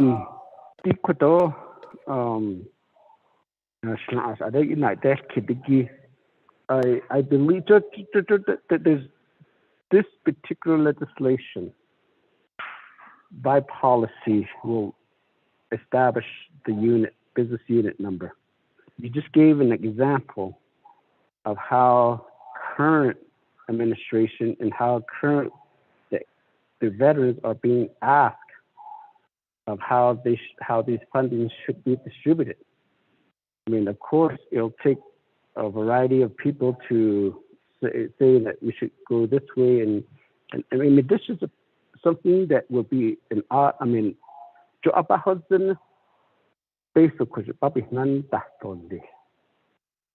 where the administration or the agency will not say that, okay, how do you want to distribute this money now?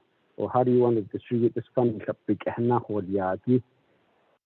But this one will automatically just, once they realize and the distribution has been listed, so it automatically based on litigation. But again, there's oversight. Budget financing.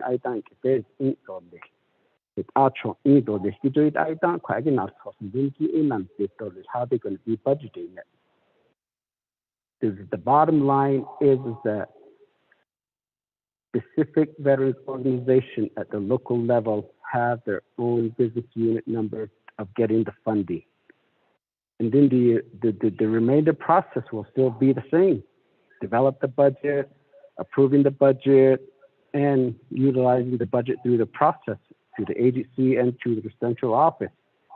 But the availability of funds for each of the veterans, chapter veterans organization will be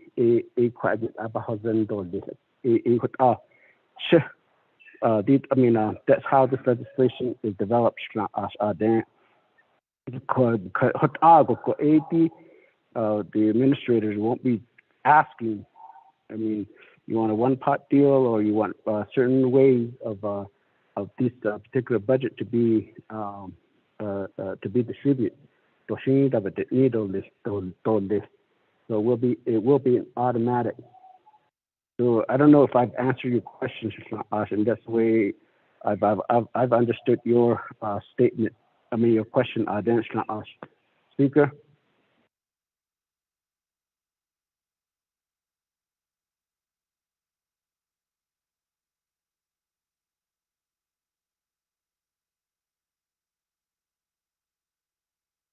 I'm gay for that. So let me go ahead and go back. Colleagues, is there any other further comments or questions at this time? I don't have anybody in the queue. We are on legislation 0024-22, sponsored by Honorable Keon Begay. We have a motion and a second. There's none. We go back to reserve time. Chairman Henio, good evening again. 3 minutes and 42 seconds on reserve time.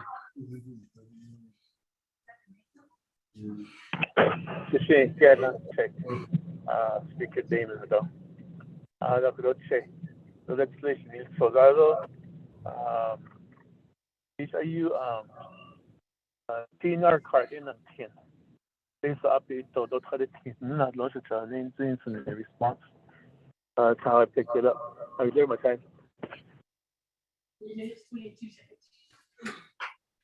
3 minutes and 22 seconds. Moving on down, Honorable Herman Daniels, 51 seconds.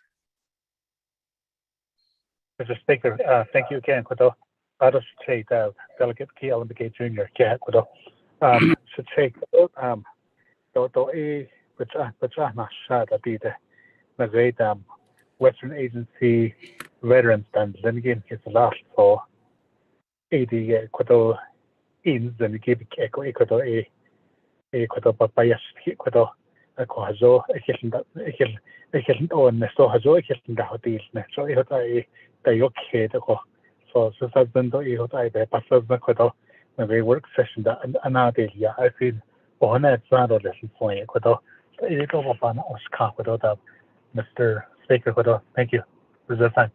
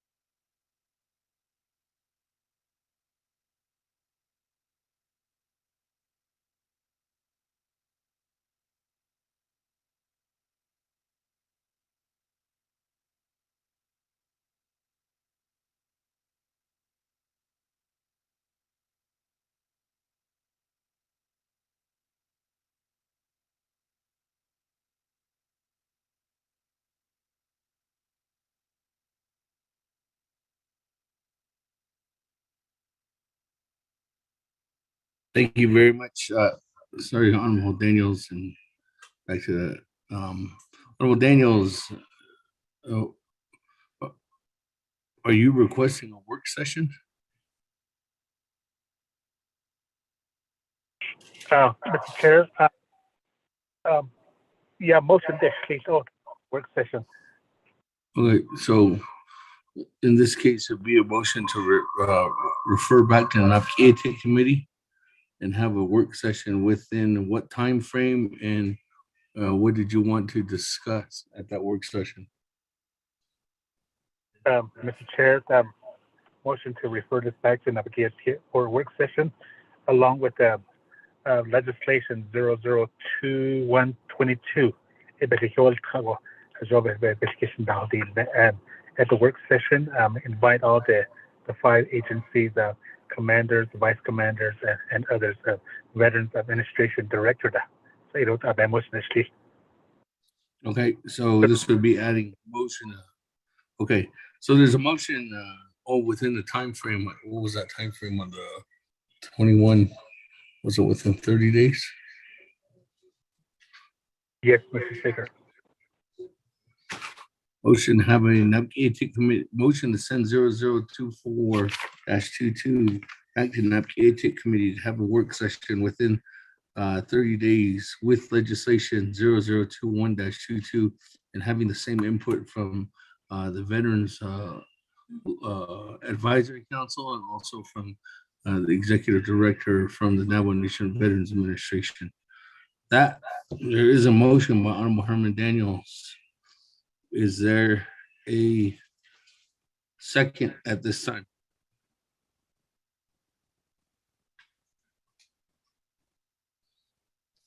Speaker, I can second that. Thomas Walker. Second by Vice Chair Walker. That, colleagues, on a referral motion is non-debatable. Honorable Keon Begay, fortunately, on a referral motion, you don't get to debate. I can't. You're not authorized for 3 minutes allocation for debate. So with that, colleagues, on this motion, we just go straight to the board to vote.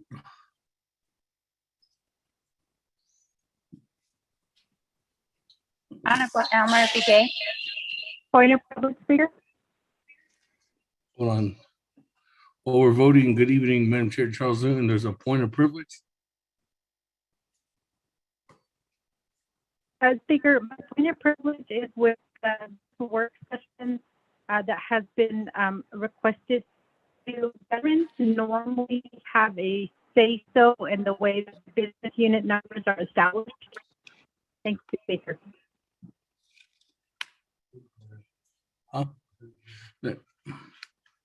Madam Chair Charles Newton, can you please repeat that? I could, you came in choppy.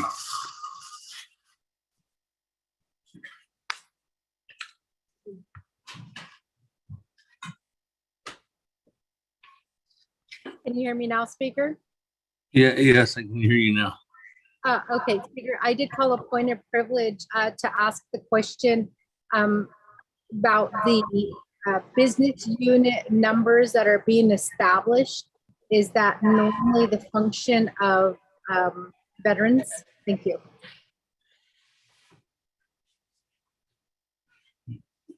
Madam Chair Charles Newton, in the case of building a budget, whether it's at the chapter veterans organization level or even at the Veterans Administration level or even the Veterans Advisory Council level, they all have some kind of input in putting that together.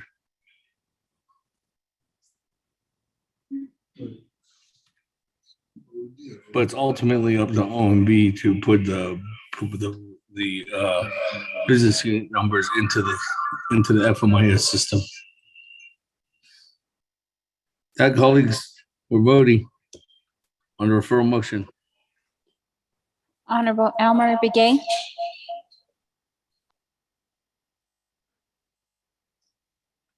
Honorable Elmer Begay. Honorable Elmer Begay did not vote. Honorable Key Allen Begay. Honorable Key Allen Begay Jr. No, Kayla votes red. Honorable Key Allen Begay Jr. votes red. Honorable Elmer Begay votes red. Honorable Paul Begay. Delegate Paul Begay votes green. Honorable Paul Begay votes green. Honorable Nathaniel Brown. Delegate Brown votes green. Honorable Nathaniel Brown votes green. Honorable Amber Canes-Bakrati. Sada, this is Delegate Amber Canes-Bakrati. I vote red. Thank you. Honorable Amber Canes-Bakrati votes red. Honorable Eugenia Charles Newton. Delegate Charles Newton votes red. Honorable Eugenia Charles Newton votes red. Honorable Herman M. Daniels Jr. I vote green. Honorable Herman M. Daniels Jr. votes green. Honorable Mark Freeland is excused. Honorable Pernell Halona. Honorable Pernell Halona. Honorable Pernell Halona did not vote. Honorable Jamie Hino. Henio votes green.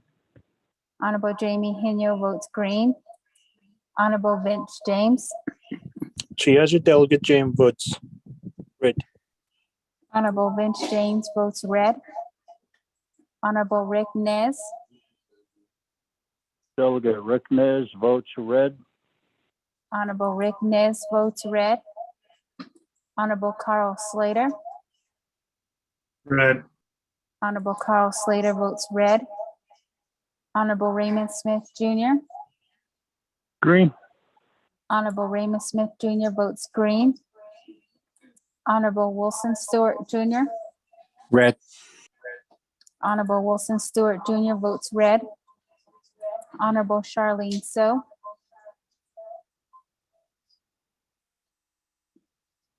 Honorable Charlene So.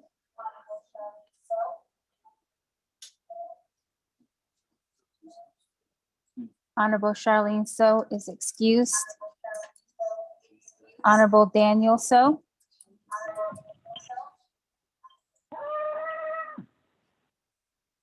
I vote green. Honorable Daniel So votes green. Honorable Eugene So.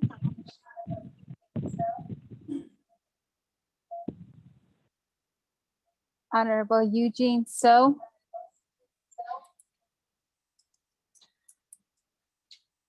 Honorable Eugene So did not vote. Honorable Otto So. Honorable Otto So votes green. Honorable Thomas Walker Jr. I vote green. Honorable Thomas Walker Jr. votes green. Honorable Edison Winika.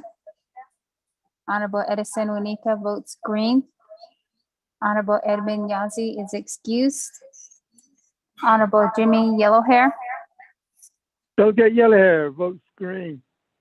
Honorable Jimmy Yellowhair votes green. Going back up. Honorable Pernell Halona. Malone votes green. Honorable Pernell Halona votes green. Honorable Eugene So.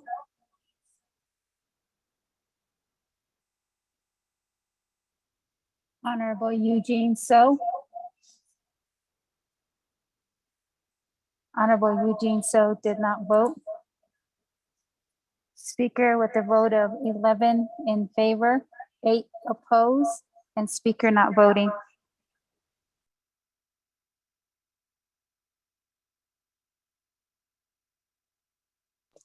Thank you. With that, a motion to table 11 in favor, 8 opposed, and speaker not voting. Motion carries on legislation 0024-22. That, colleagues, let's continue on down on our agenda. Item number 8, legislation 0052-22, sponsored by Honorable Eugene So. Honorable Eugene So, are you there?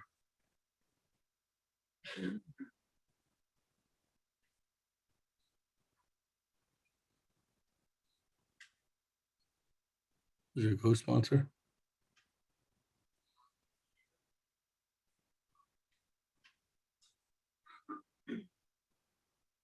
Honorable Eugene So going twice.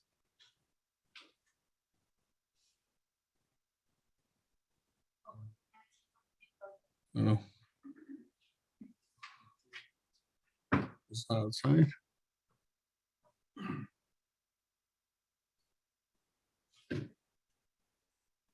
Honorable Eugene So on legislation 0052-22. There's no co-sponsor. The main sponsor. Are you there?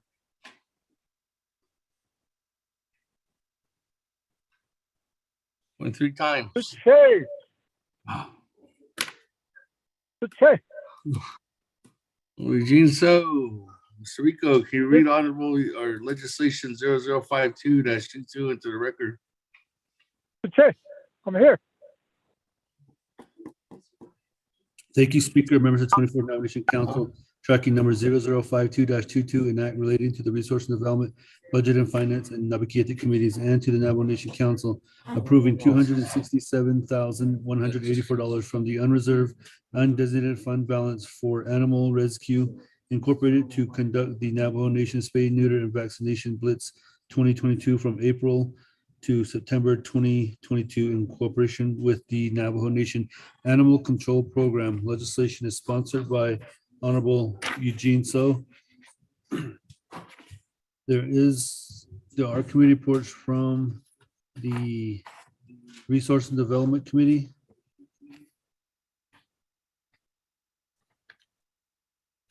That recommend it do pass with no amendment. A committee report from the Budget and Finance Committee. The legislation was tabled with one amendment. Amendment number one on page 4 at lines 1 through 3, delete the entirety of paragraph F and replace with the following new paragraph. New paragraph F, the Office of Management and Budget OMB has provided a budget impact analysis in accordance with 12 NNC section 820M. OMB's memorandum dated April 4th, 2022 is attached here to as exhibit 6. 2, attached as new exhibit 6, the memorandum from Dominic Bial, Executive Director of OMB dated April 4th, 2022.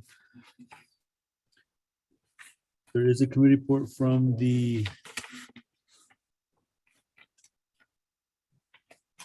Nabakeetic Committee that the legislation passed with one amendment and referred to Navajo Nation Council. Amendment number 1 on page 3, lines 28 to 30, make the following change in paragraph E.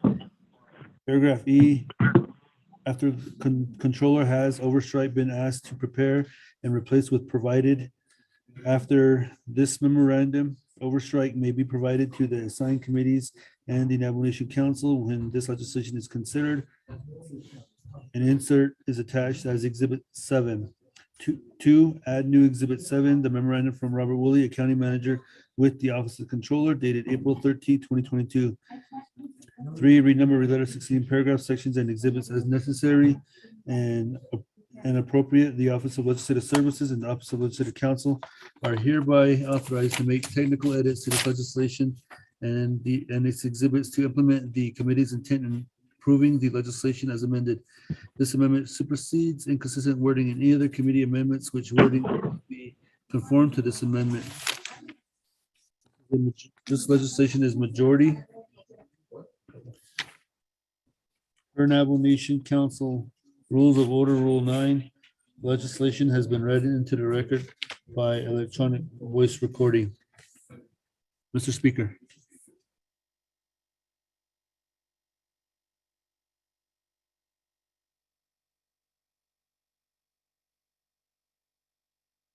That, colleagues, on legislation 0052-22. Is there a motion? Motion by Honorable Edison Manika. Motion. Second, Charles Second by Cornell Holona. Nobby work on legislation 0052-22. Colleagues, this legislation goes across the street as it's an UUFB appropriation. That, any comments, questions? Point of privilege, Delegate Crotty. Point of privilege. Evening, Madam Chair Crotty. What is your point of privilege? Yes, thank you, Speaker. I support this legislation. I just need to make sure that all of the budget forms are in order for this legislation. Thank you. Go back to on a point of privilege. Office of Legislative Council, are all the documents in order? Thank you, Speaker. This is Office of Legislative Counsel. I am going to defer to Ms. Tapia on that question. Thank you, Mr. Speaker. This is Lurleen.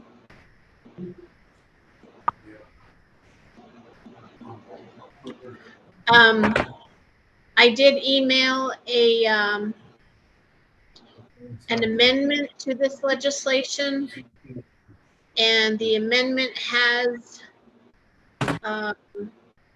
new exhibits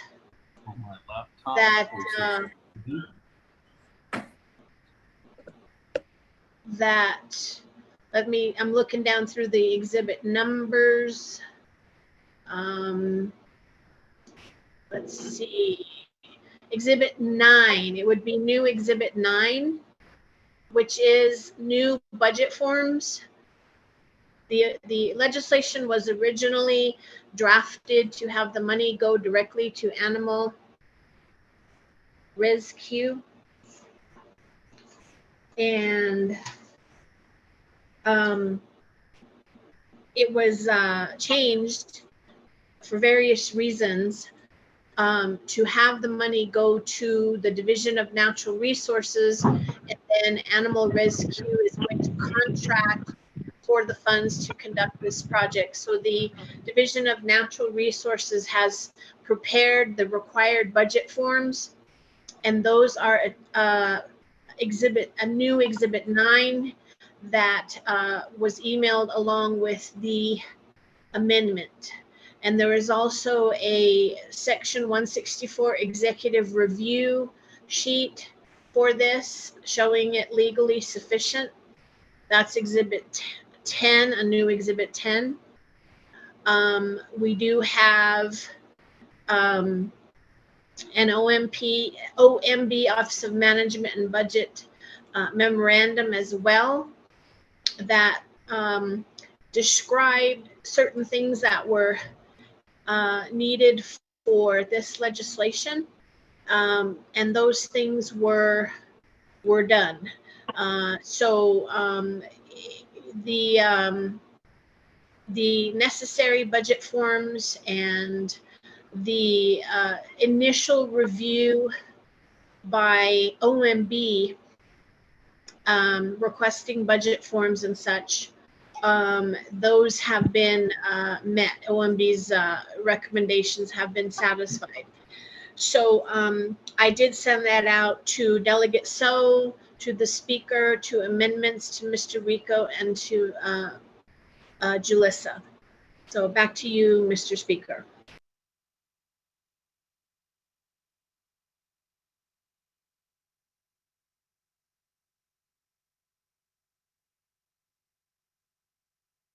Thank you. With that, go to Honorable Eugene So.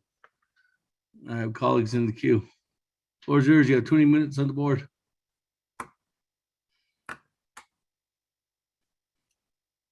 Let's go. Yes. Okay. Đi khó member khana khan la given that the kisan the very down. Yeah, taking the 80 so I'm going to give it to Glenda. Glenda, Speaker, somebody.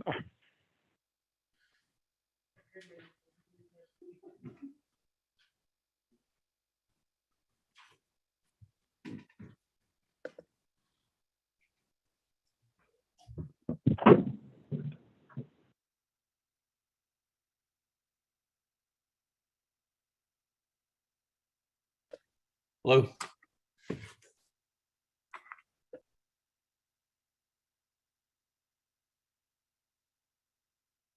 Maybe she's trying to get on.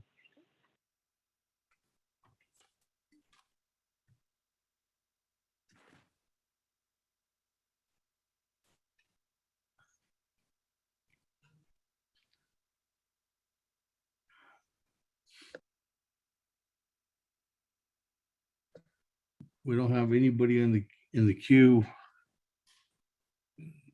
I mean, nobody on the line. Honorable Eugene So.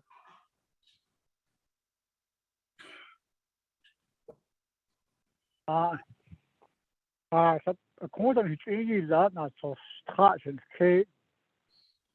here now. Okay. Oh, there you go. Thank you, Speaker and members of the 24th Navajo Nation Council. Leaders, I come before you to request for your support for our legislation.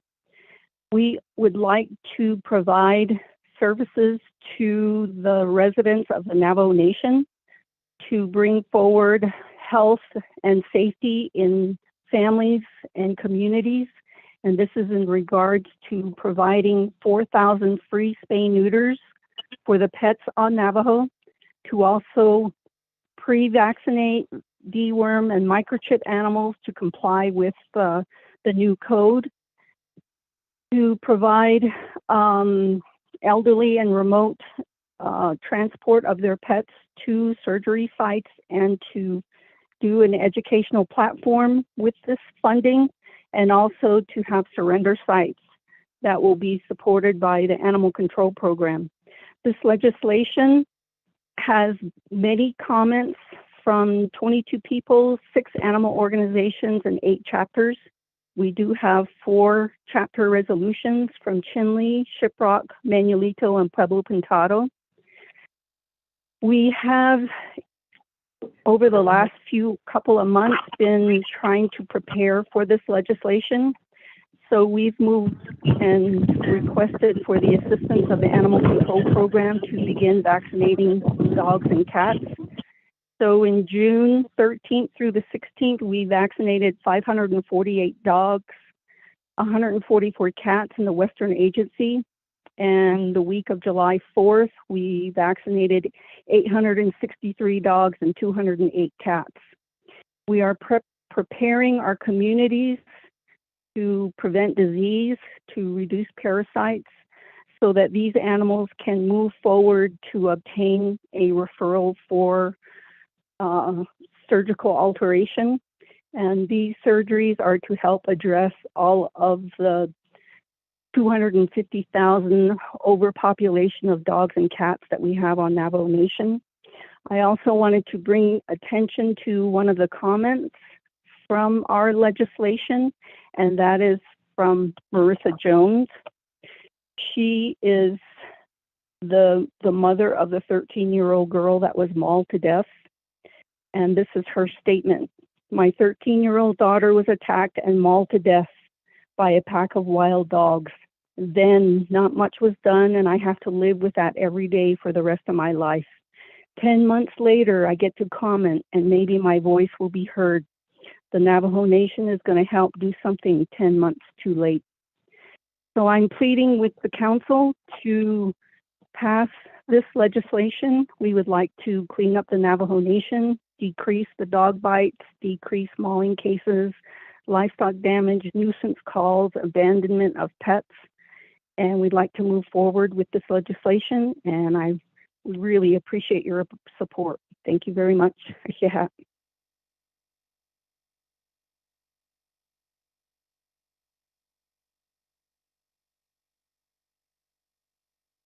Thank you. Go back to Honorable Eugene. So does that conclude your spots?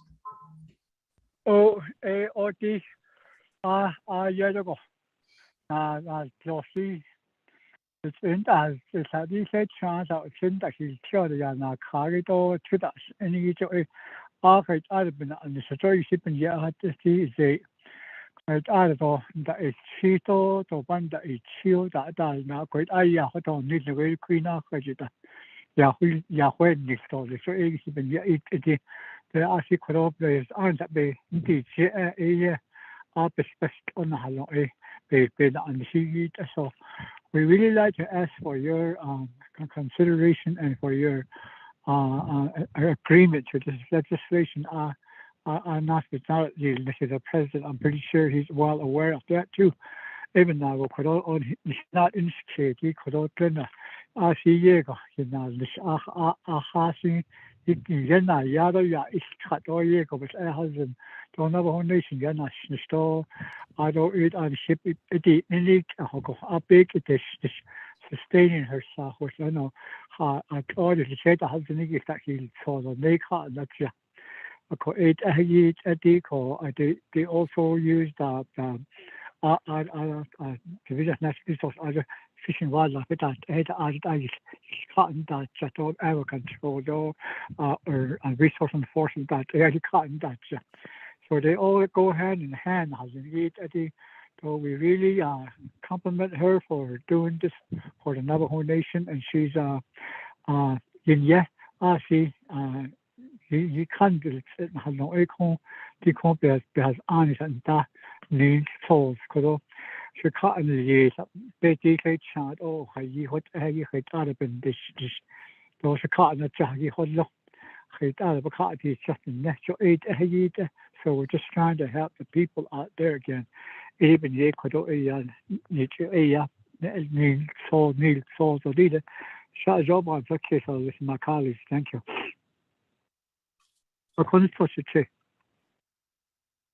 Thank you. Yeah. Speaker, Delegate Daniel So. That, colleagues, let me go ahead and go to the floor. I do have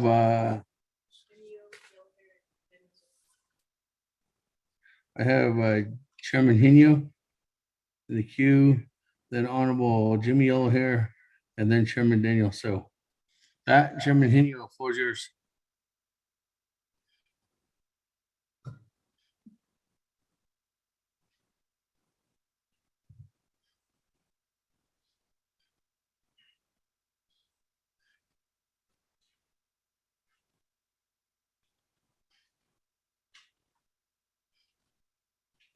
Chairman Hino? Can you hear me now? Celeste? Yes, yes. You're speaking away. Celeste Speaker Damon for the. Okay, I don't know I don't get Eugene served on this. I need that on his cause again. And I just kid, I go. I say, get a do the peso, that only you could do. It's not as little. I don't need to alcohol, you know. You like it, animal rescue bait, you know. I let could do it, but you check me, so. I don't know, is there my time?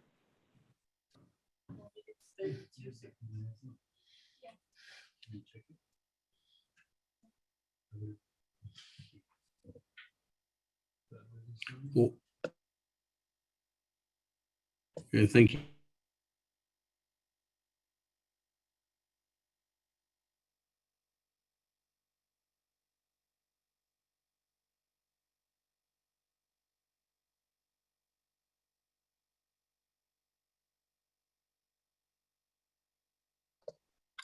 Thank you. 4 minutes and 32 seconds, Honorable Chairman Hino. Moving on down, Honorable Jimmy Yellowhair. 4 minutes, or floor is yours.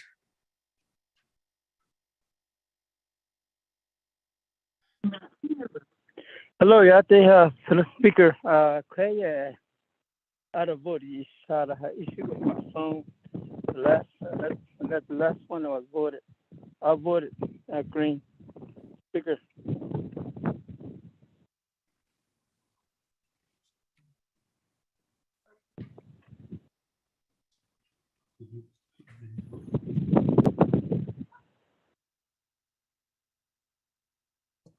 Sure. Honorable Yellowhair, we got your vote. Oh, you got my vote? Yes. Okay, all right. Thank you very much. I just want to reserve my time, whatever I have, in case I reserve my time. Yes, I supported this legislation too. Anyway, I was ready to vote green. So let's chat.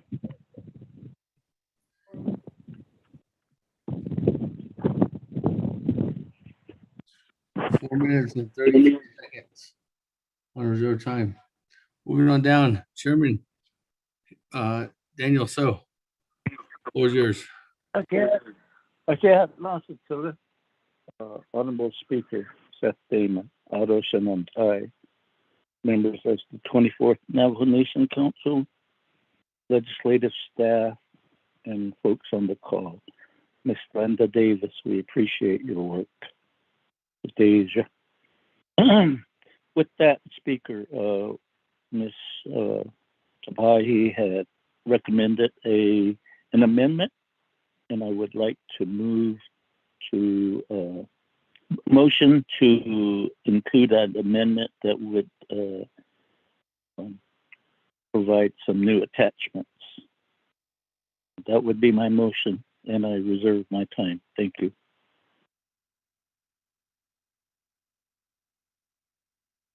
Reserve time at 4 minutes and 15 seconds. That, Mr. Rico, turn the floor over to you.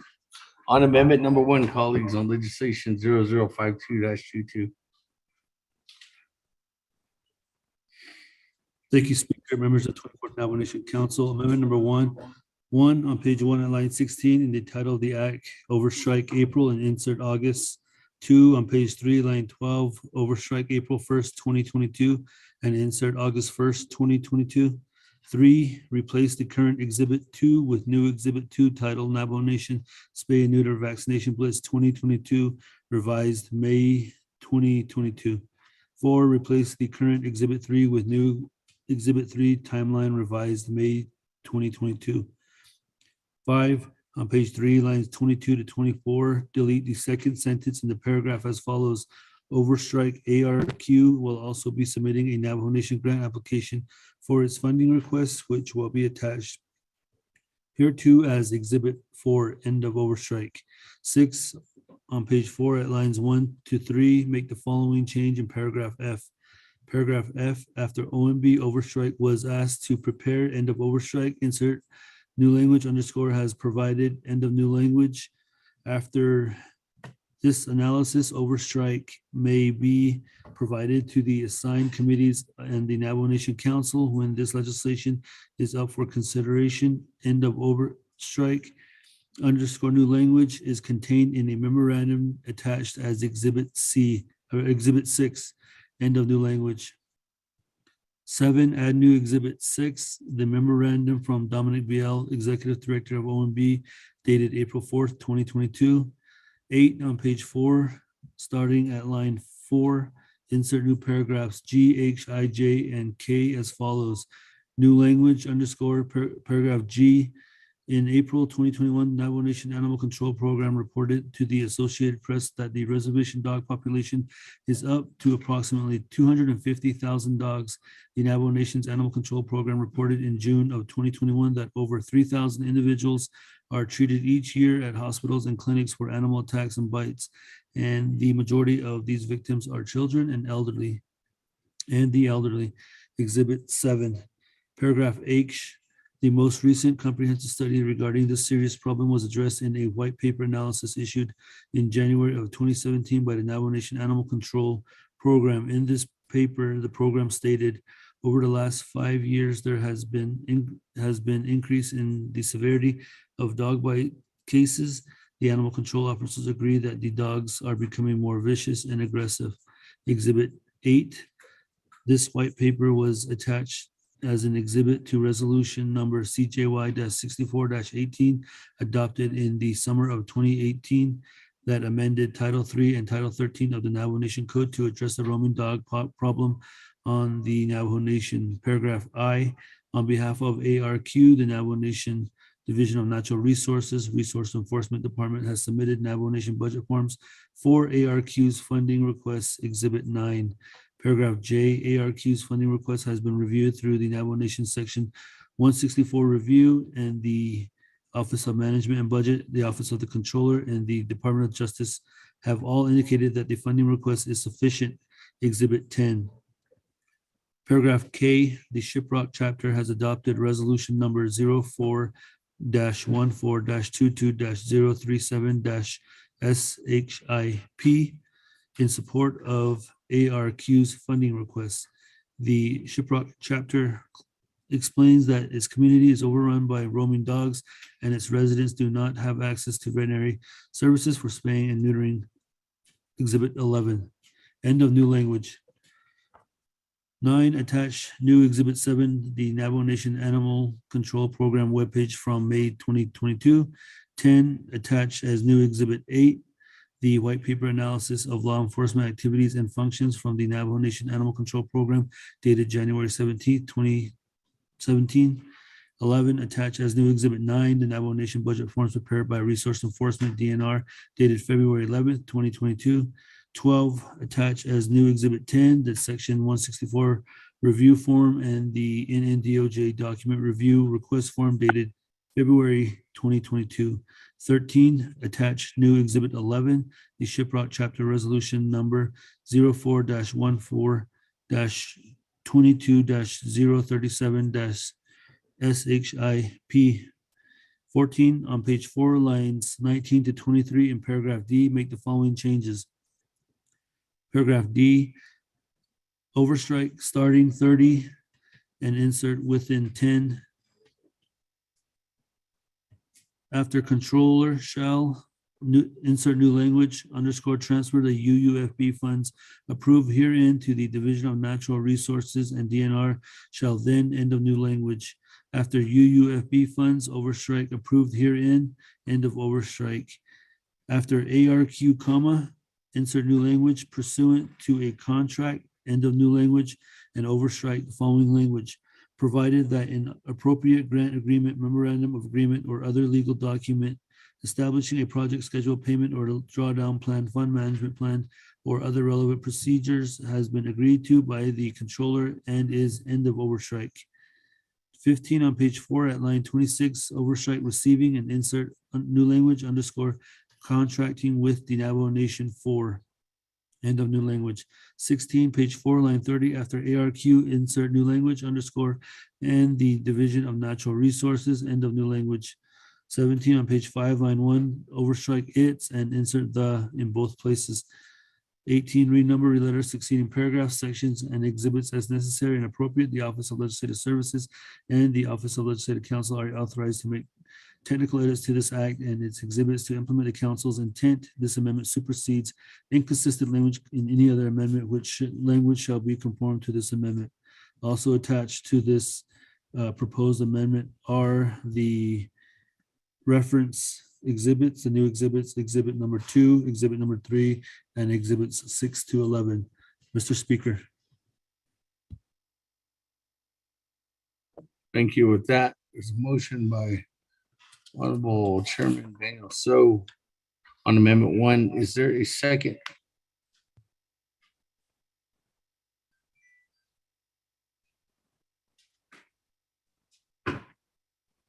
Second going twice.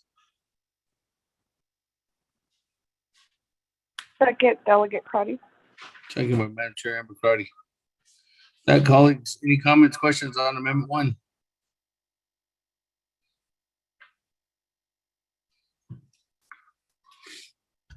Going twice. Seems like it's gonna rain, huh? Going 3 times. Go to board. Honorable Elmer Begay, Honorable Green. Honorable Elmer Begay votes green. Honorable Key Allen Begay Jr.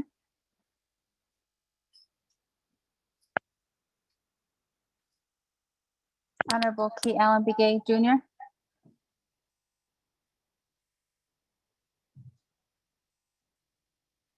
Delegate Kell, which way? Honorable Key Allen Begay Jr. votes green. Honorable Paul Begay.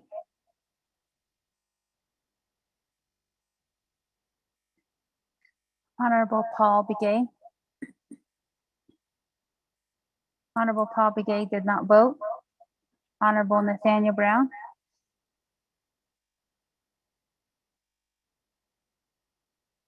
Honorable Nathaniel Brown. Delegate Brown votes green. Honorable Nathaniel Brown votes green. Honorable Amber Canespa Crotty. Shada, this is Delegate Amber Canespa Crotty, and I'll vote green. Thank you very much. Honorable Amber Canespa Crotty votes green. Honorable Eugenia Charles Newton. Honorable Eugenia Charles Newton votes green via text. Honorable Herman M. Daniels Jr. Honorable Herman M. Daniels Jr. votes green via text. Honorable Mark Freeland is excused. Honorable Pernell Halona.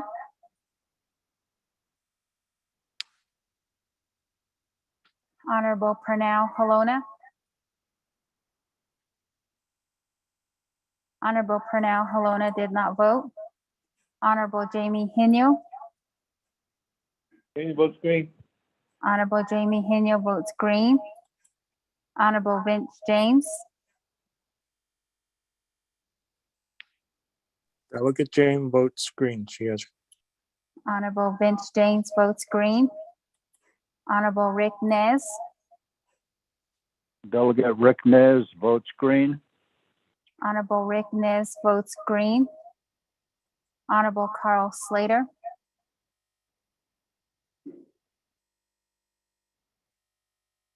Honorable Carl Slater.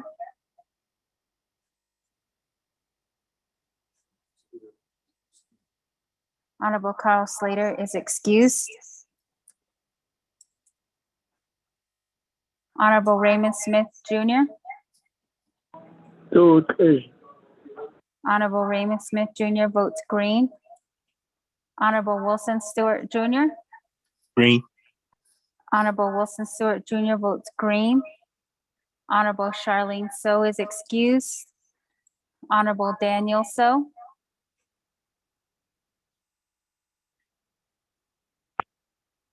I vote green. Honorable Daniel So votes green. Honorable Eugene So. Honorable Eugene So votes green. Honorable Otto So. green.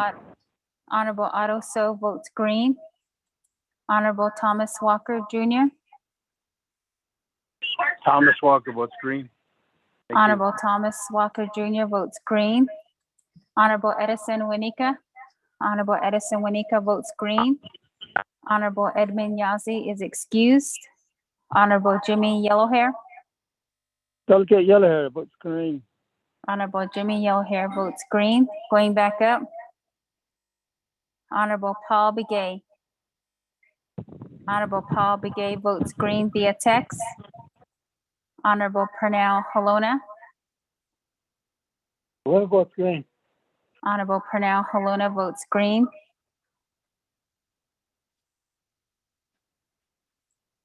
Speaker, with a vote of 19 in favor, 0 opposed, and Speaker not voting.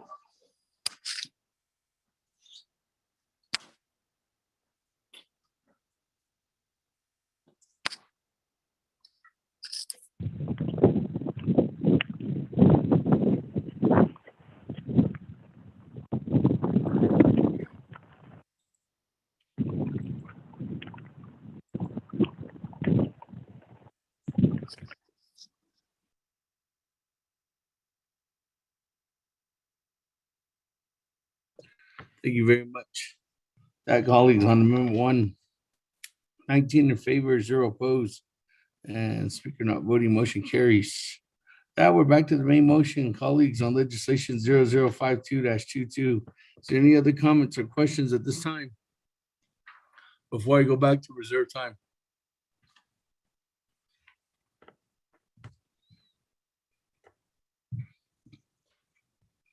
Not. Let's go back to reserve time. Good evening, Chairman Hinyo. You have 4 minutes and 32 seconds on reserve time. To the Speaker Damon, I did ask a question.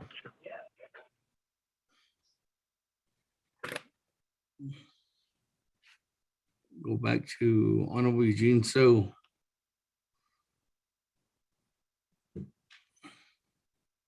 Chair, what was your question? Any time. What was your question? Did he say I asked a question?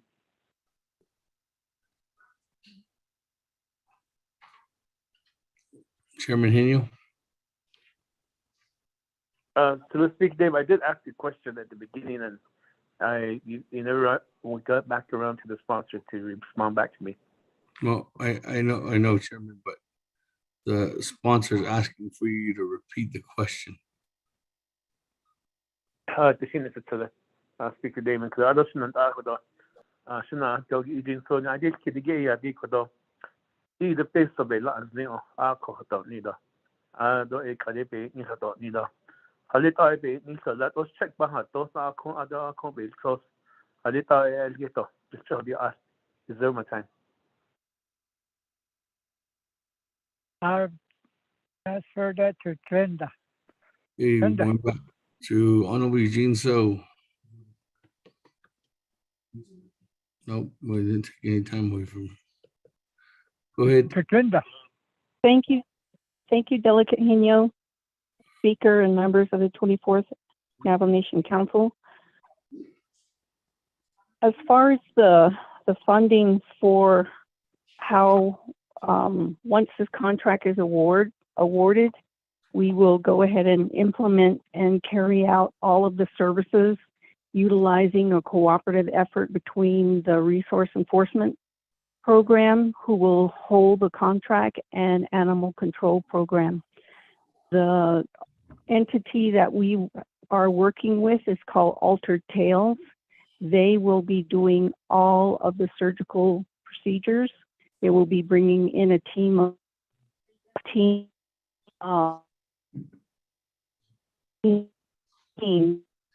5 veterinarians and 2 technicians per veterinarian.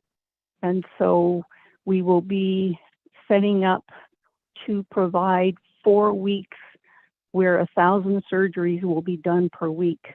Prior to that time, all the pets will be vaccinated so that there will be no spread of disease, and we're being COVID compliant in all of our processes. So each of the 4 sites, they will be doing 250 surgeries a day for 4 days.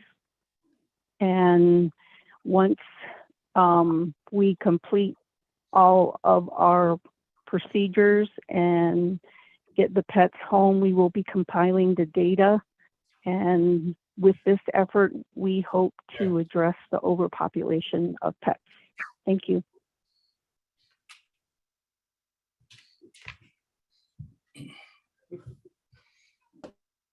Thank you.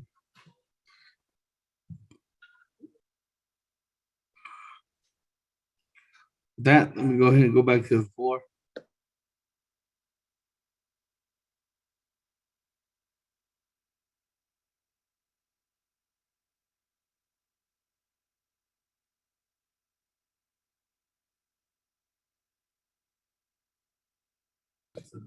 Okay, thank you. With that, go then back to reserve time. Chairman Henio, 4 minutes.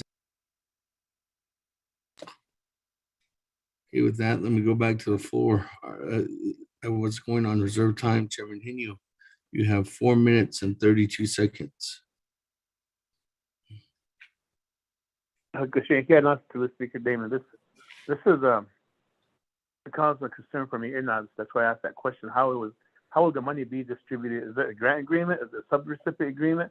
Or are we just going to cut a check right here and then give it to them so they can start moving on it? That was my question, and clarification on my question in English. And so, because it sounds like there's a contract already in place, and it's like a sole source contract, or I don't know.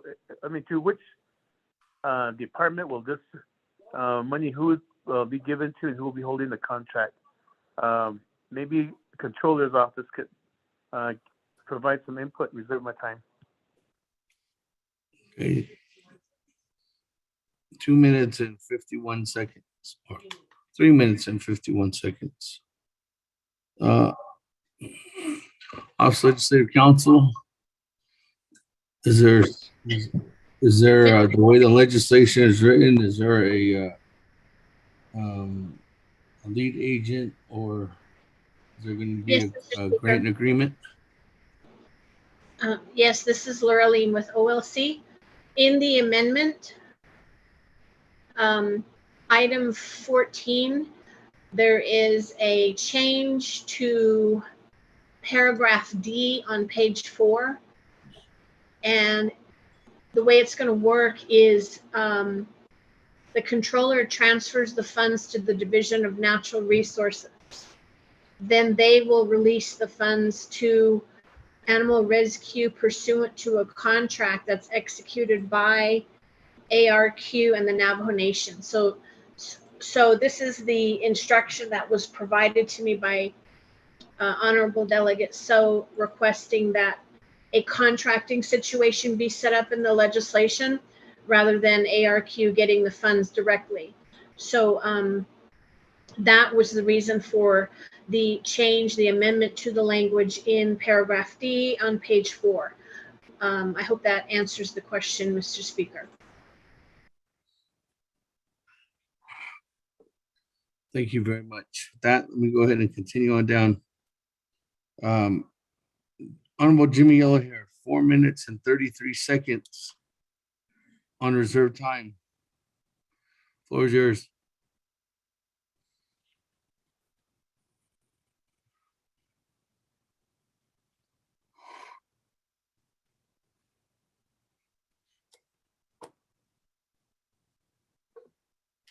Honorable Jimmy Yell. Calling on a second, 4 minutes and 33 seconds on reserve time.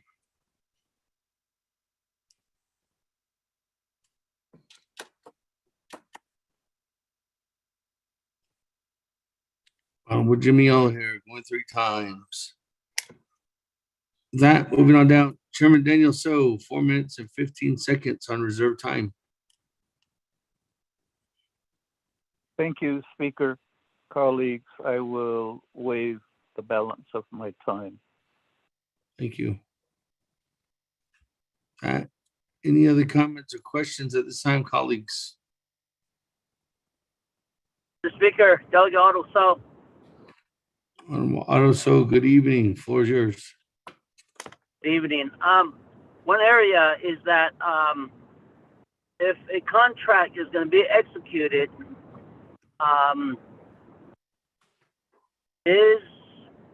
are you going to follow the procurement process relating for RFQ, relating to bidding out and or putting out an RFQ, request for bids and things like that? Because if it's a sole source, we have Navajo policies that applies to the contracts, and just wondering if you're going to do that, if you're going to put an RFQ out on this. Thank you. Or RFP. Thank you. Reserve my time.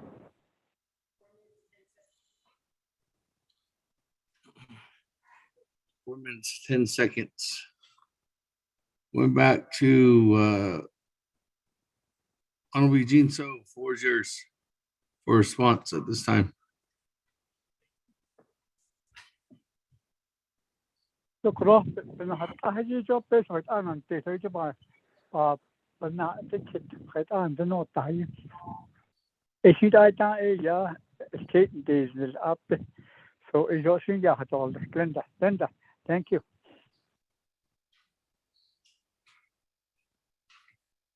Thank you, Honorable Otto So, members of the 24th Council. The contract will be awarded by the procurement process of sending out an RFP, and that has been done. It'll be by the closed bid and following all the processes for procurement. Thank you.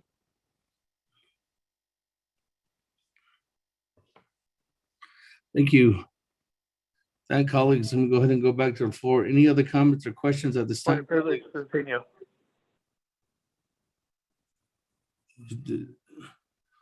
Good evening, Chairman. What is your point of privilege this evening? I can't ask to the Speaker Damon. I did hear that the RFP has already been completed and the bids have been open. Requesting for, since it's now public information, and since the bids have already been open and RFP has been there, requesting for those documentation, the actual RFP out there that was been advertised by the program, and then the bids that came in, and then what were the bids like, requesting for that information since it's already been done as the response went. Thank you. Point of privilege question going back to Honorable Eugene So, providing to provide information.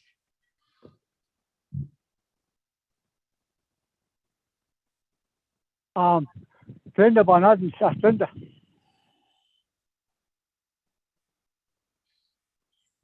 Yes, to answer the question for Delegate Hino, the packet is still closed. Has not been open yet.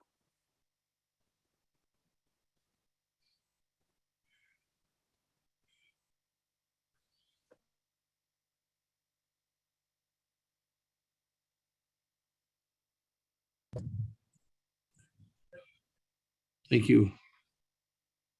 Speaker, Delegate Daniel So, question of privilege.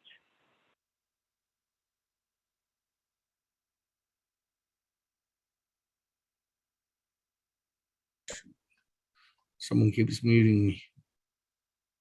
Good evening, Chairman Daniel. So, what is your question of privilege or point of privilege this evening? That particular question posed by Chairman Hino, wouldn't that response come from the division rather than from Miss Davis?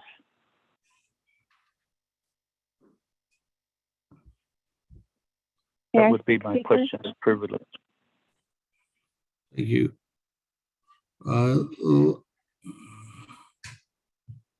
Is there anybody on from? We're reaching out to the division director. I think the resource, excuse me, this is Glenda Davis. Excuse me, Speaker. Miss Davis, hold on. We're trying to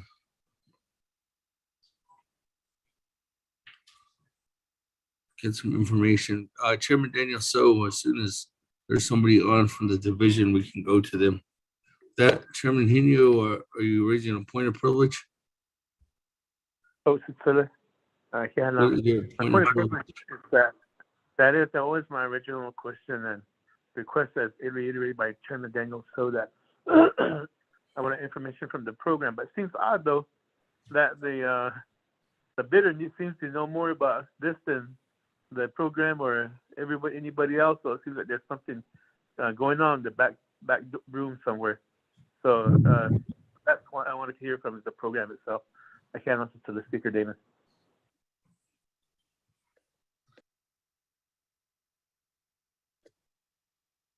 Thank you, Chairman.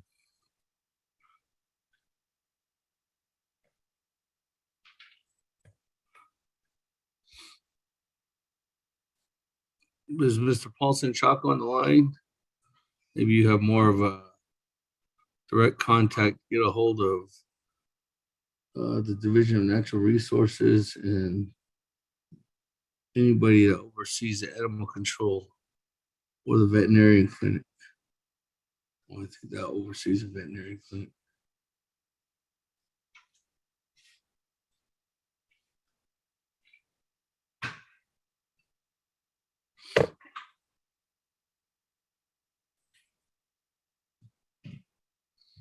To both Chairman Daniel So and Honorable Chairman Hino, their staff reaching out to the division and to the program. At this time, there's nobody on the line to give any direct response.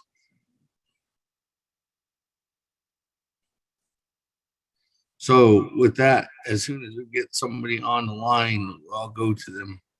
But let me go ahead and go. Is there any other comments or questions at this time, at least for the sponsor?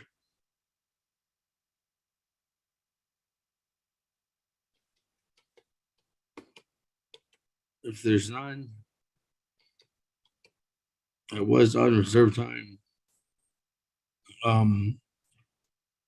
Honorable Jimmy Yellow Hair, do you have any comment or questions at this time? 4 minutes and 33 seconds. I don't have any comments, my Speaker. I don't have any comments. I'm ready to vote, my Speaker. So you waive your time? Yes, I waive my time. Thank you, sir. Thank you. With that, moving on down. Honorable Otto So, 4 minutes, 10 seconds.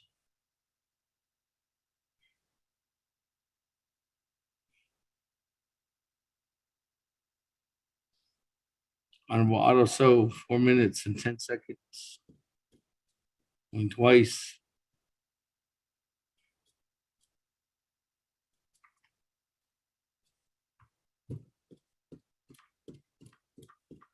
Otto So, going 3 times.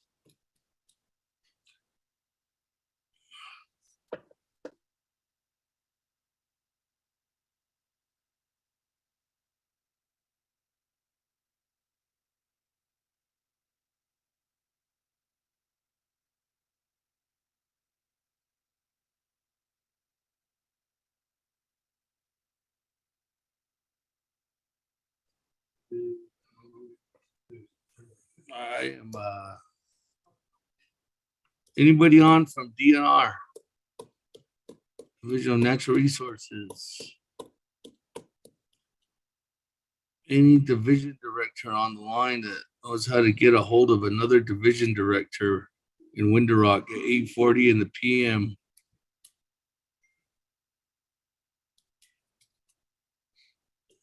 Speaker Damon, this is Hope Wilson, Director for Resource Enforcement. There you go. Good evening, Ms. Wilson. I don't know if you were on the line earlier, but there was questions to your department. Yes, I was on the line and I did hear the concerns from Delegate Henio, and I can provide a response to him. Okay, go ahead. The floor is yours. Good evening, Council and Delegate Henio. The Department of Resource Enforcement did do a request for proposals for the services, for the spay and neuter services and the vaccinations. I don't recall the exact date it was advertised in the Navajo Times, but it was also posted for advertisement on the NNOOC website, and it is there posted. But we did send out all of that, and we do have the packet. There was only one bid received, and that was from Animal Rescue, and we have not proceeded in opening the packet since we haven't been awarded any funding. So based upon the funding that's awarded, we'll move forward in opening the bid, and we'll have business regulatory present as well to just ensure that we're following the procurement process for the Navajo Nation. Thank you. Thank you very much. That, colleagues, let me go ahead and go back to the floor. Any other comments, questions? We're back to reserve time.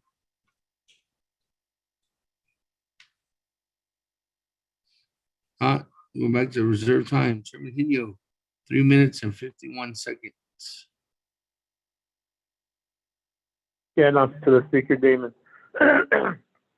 Okay, so one question for Office of Legislative Services.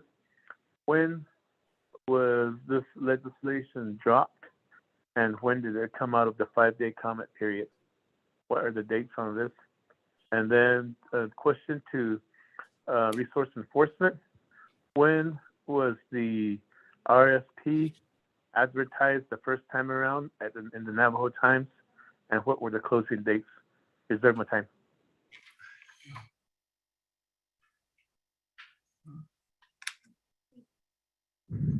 Until it was dropped.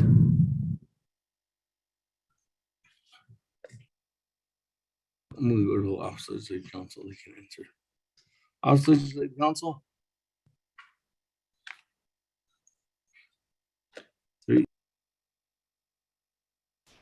I'm sorry, Mr. Speaker, could I get a repeat of that question, please?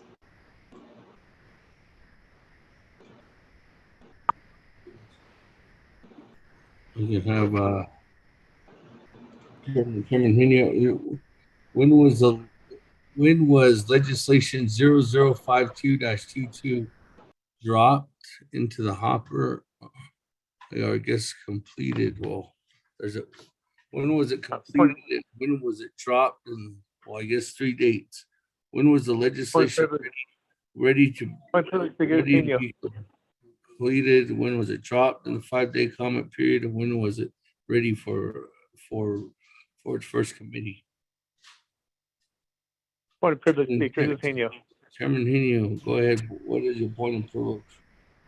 My question was directed to Office of Legislative Services, not Legislative Council, because they track all the legislations that come in and when they record it and when a 5-day comment period is. So this is for Mr. Manuel Rico. Thank you. Okay, sorry, we heard wrong here. We thought you said council. Even services thought you said council. So let me go to Mr. Rico. Thank you, Speaker, members of 24th Navajo Council. This legislation was posted on March 11th at 10:22 a.m. The 5-day comment period ended on March 16th, 2022, and it was eligible for action the following day of March 17th, 2022. Mr. Speaker.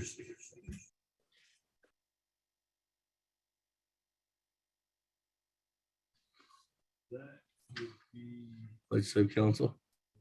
Okay. Thank you. That moving on down to Ms. Wilson, if you're still on the line, there was a question about the DNR's process. Yes, Speaker. In response to Delegate Hino's question, the RFP was advertised May 12th in the Navajo Times, and the RFP period was from April 21st to May 18th, 2022, and all bids were due by May 18th at 5 p.m. Thank you, Speaker.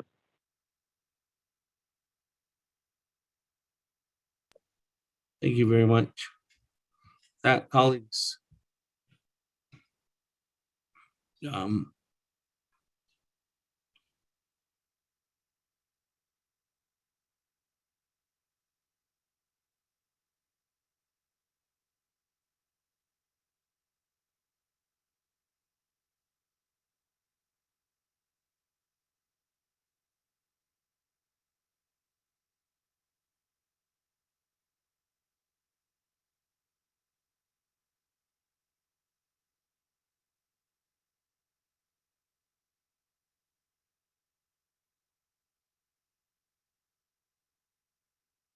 thank you very much. That, Chairman Hino, you do have 3 minutes and 16 seconds on reserve time. Honorable Otto, so 4 minutes and 10 seconds on reserve time.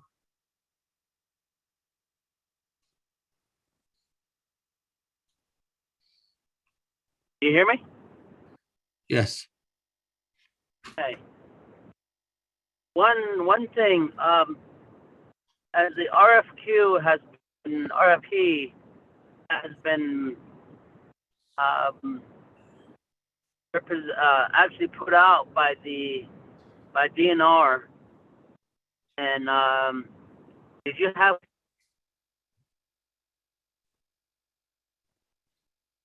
my first question to DNR? Number two is Glenda Davis, the contractor. Honorable Otto, stop his time. Honorable Otto, so we didn't hear your first question. You're going in and out. You need to restate that first question. Put 15 seconds back. Okay, can you hear me? Yeah, you're going in and out. Pause this time. Reserve my time yet. Reserve your time, 3 minutes, 38 seconds.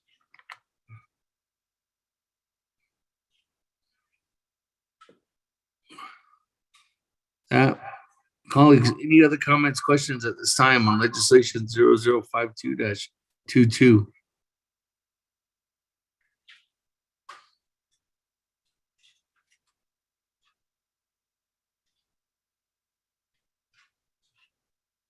If there's none, we'll go back to reserve time. Good evening again, Chairman Hingy. The floor is yours with 3 minutes and 16 seconds. Thank you, Announcer, to the Speaker Dana.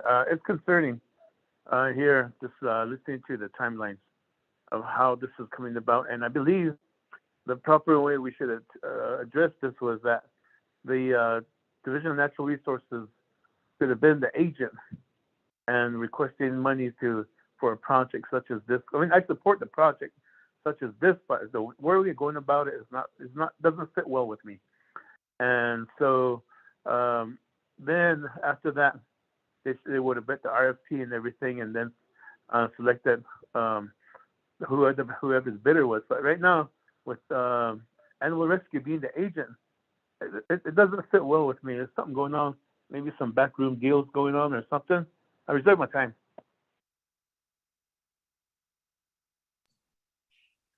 Reserve time at 2 minutes, 29 seconds.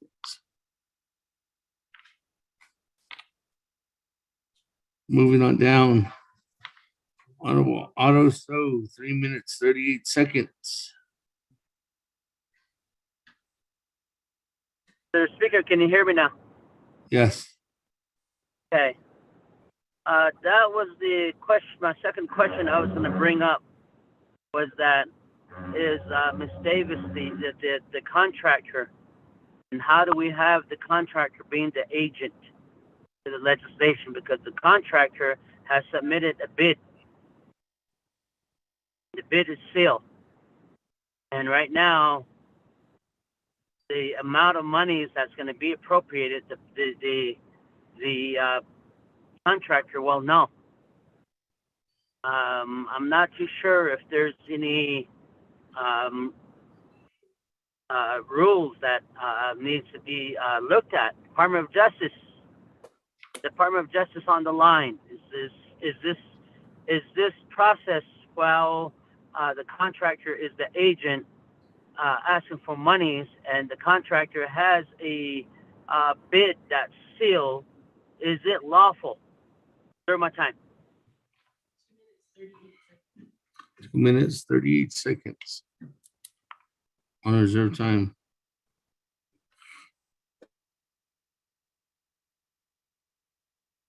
Thank you very much. I'm going to go to if there is anybody on from the Department of Justice that helps assist or oversees with business regulatory. And then I'm going to go back to DNR.